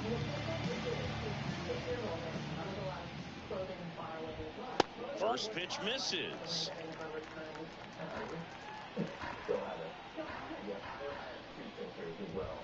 Just missed. 2 down, nobody on. Gets the call, and it's 2-1.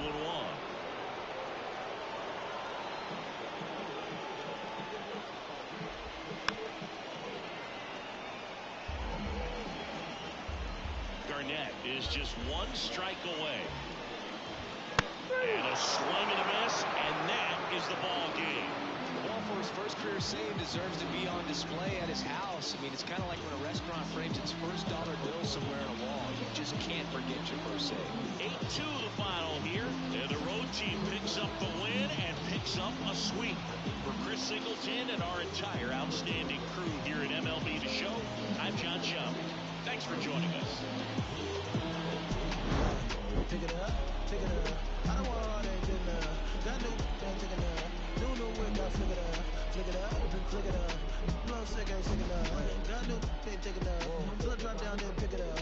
I got at least infinity flows. Abstract, absol, infinity stone. End game for my enemy, y'all. Pin game, incredible heart. Big fangs, incredible heart. Big dog, G-O-P, R-A-P. G-O-P? Wait, this is easy as winning the spelling bee, spelling the letter B. H-I-P, H-O-P-S-A-D-E-D, me. Man, amazing grace, you made your bed and I made my plate. You banking, Benjamin Franklin, face to face, to face to face, face to fact. Boy, his stages, all of my wages minimum. Then I dropped the track to make him feel.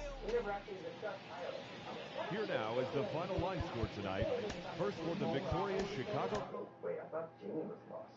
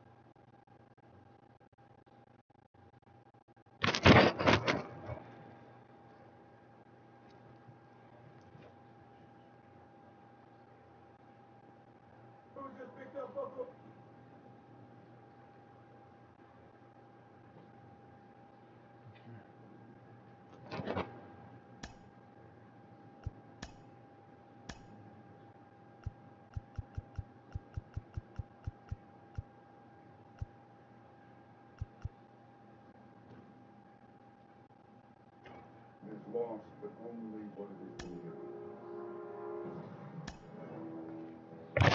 We're grateful, universe. Born out of blood, they'll never know it. Because you won't be alive to tell them.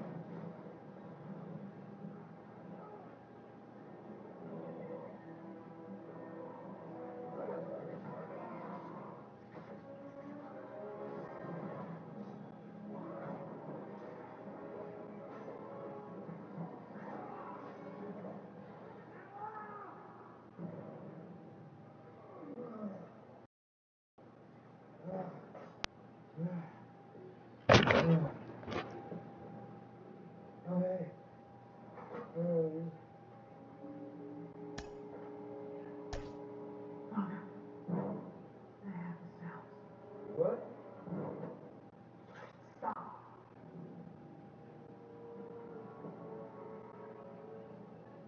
You're betraying us.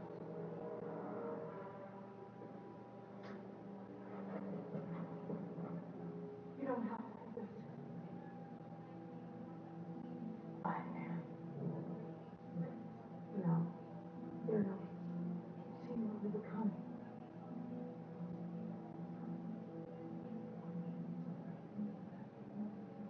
Then you'll understand.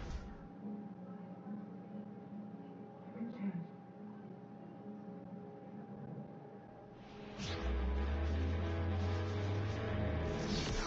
Welcome into Busch Stadium in downtown St. Louis. MLB The Show has action out of the NL Central.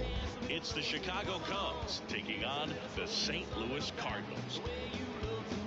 And we'll be back with the first pitch right after this.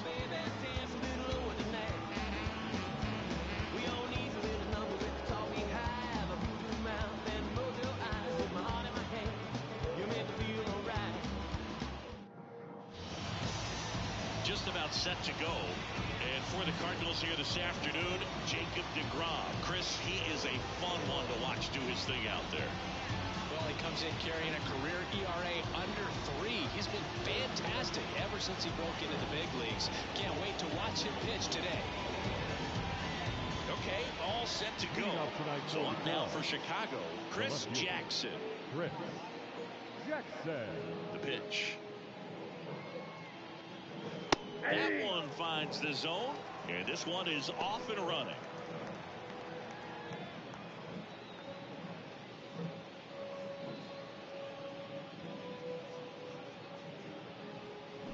The other way. Oh, look at the stop. And he's safe at first. Some strange defense there. Ooh, that's staying within his game right there. I mean, this speedster gets the infield single, and now he's on base to possibly do some damage. I love seeing what guys like this can do to disrupt the game once they get in a position to do so.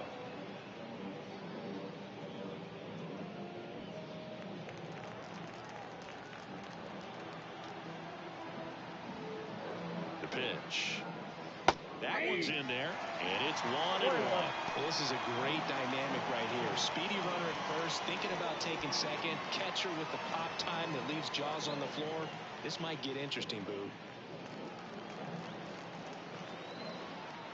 And the pitch. Just off the outside edge, and that's ball 2.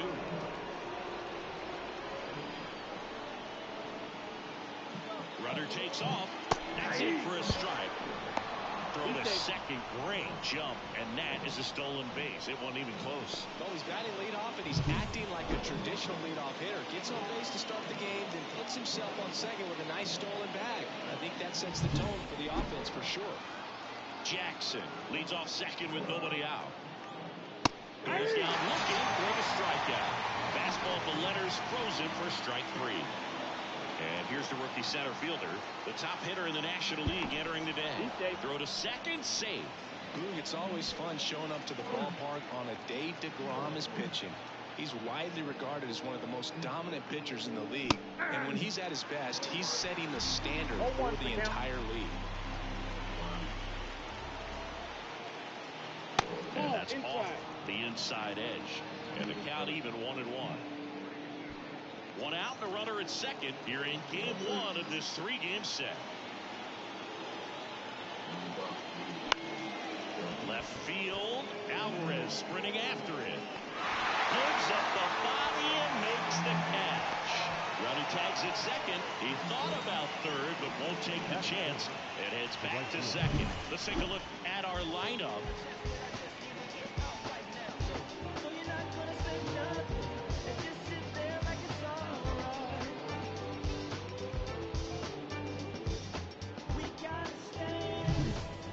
Edwards, the next Cub to hit. It's been such a good hitter with runners in scoring position. Some guys just take it to another level. For him right now at the plate, it's like everyone else is in slow motion and he's in full speed. First pitch doesn't find the zone.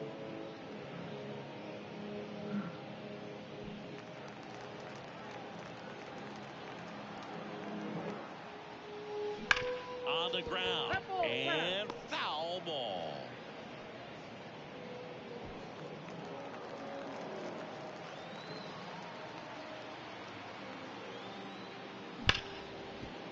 Ripped to short. Tosses across the first. And that is the inning. It's the Cubs nothing. Cards coming up.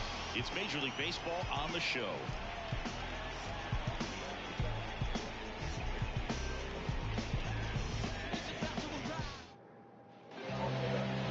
Back here in St. Louis. And on the hill, Marcus Head. Chris, you don't have to dig too deep into the numbers to see how good he's been. He's been nearly untouchable, kind of a silent assassin out there. Just goes to work, and guys look up, it's deep into the ball game, and they haven't been able to scratch anything off of this guy. So look for him to do the same thing today. Maybe go the distance, maybe hand it over to the bullpen at the end and try to get that W. Right-hander kicks, deals. That one in triple digits. He's dealing with a great two-strike hitter right here. The strikeout is not automatic. Swing and a miss. That one in the dirt. Up with it, fires to first. In time to get him. One away in the strikeout. Classic pitch sequencing there to change eye levels for the punch out. That fastball on the pitch before was up. It was very competitive, and that gets you thinking that he might try to climb the ladder. But then the curveball out of that same tunnel just falls off the table, and you can't make contact. We ain't even planning, but we matching those. Everybody look at what we passing those. We just turned the strip into a fashion show. Here's Mike Trout. Good power, not great in the OBP department. Fought off foul.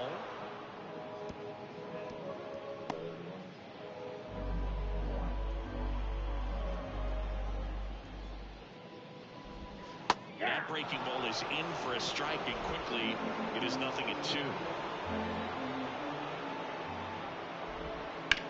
Swing and a ball popped up. Settles under it. He makes the catch, and there's 2 down. Now we take a check of the St. Louis Cardinals lineup. One of the more high-powered lineups in the game right now. It's built to do damage, and they got some guys that can punish the baseball, Chris. So fun to watch these guys take their at-bats. I mean, they're so disciplined, don't give not just at-bats away, but really pitches away. Very aggressive, competitive in the zone, and when they connect, there's usually some loud noise to it, so we'll keep our ears open today. Yordan Alvarez at the plate now. That's ball 1. 2 outs, base is empty.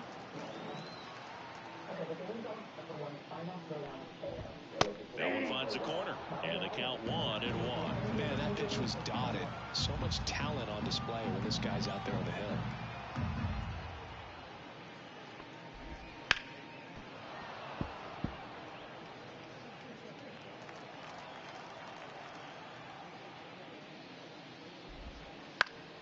Fouls it off, still 1-2.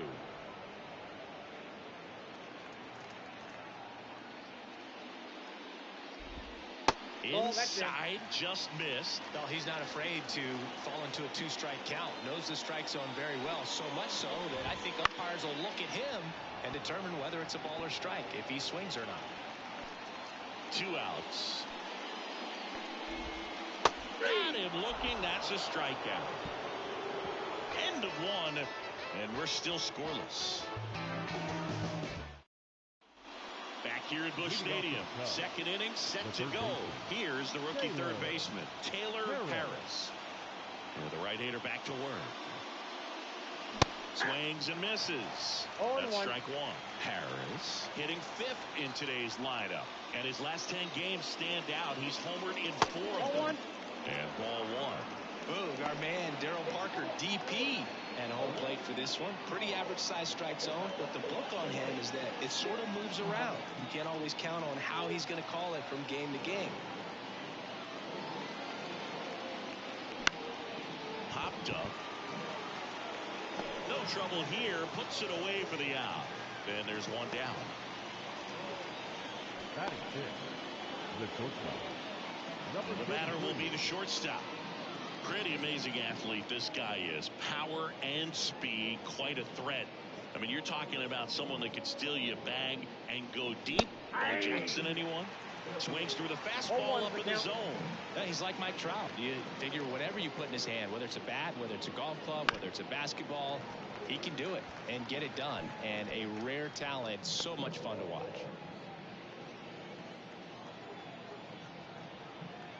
The 0-2. And they'll do it again. 1 out, bases empty.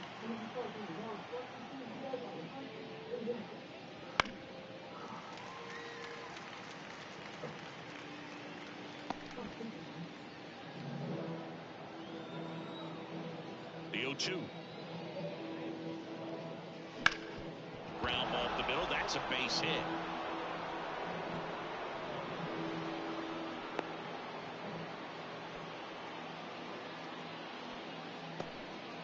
Well, his hot hitting continues. He's been getting great results lately. Didn't try to do too much with it, just a really controlled, simple swing. We don't see a whole lot of that these days with guys trying to launch and hit home runs, but sometimes you got to shorten up just like that. And now a chance to maybe get creative on offense with good speed on first. Out towards right center field. Garcia sizing this one up. Hauls it in for the out.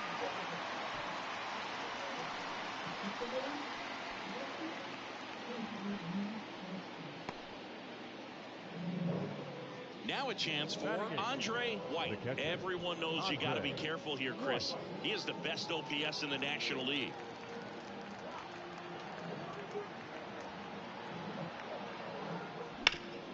Ground ball, Austin Riley. They take the force out. Out number 3. 1 left for the Cubs. We'll go to the bottom of the second. No score.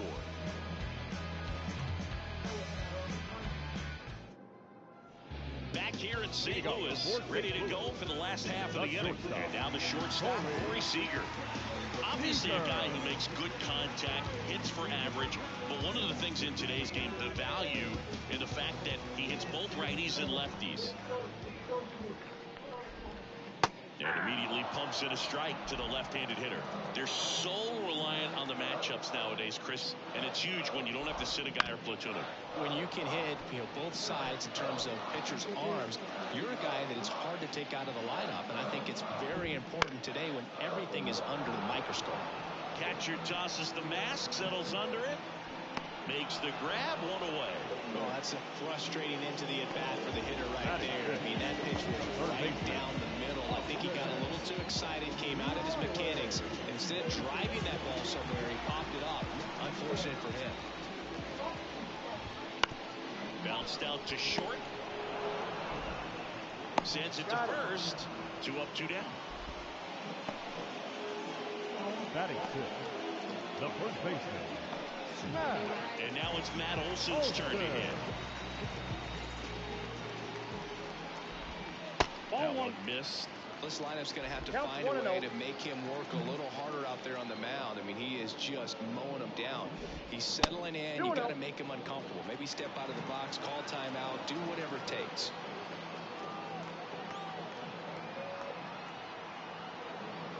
The pitch. That misses. 3 balls, no strikes.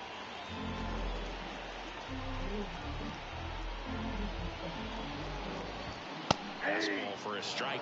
Looks like a really good fastball today. You can hear that catcher's mitt pop it. Looking forward to hearing a lot of that one in this one. That pitch in for a strike. And now 3-2.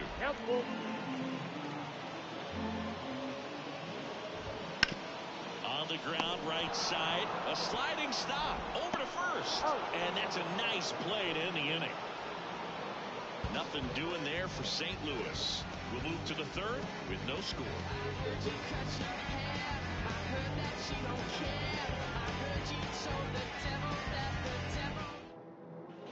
On to the 3rd inning. Now it's going to be Marcus Head. Now the right-hander ready to go. Still no score. Swing and a miss. It's 0-1. Whoa, that's cheddar, baby.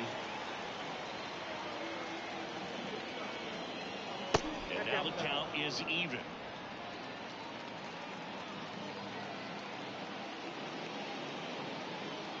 In there at the knees.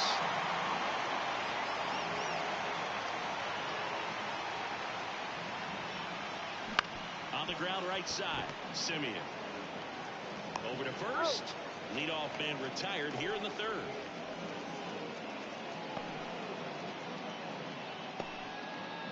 Chris Jackson, the next Cub to hit. Reached on an infield single his first time.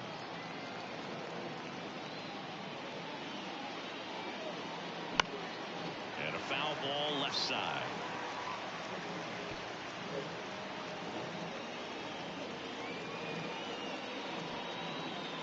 Top of the 3rd, no score.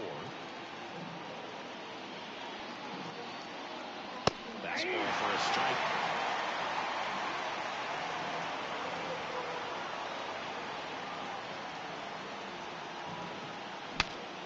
Broken bat, and it's popped up. They got it for out number 2. The batter number 22, second baseman, Marvin Randall will hit next. His first at bat was a strikeout. Out in front with the swing, and that is strike 1.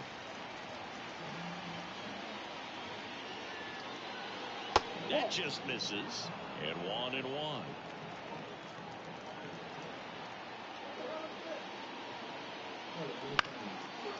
And a liner around into right center for a base hit. So a 2-out knock keeps the inning alive. Put a pretty good jolt into that one. Great swing, nice balance, and weight transfer. And he got it to drop in out there in the deep part of the field. And now let's see if they force some action with good wheels on the bases. And now here is number 20.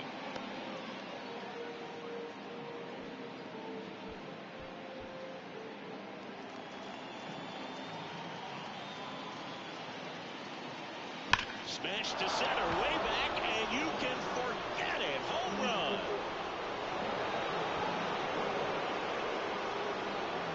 He circles the bases. Home run number 60 on the year, and that gives him a lead. It's 2-0. That adds another game to his hitting streak, Chris. Yeah, he's been doing so many things well with the plate, and clearly driving the ball with some authority is part of that. He's really dangerous with the bat in his hands right now. Came out of his shoes on that one, but managed to keep his mechanics intact long enough to get to the ball and through it, and it went a long way.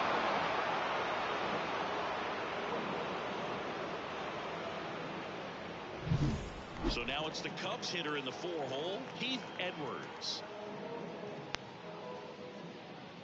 And there's a breaking ball that drops in there.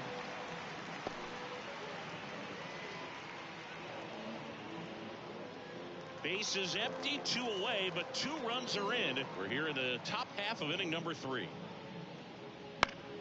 Swing and a pop-up, foul at a play off to the right side. That'll find the stands. 0-2 now. And a swing and a miss, down on strikes, and the inning is over. Cubs add 2 on this homer. It's now a 2-0 ball game. Major League Baseball is on the show.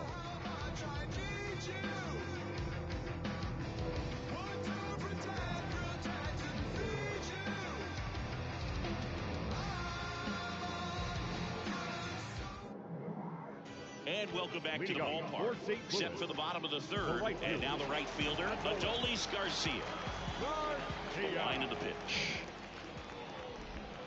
That one in the dirt. Ball 1. Well, after scoring runs, this is where you're looking for that shutdown inning. Get that hot team back in there to swing the bats. Fastball for a strike.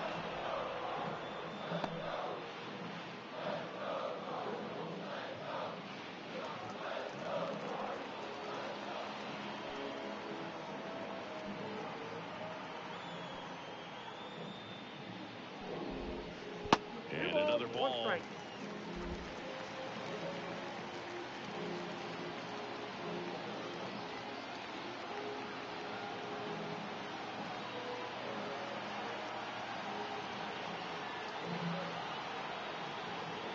Oh, and they're going to tag the pitcher with a pitch clock violation. That's an automatic ball. The pitcher must begin his motion before the pitch timer runs out. We're looking for a little more urgency out there. Fastball for a strike. And it's a full count. And boy, that was the pitch. 3-1. You want to be really aggressive on the fastball. Comes up empty as he chases that one in the dirt. Catcher has it, fires to first. Got him. 1 away on the strikeout. Well, he's got great strikeout stuff on the mound, doesn't he? Double-digit strikeouts in his last start, and he's just racking them up again in this one. This guy can really dominate a game out there. Not a fun assignment for any lineup. Adley Rutschman, the next to hit, takes ball 1. Not even close there. And now 2-0. The Cubs leading by 2 here in the last half of the 3rd. To the right side. Rutschman retired. Good slider inside right there. Batter fighting to get there, just rolled over it. Got the ground ball. And now up to the plate, Jacob deGrom.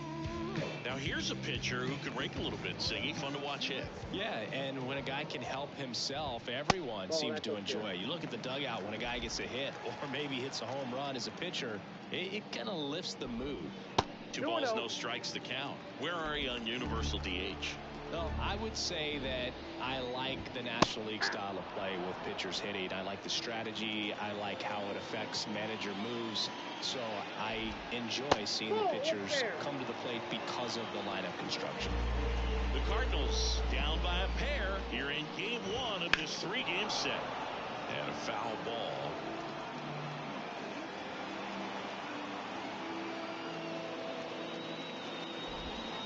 Swings through that one. It's a strikeout. 1, 2, 3 go the Cardinals. And they're down 2-0.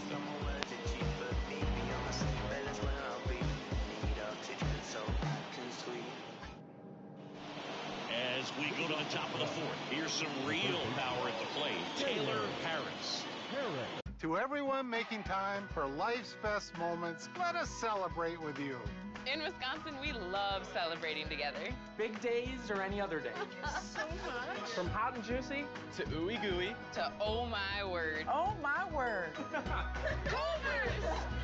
Serving you a handcrafted meal that makes Today a little bit more special. That's what fills us up inside. From Wisconsin with love. Welcome to Delicious!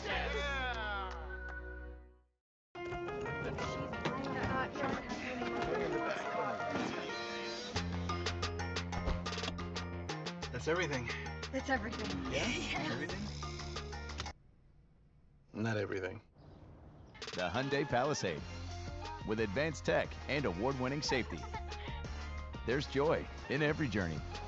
Lease the Palisade for $359 a month or get up to $1,250 bonus cash. Visit your local Hyundai dealer today.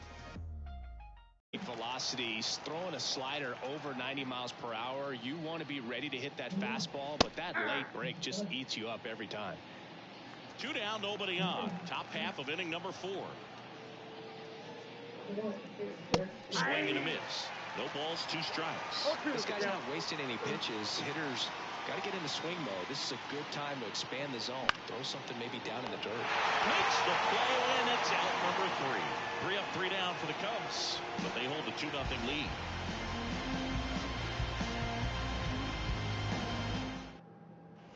And we're back. John Chobby and Chris Singleton with you. And leading off the bottom of the 4th, Marcus Semien.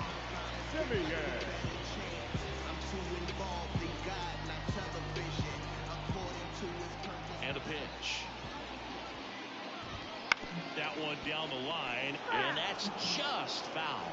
Boog, how good was Marcus Semien in 2023? Named a finalist for the MVP award in the American League after producing a season with 100 RBIs, an 826 OPS, and 29 home runs. On top of all that, his Rangers won the World Series. On the ground, right side. Throws to first, and 1 gone in the 4th as they get the leadoff man. Number 27. Here's Trout. Flied out his first time. In the air, out towards right center. Edwards sizes this one up. Hauls it in, and there's 2 away. Well, certainly doing his very best out there on the mound to bring that win streak to a home. Here's Jordan Alvarez. He was a strikeout victim his first time. He's a guy who does it all. With the lack of contact in today's game, this guy hits for contact, so he delivers average, but there's on-base and slugging too. Early in the count, you have to be real careful because of that power. But then if this hitter gets a strike or 2 on him, he's still very comfortable. And because he has the ability to get the barrel to the baseball, he's a threat. That ends the inning, so we take a break.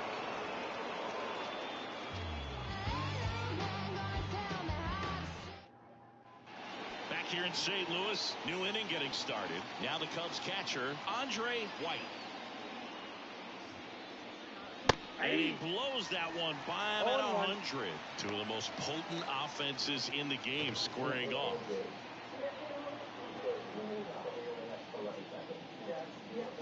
Comes up empty. That's strike 2. The hitter early and off balance on that swing. If I'm the pitcher, I'm taking a little bit more off. See if you can get him to chase something in the dirt. Cuts and misses. It's a strikeout. Well, we see it a lot more these days than we ever did when I played. But a slider in the 90s still catches your attention. Even if you're sitting on the pitch, good luck recognizing that tight spin and adjusting to play break. Head at the plate now as he chases after that one. Oh, he's looking great so far. It helps when over 80% of your first pitches are strikes. He might be able to go the distance if he keeps this up. There's a swing and a miss. No ball, 2 strikes. Kicks and fires.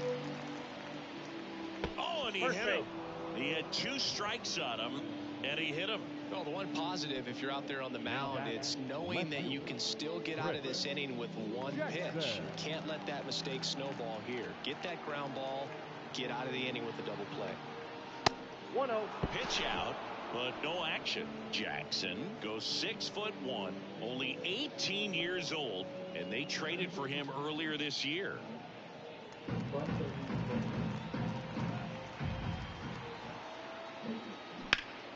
That one pulled foul. Head, the runner at first with 1 gone to the inning. Adam to chase one upstairs there. Just not able to catch up to that velocity.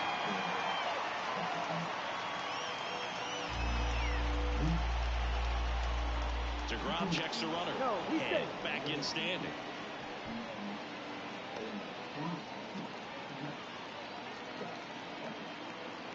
Kicks and deals. On the ground, could be 2. The throw is second. Over to first, safe. Well, was going to be a really tough one to turn 2 on, so a nice job to get the out at second right there. Hold on to the baseball. Shortstop clearly paid the price, but that kind of comes with the territory. Marvin Randall, the next Cub to hit. And that one hit 97 on the gun.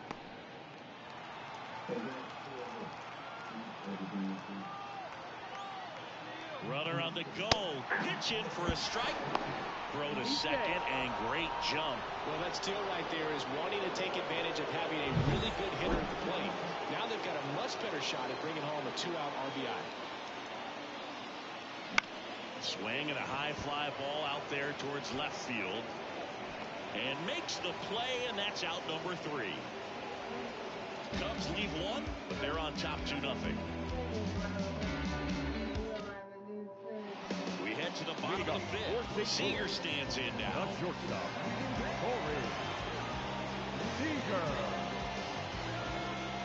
Head back to work.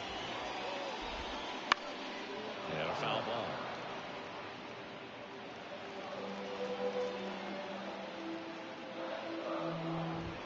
A little out front there as he swings through it. No ball, 2 strikes.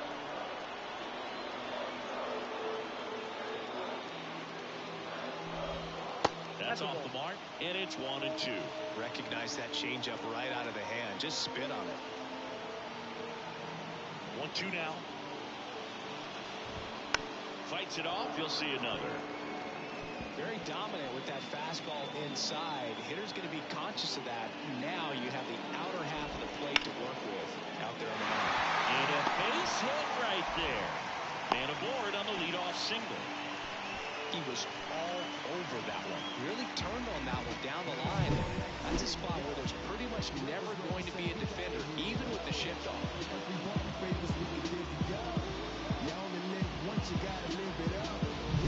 Here's Austin Riley. Grounded out his first time up.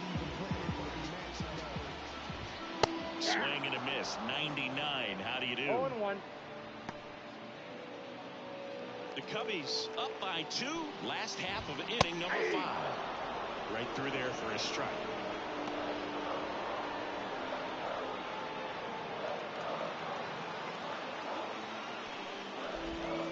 Got him! And that's the first out in the bottom of the 5th. Well, there's a 3-pitch strikeout. He can do whatever he wants with the baseball right now. Olsen stands at the plate now. Think he foul tipped that one.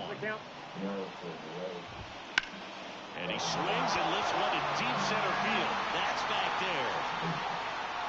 Pulls it in on the warning track.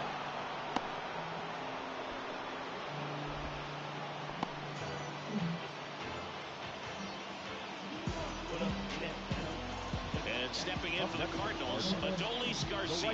0 for 1 so far.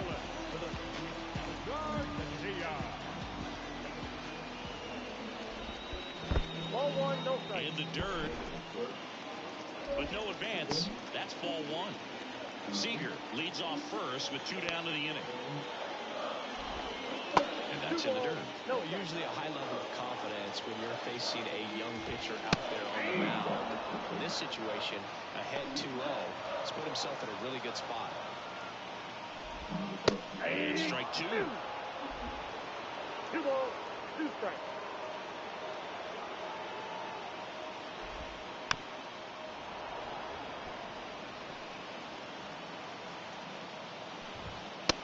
Struck him out looking.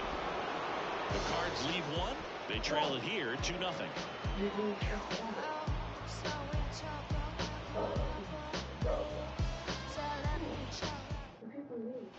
All set for the top of the 6th. And the batter now, number 20. Number 20. The wind of the pitch. Swing and a miss. 0-1.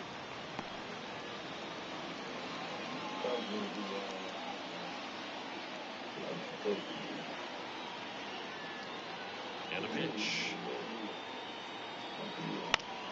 Fouls one off out of play back to our left.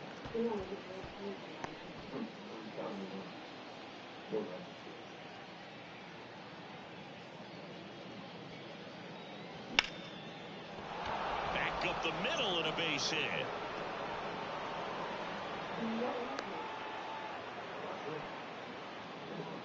I'd say a mistake pitch in an 0-2 count. Too good of a pitch to hit right there. You have to expand the zone. Keep that leadoff man off first base.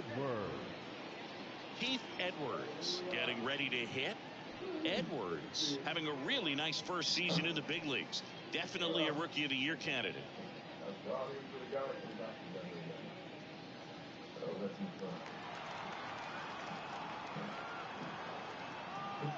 DeGrom checks the runner, and he's back in there.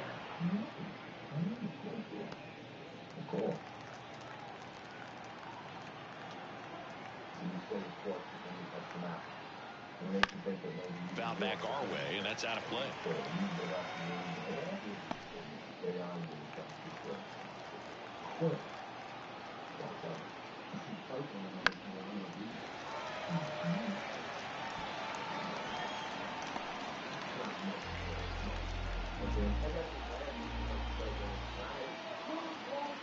Here comes a pitch. And a foul ball. He stays alive. Flew open a little bit with that front shoulder, but was able to slow his back down just enough to make contact with that pitch. Keep the at-bat alive. Got him swinging. And now one away. Very frustrating right there as a speedy potential base runner. When with 2 strikes, you just struggle to put the ball in play. You don't even have to get a hit at that point. You can help your team just by reaching on an error, but some way you got to find a way to shorten up the swing and put the ball in play next time. Taylor Harris, the next to hit. Swing and a miss. Looked off balance that time. 0-1's the count.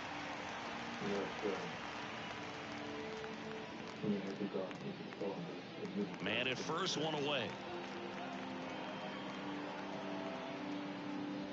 Right through there for a strike. Goodness, I think he just took the best pitch he's going to see in this at bat. You don't get many like that in that location. If you take that pitch against any pitcher out there on the mound. Got him. And there's 2 away. Stood absolutely no chance on that slider right there, and I don't mean to laugh, but that's a tough one. I mean, pretty much a perfect strikeout pitch. I mean, it looks like a fastball middle in, kind of has cutter action, and it just bunches you up to where you can't get your hands through in the barrel to it. And not much you can do unless you recognize the spin early and you spin on it. DeGrom keeping him close.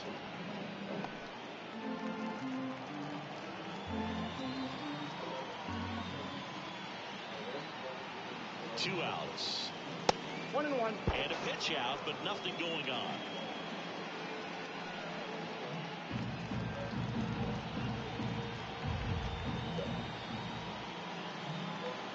Here's a 1-1. Swings and sends a rocket to right. And he makes the catch. And that is that. They get a leadoff single, but leave him stranded. 8-9-1 scheduled in the bottom of the 6th. It's the Cubs 2 and the Cardinals nothing.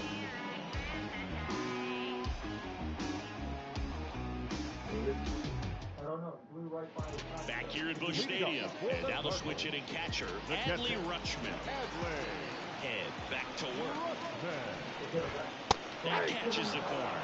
It really looks like these hitters have been in between with their timing today. Good fastball, excellent slider, but they've not been able to commit to one velocity and stay there. And 1-2.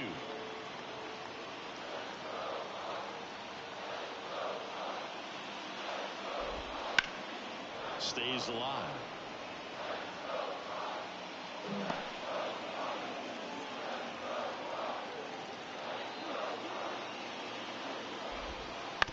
That one to first, and it goes just foul. The pitch. Foul ball, still a 1-2 count.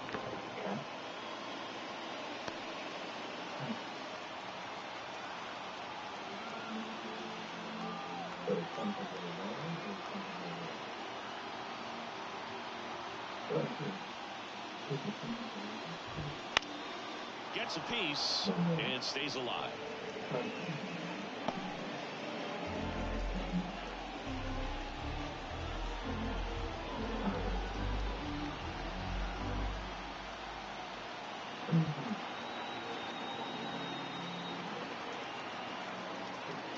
The pitch timer expired before he started his windup, so that's a ball. That must be incredibly frustrating for the pitcher, but this is all about creating more action and speeding up the game, and it's working. Here's the 2-2. Foul ball left side. He'll see another.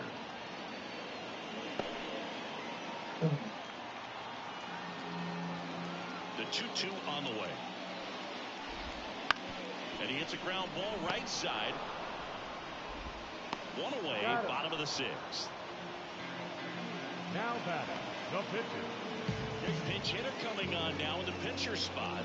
Ryan O'Hearn looking to start something with one gone. That one finds the zone. Strike one.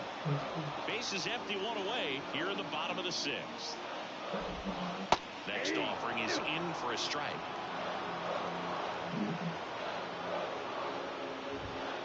Got him looking. Picks up strikeout number 7. Well, definitely a borderline pitch right there, and he didn't look too convinced as he headed back to the dugout. You know, those are tough ones to let go as a hitter, but with the human umpire calling balls and strikes, it's always going to be on you to protect yourself with 2 strikes. So the batting order turns over, and now Marcus Semien.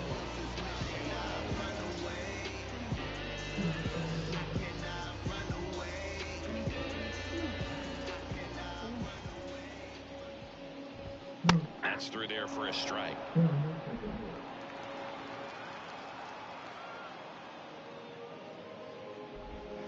In there at the knees for a strike. 2 down, nobody on. You're in game 1 of this 3-game set. Fights that one away, and the count remains 0-2.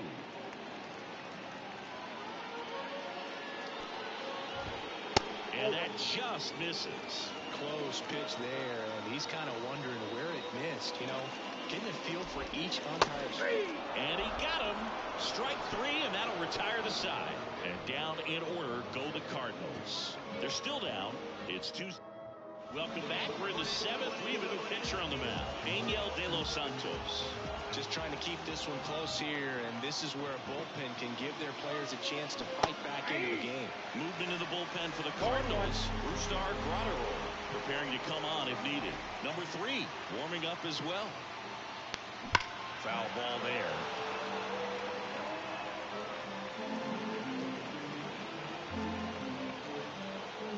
The pitch. Got him swinging.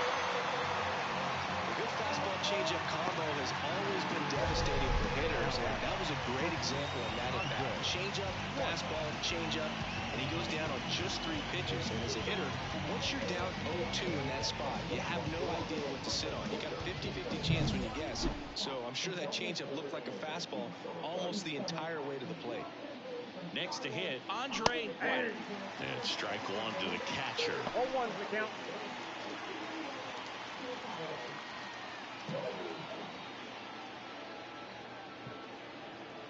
One down, base is empty. Swing and a miss. And that's strike 2. 0-2. Tie a guy up like that, you're feeling like you are in command.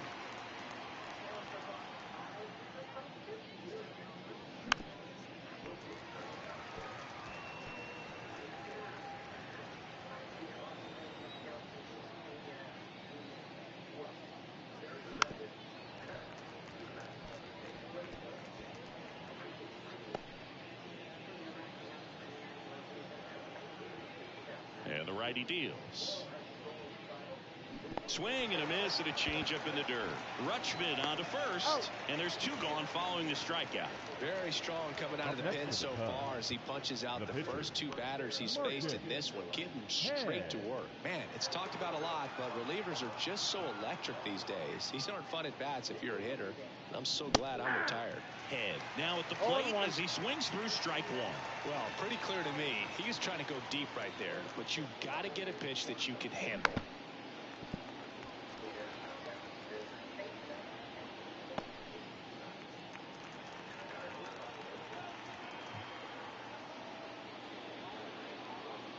That one just misses. 1 ball, 2 strikes to count.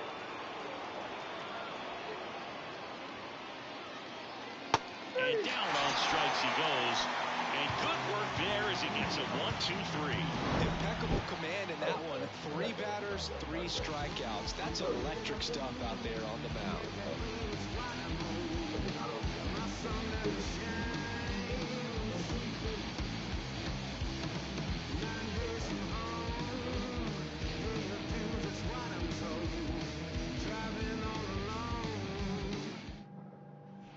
Set for the last half of the 7th, and now batting Mike Trout. This lineup is having a tough time finding a good rhythm at the plate. Their swings are disjointed, which tells me they're having issues with pitch recognition.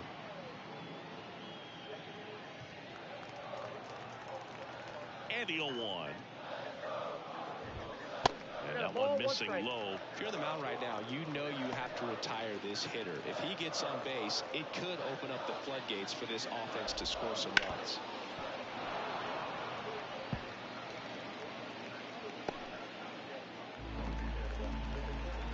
The 1-2. Bounce to the right. Randall tosses to first. 1 up, 1 down. Now it's Yordan Alvarez.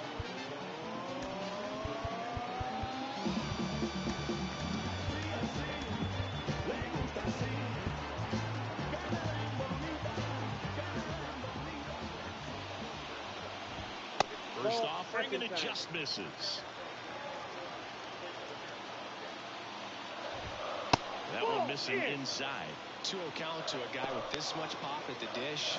Better expect him to be turning on something. It's going to either get hit hard to the pull side, or fans better look out in the stands.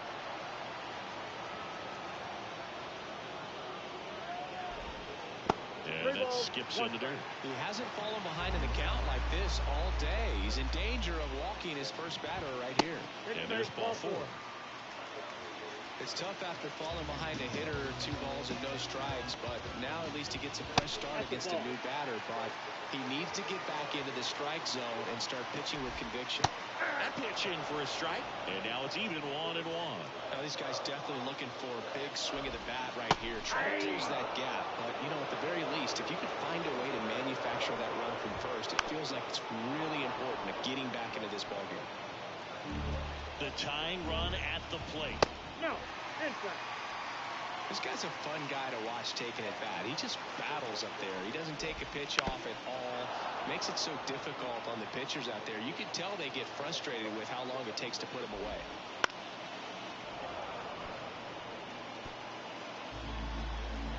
Tying run at the plate. Swing and a miss. That's a strikeout. Throws down to first, but he wasn't going anywhere. Now batting, third baseman. And up next for St. Louis, Austin Riley. Singy, you can't ask for anything more. This guy checks all the boxes offensively. He's the ultimate professional, and it doesn't just start at game time. It starts in the afternoon, the way he prepares and gets ready for the ball game. I tell you what, that one drilled left field to the warning track, makes the catch. Another scoreless inning, and now that's 7 shutout frames. It's the Cubs 2 and the Cardinals nothing.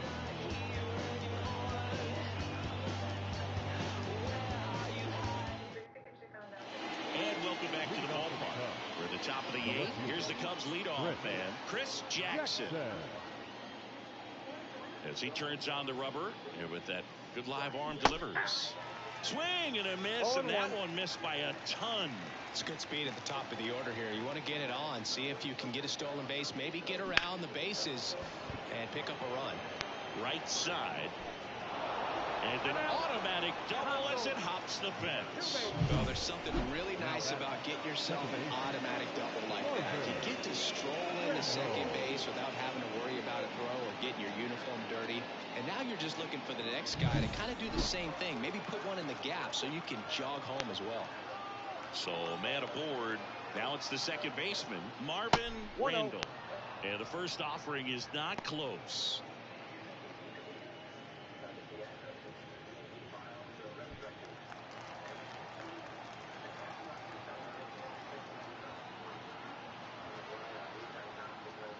Late on that fastball. It might be time to choke up a little bit, get that front foot down early, maybe even just spread out. He's really late right now. And there's a foul ball.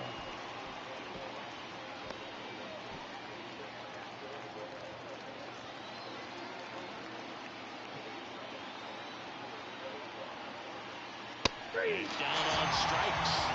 Not what you're looking for after the leadoff double. A strikeout, and there's one away. Here's the center fielder. He's already homered in this game.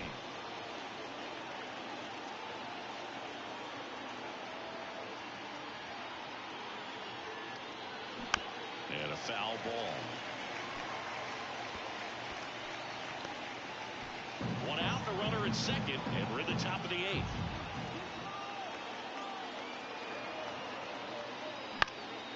Fouled off. He was late.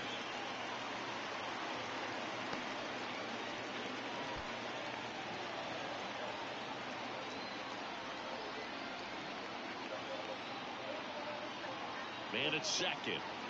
Outside. And the count 1-2. He's got one already tonight. I wouldn't be surprised if he pops another one here. Pickoff moved to second, and he dives back in safely.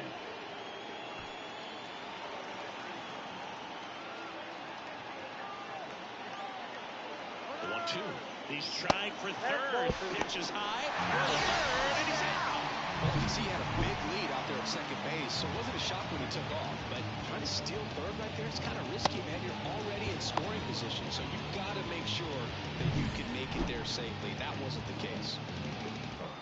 2 down, nobody on. Swings and misses. And a nice inning of work there as he sets him down 1-2-3.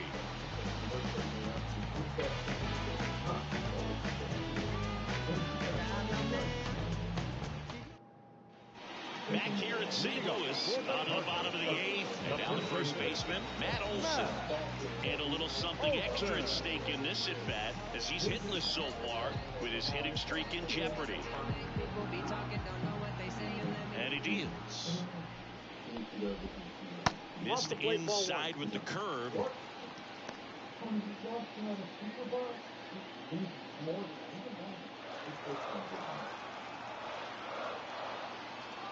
And the 1-0. Right side, hard hit. Gets it to first. One gone to the bottom of the 8th. Couple of pitches and a quick out. The right fielder. Now up for St. Louis, Adolis Garcia.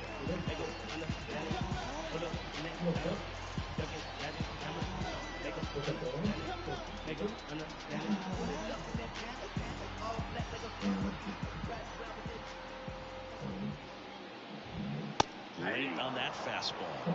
He's just about to throw his 100th pitch. Man, he's got a chance to get through this 8th inning if he can get 2 more quick outs.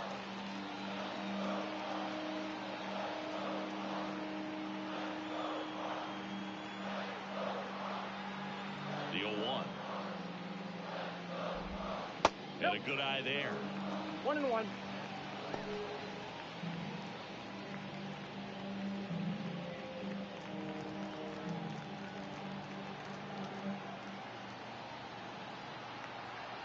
And a pitch. And another ball. We got 2 balls, 1 strike.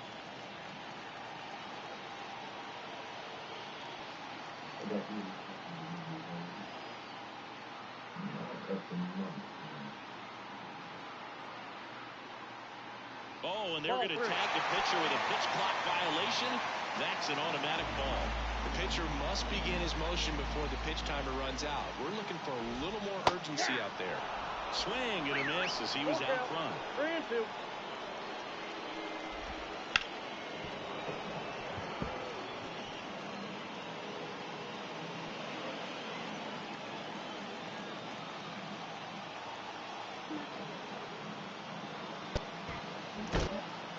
Some shit like that.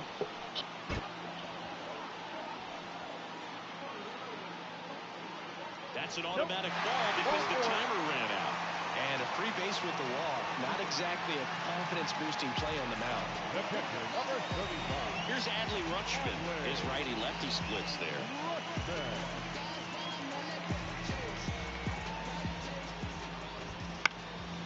And that one fouled off. Now now this team is definitely looking for a big swing of the bat right here. Try to close that gap. But, you know, at the very least, if you can find a way to manufacture that run from first, it feels like it's really important to getting back into this ballgame.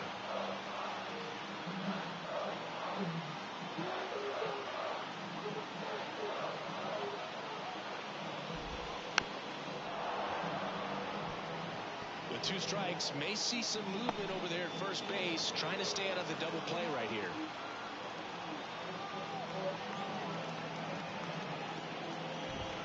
That just misses.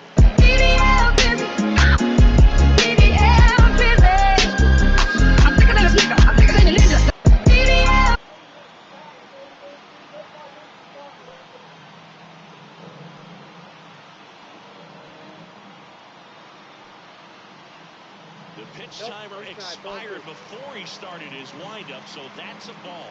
That must be incredibly frustrating for the pitcher, but this is all about creating more action and speeding up the game, and it's working. There's one.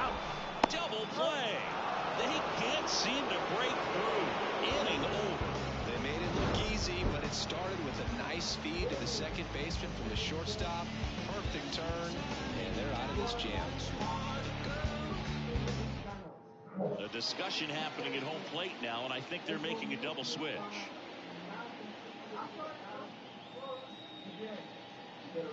Brustar Graterol on the pitch now, and he'll slide into the 7th spot in the lineup on the double switch. Trent Grisham, he'll move into the 9th spot in the lineup. Now playing right field and batting 9, number 12, Trent. So now it's the 4-hole hitter, Heath Edwards. 0 for 3 with 2 strikeouts and a ground out. Singy, he's a guy that covers both sides of the plate about as well as anyone in the sport. How difficult is that to do? Well, just look at the back of my bubblegum card. You'll see how hard it is. These guys are great, man. They have the ability to look out there, but also to be able to turn on the inside pitch. Those that can really sharpen things on the outer half, those are the ones that become elite. At the belt and fires. Swing and a miss. And the count 1-1. Man, 91 on the slider right there. That's a hard one. That's a low-end fastball for some pitchers.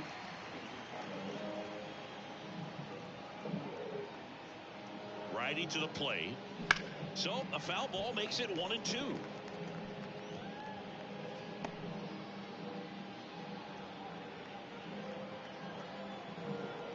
The pitch. Got him looking. And a strikeout for the first out here in the 9th. And now it's switch hitting third baseman Taylor Harris.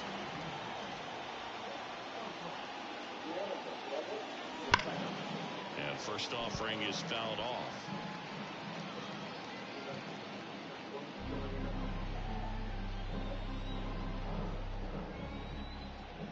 One down, base is empty. Fouled off to the right.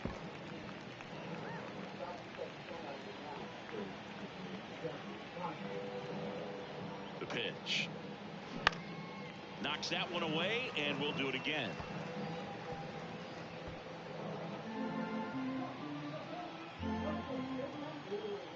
The pitch. That one almost got him. 2 strikes. Base is empty, one away. Here at the top of the 9th.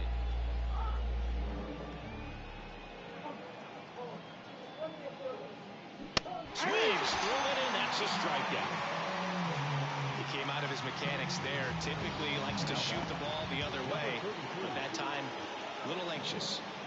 Here's the shortstop at the plate. 1 for 3. This kid picked up in a trade.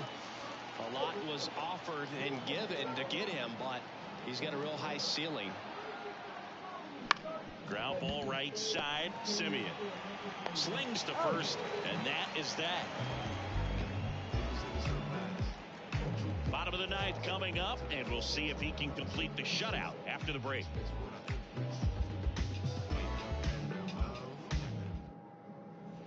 Last chance for the home team. Now it's the right fielder, Trent Grisham. Melvin Wilson taking over on the mound. He's having a ton of success facing left-handed hitters this season, so this seems like a smart move to turn to him with a lefty at the plate. And a pitch. Swing and a miss as he was late. Pitching has been pretty dominant in this one, but you got to be careful, not working with too big a lead. They can get right back in this ballgame if you're not careful. And here it comes. Ball two. Wouldn't chase that time. Outside, and that is ball four. That could jumpstart an offense that's really struggled to score in this one. Don't want to wake a team up with the free pass. Count 1-0. With the tying run at the plate, and the home team trying to pull it out. Swing and a miss, strike one. I got a ball, 1 strike. And another ball. Oh, an interesting situation. One swing you can tie up the ball game, but if you're patient and work a lot, then you bring the game-winning run to the plate. Tying run at the plate. Gets a piece there. We'll do it again. Out towards left center. Jackson on the move. No trouble here. Puts it away for the out. And there's one down. That's where I think He's 2 outs away. Now the number 2 hitter, Mike Trout. Swing and a miss. 99. How do you do? Next offering is in for a strike. And that's in the dirt. 2 strikes. Here's a 1-2. 2-2 count. In the dirt. Runner holds tight as the count moves to 2-2. And a pitch. Just misses there. On this count, runner not known for his speed, but I think you got to put him in motion. Try to avoid a double play here, Bert. Outside, and that is ball 4. They're not ready to go home quite yet. Here in the bottom of the 9th, 1 out. Yordan Alvarez digs in now. Misses off the inside, and it's 2-0.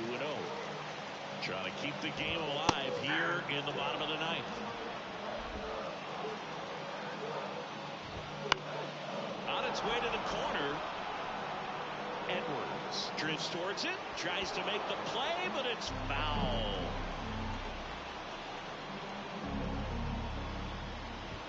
Oh, and this one blasted high deep. It's on its way out of here. Ball game. A towering shot, and the Cardinals walk it off for the win.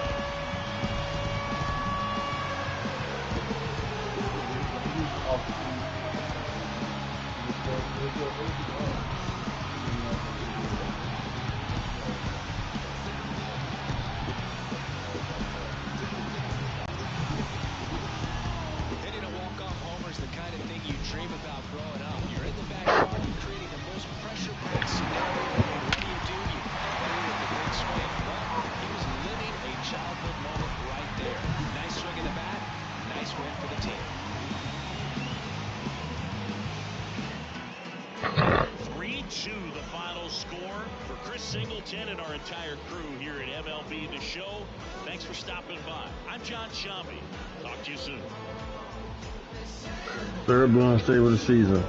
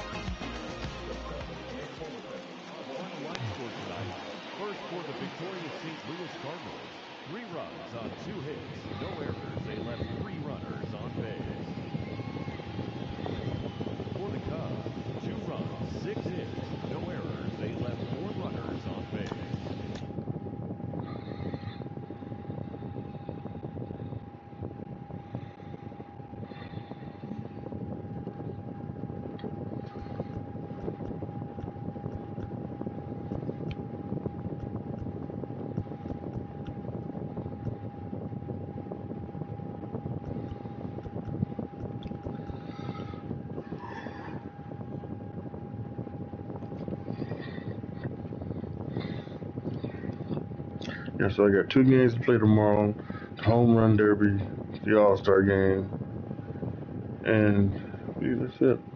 We can maybe wait until we can maybe play something else Saturday night. Yeah.